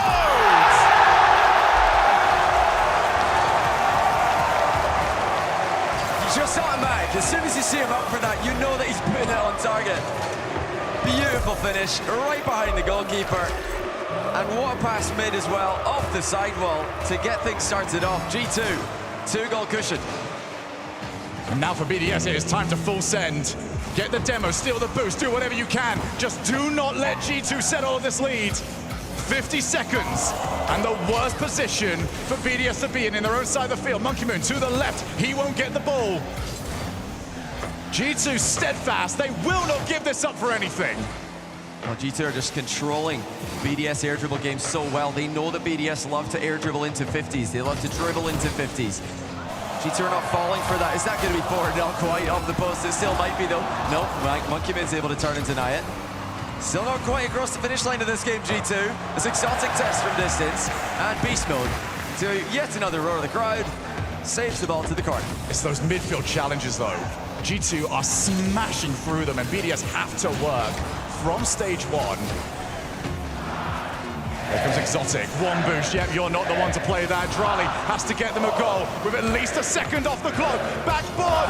It's just too late. G2 have got the lead of the series back.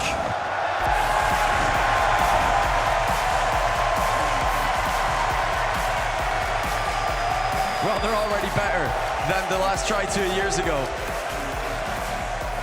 Halfway there. 2 games won. 2 games left to get. And a timeout for BDS. You've got to. You cannot afford to lose this next game and have to play against 3 championship points. Yeah.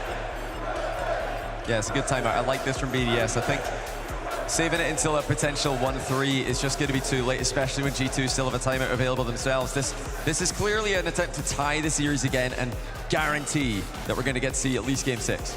This has probably been the best part of what Cassio has brought to this team ever since he joined them. When the Open Era started, BDS were a team never took any timeouts, no matter what the result and the score was. And that often led to results where it just kept going wrong. They didn't necessarily have the voices in the squad to turn that ship around. Cassio looking to do exactly that in the biggest timeout of his career. Well, right now, the problem for BDS is that G2 are playing with so much offensive freedom, so much creativity. They're much, much harder to read with their attacking plays. BDS are having a hard time knowing is Beast Mode going to fake this? Is he, in fact, just going to go and try a tight angle redirect? Is this a backboard double? Is it a shot? You know, G2 are constantly threatening multiple offensive options. BDS, at least in my opinion, in comparison, have been one-dimensional.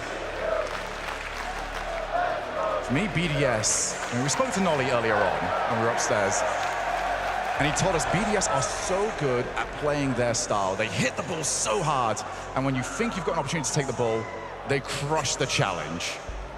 For me right there, it's the latter part that is not anywhere near for BDS, because G2 are winning the challenge game, and they're winning it by a lot. Yeah. I mean, if you come into this matchup, we already know that G2's play style is all about pre-jumps. It's all about aerial plays. It's all about getting boost and using it to make difficult to save shots happen.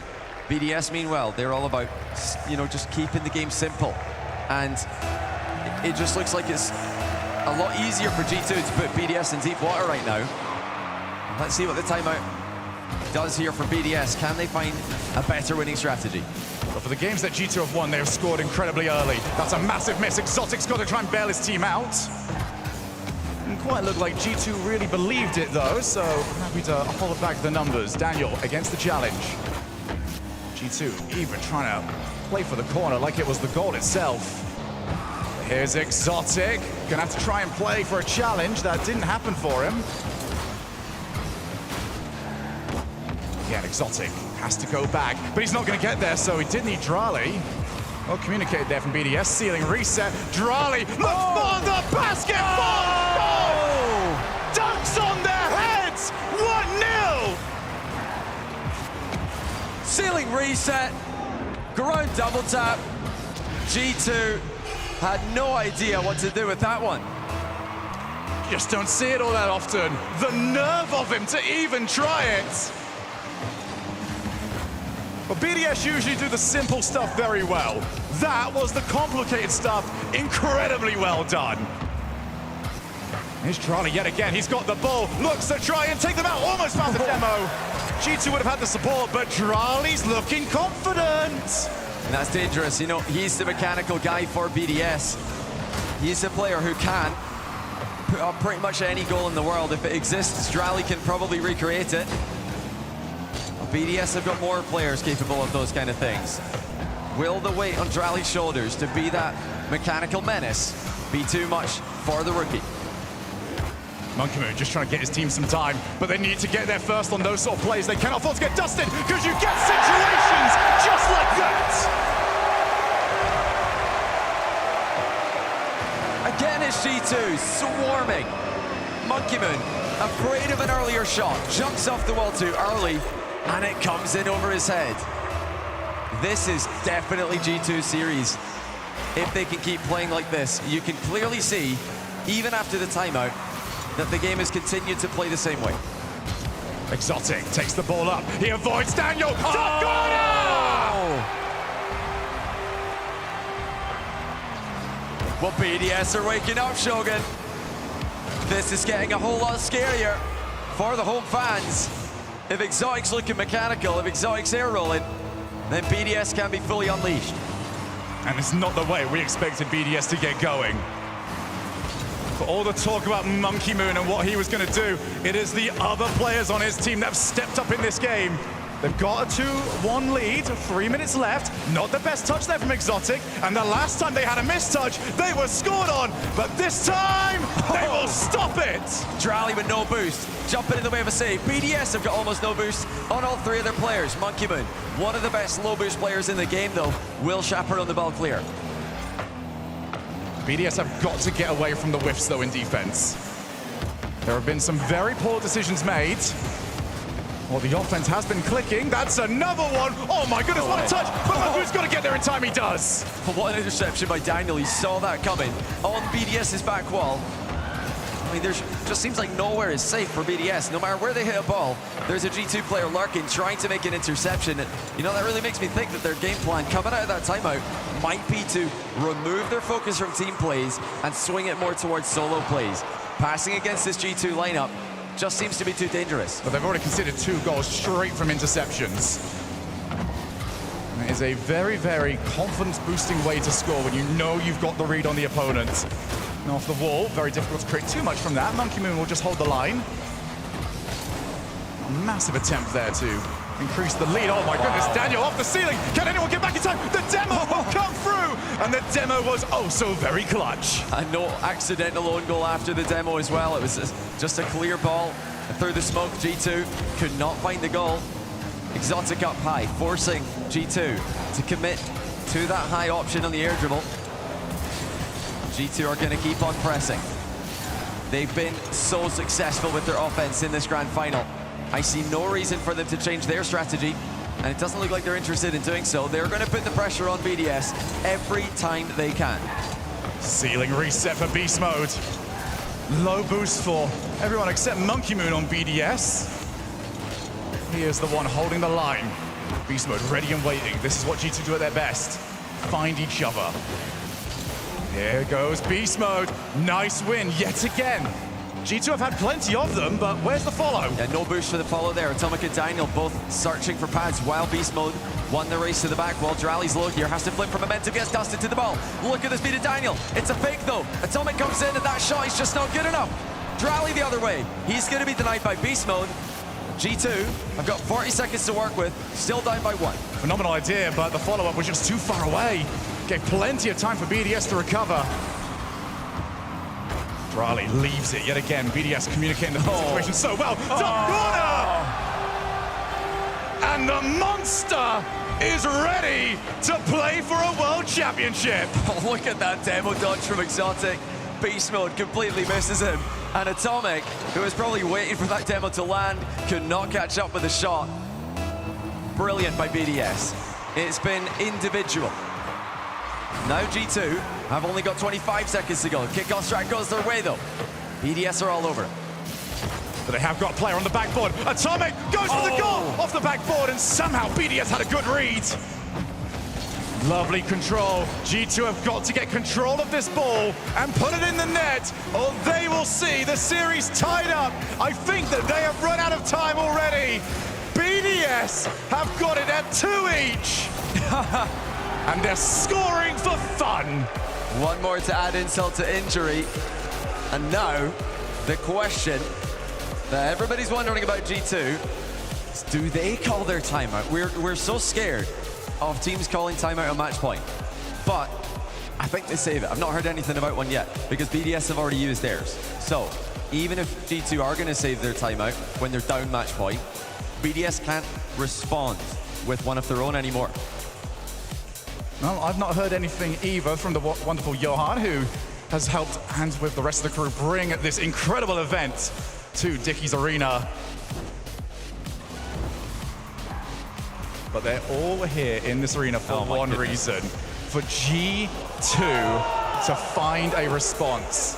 Pretty much confirmed at this point, there will not be a timeout. No timeout, yeah. But for BDS, I mean, what a time.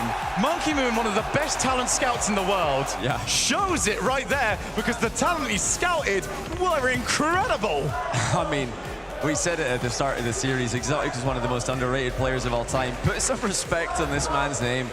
He played such a different role for Karmine Corp last season. Now for BDS, he has to slot into a very different system. He has to be more mechanical when they switch to a more individualistic style of play, like they're using right now. And he can do it. I mean, what a jack of all trades that man in the middle is. So composed. Speaking of composure, I mean, Drally as well. Unbelievable. And this is a team that started the season getting reverse swept. Yeah. There was massive question marks of, can you do it when anything's gone wrong for you? And for the longest time, the answer was no. It wasn't a one-off thing. Now, somehow, BDS have got all the confidence and the ability to bounce back from bad results. Yeah, it's a must-win game now for G2, it feels. Although I say that, they've made I don't know today, man. in this event, and with the way this is going, who knows? But this is such an important game. Double match point for the winner of Game 5. Who's it going to be? Well, we are guaranteed at least Neo Tokyo. We go further. Well, that is up for the players to decide. Beast mode. Has he got that one to settle? Daniel's ready and waiting. Picked up the 100 boost, so it's going to be Daniel's turn. And yeah, BDS seem to understand exactly the danger they were in, but look at the outplay pressure. And somehow, BDS just do not flinch. Oh, that's a chance for G2. Daniel off the bar. Oh, what a save. It's actually a passing play to clear the ball by BDS, but G2 still applying pressure. Pre-jump save by Monkey Moon. And he was the one with the boost. Exotic had nothing. Now the low challenge. Gets a second, but it's out again. Beast Mode's not got anything. Exotic's not got anything. It is a match of inches. Whoever can get 12 more boosts than the other, that could honestly decide one of the scramble plays. That was a pretty nervous looking touch there by Beast Mode.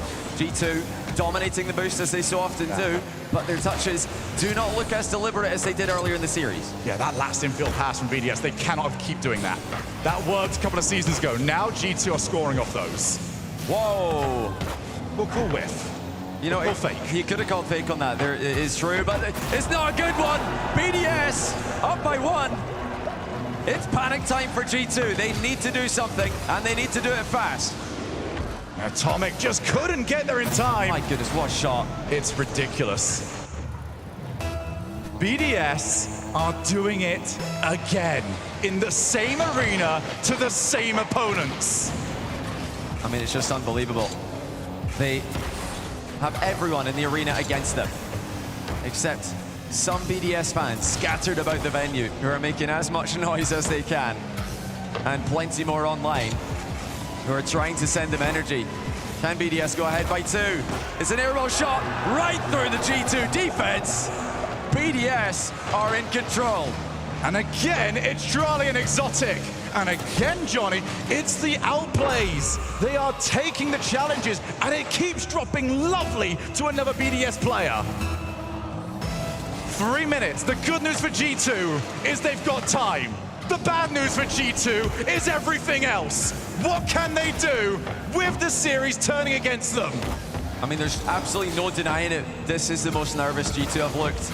They need to step up here before they can start thinking about those incredible goals that they've been scoring earlier on in the series. They need to clean up their defensive touches. They need to clean up the midfield play, because BDS are starting to play their game, and when BDS play their game, there's not many players, not many teams in the world who can match them.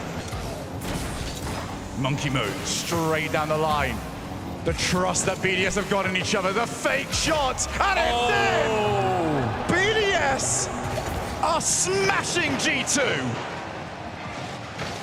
Where's the challenge? It's just too late. Beast Mode doesn't play the ball from that range. I really feel like you've just got to play the ball there. You need to avoid getting mind gamed.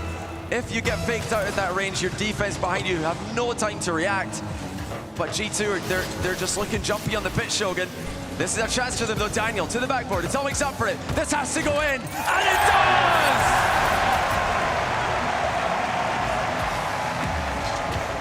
Hold on just a moment. G2 will not go quietly into the night. But they've got to find 2 more. This is a good place to start. Daniel can't quite find the block. Exotic over the top. It's all on beast mode. Who finds the stop? He's found Daniel with the solo boost on everybody. Oh, BDS have committed to this play. G2 unable to really get a move on before the ball was once again BDS's Monkey Moon.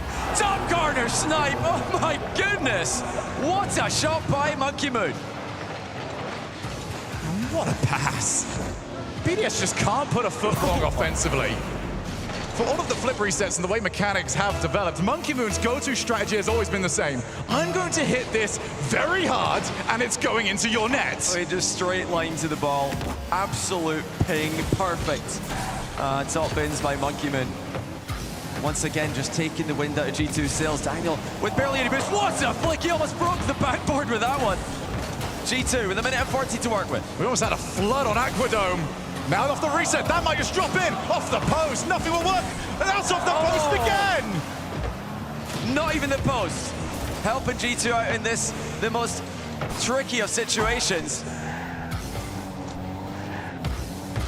BDS looking for a 5th. They don't get it on the first try, but now they will. Drali will make it 5. And if it wasn't comfortable at the start of the game, it definitely isn't now. BDS are erasing the only blemish for them in this grand finals. That game 1, they remembered it, and they've gone for revenge. This is ridiculous.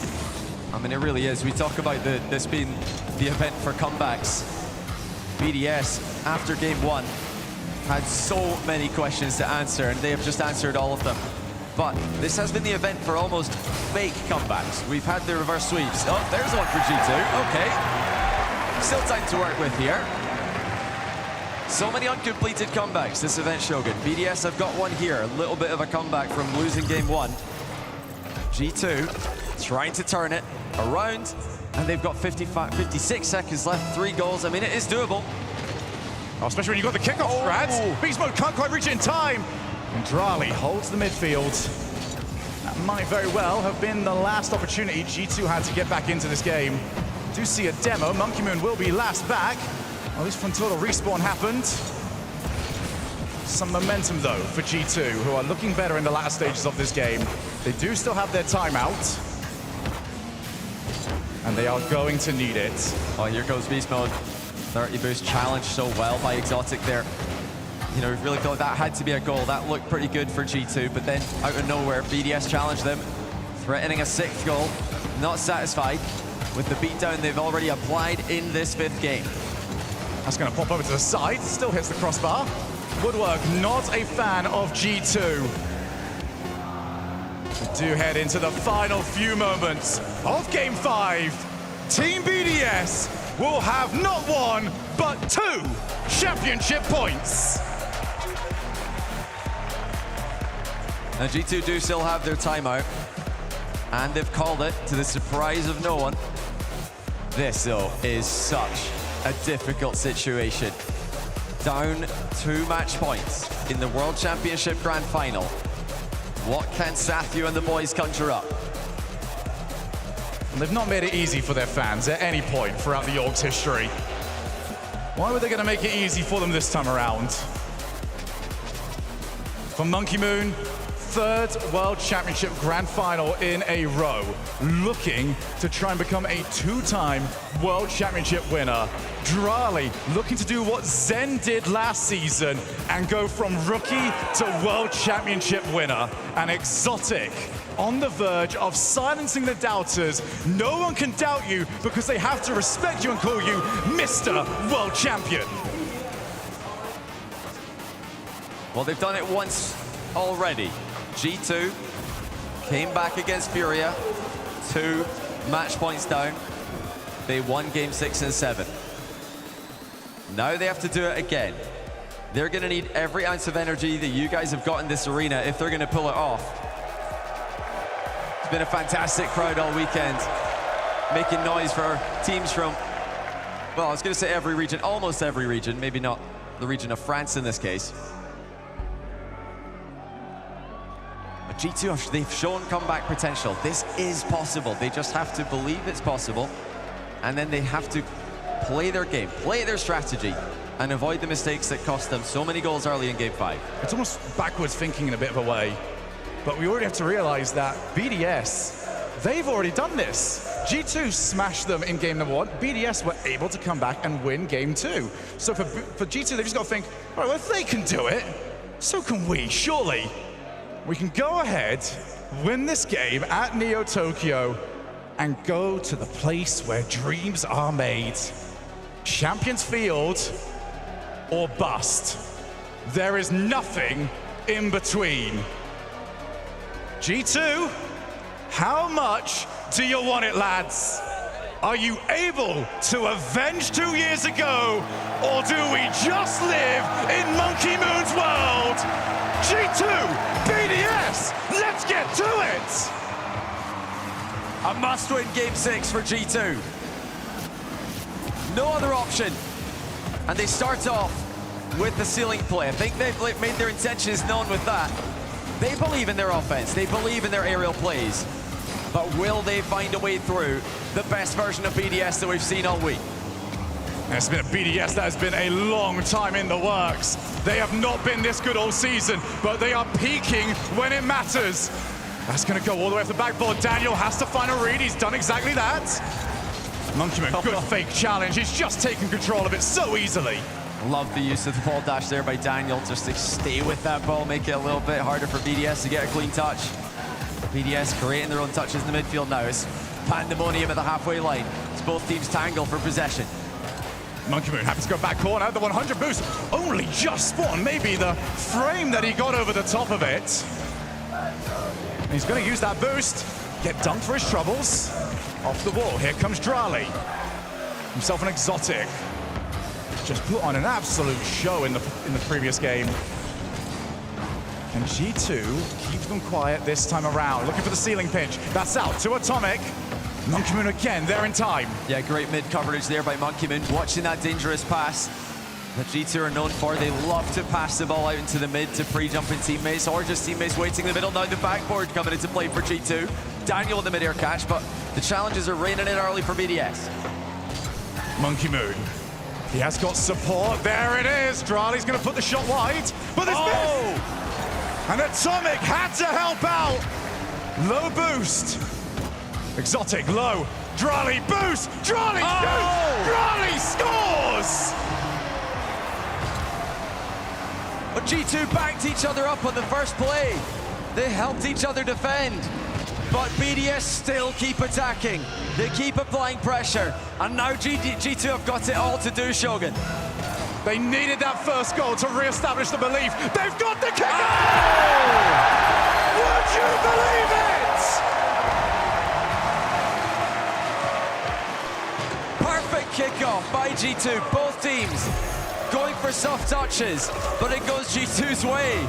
And they were the team with the close cheating player to tie the game immediately. What a call to go for it! Now they're off the kickoff again! This time Exotic will be there in time. Drali to Exotic, ceiling, he's got the reset. Wanted to go low, couldn't quite do so. Monkey Moon alone in the back for a second here. He's got to be careful. He's got Daniel lurking. Does well to stop him. Just keep the ball in that back corner. Almost half the game gone. Here comes Daniel now with the ceiling double. Pass to Atomic. It's gone over the top of him. Beast mode waiting. That's across the face of goal. Nobody from G2 expecting it. They try for the infield, but low boost means that he's missed the ball entirely. That's a massive dunk. That was the way that G2 was scoring earlier on. BDS almost able to return the favor. And look at that. No one challenging. Exotic used the blind spot of the ball to force the flick to go earlier. Yeah, just hiding behind the ball there, Exotic. Daniel had to respect it and flick just in case the challenge was coming. Oh, it's a duck. Oh, there. my goodness. By BDS, it's on target. Huge save by G2. Has that saved their tournament? 2 minutes 1-1. And that had to go out. If BDS can get one more, G2 are going to be on death's door once again. Daniel off the side to Atomic. He leaves it. Where's the next one up? A little bit too late from beast mode. Here comes BDS, but that is just a monster clear. Then you're going to wait, hold the midfield. This is what BDS do at their best. BDS challenging G2 so quickly. G2 need to play so fast in response. The extras touch there by beast mode, nearly catching BDS off guard. Drali takes it to the air. Who dares challenge? You've got to go! If you don't, Drali will do that! Ground to air dribble, reset by Drali. And I think he's in front of the ball. Even if there was a defender in the way, he might be bumping them. BDS, a minute and 29 seconds away from a world championship. G2 responded early last time. This kickoff, not quite as well done. A minute and a half before Monkey Moon is a two-time world champion. Atomic can't go any further. Oh, he can. He's got the fake out. There's so many players committed. Beast Mode, infield, fake. They've got bots. They've got the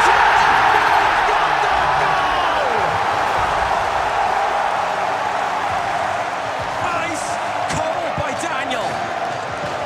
Fake into flick. Perfectly finds the top corner. It's something about this esport that always delivers. G2, will they deliver one more goal for Champions Field?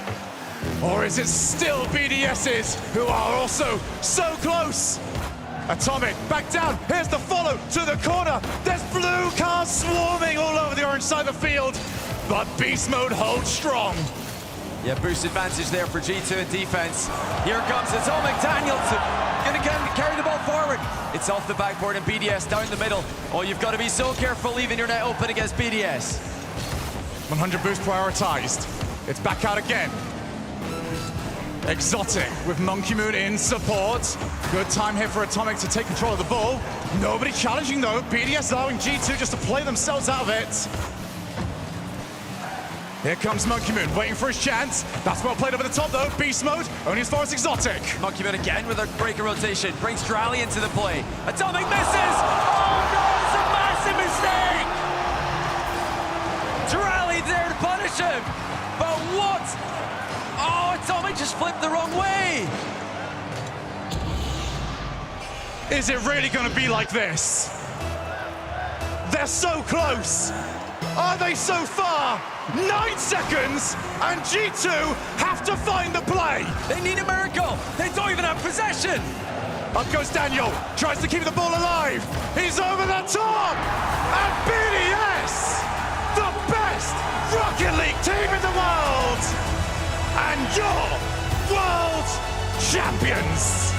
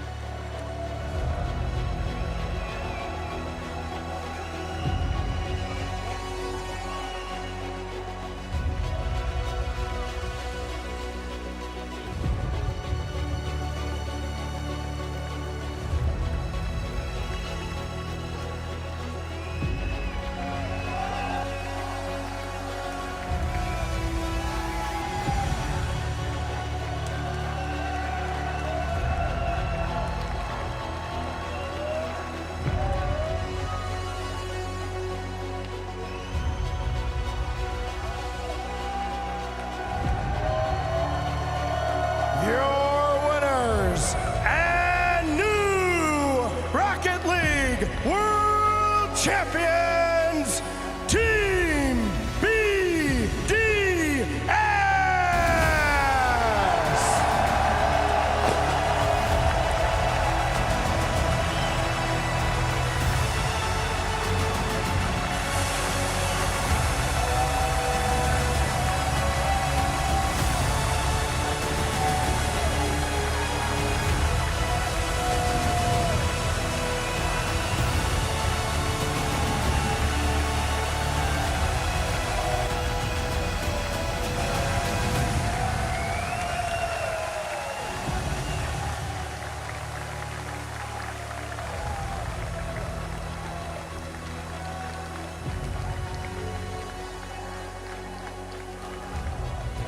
And now here to present the championship medals, joined by LeafX, please welcome two-time Rocket League World Champion, Violent Panda.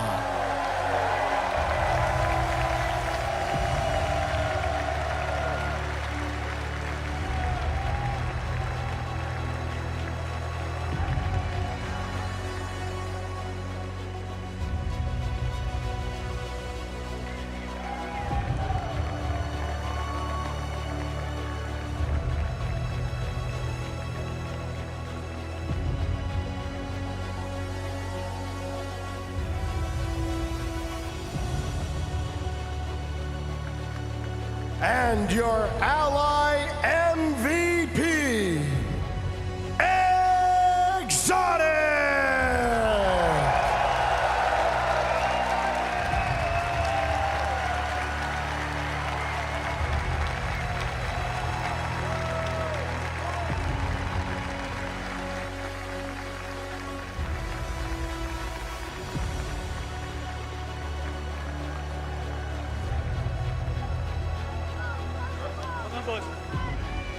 Holy smokes, Team BDS. There is so much going on right now. You guys look so overwhelmed, and I think all of us are too. Monkey Moon, first off, congratulations on two-time world champion.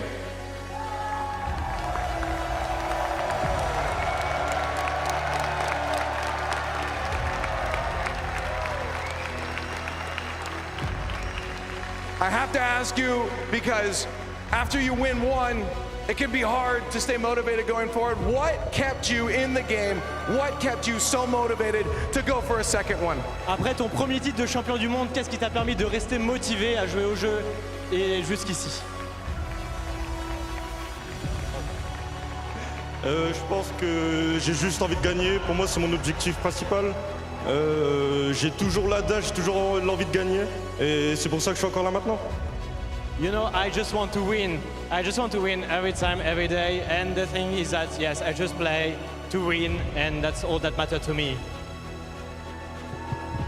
Jolly, come over here, Jolly.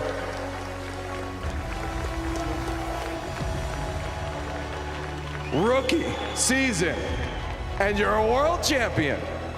I gotta ask you, as a player winning as a rookie in one of the most competitive years of Rocket League we've ever seen, what can you say to anyone else that wants to follow in your amazing footsteps? No, just believe in yourself. A year ago, I wouldn't even have thought of being the World Championship, let alone the RLCS. Just believe in yourself, you can do it.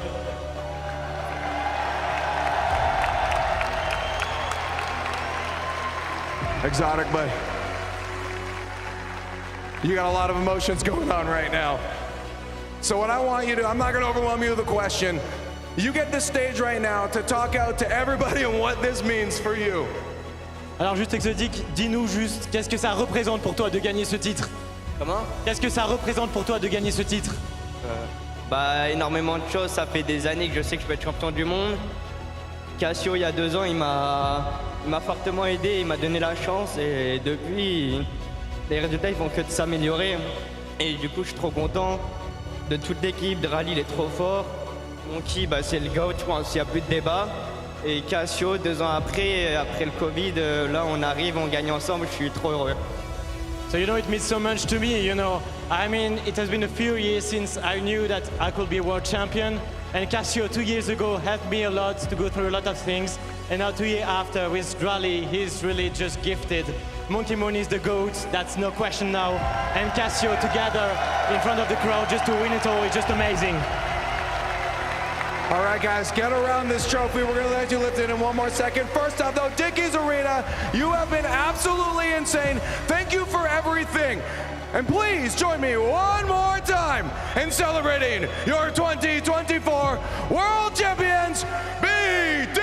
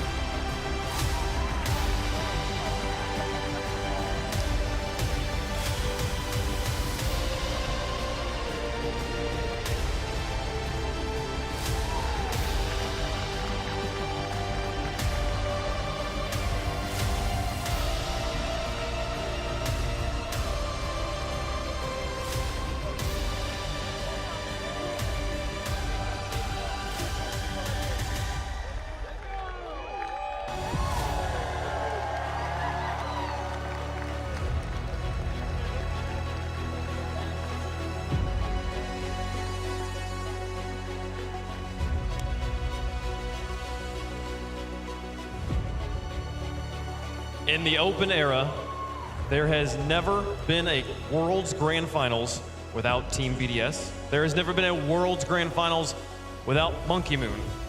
I think this is dynasty status at this point. He is inevitable. I think we might have to change this arena's name to Monkey Moon Arena after that. What a player, what a team. And move over, Turbo. Move over, K-Dot. We might have a new greatest Rocket League player ever. Monkey Moon, not only 2 World Championships, another Grand Final. Again, this is in the Open era, a full calendar year of Rocket League. But they're worth 2. And Monkey Moon now has 4, in my mind. Monkey Moon, what a performance. Exotic as well. Booted off his team after top 4 at Worlds. He was kicked. Monkey Moon couldn't field the roster at first during Roster Mania of Europe. They put together this team. No one thought they would win this World Championship back in January. Now they're here, back-to-back land champions. Drali, the Rookie of the Year, as someone has said before, Final Carpet. So there you go, Drali. Fantastic performance. And Cassio, the coach as well, putting it all together. I mean, Cassio's game plan, I want to shout out Drali just one more time. 3 years in a row, the Rookie of the Year wins the World Championship. Seiko 2 years ago, Zen last year, and then Drali this year, and then Monkey Moon. I mean, I think he's the GOAT. He's without question, 2 in the Open era. This is 4 years of domination. You got to include COVID. RLCS as well. This is how great BDS has been. I mean, the script wasn't for NA today, but the script was still cooking. You look at Exotic, MVP. He was 2-1 well 2 years ago to compete on stage. He's now Coach Cassio, was playing by himself for Semper in Dickies Arena. Here they are 2 years later with a medal around their neck. And we talked about speed. BDS was just going to play their game again. G2, all top 3 members. Average speed was the highest. Monkey Moon, way down the list, sitting at 1,500 speed while other players were up in like 1,700s. Yet Monkey Moon, the most goals plus assists in this Grand Final. He's where he needs to be when it matters most. He got it done. Well, you talk about him getting kicked. You talk about, I don't know, you look at players' mechanics, ability, but he just has that hidden quality that it's just, he's a winner. He's just purely a winner. You know, you can analyze it as much as you want. You can look at the stats. He just knows how to win World Championships, major events. I guess we are looking at back-to-back LAN champions as well, coming off of the EWC win, flying halfway around the world to win the World Championship here, signing the stock car that's been sitting on the field the whole time. FNCS winners signed it previously last week, and now got the Rocket League World Champions on it as well. It's pretty special. I mean, for this team, one of the hardest things in such a long season is to be peaking at the right time. There's something about Monkey Moon that just knows how to do it. We saw what happened 2 years ago in London. They bomb out, they come back to Worlds, and they just hit their straps. They fire. They've done it again. They win EWC. They get back in form. They win Worlds. And there's something about European Rocket League. 3 Open Era World Championships. All have gone to Europe. We have yet to see North America win it. Mina now is on the rise. Sam is on the rise, but Europe, #1. What a day. What an epic story. Getting all the way to Game 6 as well. We finally, it was fascinating to think about how one-sided the championship, the grand finals had been up until this point, but they made a story out of it. But what a story. I mean, game one, you get the first goal goes in, there's a tech pause that throws everybody off a little bit, and then G2 just blows them out, and yet still, they're able to stay grounded here, in BDS manages to win a world championship. It's the gameplay, it's the game style. Gibbs talks about the speed. They make you make mistakes. Yeah.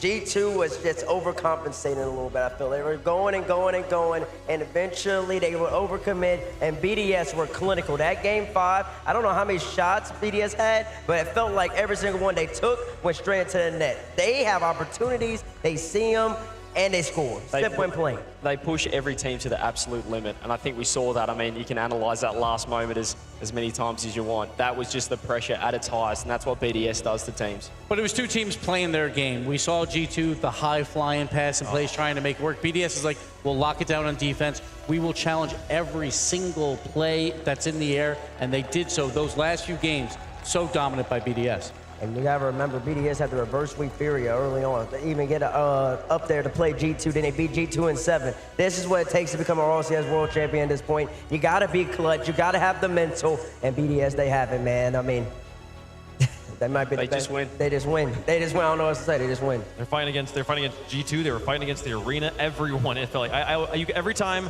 BDS scored, you could watch the fans pop up. You could see, oh, I can see exactly who's rooting for BDS here. The green suits who were here for Gentle Mates all said, hey, we're gonna root on our French brethren. We came down to celebrate with them as well. But G2, they had so much support there. BDS had so much to go through, and yet through all that adversity, they come out on top. And not only that, but we have to go back to the player walkouts. We never do individual player walkouts. And for BDS, for those players like an Exotic and Drali, getting booed by 5,000 fans as you walk out alone has to be so incredibly difficult. Monkey Moon seems like he didn't care at all. He wanted it. But the other two, you know, maybe a little bit younger, maybe a little bit more like want some support. But on the other side with G2 getting all that fan support, it still was not enough. Well, I mean, I think for Monkey Moon, that was a sign of him as a leader. He almost took the boos himself and tried to absorb it all himself to take the pressure off Drali. It is his first World Championships, and Exotic as well, his first final. So, I mean, I like that from Monkey Moon. He said, I'll take all the heat. I'm used to this. I've been here before. And he showed up. It was also a wild hour of gameplay. I mean, if we would take a look at some highlights here and thinking about, like, back at game number 1 was all G2. Game 2, 0. How often does this happen, Gibbs? Game 1, it's a massive blowout. Game 2, 0-0 into overtime every time. Yeah, just a 1-0 back and forth. But here's the celebration when they won. Monkey Moon going crazy, popping blood vessels, but he's fine with that. World champions, Exotic, so incredibly happy. Of course, Drali and Cassio as well. BDS absolutely deserving to be named world champion. And this is why RLCS is so special. At the beginning of the season, people had questions about this team. Job talked about it multiple times about how they kind of formed at the last second. In the first event, Drali, his first ever event, RLCS event, he did not play as well as he has obviously now, but it's been a marathon, a long one. From January to September, continuously improving to this point to play the best Rocket League they have in the past 2 days to become world champion. That's all that matters. And not only that, back-to-back LAN champions as well. 3 weeks ago at EWC, BDS took that one down as well. So doing what Vitality did last year, winning back-to-back LANs, crowned a world champion. The rookies these days are ridiculous. Remember when I was in my first world championship, I couldn't hit the ball, my hands are shaking. I mean, now we've seen 3 rookies win a Worlds, and Drali in that grand final in particular was fantastic. I mean, he just wasn't feeling nerves at all. Bates, I feel like we got to also just call out the elephant in the room. G2 now, 3 grand finals appearances of the World Championship, 3 losses. The curse feels stronger than ever right now. Oh, yeah, it does. it does. I mean, it was a good series. It was an unfortunate end of it. Yeah, I mean, it happens. BDS outplayed.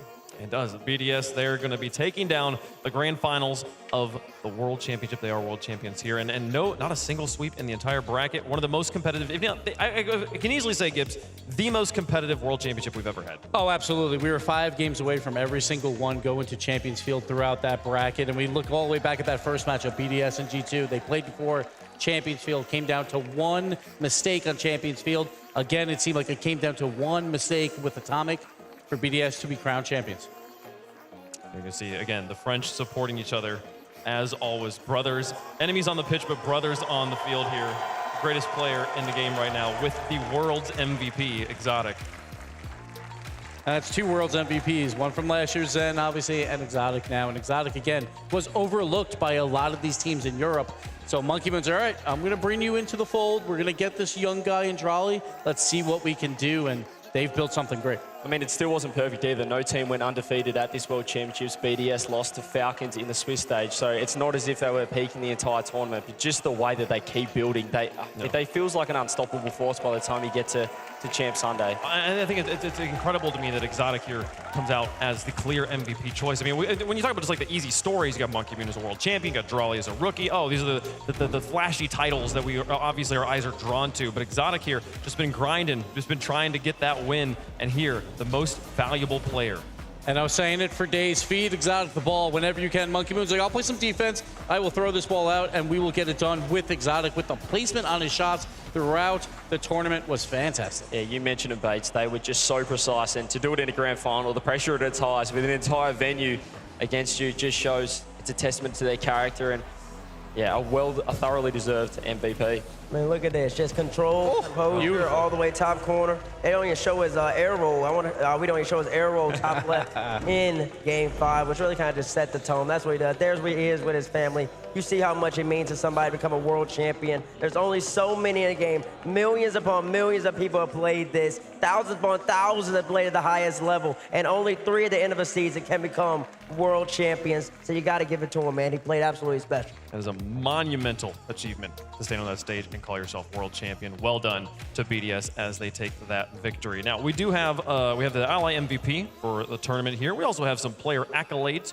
powered by Progressive. We can talk about those a little bit. We've been giving people stats on that one all the time. This one has stats being tracked across the entire season here, Gibbs. Yes, over the 3 lands, Major 1, Major 2, and then, of course, here, based on goals per game, saves per game, and assists per game as well. So we'll have to see who the leaders are. The Twins were leading. We haven't seen the numbers yet. I think we're going to just show the winners straight up. All right, let's see it. Let's see it. This is the striker of the season. It's been Killers all season. It's going to be Killers here as the Progressive MVP.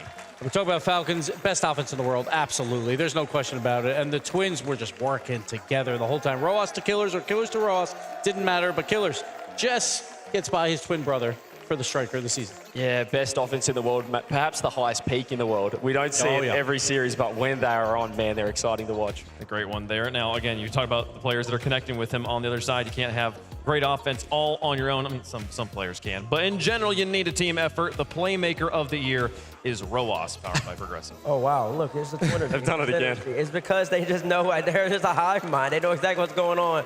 Killers hits, Roas hits the ball down. Killers is already pre-jumping them. And when they play teams that aren't up to their level, they dominate them. And then they just farm the stats, and they're still great against really good teams as well. And how cool is that? Identical twins winning these awards. That was a different player, by the way, if you're a casual fan out there. Twin brothers on the same team, putting in the work. Now, the third one, the savior of the season, going to be going to Virtuoso here. I believe it's like 2.25 saves per game. Obviously, lots of opportunities, but you got to get them. Then we got to get them, but usually it's the person who wins Savior this season. You're kind of getting pressured a lot. So, Vert, got to work on the offense a little bit for the Gladiators. Hope we can see that. But also, even when you're getting that pressure, you still got to make the saves, and he did that. Man, yeah, they all count. You still got to save, but you are right. It is a funny award. You do have a little bit less pressure sometimes. But we got to give him credit because he led pretty much everything in APAC. Goals, assists, and saves, too. So he was really all over the field. And if you missed it earlier, we announced RLCS 2025, gave you some fun details about it, a $5 million prize pool, as well as a 1v1 circuit, last chance qualifiers online, 20 teams at Worlds. Gives so many fun things to look forward to. I think Johnny Boy's happy about the 1v1 than his cast there. His cast was phenomenal, obviously Grand Finals cast, but he is so excited about this 1v1. We're going to crown an RLCS 1's champion. It's going to be so much fun. And the thing I love the most, last chance qualifiers, is going to be a lot of fun. Everyone can try and participate and get those last 4 spots for 20 teams at Worlds. It just keeps everyone still in the race, even if you're not in contention. So,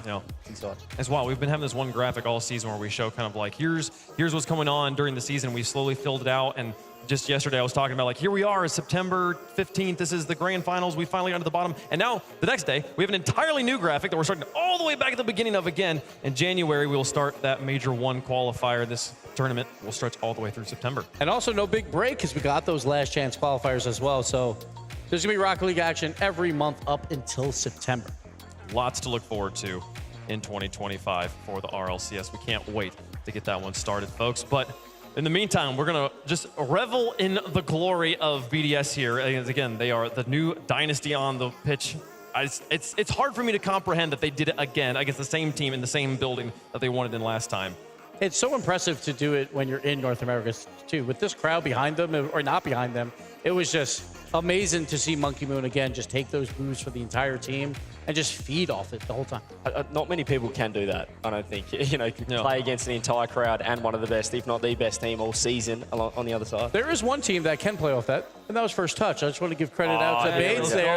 The crowd was with chalk cans. Rematch. I mean, best of 3.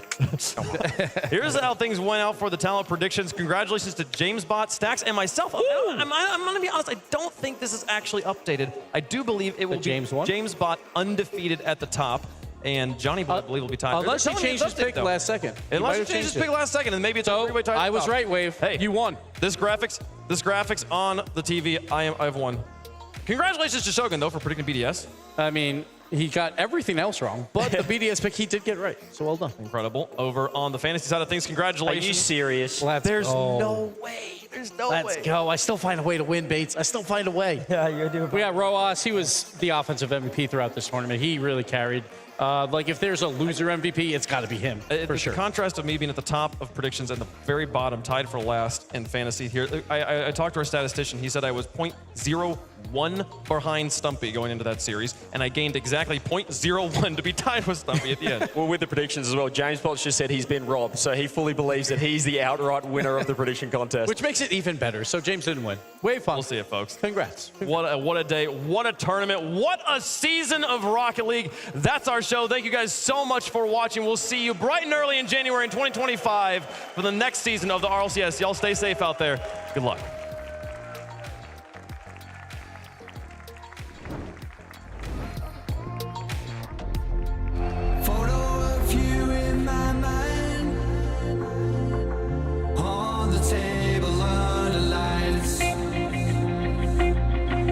There's no one here but you and I. This neon town is yours and mine. That's it.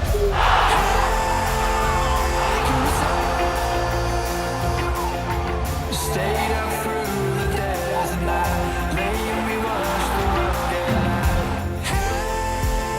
Hey, Carissa, sunlight, freedom in your eyes. Please don't leave now.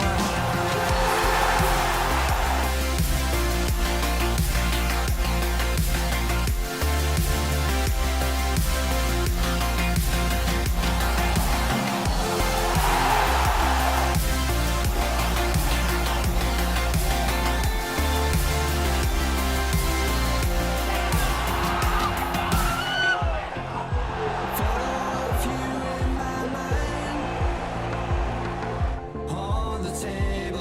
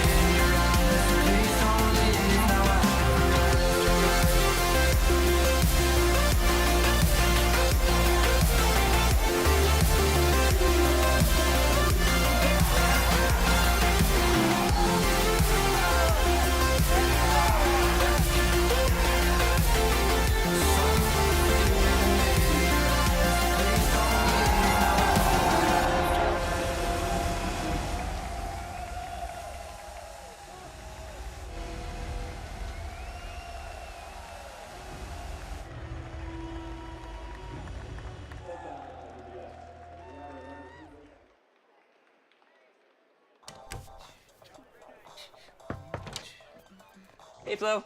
Cool leg warmers. Thanks. They're just for the bus ride to work. They're not part of the official uniform. No tunes today? No. My apartment was robbed last night. Took my cable-ready TV, VCR, portable cassette player. Yep, all the latest tech. If only Progressive had renter's insurance, like their home insurance. Then we could bundle our cars and get the same 24/7 protection. I think we just invented that. This is the best day ever. Well, I still got robbed. It's still a pretty good day.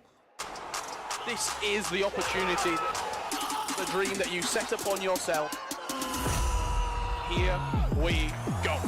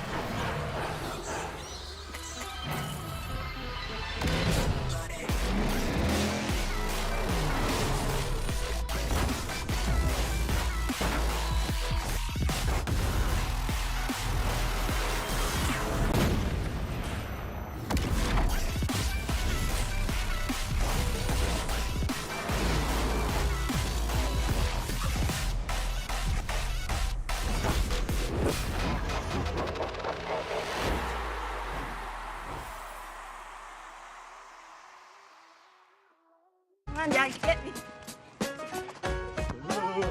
play. All right, go. There you go. So cute.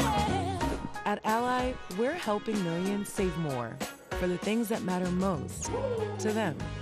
Whatever you're saving for, we're all better off with an Ally. Get back to work. Oh.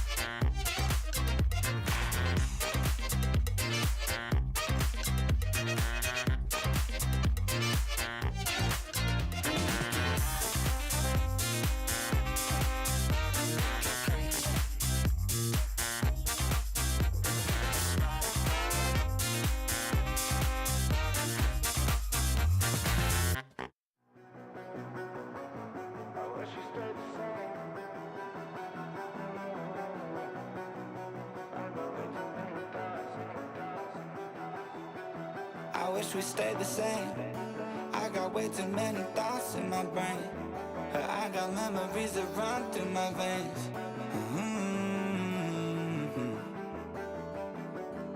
I'm not one to blame, but I could point out every way that you changed. Some things stay up while others go right down the drain. And lately we've been going down in flames. But if I'm honest, I get in my feels when I want you. Say you feel it too, I'll haunt you. Hold on till I'm lost in nirvana. But if I'm honest, I get in my feels when I want you. Say you feel it too, I'll haunt you. Hold on till I'm lost in nirvana. But if I'm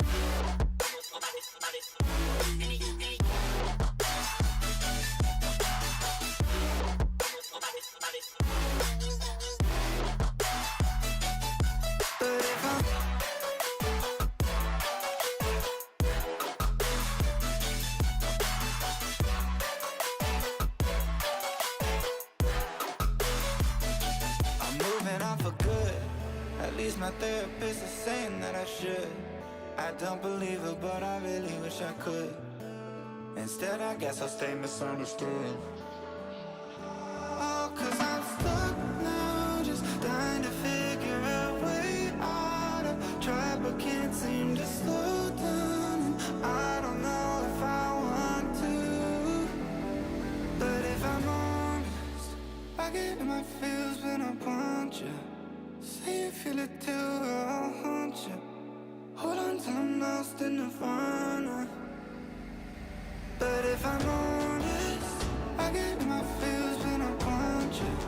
Say you feel it too, I'll haunt you. Hold on till I'm lost in nirvana. But if I'm